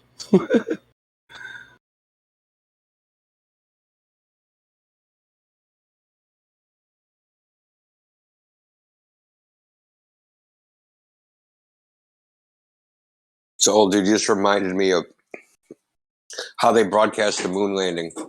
Yeah. So this is what they say they did. They had a camera on the moon. It sent down an image that was, I think, 354 scan lines interweaved. So at 10 frames per second. 10 half frames per second, sorry. So basically it's 5 frames per second. And that came down on the screen, Honeysuckle Creek, Australia. And then they took a camera and they filmed that. And they sent that over AT&T's telephone line to Houston. And NASA projected that on the screen. And then the television cameras filmed that and sent it out to, to America. So, here's the problem. How do you get smooth motion at 5 frames a second? upscaled to 24 frames per second broadcast. Right. Want to know what their excuse was? Just what you said. This old phosphorus screens, how there was a delay, like the ghosting. That ghosting acted as a frame buffer, and that smoothed. I'm dead serious. And that smoothed the Get motion. the fuck out of here. I'm dead fucking serious. It's right on their website. think it's called honeysucklecreek.net. Yep. Yeah. Utter bollocks.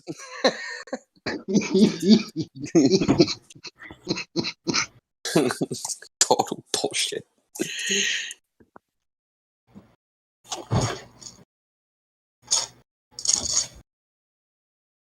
Yeah, but NASA, bro, moon landings, man.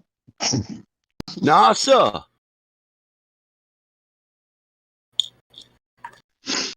Oh, That was that dude earlier just before he left. No, but NASA, bro. Are you Christian? Are you Christian? You believe in God? Are you a Christian? We can use that to discern things. I said, no, I'm not no Christian. I'll bitch slap you out of here quicker than shit. I'm not a turn the cheek, motherfucker. I refuse to turn the cheek. I'll whoop you out the house. I'm a fire and brimstone Christian. Right. Hellfire and brimstone and all that wrath of God shit. Hell yeah. Exactly. I don't believe in that turn the cheek shit. And the guy they said it, he didn't turn the cheek. He whooped him right out of his father's house. Tables airborne. Yep. Whip cracking. He was the first cracker whip cracker. Yeah, I'm saying. He wasn't playing. He'll crack a whip quick. People don't like it when I say that, but hey, I'm a heretic. It's cool. Thank you. A heretic just entered the building.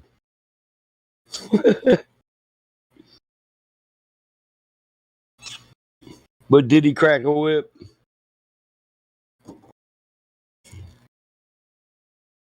Drove them money lenders out into the streets where they belong.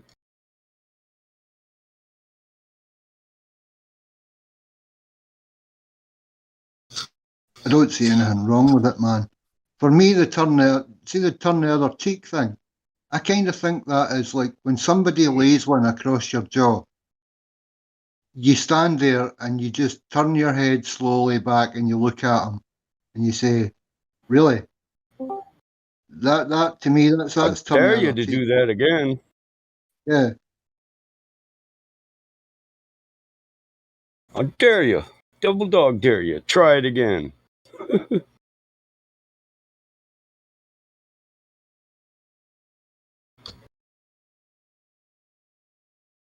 I'll take the dare. What is it? Slap the second cheek.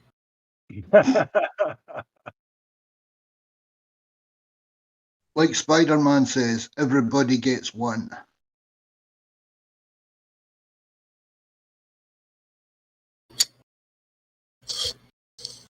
Yep.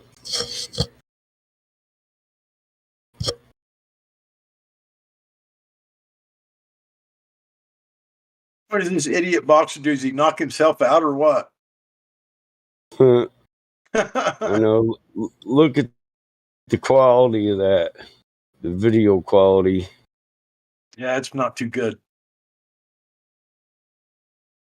That's a pretty good quality uppercut for his own self, though. That's NASA quality. Oh, there it is. There's the moon landing, boys. Can you see it?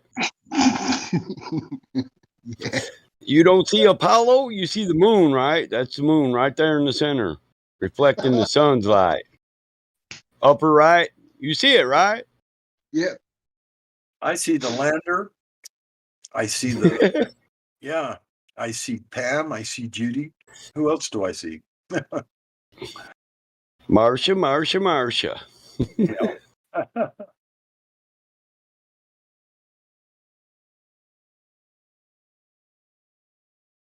I like the 4 quality one better. Cut the shit.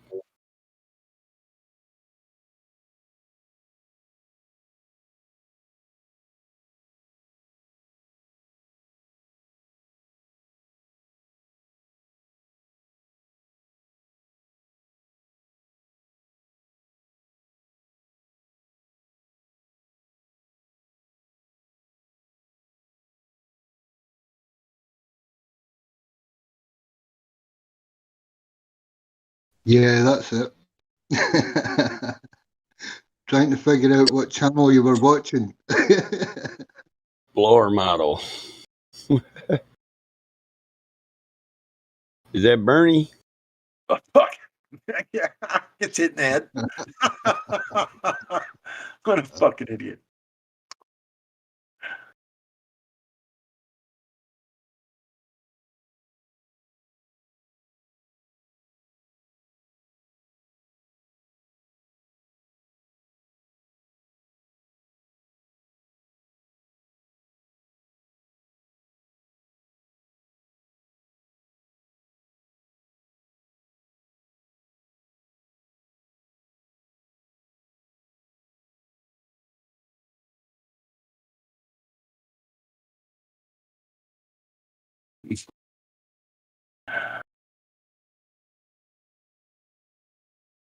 Oopsie.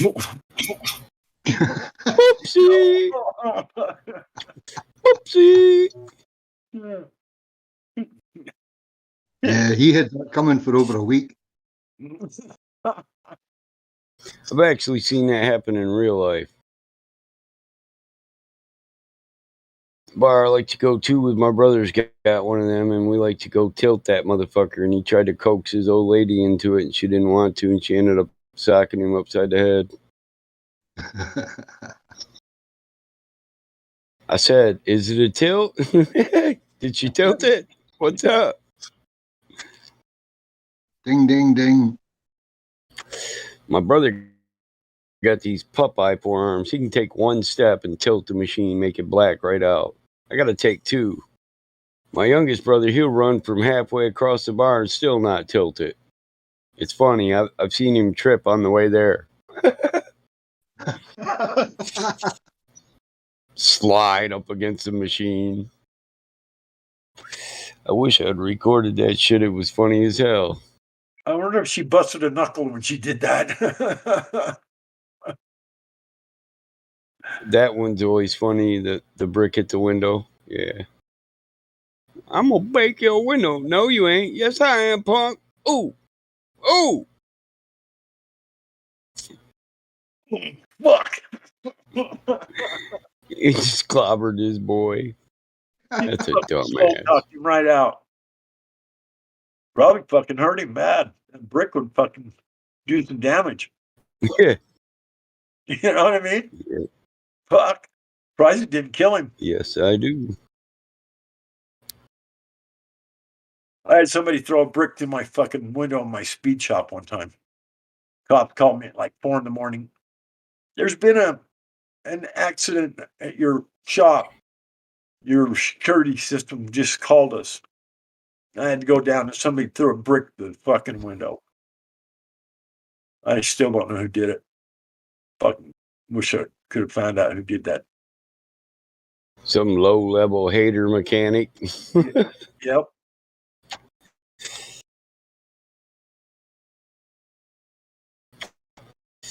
My buddy come out here drunk one time, opened the bottom drawer of my brand new Snap-on box and filled it full of piss. I was so fucking mad. I was going to knock him out, right? But he tripped and fell, and he landed on this track that I just studded for this snowmobile, right? Crisscross X's all the way up with 4-inch spikes. And he had acupuncture dots all the way up the right side of his body. So I was like, nah, karma got him. I can't hit him now. So that another time I walked into my shop. Go lay down. Walked into my shop and I had a 380 underneath the counter. And I was opened up by myself. 9 a.m. I reached down, grabbed the pistol, reached it up, aimed at the front window, clicked it off. It had one in the chamber. Fuck. Blew the fucking front window out. Thank God there was a park across the street. I don't know how far. With no one in it. Yeah, fuck. I was just lucky there was a park clear across. It was a big, long park across the street. So I'm thinking after it went through the window, probably didn't go too far, but. No, 2.5 isn't. You're not getting a hell of a distance with a 2.5. No, it was a 380 Beretta. Real small, very small. Yeah, the 380, you're not not getting very much distance out of that either. No. I didn't like it. I sold it. I didn't really like that pistol.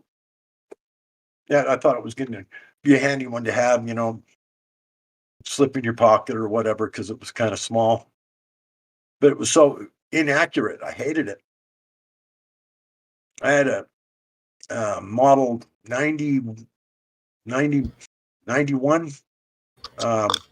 Smith & Wesson 9mm. That fucker was the most accurate pistol I've ever owned. I loved that pistol. It was only held like 7 rounds in the clip, but it was sure an accurate pistol. I could take it and shoot an 8-inch target from 30, 40 feet. I could hit the target every time. Most people can't do that. You know what I mean? With a pistol. Even at 40 feet, they I can't. prefer my 1911 45 ACP G government issue. Yeah, 45s are way better for sure. A lot more takedown power. They won't go. They'll pick you up and launch you about 10 feet back. If you stand too close to them, they'll rip your fucking arm off. Hit them in the shoulder. A lot of takedown power in them 45s if you're close to them. Yeah, our county sheriffs carry 45s, and our city cops carry the Glock 40, and they're always talking shit. My 40's better than that 45. I'm like, okay. Maybe at a little bit further distance, but up close and personal, nah. Right. There's not much that beats a 45 when you're within 20 feet of somebody.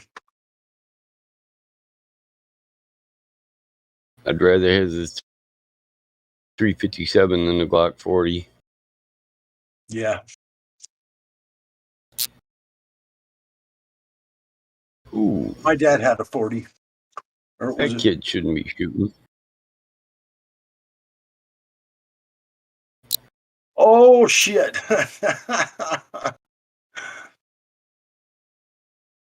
No shit.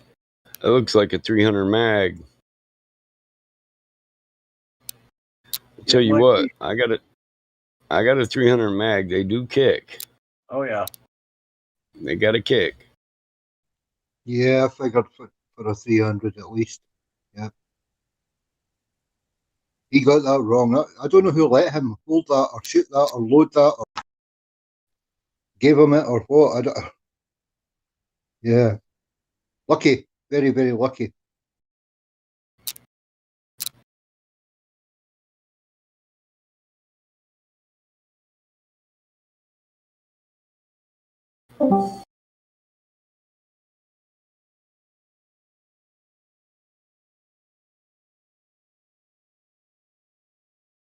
My partner, Callie, bought two pallets of Uzis from Israel.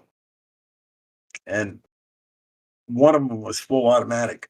I don't know how he got that one in, but he did. But anyway, I bought 2 of them from him for $300 a piece, and sold them later for $800 a piece. Gun show in Salt Lake. Should have kept one, but they were fun to shoot. 9mm Uzi. The Israel ones were made in Israel. They were the best ones on the market at the time.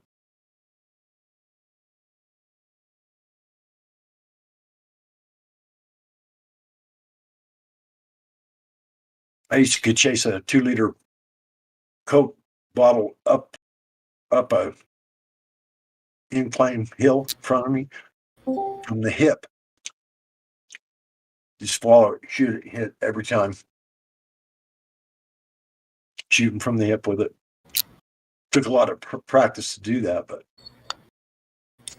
finally got where I could chase that fucking bottle all the way up the hill.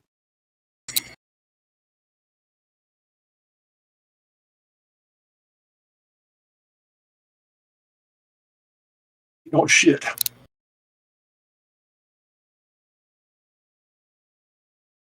What does she think she's doing?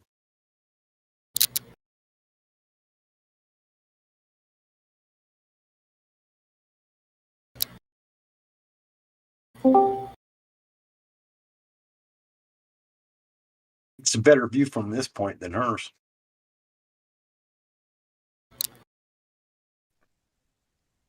I don't see a muzzle flash, and that's all I'm looking for, honestly. I don't think she shot it. Nah, there's no pressure wave or anything, mate. It's a fake.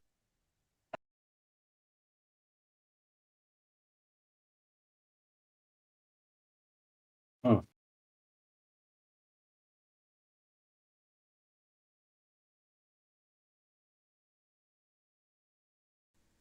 Well, actually, now I don't know. I don't know. The more I look at it, I don't know.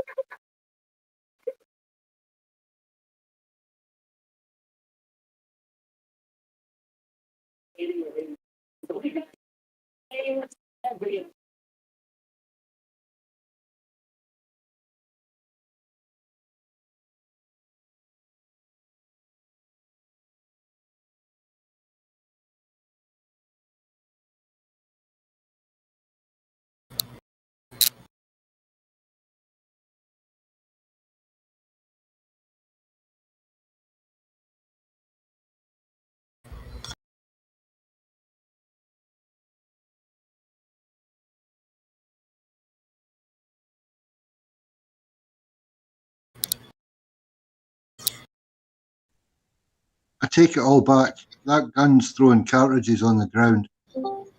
Yeah, I noticed that too. Yeah, I've been watching it now. I just saw it now. Yeah.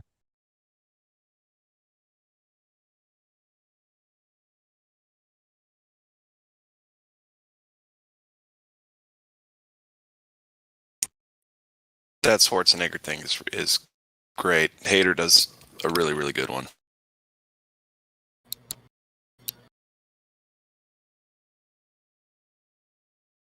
What's this? The Indio. Apollo 11 shots. Those are 45 millimeter camera taken of the supposed okay, Apollo 11. They sent it down to a place called Honeysuckle Creek in Australia. They taped it. This is a copy of that tape. The tape only plays on a particular type of machine, and this is a 45 millimeter. In this particular machine, it's not like a VCR. The TV is built into it, so the whole thing is together. You know what I mean? So the screen and it's all integrated. Wow. So this is a 45 millimeter camera of what was on the screen, if I remember right. I posted a link to the site. So it's pretty hard to believe that they would have had that camera with them on the moon. Being so specialized like that, that's dude, this is a high-tech camera, man. Pretty far-fetched. Yeah, they're like, hey, this camera can go. This huge box, which is a camera, can go to the moon, and survive all this stuff, and then you could probably just pour a glass of water on it and kill it. It's a picture of the camera. I mean, that should be number one giveaway is that they're not going to take Look at a that state of the camera art. like that with them. Yeah. Oh yeah, they might take one of those. What the hell's that? That's the camera. Oh, that's the camera. I got That's it. the Okay. video camera. That doesn't. Okay, that's not that bad. They could probably, I mean, how many of those can you fit in a broken down meth hut? Right?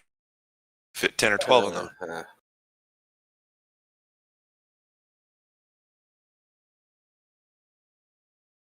Slow scan, black and white camera with a vertical resolution of 320 lines scanned at 10 frames per second. So, scan line interleave, that means that the actual full frame was 5 frames per second. So they do every other line. On Earth, they received a slow scan signal was converted to a standard TV picture, in this case the American standard of 525 lines and 30 frames per second, usually specially built scan converters. So somehow, even though they only had 10 frames per second, they somehow made that into 20 frames. They added 20 frames. Where did they get the image for those extra 20 frames? Because you can just, you go to Adobe Premiere, right? You can do this, right? Take a video at 5 frames or 10 frames a second, right? And then just make 2 copies of each frame, right? Then you have 30 frames a second. You know what happens? It's in slow motion. Yeah. They're full of shit.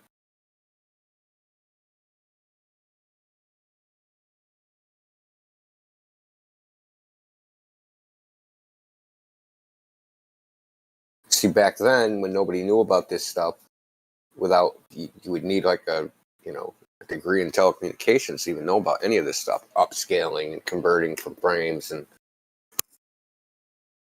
But now with video games, everybody should know about this stuff. Why? Why would they even teach people about this stuff, dude? I know about it because that's how I grew up. Yeah. Kids these days. My stepfather was in cable TV when it was invented. Oh, nice. Put in the second cable system in the United States. It's pretty baller. Not gonna lie. Yeah, but it isn't wasn't very glamorous. Climbing telephone poles and shit. Stringing cable. Yeah.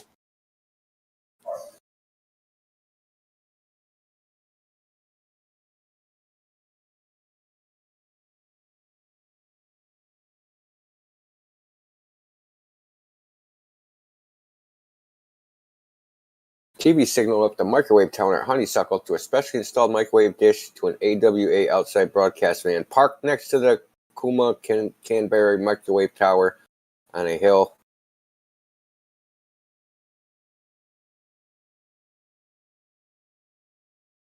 Oh, they used broadband microwave and a coaxial cable.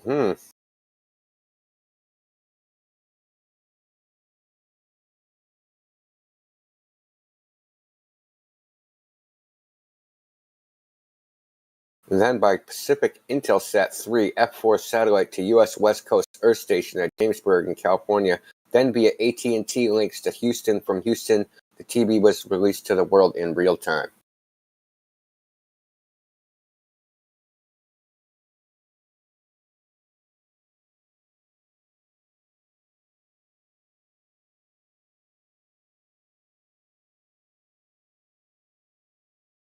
So apparently there's different versions. There's a Sydney version. Sydney video version. Yeah.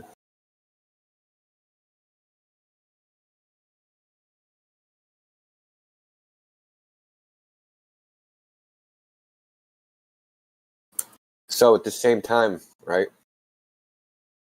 And I used to talk about this on the old server. You guys still here? Am I talking to myself?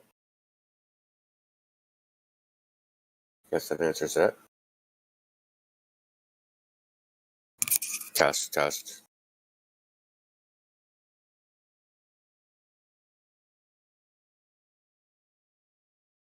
Oh, okay. You do hear me. Okay, so there's something called the Military Auxiliary Radio System.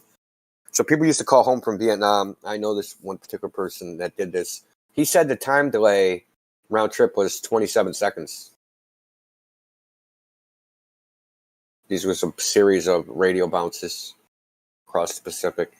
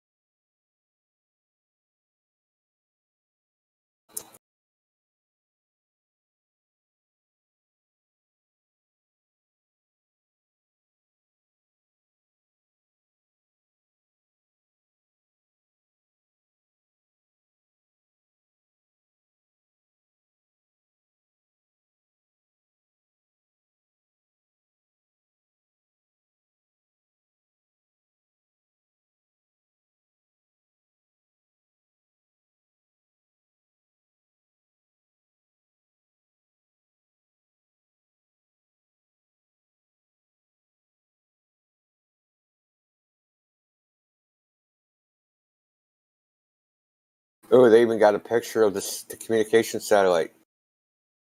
So realistic.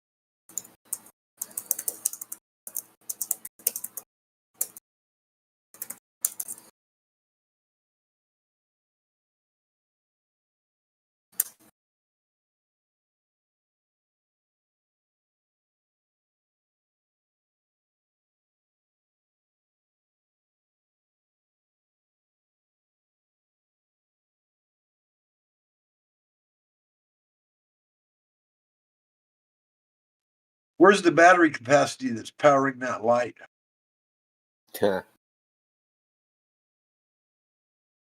You don't need no stinking. It was nuclear powered, man.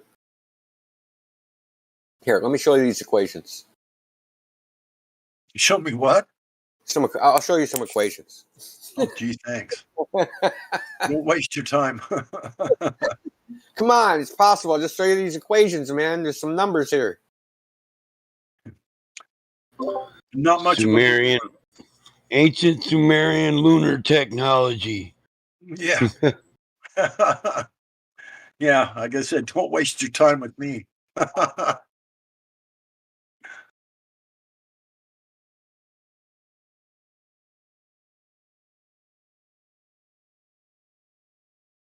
So yeah, you can if you go through all the links that are on that link I posted, they got a bunch of different videos of varying quality and I guess believability.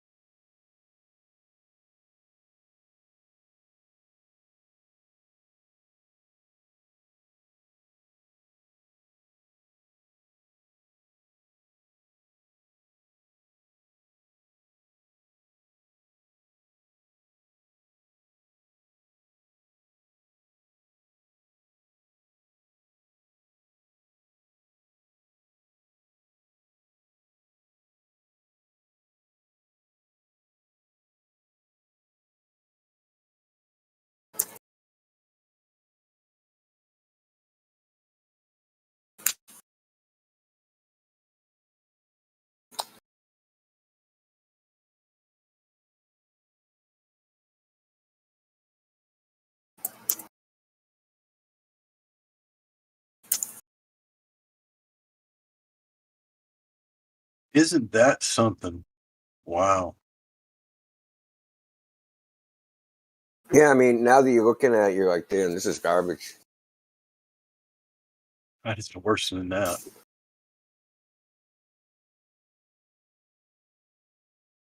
This is one of those things that people want to believe it, right? They want to believe because the propaganda, the Cold War propaganda. We got to beat those Russians to the moon, otherwise they'll turn us into commies and rape our wives, raise our kids as atheists. We can't let those Russians get to the moon first. What is the moon? Good question.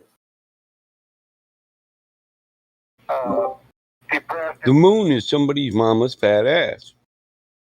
Whose, I don't know. Yeah, it's exact. I'm trying to figure it out, Mike. Mm-hmm. I need to know that woman, if you feel me. I think it's Mrs. Jones's booty because I've been trying to keep up with the Joneses my whole life. Well, believe it or not, that makes more sense than the moon landing. Man, dude, I made a fucking 3-pound burrito and my cat wants to fight for it. Go the fuck on, cat. Fuck. Yeah, and if you give him a little piece, he's always going to expect it. Yeah, that's why he wants his bite of this. I fucked up in the first place giving him bites of my food. It sounds like my fucking neighbor, man. What you cooking? Yeah. Hey, Bill, what are we eating tonight? Are we eating good? Yeah. My cat's getting fat. I got to stop feeding him twice a day. This girl, Roberta, come over about an hour ago, said, "What are you doing for dinner?" I said, I just had a bowl of cottage cheese with pears on top. I said, "That's dinner enough for me." And she goes, "Oh, well, I was going to cook lasagna." I said, "Well, don't let me stop you." Fuck. Yeah, right. Shit. Call me Garfield. She's a nice girl. Man. So this Oh, is that's the good. unconverted slow scan image taken right off one of their monitors with a I know 35 millimeter. we never see him really So go down. When the film comes on, he's already halfway down and then he steps back up. It looks like that same they staged it. monitor you was talking about earlier. Yeah, that's what it is. Oh, okay. So if you go into the link that's called Apollo 11 TV images as seen as at Honeysuckle Creek, they photographed. Well, it's a tape. Was that Honeysuckle Creek, Arizona, by chance? Australia. Oh, Australia.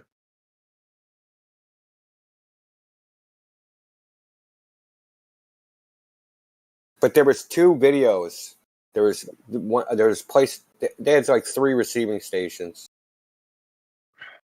Parks, Goldstone, and Honeysuckle Creek. I think Goldstone and Honeysuckle Creek are both in Australia. So they actually have 3 versions of this.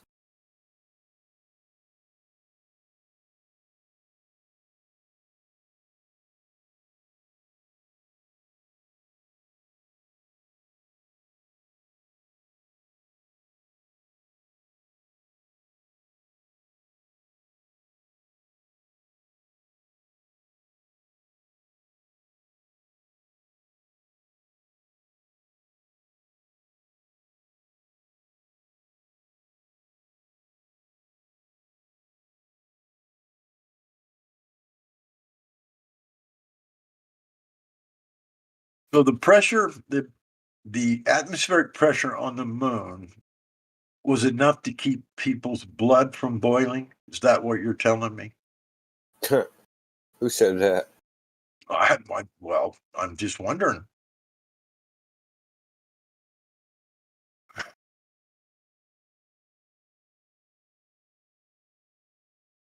Look at the quality of this. Oh, this is classic.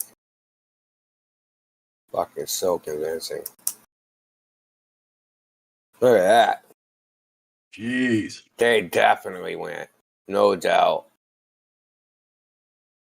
That is the scan convert. That is a scan converted image. I still want to know where they got all the extra frames and how by inserting frames they didn't get slow motion. That's what I want to know. You see this guy in the chat going to a radio isotope thermoelectric generator on us? No, where is he going doing that? He says the RTG's powered, wasn't it? That Right must below be you. dense pressure or something. Only he would know some useless fact like that.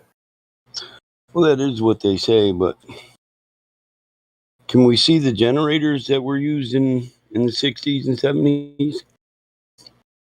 Can we give me an example?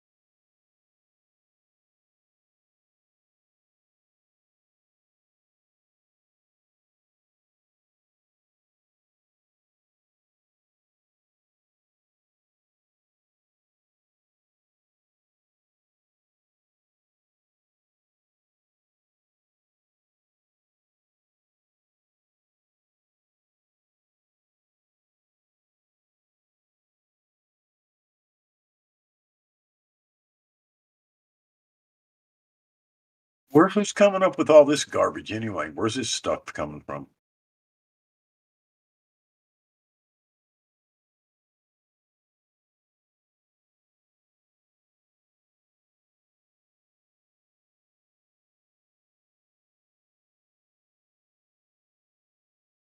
Nobody knows.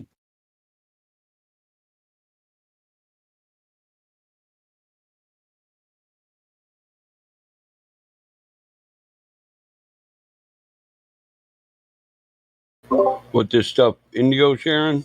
Yeah. Some web page. I think he shared the web page. Let me go up. Oh.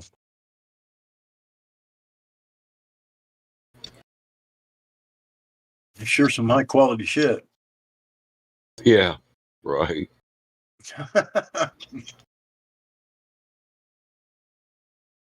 I can't even see the tweaker hut. The Metho Bell.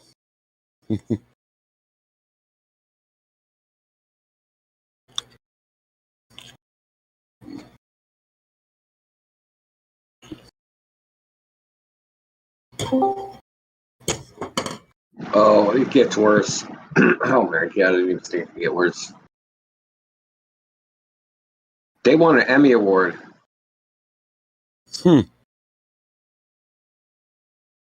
NASA was awarded the Follow T. Farnsworth Primetime Emmy Award for its live broadcast of the Apollo 11 EVA. Dick Nazgar, just an engineer from NASA, accepted the award on behalf of all those who worked on lunar television. It was presented by actress June Lockhart, who was played Maureen Robinson from Lost in Space. Apollo 11 LM pilot Buzz Aldrin also received an Emmy. Follow T. Farnsworth invented the first all-electronic television system. Oh, here's a little piece of propaganda. During the Apollo 11 telecast, he remarked to his wife that it made his work worthwhile. Jesus Christ. They have no shame. Fucking shameless. What's this made us aware that all of the astronauts have Hollywood stars on the sidewalk for actors awards? Yeah. So doesn't surprise me. That's not proof enough for anybody to understand that they were nothing more than actors. Then they're pretty fucking stupid. And those stars wouldn't be on the Hollywood stars would not be there if they weren't actors. They don't give astronaut actor stars. They give actors those stars on the sidewalk. Emmys, but it was a great performance, bro. Great performance. Oh boy. Bravo, bravo. Break a leg. I mean, they shoot themselves in the foot with all this shit, don't they? When you really look at it, I mean, and when it all comes out and you see it all, it's just nothing but a total fucking joke. Giving them Hollywood actors, fucking stars on the fucking Hollywood sidewalk? Come on.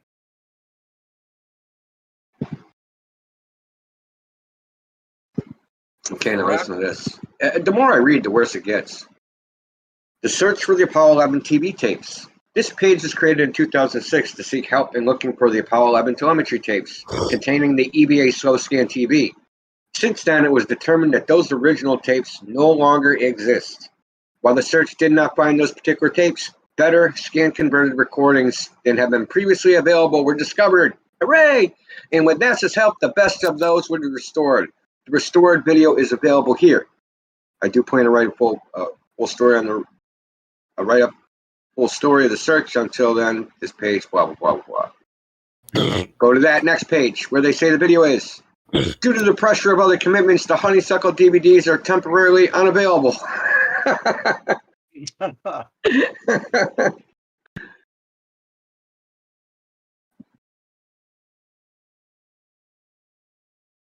They just have such bad luck, man. Just such bad luck.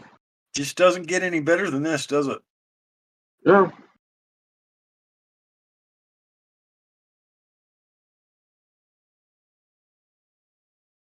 Fuck. Is it true the U.S. networks were refused a clean feed and had to point their cameras at the big screen in mission control?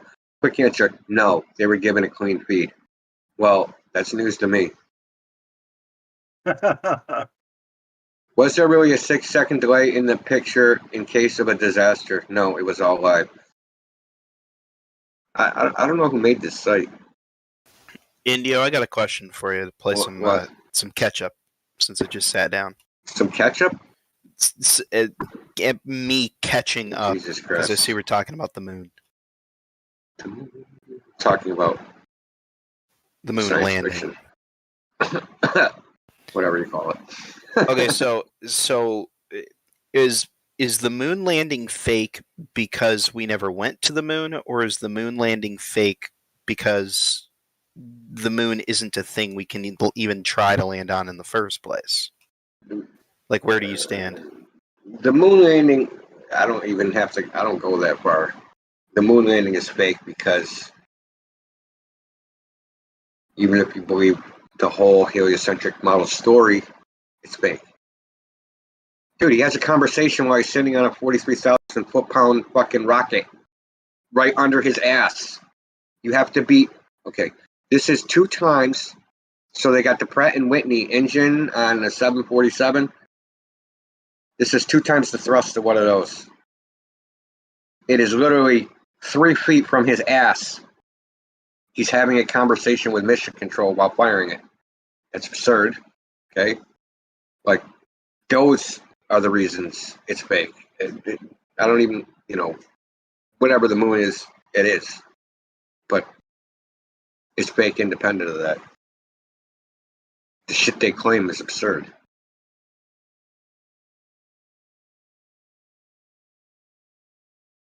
Think of it like this. Not a place you can go to. Someone imagined that there, say someone claimed that there was an amusement park in the middle of New York City with a fucking roller coaster. And then someone tells me, oh, I rode my unicorn to that amusement park. Fuck, dude, I don't care about the amusement park, dude. The unicorn is fake. Whether the amusement park exists or not, I don't have to go that far into the story.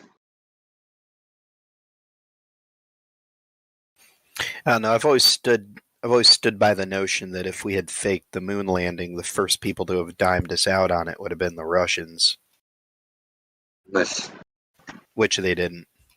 Why would they? They have a common interest with the United States. Not at that time, they didn't. No. Listen, they have a common interest with the United States. They're not. They want to control their population, and the United States wants to control their population. They're on the same team, bro. Right? Why haven't you gotten that yet? So I can assure you with 100% certainty that they are not on the same team. Oh the fuck! With 100% certainty. 100% certainty. Oh my goodness! You are really out there, dude. You are so far gone. I can't even. How many Russians have you ever met? Platypus. Your mind. Why are you so naive? Why are you so naive, bro? Your mind is mush. Have you ever met a Russian government official? Do you think that there's someone just like you that used to work on a Russian sub that's sitting there somewhere drinking vodka saying, I know goddamn well that the United States is not on the same team? We had a couple of them buy us drinks in Norway. That's an obvious call to violence. What? It's an obvious call to violence. They fucking hate They you. obviously hate all of America because of that interaction too. Look, I've met Russians. Nah, I don't think all Russians hate. I've met quite a few Russians. When I was a child, when I was a teenager, a bunch of Russians came and lived where I lived, and basically they're exposed to the same type of propaganda we are, just in Russian. Well, yeah, I've met a bunch of Green Bay Packers fans who give me a fresh batch of shit for being a Detroit Lions fan. Oh my God, that's an effort of futility. What the hell's wrong with you? What, being a Detroit Lions fan? Yeah, that's like being a Buccaneers fan in the 70s. Anyway. You know why? Because it's proof beyond reasonable doubt that I am a true fan and not a bandwagon fan. I hear you, dude, because I used to be a Patriots fan when they sucked. Okay? See. Listen, I wore Patriots gear when they were 1-15, dude. Yep. And they were 1 But that's the curse now. Everybody called you a bandwagon fan. Oh, no one ever called me a bandwagon. That's why I don't want my because team they to win. remember when I was wearing 1 in 15 fucking Patriots shit. Jeez. When I see my team losing from a NFL record field goal of 66 yards, I'm like, yep, that's my Lions. That's why I love them. Look, their problem is management. Their management, that fucking buffoon that they hired. Who is their general manager that they would not fire? He used to be a player.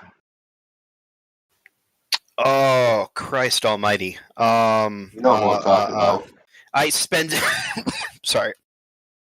I spend so much time complaining about the Ford family with regard to the Lions that Well, I they always hired him, forget. so yeah. I mean, the Ford family they hired him, and like it's like they hired him to fail. They're like, oh, dude, you're like, listen, you had 8 wins this year. You fucking win 9 games next year, you're fired. You better fucking keep loose. They probably use it as a tax write-off. They're probably losing money hand over fist.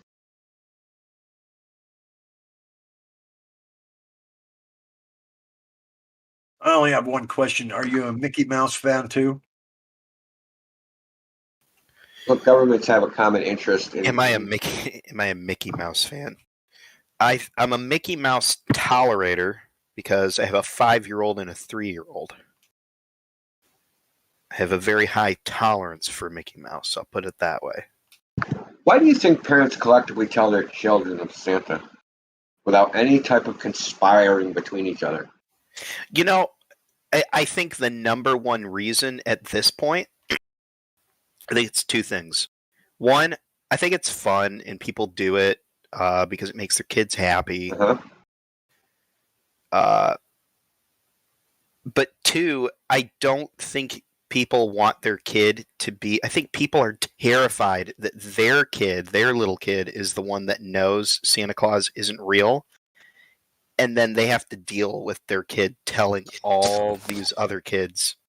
Oh, God forbid your child goes around telling the truth to other children. Oh, for the love of God. Well, listen, you're way off. The point I was trying to make, though, the point I was trying to make are everybody, independently, without conspiracy, does this ritual, which is immoral. And it's immoral because they're lying, right? No, I wouldn't nothing say. to do. Listen, they all do this ritual. You wouldn't say it's immoral? I would not say that. I would not say the Santa Claus thing is immoral.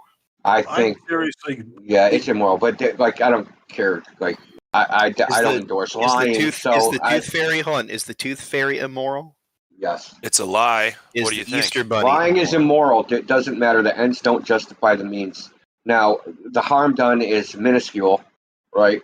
No kid is like, scarred for life, in a Well, they are straitjacket in scarred the for corner. life. They are scarred for life. Most people. Hold on. But we're getting way off the point. I don't want to get too far from the point and go on a fucking psychological analysis of Christmas, right? The point was there's an alignment of the interests, right? So everybody does things in unison, together. No parent runs over to the other kid, their neighbor's kids, and say, "Yes, Santa's not real," because I fucking hate my neighbor. Yeah, but there's a huge difference here. First of all, I'm assuming you're bringing this up to draw some kind of a correlation between the Russians in the believing in the United moon States. landing or No, something. the Russians in the United States ratting each other out. They have an alignment of interests. Their interests are aligned. They both want their population to believe the same bullshit. And regardless of whether they hate each other, ratting each other out is going to make their population question their lives. Understand? There's an aligned interest. Nah, I strongly disagree with that. If you're in a pissing match with another I company, literally just used a fucking real world example, which actually you've experienced yourself. If your parents hated your neighbor, would you think your parents would run over to your neighbor's kids and rat out his parents and say, "Yeah, Santa isn't real. Your parents are lying to you"? No, because they'd be afraid that those parents are going to run over and tell their kid the same thing. So everybody just shuts the fuck up and continues the ritual because the ritual they think benefits them in some way. Nah, it's not a fair comparison. It's an identical comparison. No, It's because nearly identical analogy. Hold on. in your example, both parties already an analogy. operate. No, okay, but it's not an accurate analogy. It's not. What's the difference? Where is it not equivalent? The difference is in your Santa Claus analogy, telling the neighbor's kids that Santa isn't real analogy. Both parties already understand that Santa Claus isn't real. Yes, they're not and both actively. parties already understand that space isn't real. It would be no. A fair one would be both parties thinking that Santa is real, and one of those parties saying, "Hey, look, I got a picture of the real Santa Claus coming into our house on Christmas morning." No, both. And the other side being like, "No, bullshit. That's not really Santa, and this is how we're going to show you that it's not really." Tell me, Santa. isn't this just a cute little story that World War II ended, and they like cut the scientists in half and split the baby, and Russians took some scientists, United States took some scientists, they both used those scientists to develop rockets, they both went to space, they both did the International Geophysical Year, U.S. sent up Explorer 1, the Russians sent up Sputnik. They had their histories here. They mirror each other. They're like mirror images of each other. Yeah, you're naive. Sputnik was headed where? Same place our first satellite was, right? Yep. Look, it's like a morale booster for your population. It's like a threshold, right? We finally went to space. China's used it. India's used it. Fucking dude, China used like a fucking goddamn. See, you ever seen the what is it? The Chang'e? Is it the Chang'e one? The one where they sent up the orbiter around the moon, and it's like really dark shadows. I should get an image of it. So I know exactly what video card they rendered that on. You know how I know? It's a 5200 FX GeForce because it had a problem with the stencil shader Z buffer that made shadows look like that. Okay, even when I cannot find the shadow look like that, it was a big problem back when the video card was developed. Back when they developed this video card. And as soon as I ever saw that video, I'm like, holy shit, man. They used a fucking GeForce 5200 FX.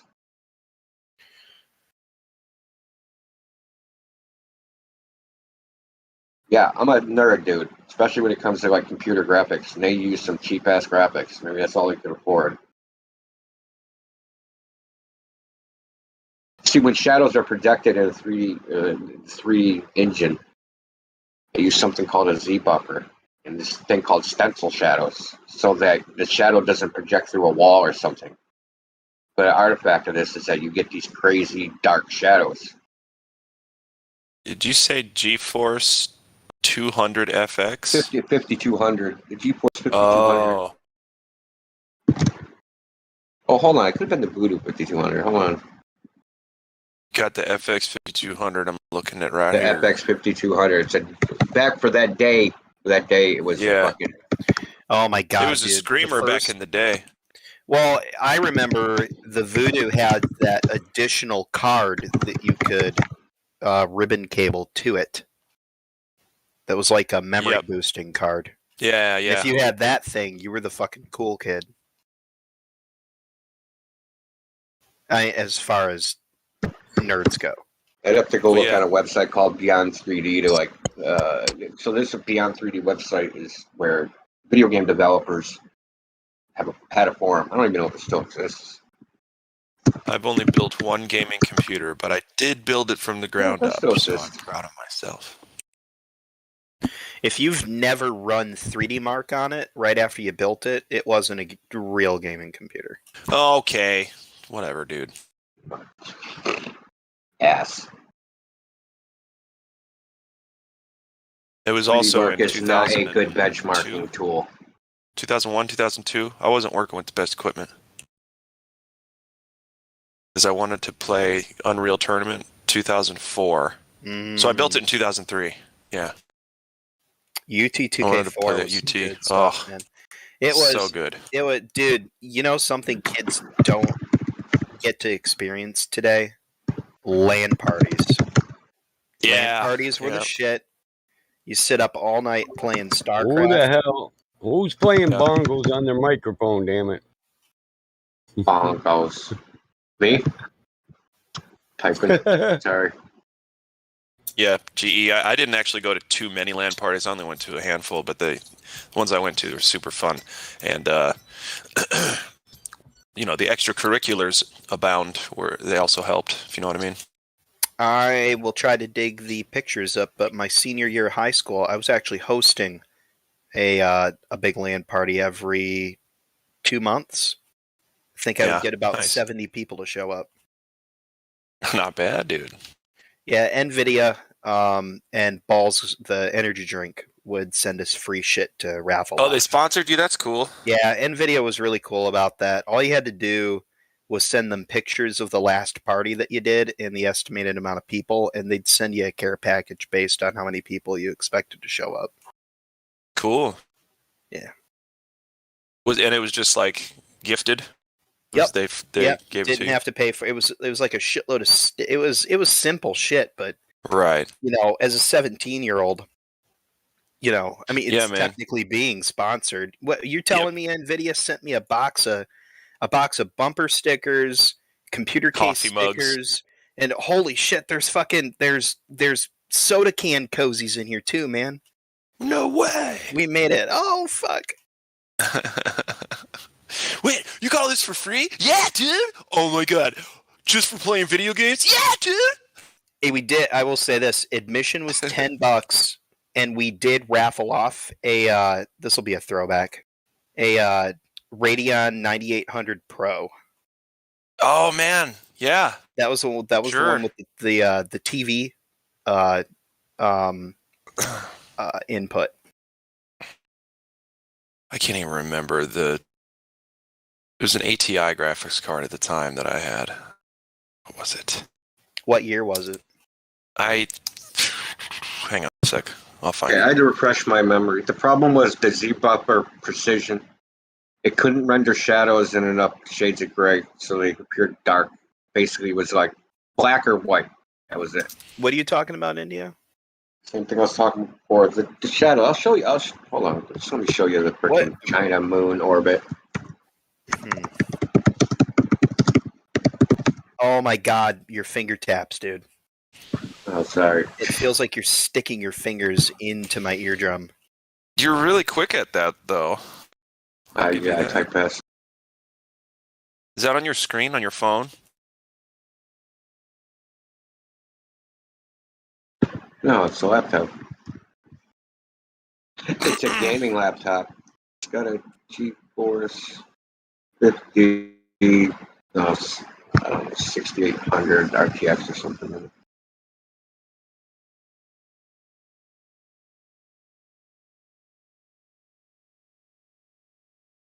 I bought it when the pandemic really hit because the prices of everything bottomed.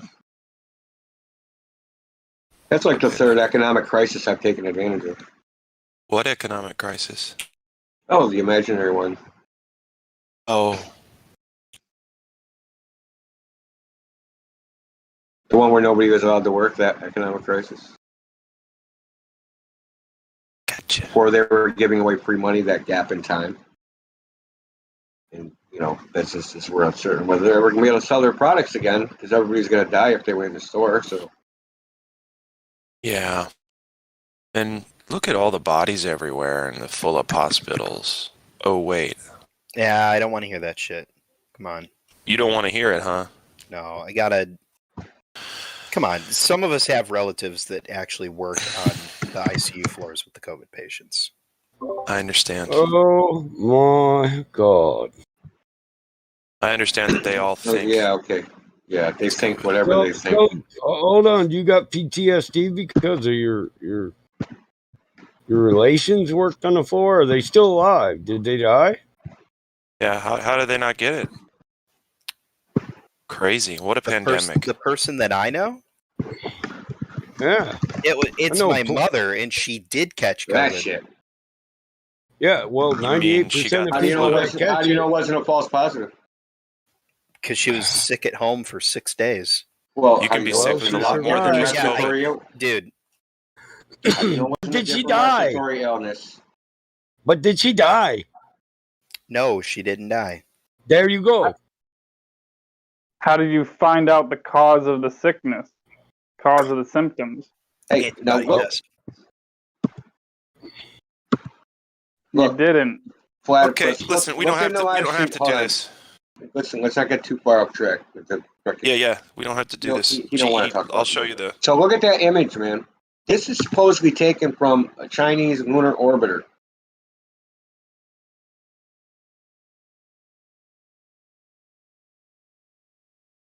You think that's a photograph?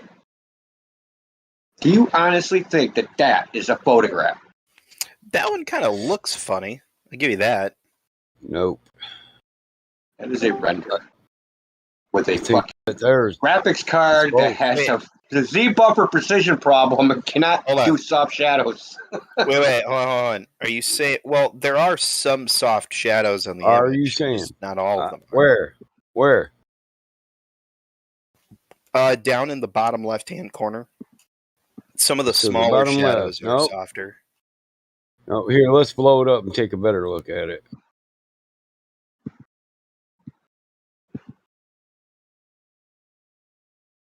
Don't confuse like different color of the surface texture with, actually looks like procedural you render too. Oh wait, the lower left corner is what I want to do. That certainly looks like Earth.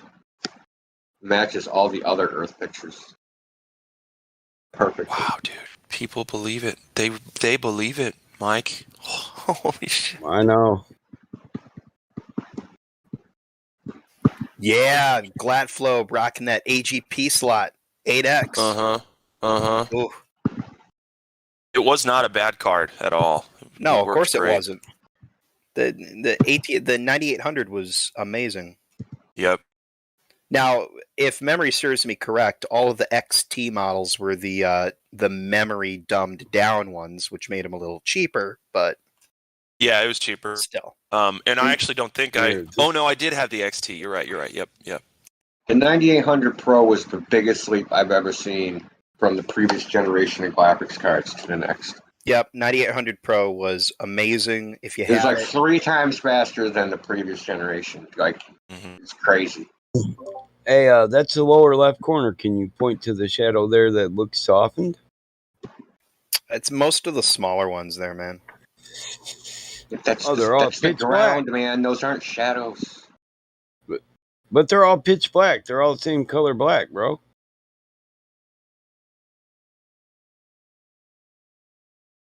Or are you saying this light colored brown that is actually supposed to be dirt? That's a shadow? Is that what you're saying? Looks like a fake sedimentary layer to me. Yeah, I don't know. I think it's going to look fake to you because you already operate on the assumption that it's fake. No, this is not a bias thing, dude. No, I think that would. We've all observed real photos and real shadows, bro. So there's no fucking bias at all to it, motherfucker. Yeah, it but either did you looks observe real him in or it vacuum, doesn't. Mike, did you observe him in vacuum? No. There's the fucking problem. Look, Yeah, we didn't this observe him in vacuum, motherfucker so we have no idea. still got this globe in the background. This motherfucker, New Mexico, smacks you in the face and shit.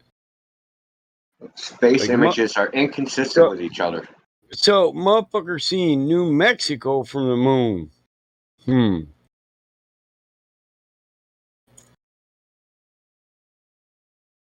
That is one big continent. Ain't it? Whatever the fuck it is, that's a big piece of land. Takes up about, a fifth of the world there. No big deal. I think that's Australia upside down. Oh, good. Is that a dragon? Yeah, but shouldn't the Earth look bigger in the moon sky than the moon does in the Earth sky? Yeah, you think so, right? Yes. By Yeah. quite a damn bit.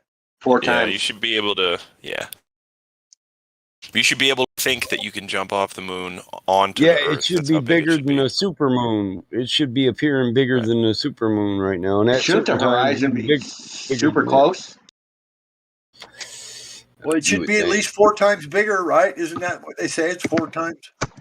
Go go gadget bullshit.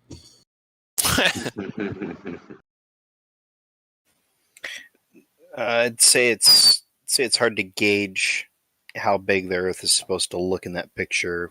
I can't tell the shadows in this image from the open space. Here, I'm just going to turn it around on you, GE. You're coming from the assumption that you think it's real. So we're both fucked then, aren't we? Yeah, I do that's not your operate bias. on the. I don't operate on the assumption that it's real. Oh, really? Particularly But do you think anything it's real? anybody posts here. Wait, Hey, wait. look, Oh, I get it. It's hold just up, look tainted at because that. it's in a Look, flat Earth server. I get it. No, I've look, literally had people. Look at that image, Hold bro. on. Not only is Hold the on. moon in space, but there is space on the moon. It's go gadget bullshit detector, Mike. And mine's been going off since he started talking. If you don't think anything we present here, Platypus, is worth, a second look, then why are you here? Don't put words in my mouth, motherfucker. That's not what I said. Okay, allow me to activate go go gadget bitch slap.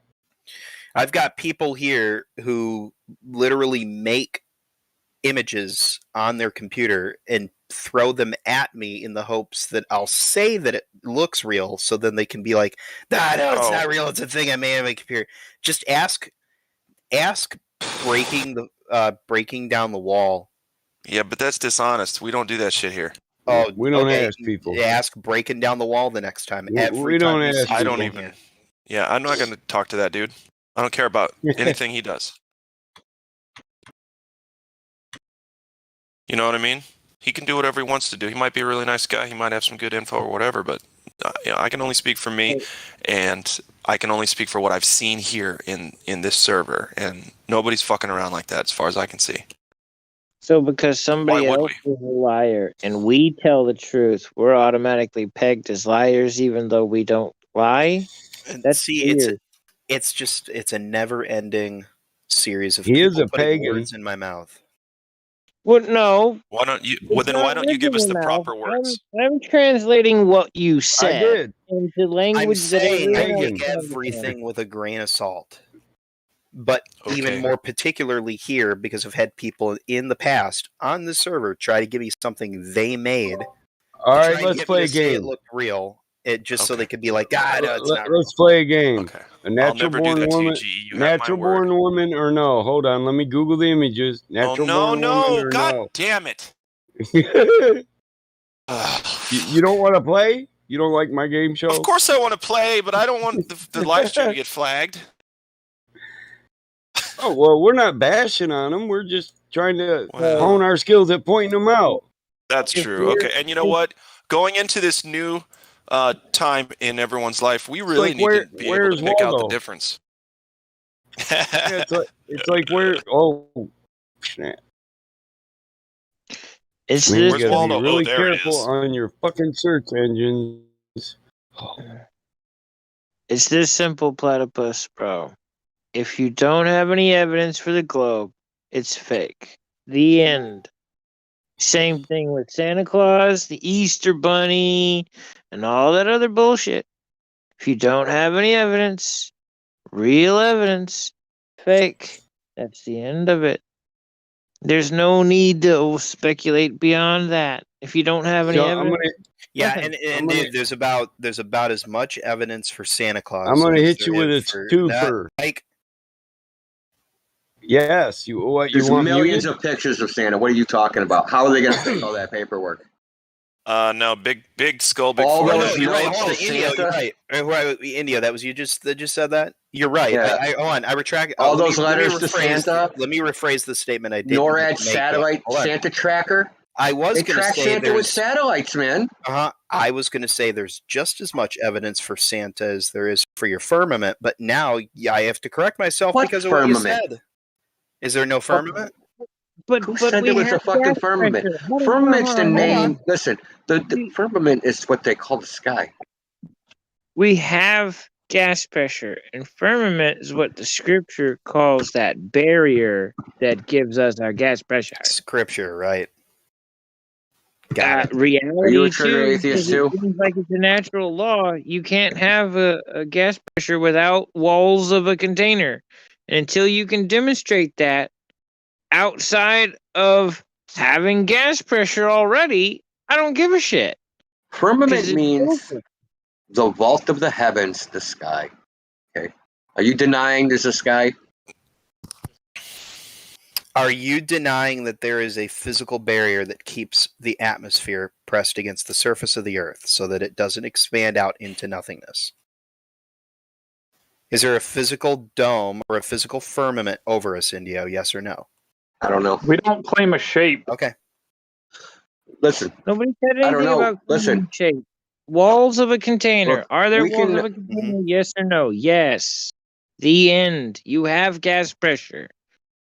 Necessary antecedent is walls of a container. Doesn't matter what the fuck you call them. Doesn't matter if they're purple or neon. Walls of a container are necessary to have gas pressure. You're breathing right now. You're not an umpty dipshit. You got gas pressure. You have walls of a container. It's that simple. It's called logic. Oh God. He doesn't understand antecedent, like something that is required to have something else. Like a ball has to have a curved surface. So Hold on, like, Indio. there's not a curved surface. It's not a ball. You So think it's I don't pretty simple. understand what a necessary antecedent is? Yeah. What's I the know. necessary antecedent of acceleration? Force. Exactly. But force. Do same objects force but listen. do objects listen. accelerate toward the Hold on a surface of the second. Earth? Using the word force is what's known as a tautology. You know what that is? Hey, You know what a hold on. tautology Simple is? question, So Indio. define force. No. Simple question. Define force, and you're going to find acceleration. Do right? objects accelerate toward the surface of the Earth? Yes or no? If force and acceleration mean the same fucking thing, dummy. It's They a yes mean or the no same question. thing.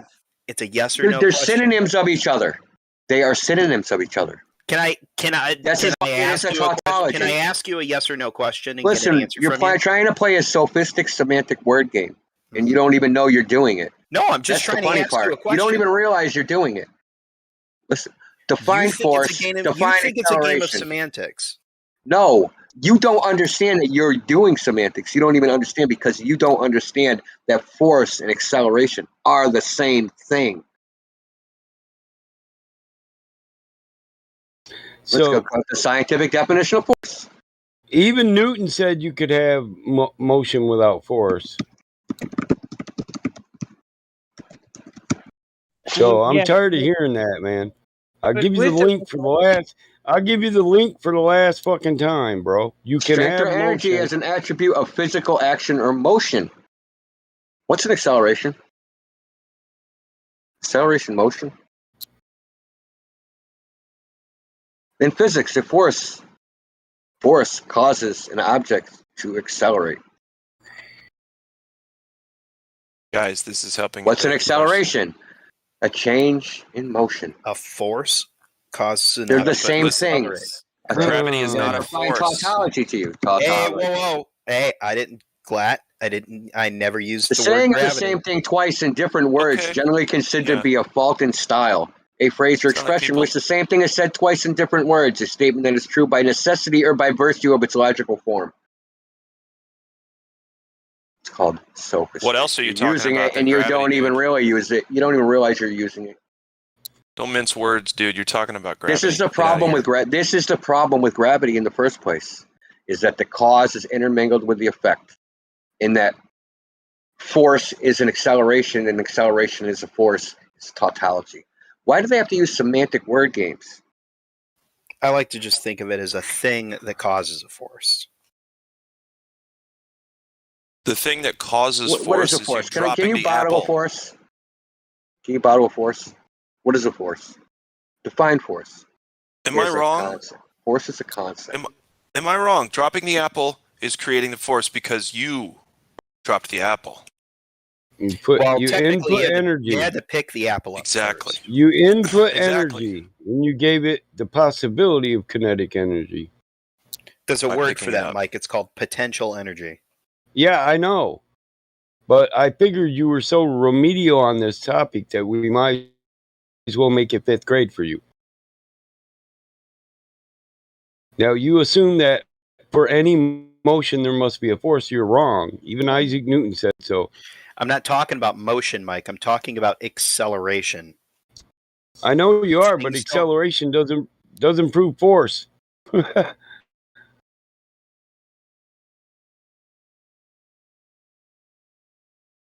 Go take physics again.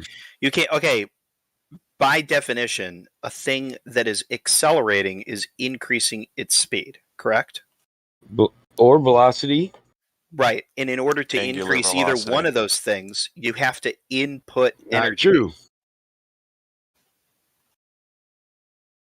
What happened to all objects in motion? Stay in listen. motion. What's keeping them in motion? What's the second half of that statement, Glatt?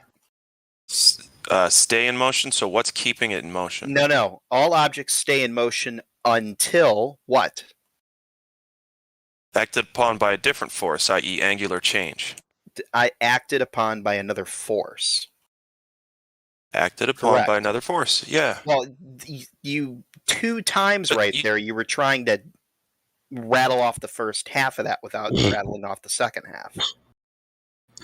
I didn't try to do that. That's what I did. What are you saying? I mentioned it to you. You're not catching me in anything, dude. Not Right. saying I'm catching you. And Newton's the one that defined motion as force. Right? F equals ma. F equals ma. Second law. Yeah, I believe so. Yeah. Yeah. So just because you defined a thing, it doesn't prove a force just because you define motion as a force or energy, potential energy, kinetic energy, whatever you want to call it. Energy and force, are they the same? You input energy, are you inputting force, or does the input energy create force? I believe the input energy creates force. It could just increase force that is already there. You can't do that without adding Gas. energy, Mike. Yes, you can in gas. What? No shit. That's what we're talking about. Energy could just increase force that's already there. Activity, increase activity. But it already had force. Like gas pressure.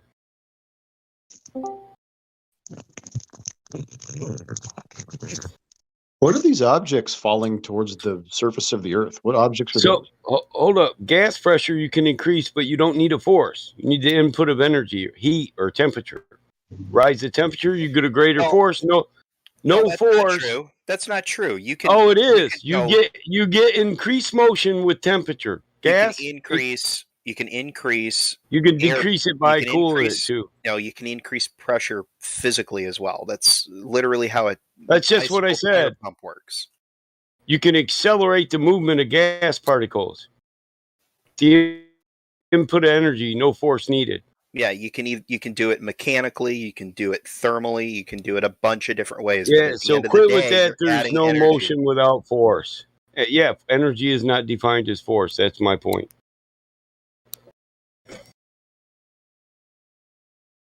You want to try to address the cartoon I posted there, GE?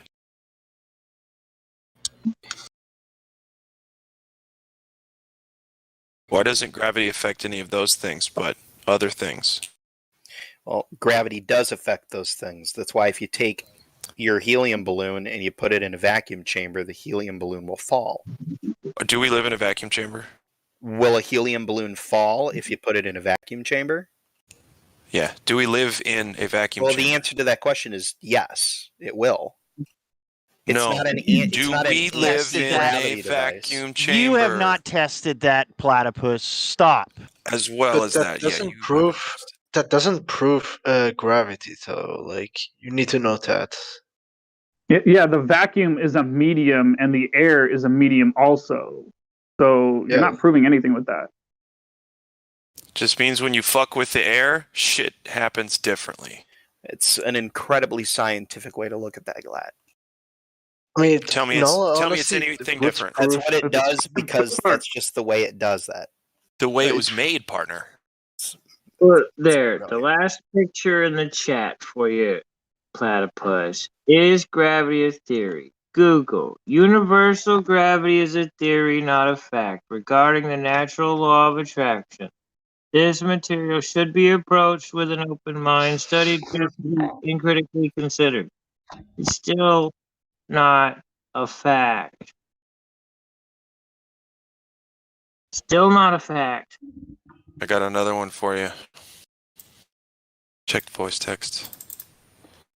This one will help you understand it a little bit better. Oh, god damn it, I don't want to fuck around with space-time. Well, which one is it? Okay. I do not understand general or special relativity. Nobody does. It's gibberish. Okay, so I don't talk about it. Okay, that's fine. That's fine. That's honest. Thank you for being honest. You have to study it, man, because it's the modern theory for gravity, so for the cause of gravity, right? Right, but So yeah, space is defined as the distance between objects and or molecules. I would submit to you that in a lot of cases, it is possible to understand a thing like at a fundamental level without understanding every little aspect about it. Like, do you understand any of it? Okay.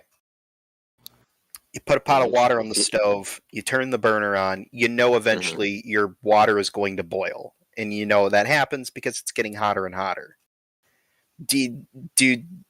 Does everybody understand like precisely everything that's going on there? Sure, I do. At a molecular level, what's going on there? Well, Mike, my point is... It's the input of energy, which in turn causes the effect of force, or bubbling, rising, dissipation, steam.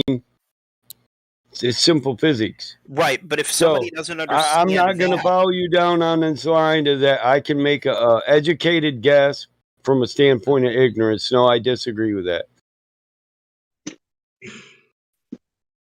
Can't even form an educated, coherent, cohesive sentence on it. If you don't know everything, it's a topic you probably shouldn't be talking about.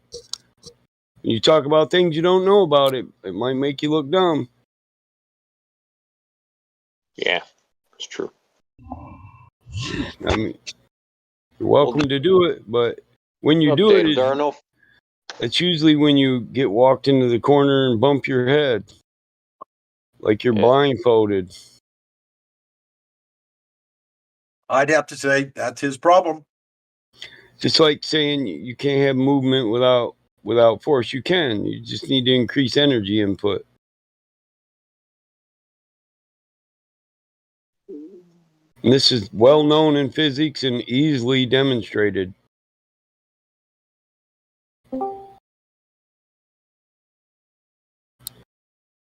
When you put fire to a pan full of water and it starts to move, is it a force moving the water? Or is it the input of energy through thermal heat? What I want to know is why you think gravity means anything. Platypus, why do you think it means anything? More than anything, particularly when I'm in here on this server, the whole gravity, it's not even what version of gravity that I subscribe to that really grinds my gears. What grinds my gears is this notion that somehow gases are not so, like, kind of going to the point that I was talking about with Mike. Regardless of what you and I argue about the cause is, you and I would both agree that if you drop a solid object, it's going to fall toward the ground. Like, that's just what happens. Before we get into why what causes it, right? Object. Yeah, right. Solid object. And if you do and if you do it with a liquid, it the same thing happens. But I don't get why suddenly gas, which is made of the same stuff as liquids and solids, because every element has a solid, a liquid, and a gaseous form. Okay, yeah. I don't get why suddenly being a gas. I don't get the concept. Because gas is in motion due to its thermal energy. Right. It's called Brownian motion, right? So gas is in motion. It has a kinetic energy. It moves around freely in every direction. Okay, liquid So it will molecules do the move. exact Hey, same listen, thing, Indio. since you believe in Newton's laws, right? An object in motion tends to stay in motion unless acted upon by an outside force. Okay, so if you have one side of this molecule in motion with nothing there, it just continues in that direction forever. Yeah, unless it's being influenced by that same thing that makes your solids and your liquids move toward the surface of the Earth, dude.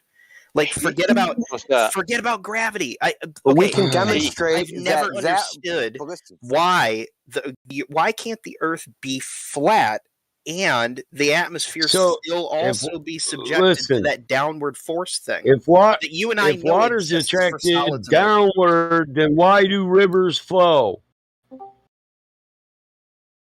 Why does a river flow? It should Because all be rivers attracted flow and because stationary. rivers flow from high elevation to low elevation, Mike. And what?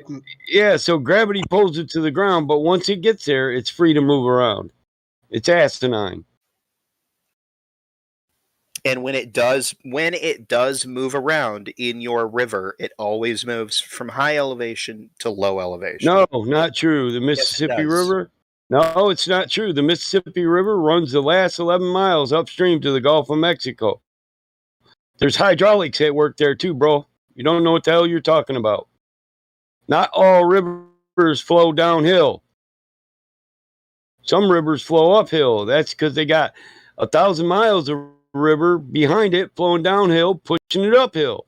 Don't be asinine.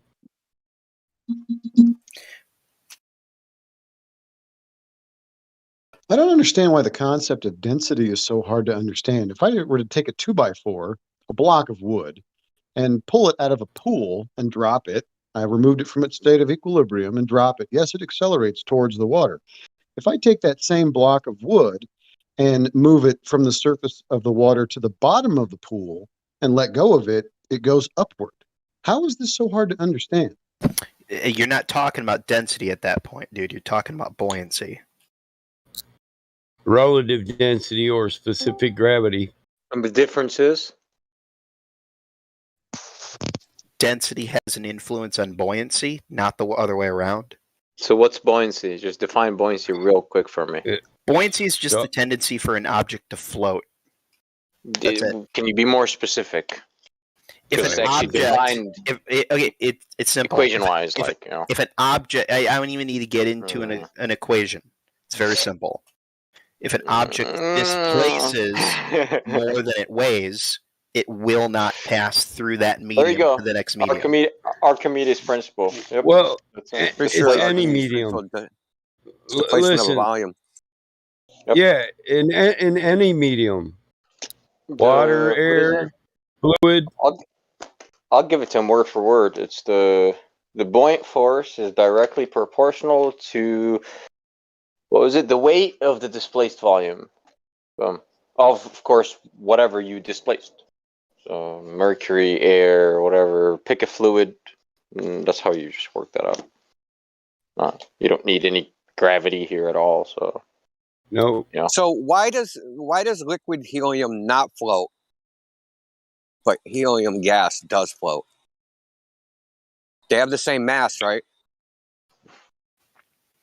Yeah, but hold on, They have Indio. identical masses, right? Hold They have on, Indio. identical I think masses. you're. I just think I'm what? What's okay? If you took Liquid two of helium those things, versus gaseous helium.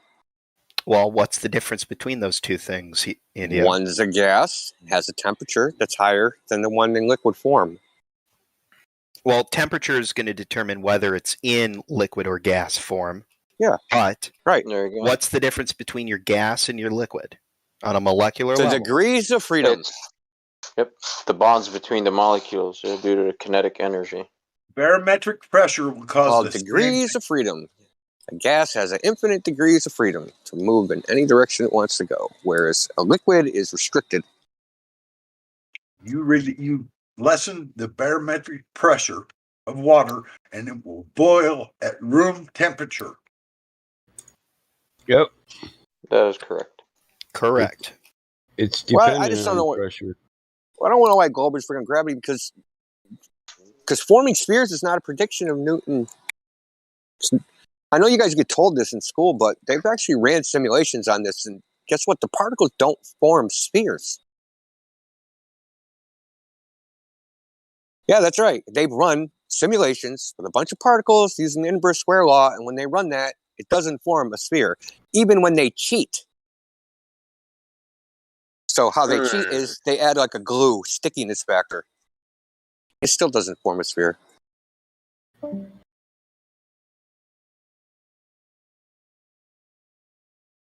How come crystals don't crystallize into a sphere?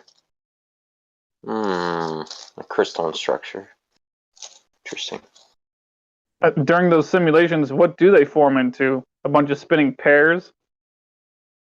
Assuming crystals. Well, solids form all It's a sorts simulation, of crazy though. shapes. I mean, bismuth is a good example. Bismuth. It's a cubic. I think it's a cubic structure. Yeah, I forget what the word is for it. But beautiful though. yes, I know. it's very cool. It's all right angles, all of it. So I think it's cubic. We had when I was working for Beckman Coulter, one of the reagents that we had, if you left the cap off and you let it dehydrate over like 5 years, and we know this because we found a bottle of it buried in a customer's thing. It's a Boston round bottle, so it's a cylindrical bottle, but the reagent dried up, and when it did, it formed a perfect cube on the inside of the bottle. It was very weird to look at. Yeah. Nice. Why did it do that? I don't know. That's just I'm assuming that's just the way the way that it. If you took the barometric pressure off of the ocean, why? Keep going. Why? If you took the barometric pressure off the ocean from 14.7 down to 1 pound per square inch, what would happen to the water? Well, at the very least, I know that you're going to be lowering the boiling point. So I'm guessing you're leading me somewhere to where the ocean would boil. It would rise up and go upward in the form of steam. Exactly. Where's gravity at this point? Getting its ass kicked by a steam compressed ocean. It's called thermal expansion. Yeah. That's it. Thermomolecular kick anything's ass. expansion. Yep. It'll crack bridges. It'll crack whatever you want, like it's nothing. Most everything has a thermal expansion rate, molecular expansion rate. And it's scary shit when you actually calculate it. Like it's a lot of force, man. Yeah, you can get. Yeah, that's why I don't fuck with this old steam tractor I got. I don't want to blow shit up. Oh, yeah, I don't blame you. Steam is scary. I made little ones. I played with little ones. Little coal-driven choo-choo train. But even that thing scares me if I get it too hot.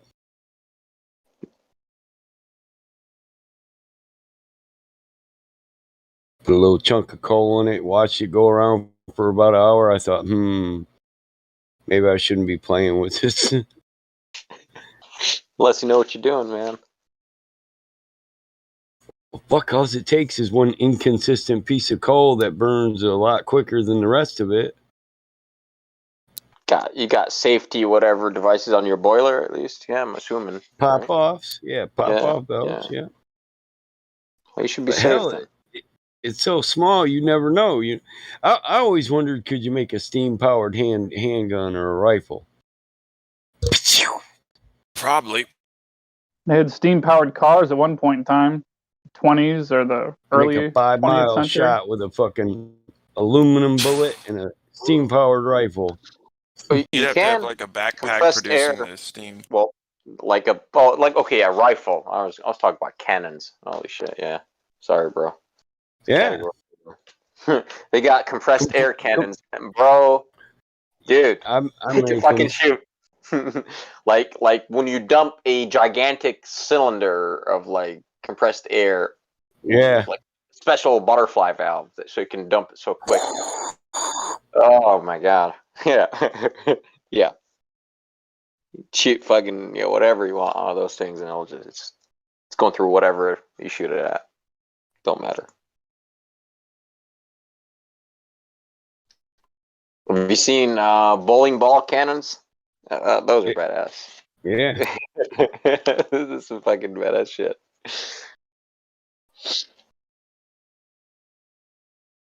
Let me roll joint number 2.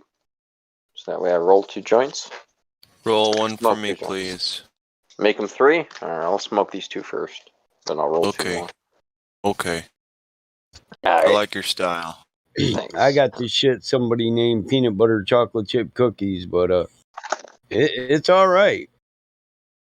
All right. That's a good one. Got You some know that names berry don't mean haze. shit. Well, it No. does. I think Funny. this one does. Sometimes. 'Cause Shit. I You got just so need to high, I focus. started thinking about peanut butter and chocolate chip cookies. So I think the name does have some meaning here. Well, This not motherfucker. as So- in. No, you're okay. Yeah, I get you on that one. The only time I look at the name is when the weed like kind of blows my mind, right? It's like Or if it don't that's when have I a first real noticed awesome OG smell. Kush. I had like a Yeah. melon With starburst scent too. recently. That was crazy. But Melon who is Starburst. making Yeah, up it's these good. names, guys? Literally, I who? know, man. I don't know. Whatever, yeah. Who? Who Exactly. That's why I say cares? it doesn't matter. It matters about the They get potency high and they and name how shit. high You know you what I are mean? and how long it And if lasts. you like it or not. That's it. Right. And you like it? Yeah. Like I've noticed the cheese strains are kind of creative for me. Yeah, they're So creative. for me, like you know what I mean? So I was like, okay. Yeah, it's cool. OG Kush is just my go to. Like if nothing is getting me high, OG Kush will. You know? Yeah. Well, they're crossing different things. You got a lot of splicing and cloning and shit going on. So I don't know about hybrids and splicing, everything. but cloning, yeah. I love cloning. Grafting, splicing, Splicing is a things different different. thing. I mean, No. It's not the same thing. Absolutely not. Gene splicing versus cloning or grafting or any of that shit. It's not the same. Or crossbreeding or any. That's not the same. Gene splicing, you're taking something that's incompatible and physically splicing that shit in. well, I You know? wasn't saying it was just splicing. I cut this, I cut that, I put them together. Ta-da! Oh, okay. Because that word they use it for gene It's splicing. grafting, basically. That's what I'm saying is splicing. Okay. Just, you cut this, you cut that, you add this, you add that, you put them together. Boom! And now you have a new plant. Hybrid. You just cross the male with the female, man. It's that easy. A male from this with female from that, and you see what you get. If it's good or Can not. you graft a weed plant onto a tree? Like an Always apple wanted tree? to do that, bro. I want to do it on a pine tree, dude. It's like I would have grafted on a fucking pine tree. No, you don't. You don't want that fucking sap in your shit, dude. No. No, it won't get in your shit. I just want the root system of a pine tree. I don't Well, want the I root think system there'd of be a a pine problem with tree the in my pine shit. tree. If you did it with a small pine tree, then the pine tree would grow to be big enough so that the buds would be budding where you can't reach them. Is it okay not to have a pine tree system, Well, root system That's in my not. poop? That's so not true, Orion. Because trees don't grow that way. If you know let that? a Whatever is at eye level when it's a young tree, it will always be at eye level when it's an old tree. I hope you know that.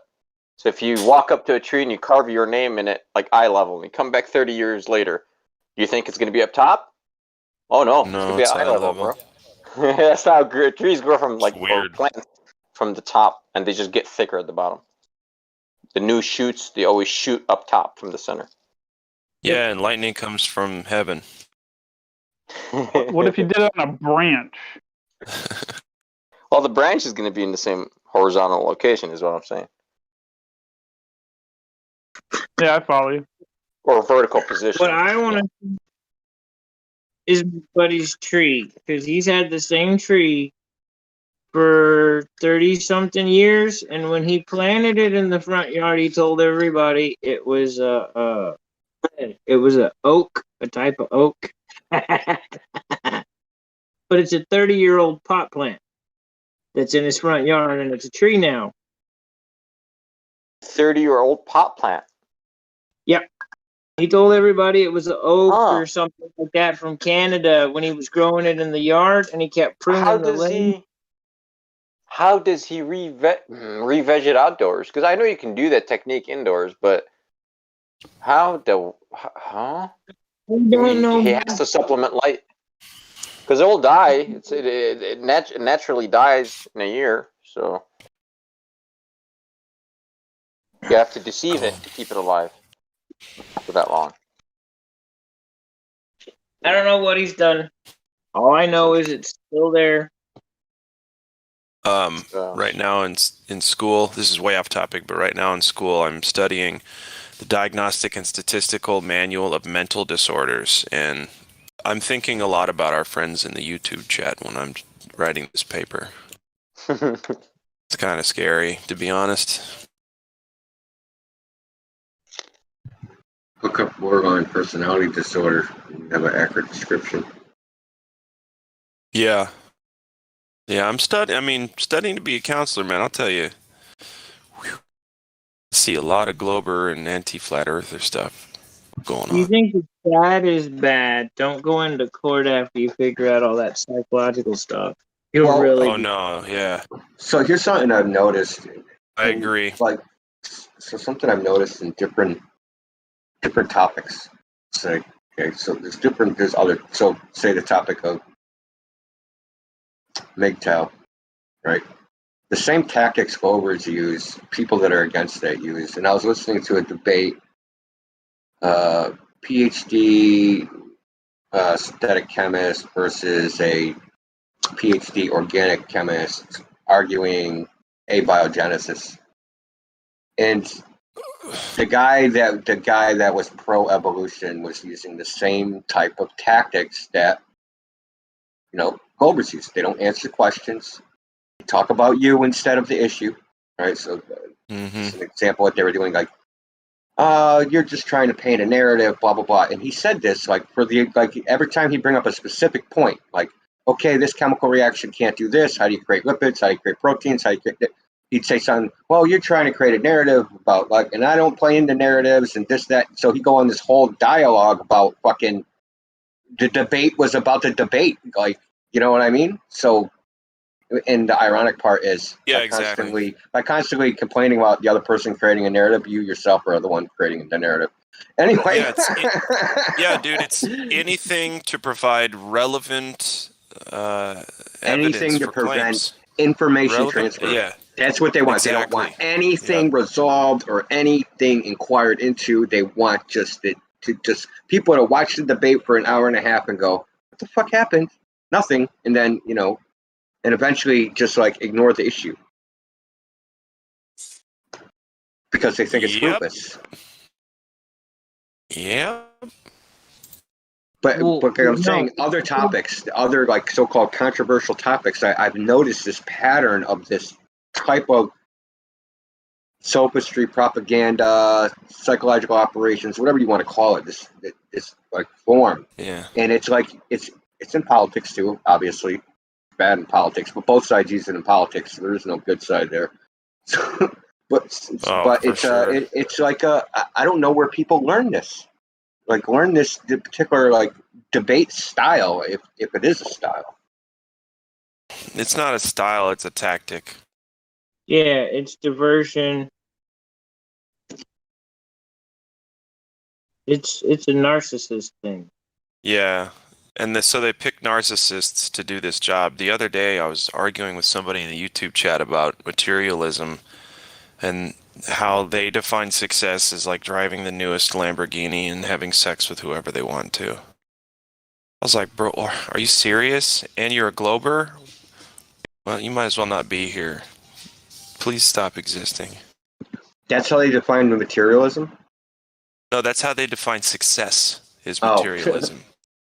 Driving the newest Lamborghini, being able to sleep with whoever they want, no consequences, just fucking buy shit, play the life video game, fuck bitches, get money. That was so, and it was wow, I really hope a lot of Globers are watching they're all you talk virgins, like this so right now.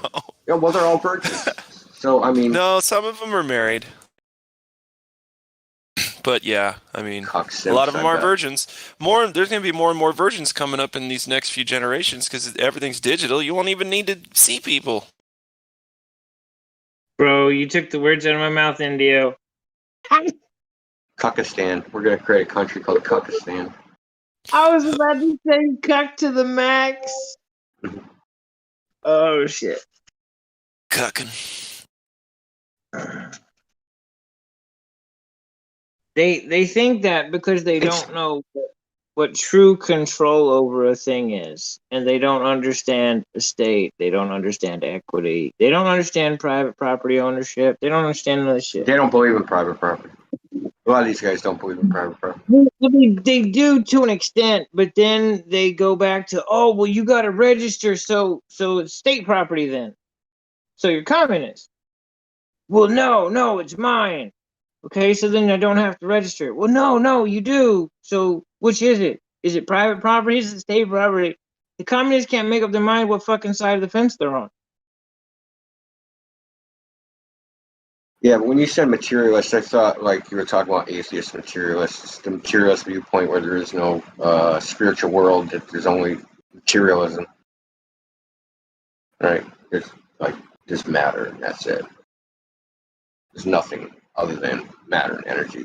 And that every metaphysical concept is just doesn't exist. It's wrong. And it came out of nowhere. That's my favorite part. Came out of nowhere. Everything came out of nowhere. Out of nothing. Did evolution create a belief in God? make evolution's head explode. You know, believing in God is evolutionarily more favorable. That's why we believe in God. So, you should be pro God. There you go, though. We evolved from nothing to believe in what created us. Boom. There's a way to make an atheist head. That's a head spinner. Dude, I'm writing that one down. Tell him that Darwin was a racist, which is actually true. Ladies and gentlemen, I am out of here for the night. Later. Okay, G, man, have a good night, okay? Go to sleep with the citation I posted with your egg-shaped gravity. Mm-hmm. I'll leave that. Don't listen to him. You have a good night, okay, GE? I will try. Okay, bye. Yeah, please do. Please do. I mean it, dude. I totally mean that, okay? Despite everything that we say about each other in here, man. It's all love. I love you, okay? Have a good night. See, this is why I shouldn't have said anything about my grandmother last night. Whatever. I appreciate it, though. Whatever. Yeah, totally. We still love you, Pookie. Good night. Why does she think she lives in a spinning ball? No, Probably. he's there for his grandma in a time of need. That's all. So let's talk. Let's just move on. So he's doing what he's supposed to do. Congratulations. Yeah, he's a good dude. He's a good dude. Look, I don't think people should take credit for things that they're supposed to. But people are like, yeah, I take care of my kids. Well, I'm just saying, man. Listen, I've taken care of elderly parents, not mine. Significant others. Yeah, man, I did it as a job for 14 months. I know what you're saying. I'm just saying it's good. It's good. Instead of ignoring her, a lot of people would. A lot of people are just scared to do the right thing. I've seen it. It's gross. So I'm gonna give him the benefit of the doubt because he doesn't have mammary glands, but he's actually doing the job that he's saying he's doing. Totally. When he comes back, I'm gonna ask him why he's doing it, and that he didn't do it. We feel immoral. No, I'm gonna listen. I'm gonna smash the atheist out of him. I'm gonna have to roll 2 more joints just for this conversation, Daniel. I don't want to talk about it, so you guys talk about it if you want.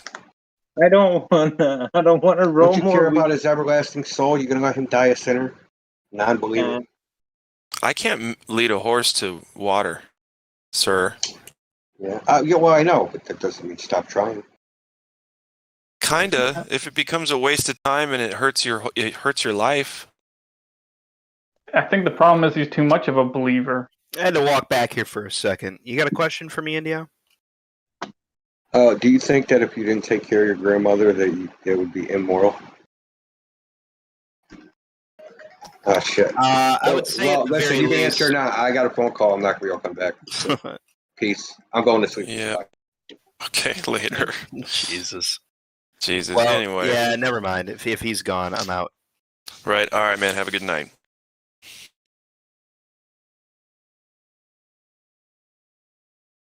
It's funny because they think we hate them just because they believe something, but we don't.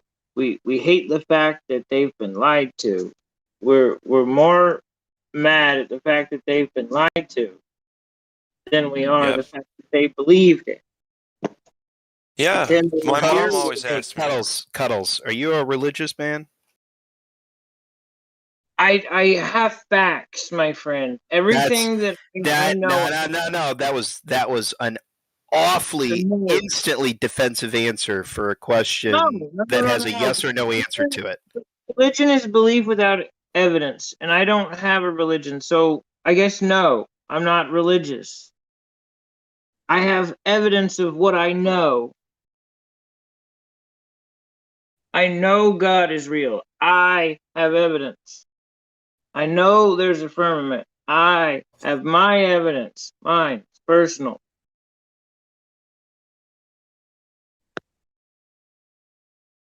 Not trying to be defensive, just trying to answer correctly. Because No, I would You're just definitely- exercise some restraint when you start throwing rocks in glass houses, my friend. what restraint? What rock? What glass house? Right? Fuck, we talking about the firmament again? Are we talking about crack rocks or geological rocks? Stones? Bumps? What? We don't have any problems, buddy. It's just all the lies that keep piling out of your mouth. That's what irritates me. Not you. The shit My you mom say. once asked me, she's like, "Why does it matter? Why do you want to quote wake people up?" And I'm like, "Cause I love everyone, and it makes me sad to see them so deceived and willingly doing it day after day." Glad It's that's why really, that's why I don't think you guys are dumb. That's why I don't think you guys are misguided. I don't think you're idiots. Well, and our I think the intentions are pure overwhelming too. I think the overwhelming majority of you come from the right place. Yeah. Empathy takes a shit ton of intelligence, my friend. Does So that have anything to do with whether you're right or wrong? No, it absolutely doesn't. No, you're right. I appreciate you saying that, man. My other grandmother puts used coffee grounds under her bed because she thinks that keeps bed bugs away. It doesn't. But her head is in the right place. Right. I don't know if you could compare our Wait. Does she have bed bugs? Uh-oh. We think she does. Come on. Well, No, there's you're no making it up. thinking to it. You inspect the bed. Either there's fucking bugs in it, or there's not. Well, here's the thing. She complained about her mattress making her sore. And she would show us these pictures that she would take of these sores that she'd get on her side and on her back and on the back of her legs like the when she belly. woke up in the morning. But then so she showed us the picture, and my mom, who's a nurse, and this is her mother, was like, let me see your stomach real quick, or let me see your side. And hours later, none of the marks are there anymore. So it was kind of weird, especially because it looked like a rash, right? Yeah. Bed So she bugs bought last a for new like mattress. 2 weeks total. So she bought a new mattress, and everything was good until about a month and a half later. She started getting really she small got rashes pets? again. She got Then pets? she started getting big rashes. It could be a fungal thing. Well, did she have cats? It could just be one of the animals got fucking fleas, and your grandma's getting bit by fleas. She has actually never owned any pets. My grandfather is allergic to cats, and they still live together. So cats and dogs have never been a thing in their house. Anyway, okay, whatever. My whole point was, sometimes people do things because they think they're the right thing to do, which is admirable to a certain level, but it doesn't make the thing that they're doing the right thing. And that breath of Right. What aspiration makes us wasn't- doing the right wasn't thing you. is because we're on the right side of this. We're on the correct empirical side of this. That's what makes it doing the right thing, and that's why we're so always the passionate same. about it. At least that's me. I guess the I same don't speak for anybody motherfucker else. crying. Oh, he got a heliocultist fucking row, and he wants to cry to me. Bitch, you about the wrong motherfucker at What's his that. name? What's his name? What's his name? You already know his name. What are you talking about? He bitches about I you did it too, and to. I'm like, I did it to that's my two boy. people in a row. Oh, Myrtle. I helped. I tried to So, help. I look, was with him for 15, 20 minutes talking to him. So I tried to help. the, So the motherfucker ain't in Cogdis, so what the fuck's he crying about? no, he's in the heliocultist for a room for a reason. Well, let me give him heliocultist room. Oh. Yeah, the cult room. He is in timeout. The timeout cult room. Yes. Now, once again, I am out for the night. All right, Yep, brother. good night. Have a good one. Was And he he's cussing just- people out? What? Oh yeah. He's just saying no, you're wrong, you're just wasting our time. To everything that we say. It was amazing. Let's move on. You should have told his ass to come to Livestream so we can debate somebody. I don't think he wants to talk. Oh, I that mean, guy. I'll Yeah, ask bring him. him I'll in. ask both of them. I mean, listen, bro. I'll ask Every both one of of them that comes in here, they think Google's right and flat earthers are wrong. We don't reach them by saying, okay, you disagree and you got to go. Mm-hmm. I prefer to debate those guys and let their own ignorance shine. Let them convince themselves that what they say or what they think really isn't But provable. I just got a no or yeah, like you're wrong out of him. That's it. I didn't get any kind of other answer. It was nothing.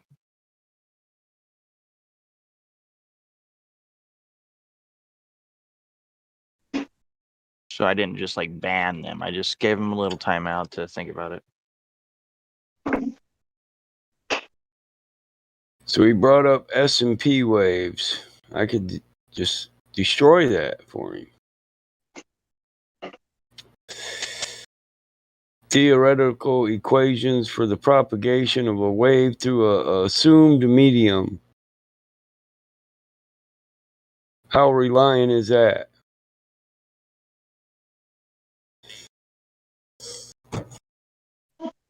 Most of these dumbasses think, well, we sent P and S waves through the entirety of the Earth. Like a P or an S wave rips apart the entire surface of the Earth. And if your shit was a marble floating in space and you popped the S wave all the way through it, wouldn't it just crack in half? What the fuck?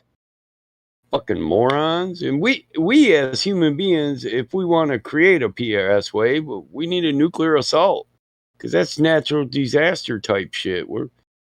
It's just not within the realms of possibility.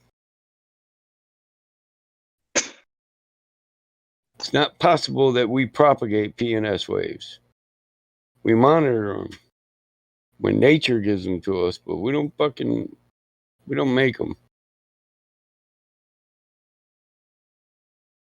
Act like we just got this wave producer. All right, push that button, man. Get that S wave going. We're going to crack this fucking nut. Sorry about that, Mike. I forgot my mic was open, but that was funny. Oh, well, you didn't even bother me. I just kept ranting. I hate that PNS wave crap. Makes sense to me, man. I mean, they go to that. They think that's their most solid science. Well, you got a theoretical equation, and you're basing it on the propagation through an assumed medium. We don't know the total composition of Earth. We don't know what's under us. We've only been down so far. Fuck. And then we could only state that's a reflection of what's beneath your feet in that area, not everywhere.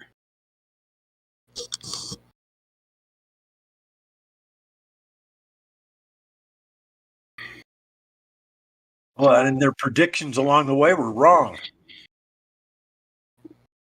Assumptions or predictions? Well, either or. They were predicting certain type of terra firma, rock, mud, whatever, but they were wrong. It Critical thinkers only. never was what they said. You're all lit up, but you're not talking critical thinkers. What's up? Having mic problems. That shit's all lit up and ain't nothing coming out. You talking to me? No, Critical Thinkers Only. That's the dude's profile name. Okay. Hey, Critical.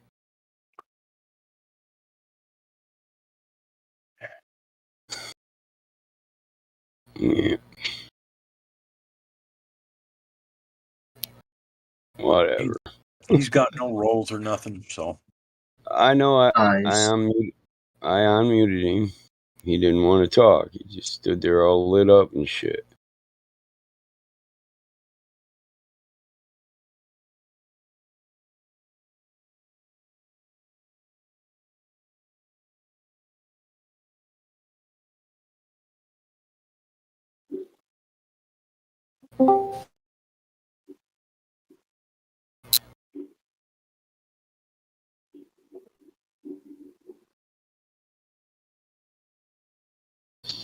Well, I guess that's the only new Truth, motherfucker if in the here. Earth's Damn. size, the radius is wrong, then that truly messes up all the system. Isn't that true? Yes. Okay, thank you. It messes up all the distances in their given known Yeah, all the universe. given Yep. distances. Yes. Every one of them.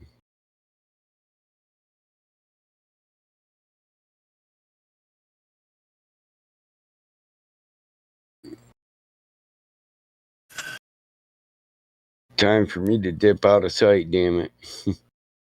Go gadget invisible. Ghost mod mode activated. I hate them guys with the I didn't do nothing DMs. Oh, listen here, prick. Why should I care?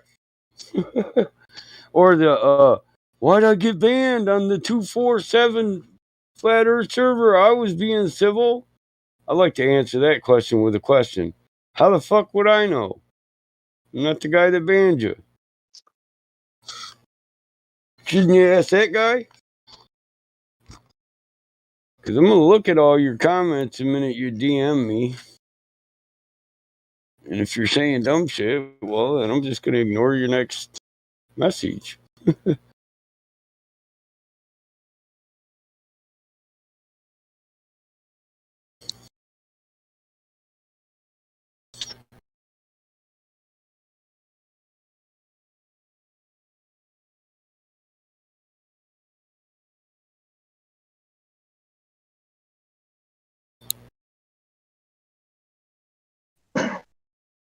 Now, in the Guinness Book of World Records shot, the left to right, wouldn't that left to right be a greater distance than from the observer out to the horizon?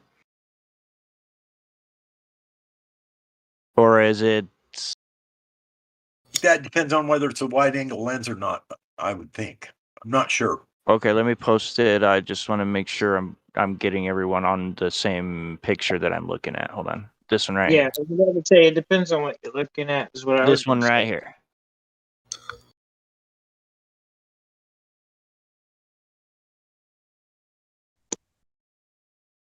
But that's probably what 100. So you could probably measure it from that Cape Diago, whatever the freak, that little island. See where the tip of that island is, and then back far, But I don't know about all the way out to the far right, and then all the way to the left. That's what I'm talking about. How far that distance is. Right, left to right, you'd have to probably know at least how far it is to the furthest object you can see clearly. Well, you'd have to look at it on a topographical map to try and identify that last little hump that goes down to the flat spot on the right, and that last peak, how far away you have to guesstimate on the map where those 2 points were, and then you could take a measurement and come up with a probably within 10% accuracy of distance, I would think. If you took your time to do that, you could probably do that.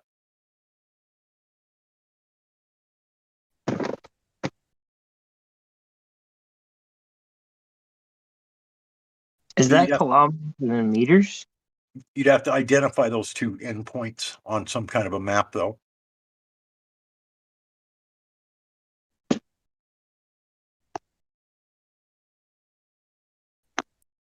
and then you can measure it because most maps give you square miles or whatever, you know, or at least some way to figure distance.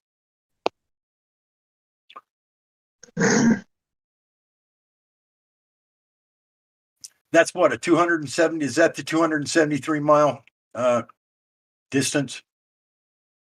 Is that one? Actually, I thought it was 248 miles, 400 kilometers. Is it? What do they call that mountain? Alps something, the Alps. Oh. Alps. ELS. You're probably right then, because I don't know the distance on that. That's a world record photo. It says Prince de Puro, 386 kilometers. Tela du Lac, 383 kilometers. Oh my gosh. The furthest one on the right, 432 kilometers. So that's probably close to 260 miles on the third one. I think the middle one's the 273, right? I think that's how they did it.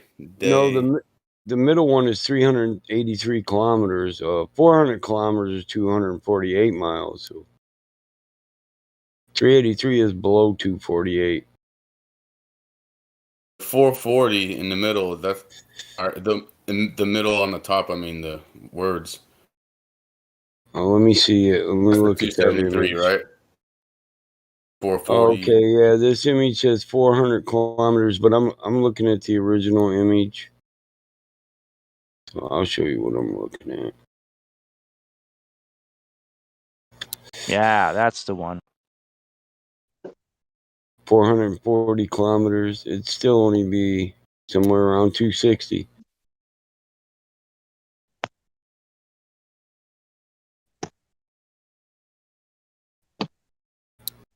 Either way, we shouldn't be seeing that.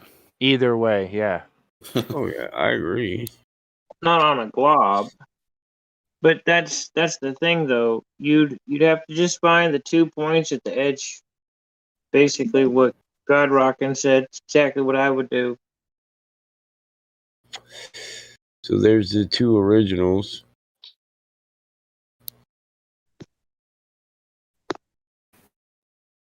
Because those points only look close because of the distance. Everything's converging perspective.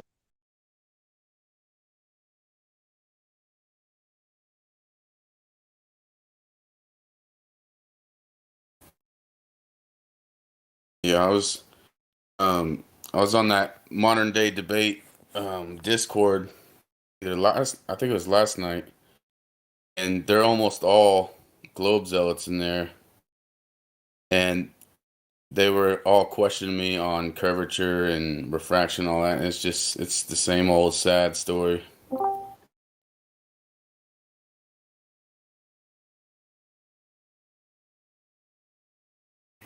The guy was trying to tell me there was a horizon behind the horizon. I'm like, oh, there's two horizons, right? And he was trying to tell me you can see clouds behind the horizon. Shit, which one of them is real first? What server were you on? Gem Pandas? Modern day debate. Yep. They created a server. They created a Discord server, and they have Yeah. like moderated after shows. There was a show Pretty sure yesterday. I watched it, and I didn't watch it Bro. live, but there was that Howard guy that debated. He was pretty good. Yeah, I'm on modern day debate. But there's nobody on there when it's not an after show.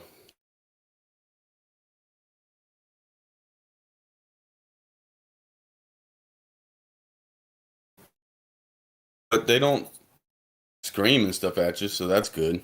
But it's the same old sad. The guy, he was trying to tell me that he at first he admitted that the horizon is a parent location. Then he told me that he can see clouds past the horizon. Then I said, "Can you show me a picture of what you're talking about? He said, let me sketch something out. So he uploaded in the text chat one of those stupid side views where he draws a physical tangent to where the little stick man can see. And then he drew some clouds above that a little bit to the right of it. It's like, you can't be serious, man. You just told me the horizon's apparent. What you just showed me is you're saying that this guy can't see past the physical curvature of the earth. So, and they said, well, this is what my stance is now. It's like, oh, okay, 5 minutes later, okay. It's amazing the excuses they have to come up with, not the rationalizations. It's very bizarre.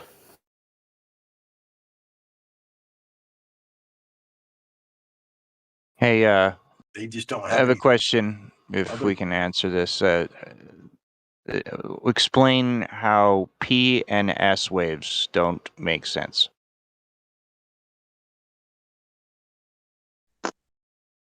E and S waves. Mm-hmm. This is just from someone in the cultist room. How they don't make sense, or That's I'm not literally gonna, his sentence. I'm not He going to said, say they do. explain how Well, P and S it's a waves false don't make sense. Yeah. it's a false dichotomy. It's not about the sense of P and S waves. It's about how we equate them, and how we come up with the equations and apply that towards an assumed density of an assumed medium. So it's the fact that we don't know the composition of Earth, and we're using theoretical equations to calculate the propagation through an assumed medium. So it's not about P and S waves. They're neither senseful or senseless. Whether are they factual or are they abstract? That's the question. And they're not factual. You couldn't even call it an approximation. And where are they shooting these waves? We How don't. are they? Could you come As the into the cultist room and kind of like No, put that into no, words, please? no. I don't type for these Because that was a bitches. lot. My secretary went home at 5 o'clock, bro. They were fucked after that.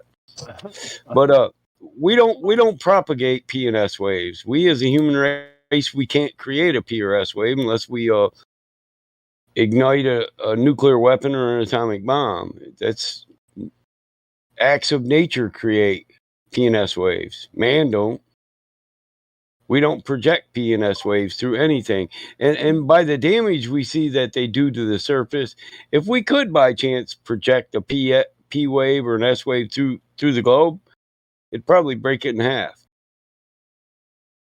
So are they measuring it? What is the claim, their claim? Oh, they do measure them locally. Their claim is P and S waves prove a globe, but this isn't true. The equations by which we equate them are theoretical, and we have to assume the density of the medium they're propagated through. We've only been down so far. They want to say, well, the P and S waves already proved the core. Bullshit. That core through P and the S Earth. wave. Yeah, that core P and S wave bullshit, that's a theoretical map of what a theoretical epicenter, North Pole epicenter earthquake would look like on a globe. It's really not factual. Nobody ever did it. We can't make a PRS wave unless we want to drop, like I said, a few megatons of bombs. Yeah, I see what you're. I'm not very familiar with the PNS wave thing, but it makes sense what you're saying. We don't know if the Earth was a globe, like you said. We don't know what the medium or what's in it, so you don't know how to measure something, not knowing how it reacts to different mediums. It could be bouncing off certain mediums. It could be slowing down or speeding up in Well, certain that's just it. mediums. It does. They do. They slow down and speed up. Some waves can travel through fluids, some can't. And we assume what medium they are flowing through. We give it like, it's kind of like the half rate for fucking carbon dating. It's an assumption, not even an approximation. We have Yeah, like nothing to even. 5,700 years half-life. Yeah, we got nothing to even call it a logical inference because it's not backed by experimentation that we can observe, test, and repeat. Yeah, and this is worse because with carbon, at least you know you're dealing with carbon. if there's some waves going through the alleged globe, you don't know what's in there, so you can't measure something like that accurately. Conspiracy Cat says he's a fucking teacher, and he busts out the theoretical map of the North Pole epicenter thing and said this proves it, and it's a theoretical map of what the epicenter North Pole would look like. These people, they don't know the difference between science and just like almost philosophical diatribes, like the Einstein's paper and all these papers. Like, this is just babble. I mean, it's complicated babble, but it's babble. I like to call it religiosophy because it's indistinguishable between religion and philosophy, but it's not science. Yeah, it's just, I guess that's the easiest way to call it. Simplest thing to call it is philosophy. Like, that's not science. Just because someone writes a big philosophical paper speculating about space time and this and that. So I'm going to show you this. I googled theoretical map of North Pole epicenter earthquake. Look at this image. And it says right under it, and this is the one he says, we know this to be true. Read the fine print. T waves of a hypothetical earthquake at North Pole. Hypothetical. Boundaries and shadow zones are created, although P waves reappear. S waves do not. It's a hypothetical diagram, and the guy uses it and says, we've measured this. Bitch, if you're an elementary teacher, I sure the hell hope you're not in my district, because you're a fucking idiot.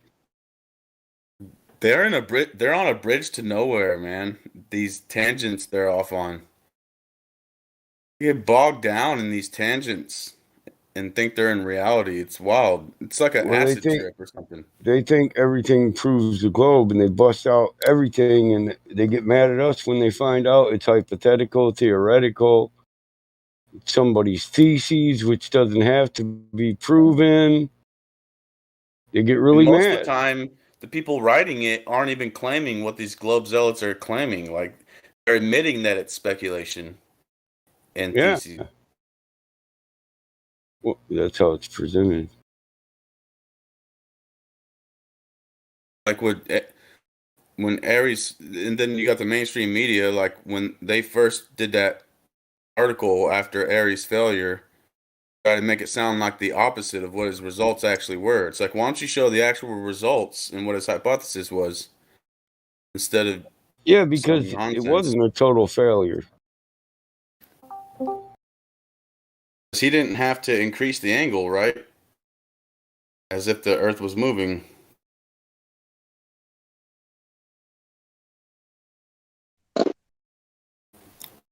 They didn't show that in the article they published like right after that. And then now Wikipedia matches what that mainstream news media said. People Google it.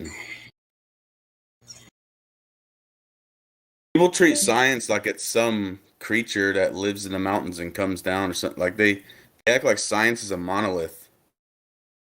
It's like, do you dare to question science? Oh, come on, man. Don't tell me that at the beginning of the year they knew who was going to win the Super Bowl for the next 10 years. Well, the thing is, if you can't challenge science, it isn't science. Yeah. Science And is even meant to then, test it's all and prove individual. Things. It's all individual topics, individual experiments. It's not one giant monolith where if one thing is true, all of it's true, or if one thing is false, all of it's false. Exactly. But that's how they act. They're like, so how are we talking on cell phones right now? Do you deny science? Like, an engineered cell phone compared to some dude speculating about some light in the sky being trillions of miles away. Like, get a hold of yourself. Well, right. Broken clock, wrong. Or broken clock being right twice a day. Somebody can be a good dad and wrong about all of their science acumen. Yeah, like Give it doesn't solid cross their mind parenting that some advice, cameras but can be valid, some can't. Like if it's authorized, then that means it's automatically correct. I tried to search. I tried to search for if man can make PNS waves, and I can't find anything. They don't even like address that. They just say that these waves do this and do that. They don't say where they come from, which I find very odd. So far, I haven't found the source of the PNS waves that they're saying that they're using to Well, pass through even the their Earth. ground penetrating radar is always inaccurate. oh, come on. Remember that movie, The Core? They have the machine to jumpstart and stop the Earth. It's that thing creating the PNS waves. I forgot what they called it, though.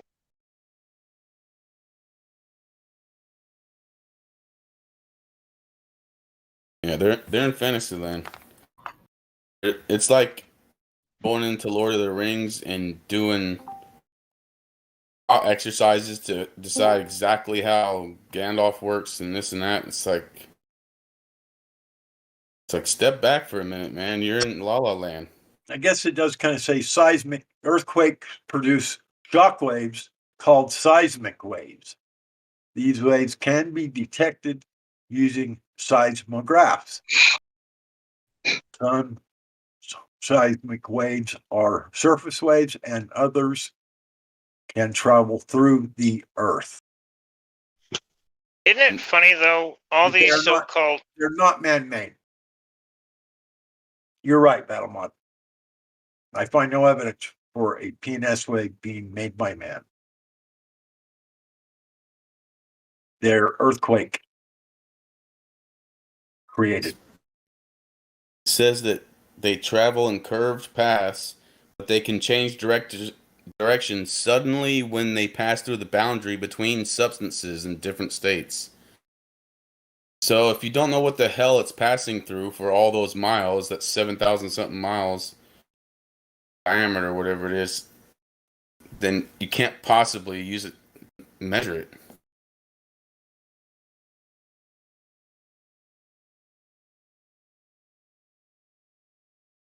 Well, we haven't even passed through the crust. Never reached the mantle that they say is there. I don't know how thick they say the crust is, but it's a lot thicker than 8 miles. Oh yeah, it says deep into the Earth's mantle. That's vague.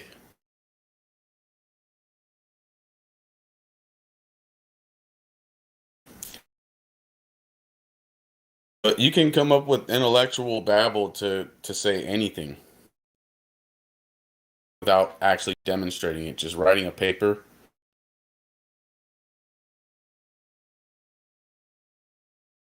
So I guess what they're saying is they have these seismic wave detectors placed in certain areas around the Earth. And when an earthquake happens, they claim that they're detecting waves. Well, we do detect them. All the way through the Earth, which I can't see how Oh, that could possibly. oh no. Well, U.S. has only got them. They're only local, so we've never recorded a fucking earthquake that's went from, say, one continent all the way to the Earth to another continent. We've never recorded that. Right. Well, they're saying It's that like P waves cannot. Let's see. Lights in the sky keep on turning. P waves cannot pass through the Earth's core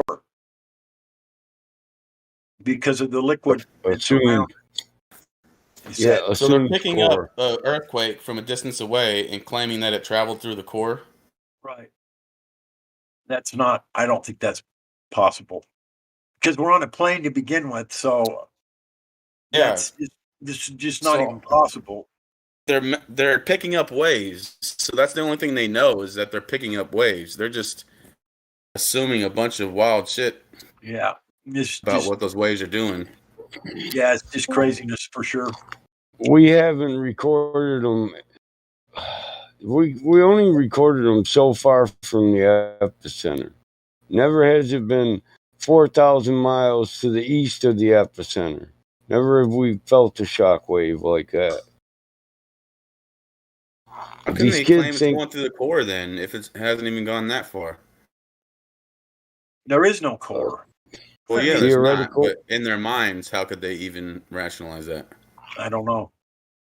Same way most they of their rationalize studies, space and planets and most of their whatever else. studies, they hypothetically say it that they're bounced off the core. Well, this says they pass through it. The S waves pass through the liquid around the solid core. They bounce off the unicorn's testicles. Yeah, but the P waves do not. Only one can.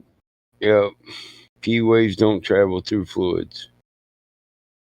Yes, that's what they say. P and S waves are. We destroyed that so long ago that the normal people don't come back here and even try to battle P and S waves with us.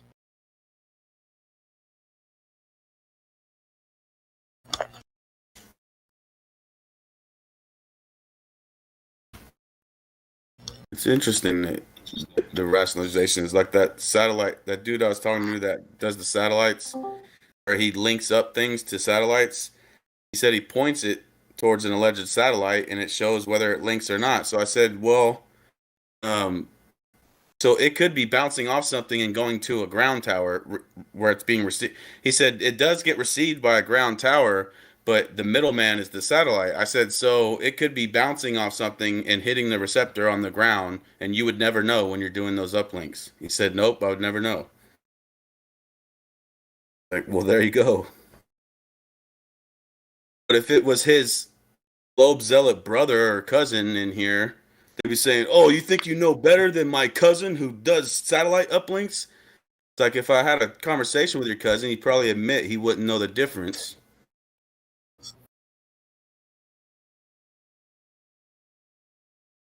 It's like the whole my uncle built part of the Apollo rocket. It's like, come on, man. Yeah, my cat followed your uncle to work and shit inside of it. What's up? Well, we do know that. And he came back home. Loons up there. NASA funded. But I thought the Globies. And then. I mean, how many satellites And could actually be drifting through the sky? I wonder how many satellites would it take to cover the entire realm? I don't know. I don't think they are, though. I don't either. A lot.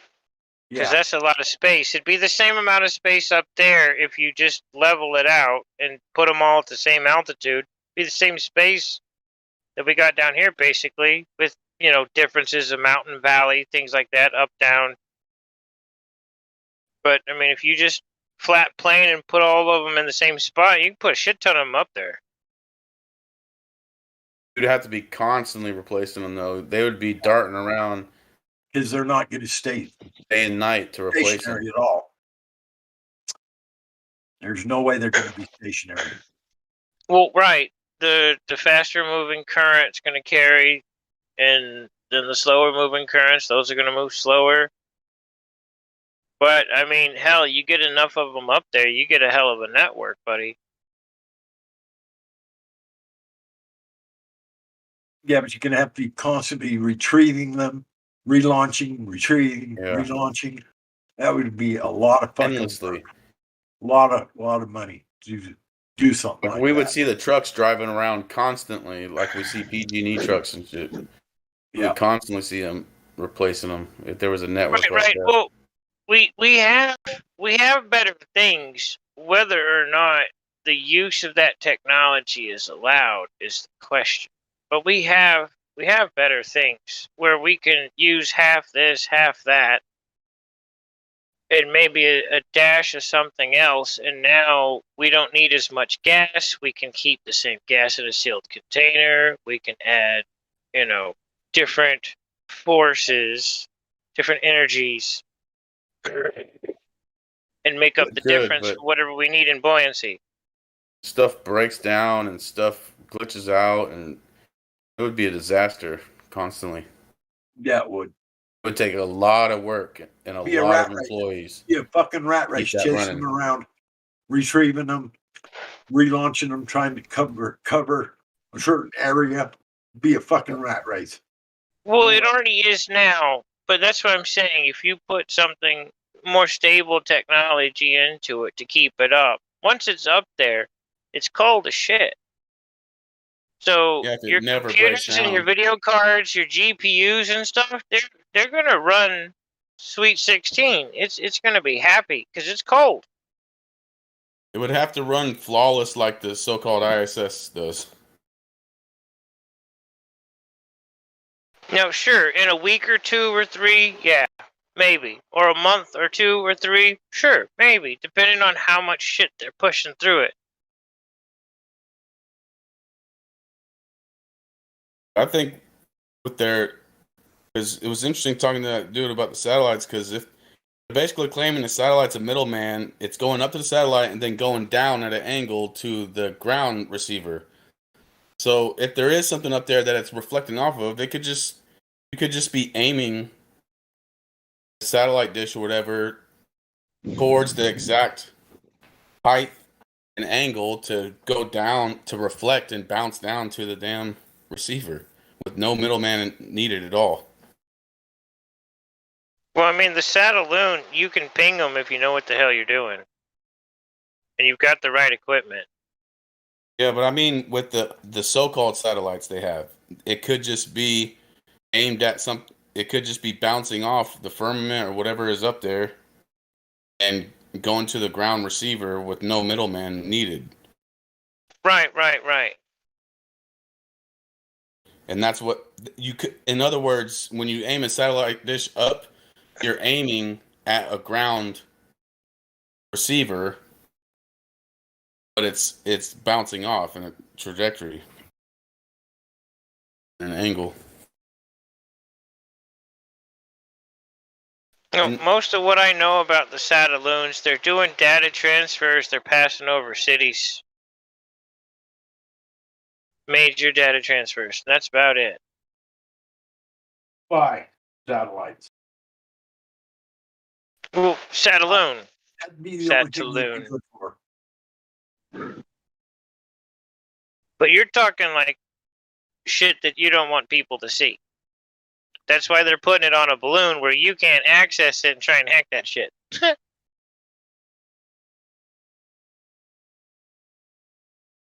Oh yeah. It's probably and it's probably surveillance stuff too, like in areas where they want surveillance of another country or whatever it may be. Nah, 'cause we already got drones for that. The new UAVs, you can put it up for fucking 45 days before you got to bring it down. Well, yeah, that might be slowly killing the Satelloon business. Right. But they already showed. There's a video out about what they did with Manhattan. They put like two or three UAVs up, and that like one could cover most of it, but like 2 or 3 covers all of Manhattan. You could see anything, track movement, whatever, cars, people. Yep. Did you see that video put out with those 2 NASA employees that used to work at Antarctica, and they claimed that they had some sort of aerial vehicle or aerial craft that actually locked into some kind of magnetic realm in the sky, and it held it up there. Those 2 people, a woman and a man, were testifying to something of that nature, that it was a craft that was locked into some electromagnetic field up in the sky at some distance, and it was keeping them in orbit, or in not orbit, but in transit for months at a time without having to have fuel or anything. They were being held up by some electromagnetic force. And these I were haven't two seen that. employees that worked for NASA at in on Antarctica, and they were now being whistleblowers. I can't remember where I seen that video, but I did see it. I watched it. Can't remember who showed it to me. I have kind of wondered if they figured out a way to actually put things into the firmament and like stake them in, like zipping shit to the ceiling. Yeah, Basically, I've wondered that too. what I did. Yeah, and I don't know if it maybe that's total propaganda to begin with. What I watched, I can't validate any of that, but that's what they were saying. They were claiming they were ex-NASA employees, but it could be just total propaganda too. As far as I mean, I have no way of validating what they said is true. Well, dude, like my idea, them actually being able to like anchor something inside the firmament, maybe like hang a giant ass computer there. I mean, could it be possible? Maybe, but fuck, Maybe, but we're 50 years from knowing anyway. I know one thing. There's been a balloon that went up at like I can't remember how many, 120 or 30,000 feet, something, and it was 264 degrees below zero, and it had not reached the firmament. Right, and see that's the thing. You get up so high, it's so cold. Like, how the hell could you go really that far? Because the wall's supposed to be. If we're looking at it from what the guys in Antarctica said about the so-called leaked videos that now are public information, you're looking at like negative 460 degrees, negative 500, negative 540. No, absolute zero is not that. Absolute zero is the coldest that it can get, I think, and that's that like we know of. But helium-3 can go lower. Other gases in liquid state, when you combine multiples of itself in a pure form, it changes states and they get colder. The mythical helium-3 that the Nazis had on the moon, or what, Cuddles? No, Get was talking about the superfluous helium-3. They mess with this in labs. Like, this is not fake shit. It's real. But it has to be refrigerated, but they can only take it so far naturally, or unnaturally with compressors and shit. Like, we can get it, but what it does to other things when they're in their element, once it's that cold, it changes. I've just never heard of anything colder than absolute zero. And I've never even heard of absolute zero even being achieved.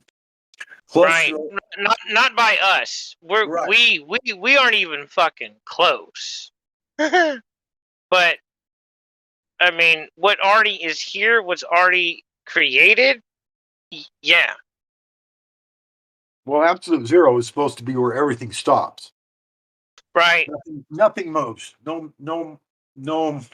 molecular or atomic movement or anything. This is theoretical as far as I'm concerned, because I've never seen that.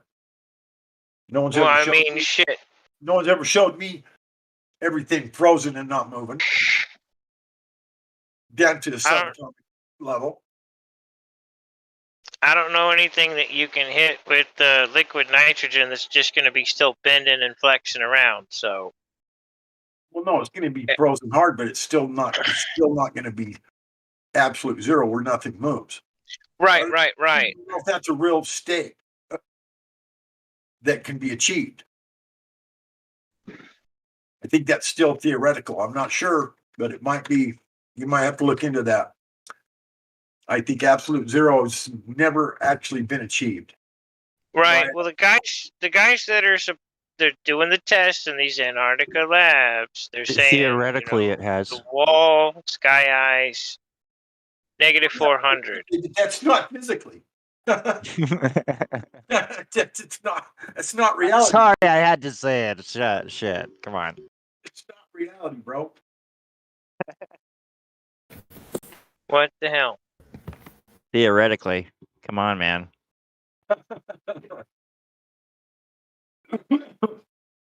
When they say theoretically, I don't even know if it's possible. It's full on theoretically possible, man. Okay. If you say You so. just put those two words together and it means everything. Yeah, right. Somehow it makes it true. I'm not 100% theoretically true. Yes. Right. Well, if you put theoretical in front of unicorn, now they're real. There you go. My theoretical unicorn needs to be fed. Hold on.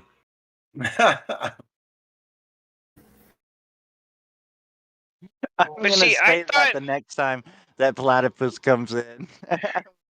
I thought we My were unicorn. causing a lot of these problems with the earthquakes and things. Like maybe, like, all right, volcanoes, tremors, certain things I get with, whatever the Earth decides to do on its day based on gas pockets and such. However, all the other shit that we don't know about,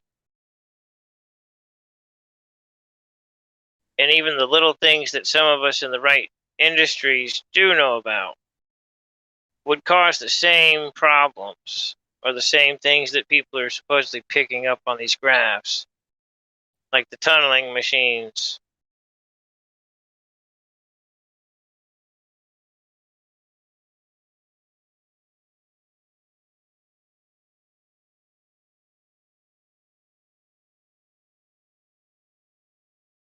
I don't know if these tunneling machines are actually real, Cuddles. Theoretically, They could you be, can but I tunnel don't through know. to China. I've never seen one.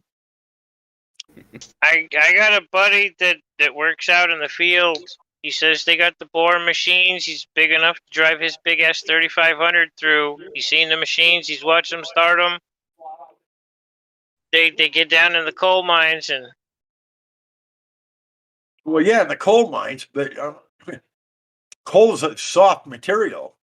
Right. But see, to be able to break up other things, now you're going to either have to add harder bits, or you're going to have to change the process in which you're using to cut from bit to something else. If you're breaking up, it's going to expand. Where's the room to put it? Be. Right. That's why it's got holes in it for the rock to come through to be transported out. When it's broken up and it's now twice the size it was in solid form, where the fuck are they putting it? It's got ports. Yeah, they'd have to be. As it breaks up, it falls through the ports, and it's supposed to be conveyed back. It's supposed to be moved out. It would have to be conveyed out. Right. But you could build something that uses plasma to do the same thing in places where you can't use bits.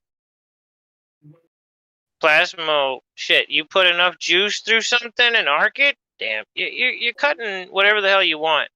Doesn't matter what it is. You're cutting it. You should at least know what you believe. And you can do that. And I know what heavy arcs are and all that kind of stuff. I know what you're talking about, Cubs, but Right. And see, this isn't even like my idea. My friend was teaching me about this stuff a couple years back when I was going to welding school. He's like, dude, like cutting like with all this stuff. He's like, now that you're into welding, it's like, here, let me toss you this. And I was like, what? I could he showed me how to build something at home where I could just make a tunnel any direction I want, just using electricity with the right things coupled together. You could just blast the hole. You just got to scoop out the shit out the back. But as it's moving forward, all that shit's falling through the hole in the center.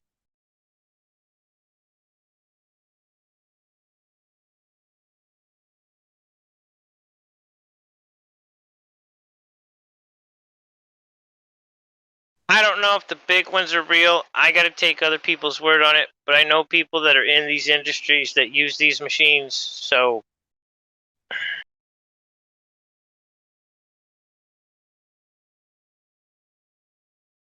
not a lot, just a few. Because they're normally gone a lot of the time.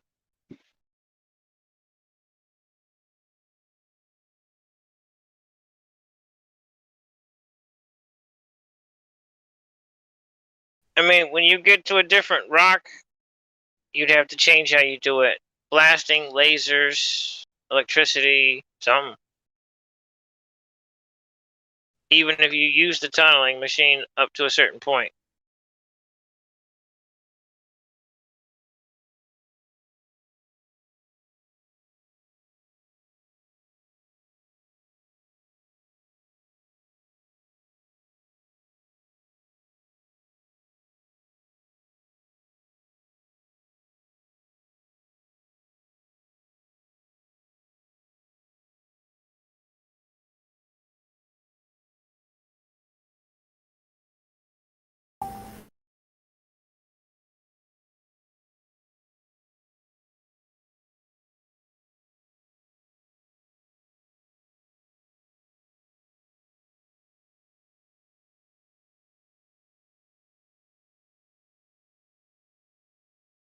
I just like some amateur rocket guys to put forward-facing cameras on some decent-sized rockets and just shoot them up. That'd be so awesome. Well, that's what I've been waiting for. Like NASA, SpaceX, any of these guys, and I'm like, well, shit, the amateurs can do it. Hell, we're making our own rocket fuels from scratch in amateur rocketry. We're building rockets as tall as people, as big around as your bicep. Well, bigger than your bicep, definitely. Dude, the one that they sent up that just collided with something and just started falling back down. Go fast one. It sounded like it Yeah. plunged into a liquid. Bro, that was a big ass rocket. That had a shit ton of fuel. Yeah. Not sure how much bigger than that you can even make rockets that go that high. That don't go in an arc into the ocean. Well, you'd have to change your you'd have to design your fins and everything so you could keep that direction. But That's why the amateur rockets always have wings and stuff. I wonder if it's even possible to have a NASA-sized rocket go all the way up that high, as the Go Fast did. Yeah, but what you're going to see is an explosion. A big one. Yes. But can you engineer something to lift that many thousands and thousands and thousands of pounds that high? It would take so much thrust. I don't think that size, because that's ridiculous. It really is. The amount of weight you're using to just trying to go to probe some shit is ridiculous. You could build it a third that size or a fifth that size and get up there and at least get enough data with Some the of those right rockets cameras. do look like they're sky surfing, though. Yeah, but if you get that dadgummit. Oh, there's a lens. Polarized lens. Somebody had sheets of a polarized tint that they'd put on like some plexi or something when they went to the rocket test, and they put it up, and the rocket looks like it's going up, but then you look through the polarized lens and you see the arc. It definitely arcs. I've seen launches myself. I've seen several launches in person, and you can, with just your bare eyes, you can see the arc. Right. Well, some of the angles, it looks like it's going up when it's going away. Yeah, when it's going That's away, the yeah. trickery that they like to play. Definitely. Because as a kid in Florida, we would go and watch the launches and stuff.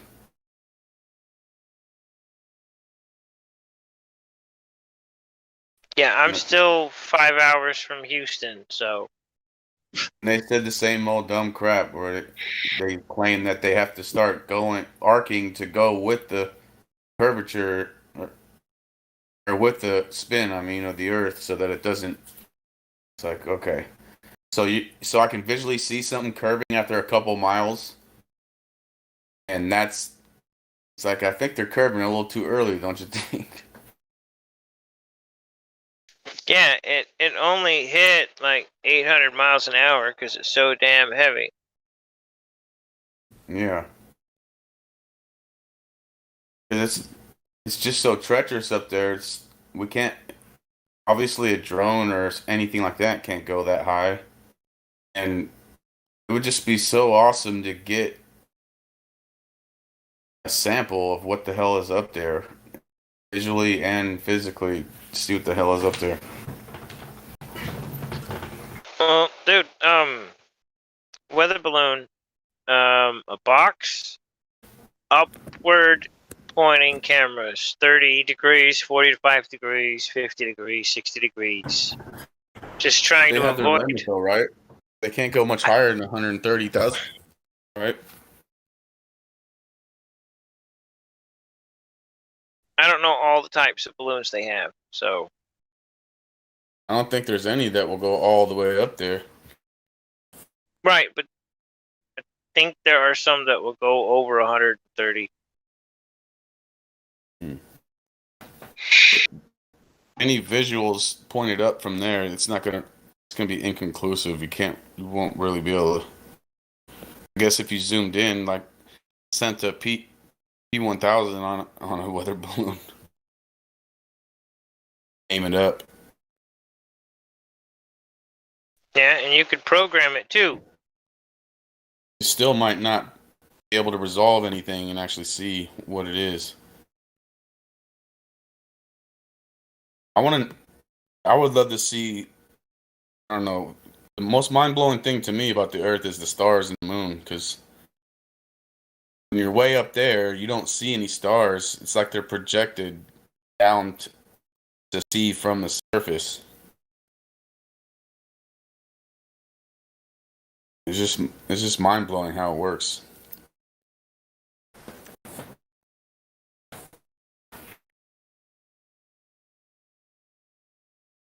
Well, they're never really looking at that anyway. They're normally looking at the horizon. So anything above it is going to be like the ground below the line of sight. It's going to be distorted.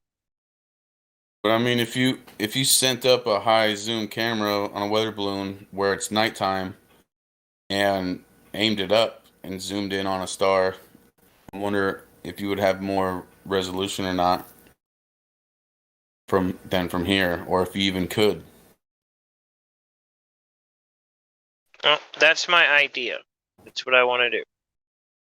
Because I'm looking for a couple of things already from a conversation started 2 weeks ago about the sun and the moon. So my only solution is to just mount a bunch of cameras up, put them on a box, in a box, on a box, whatever.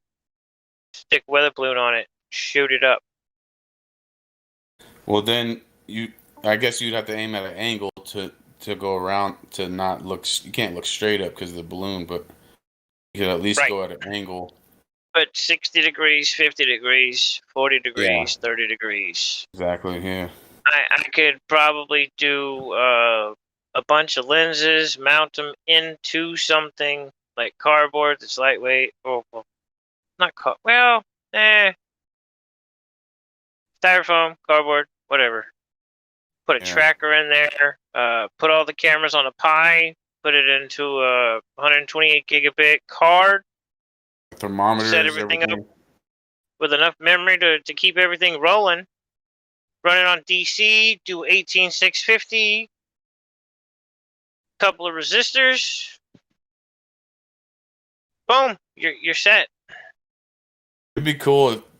It really would have been cool on that Go Fast rocket if they had forward-facing cameras, and then if there was even something that could have somehow taken a sample of what was up there, if it's even possible.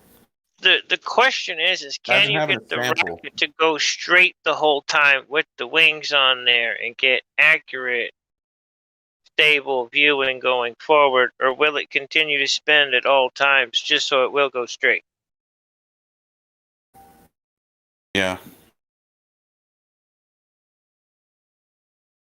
Probably does have to That's spin. what I'm curious about. Because if you can make a stabilizer, like a gyro or something, to keep that thing,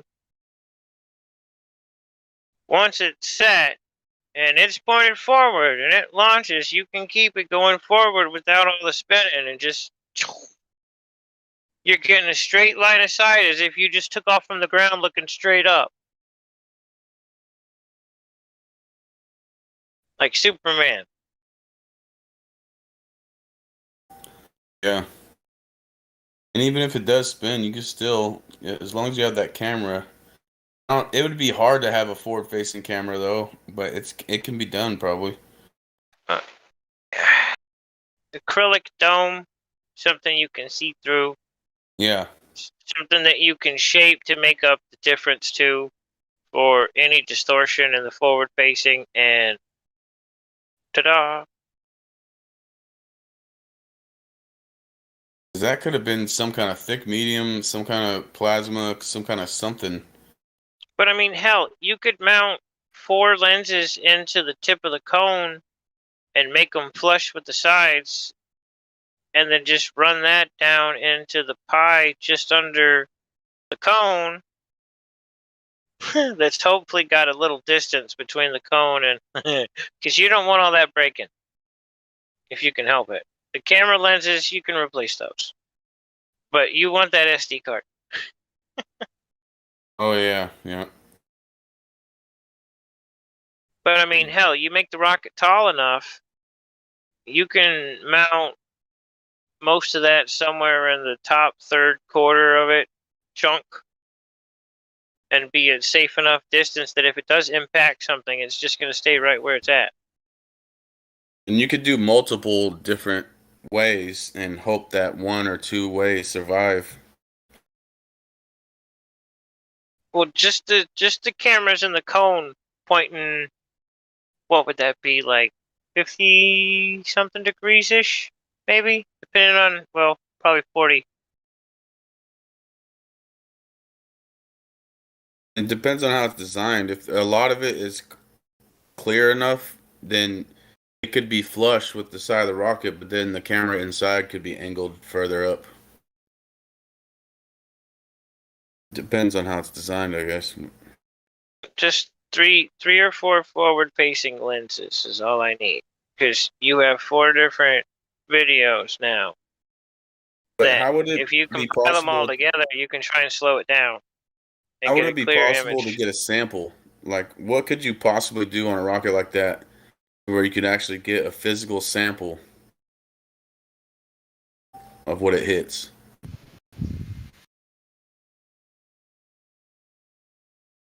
Hello. Howdy. Hello? Wait. So, what are you guys talking about? Making a rocket to go up and get the video that we need to see up, because most of the rockets that I've seen, including the weather balloons as well, in this, they're either pointed at the horizon or 3 to 5 degrees up, which ain't diddly, and 3 to 5 to 10 to 12 to 80 degrees down. So Right. we're wanting forward facing up view. Right. So, why? Well, for one, they probably don't want it to like face the sun if it is facing the sun at all, because that might burn the camera lens. since there is nothing to protect it. Also, why you can't see really any stars in videos is just the exposure settings in the camera. They don't want it to overexpose the scene because everything would just appear blown out completely. So they would need to use different camera settings if you wanted to see the stars. Why do you believe If that? you wanted a clear picture, though. Like, what do you mean? Why do you believe that? What do you mean? What do I believe that? It makes sense though, because when you have a bright sun, it's going to drown out exposure. So you do have to have. You're begging the question. You're assuming we've been to space. Well, Who I mean, said that's anything just about how space? cameras work. They Right. I understand. That's how they work on Earth. right. That's just how cameras work. That's how light works. Right. But we're light most likely. behaves No one the said same way in anything about space space, as it though. does here. Prove light behaves the same way in space as it does here. Who said anything about space? Exactly. He's talking about pictures from space without stars. Is he? Well, that's Yes. that's what I thought you guys were referring to.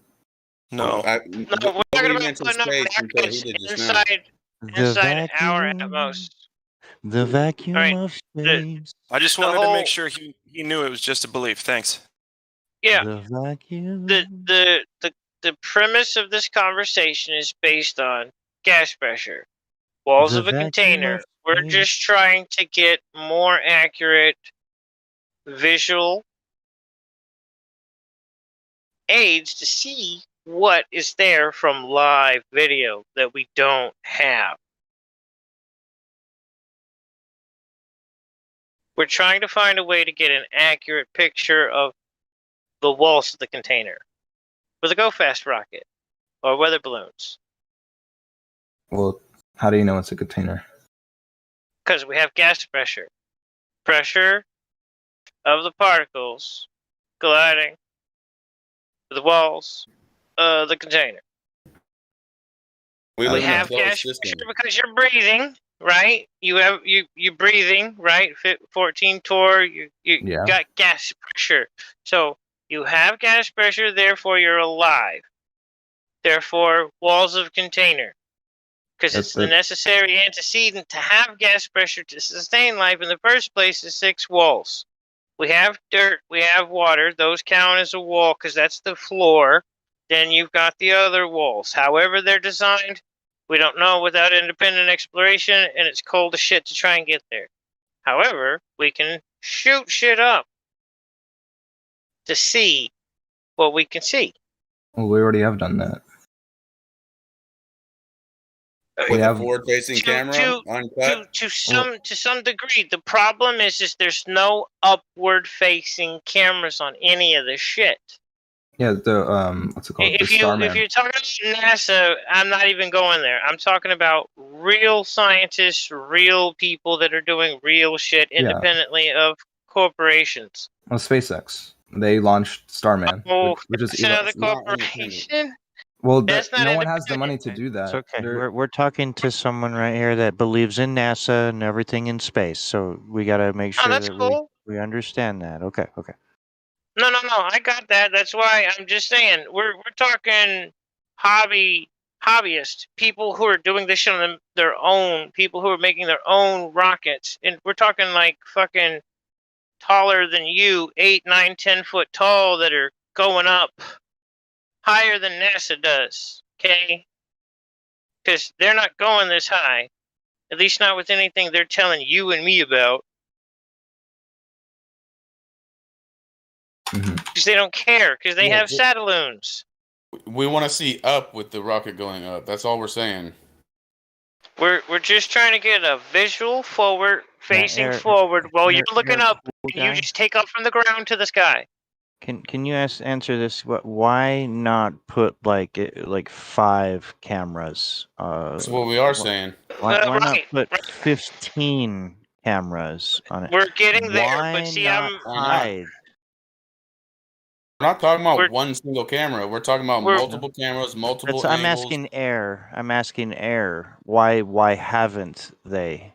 Why haven't they, Air Cool Guy? Why haven't they put on 10 cameras to show everyone everything? Why Well, haven't they? Why would we need 10 cameras? Why haven't they? Why do you come back with another question? To answer the question, why haven't they? Hell, one camera would just kind of overkill. You can just Overkill? No, I want it. Over. Everyone in here wants it. It would Yeah, slaughter there's the a part flat of your Earth. population. There's a part of your population doesn't believe in space. Going back to the moon and putting a fucking camera up there is too much to ask, huh? Well, it's extremely Amazing how it's expensive. too much to Oh, ask. hold Cody. on, Justin. Let him talk. Yeah, we give them a lot of fucking money. They got a lot of my tax money in the billions, man. So, can you get a better reason than expensive? Well, I mean, I don't think they'd spend $1 billion just to put a camera on the I would think that as manufacturing, hold on, guys. I would think that as manufacturing improves, you build better rockets, costs would be lowered. Since No, it you is. already know the process, so it's cheaper now than it was then, and we did it then. Right, So but I'm still not happy with your answer. there It makes isn't no really going to be sense. any scientific breakthrough. Like they're not really Sure proving anything new with just putting a camera on them. Well, listen, dude. There's no scientific breakthroughs made with ISS, the shuttles, or any of the bullshit they do. At the least they could do is prove to people it is a reality. Well, they already did that. They want my tax money. No, they did not. Us. No, Not to us. no, they didn't. They showed you things that you think listen. are that. Listen, guy. What that NASA does has been absolutely verified. Their videos. They said they went there. We can't verify that. Films can be altered. People can lie. There's no scientific empirical proof coming from NASA that they're doing any kind of science or space travel. None. Okay. But so how would them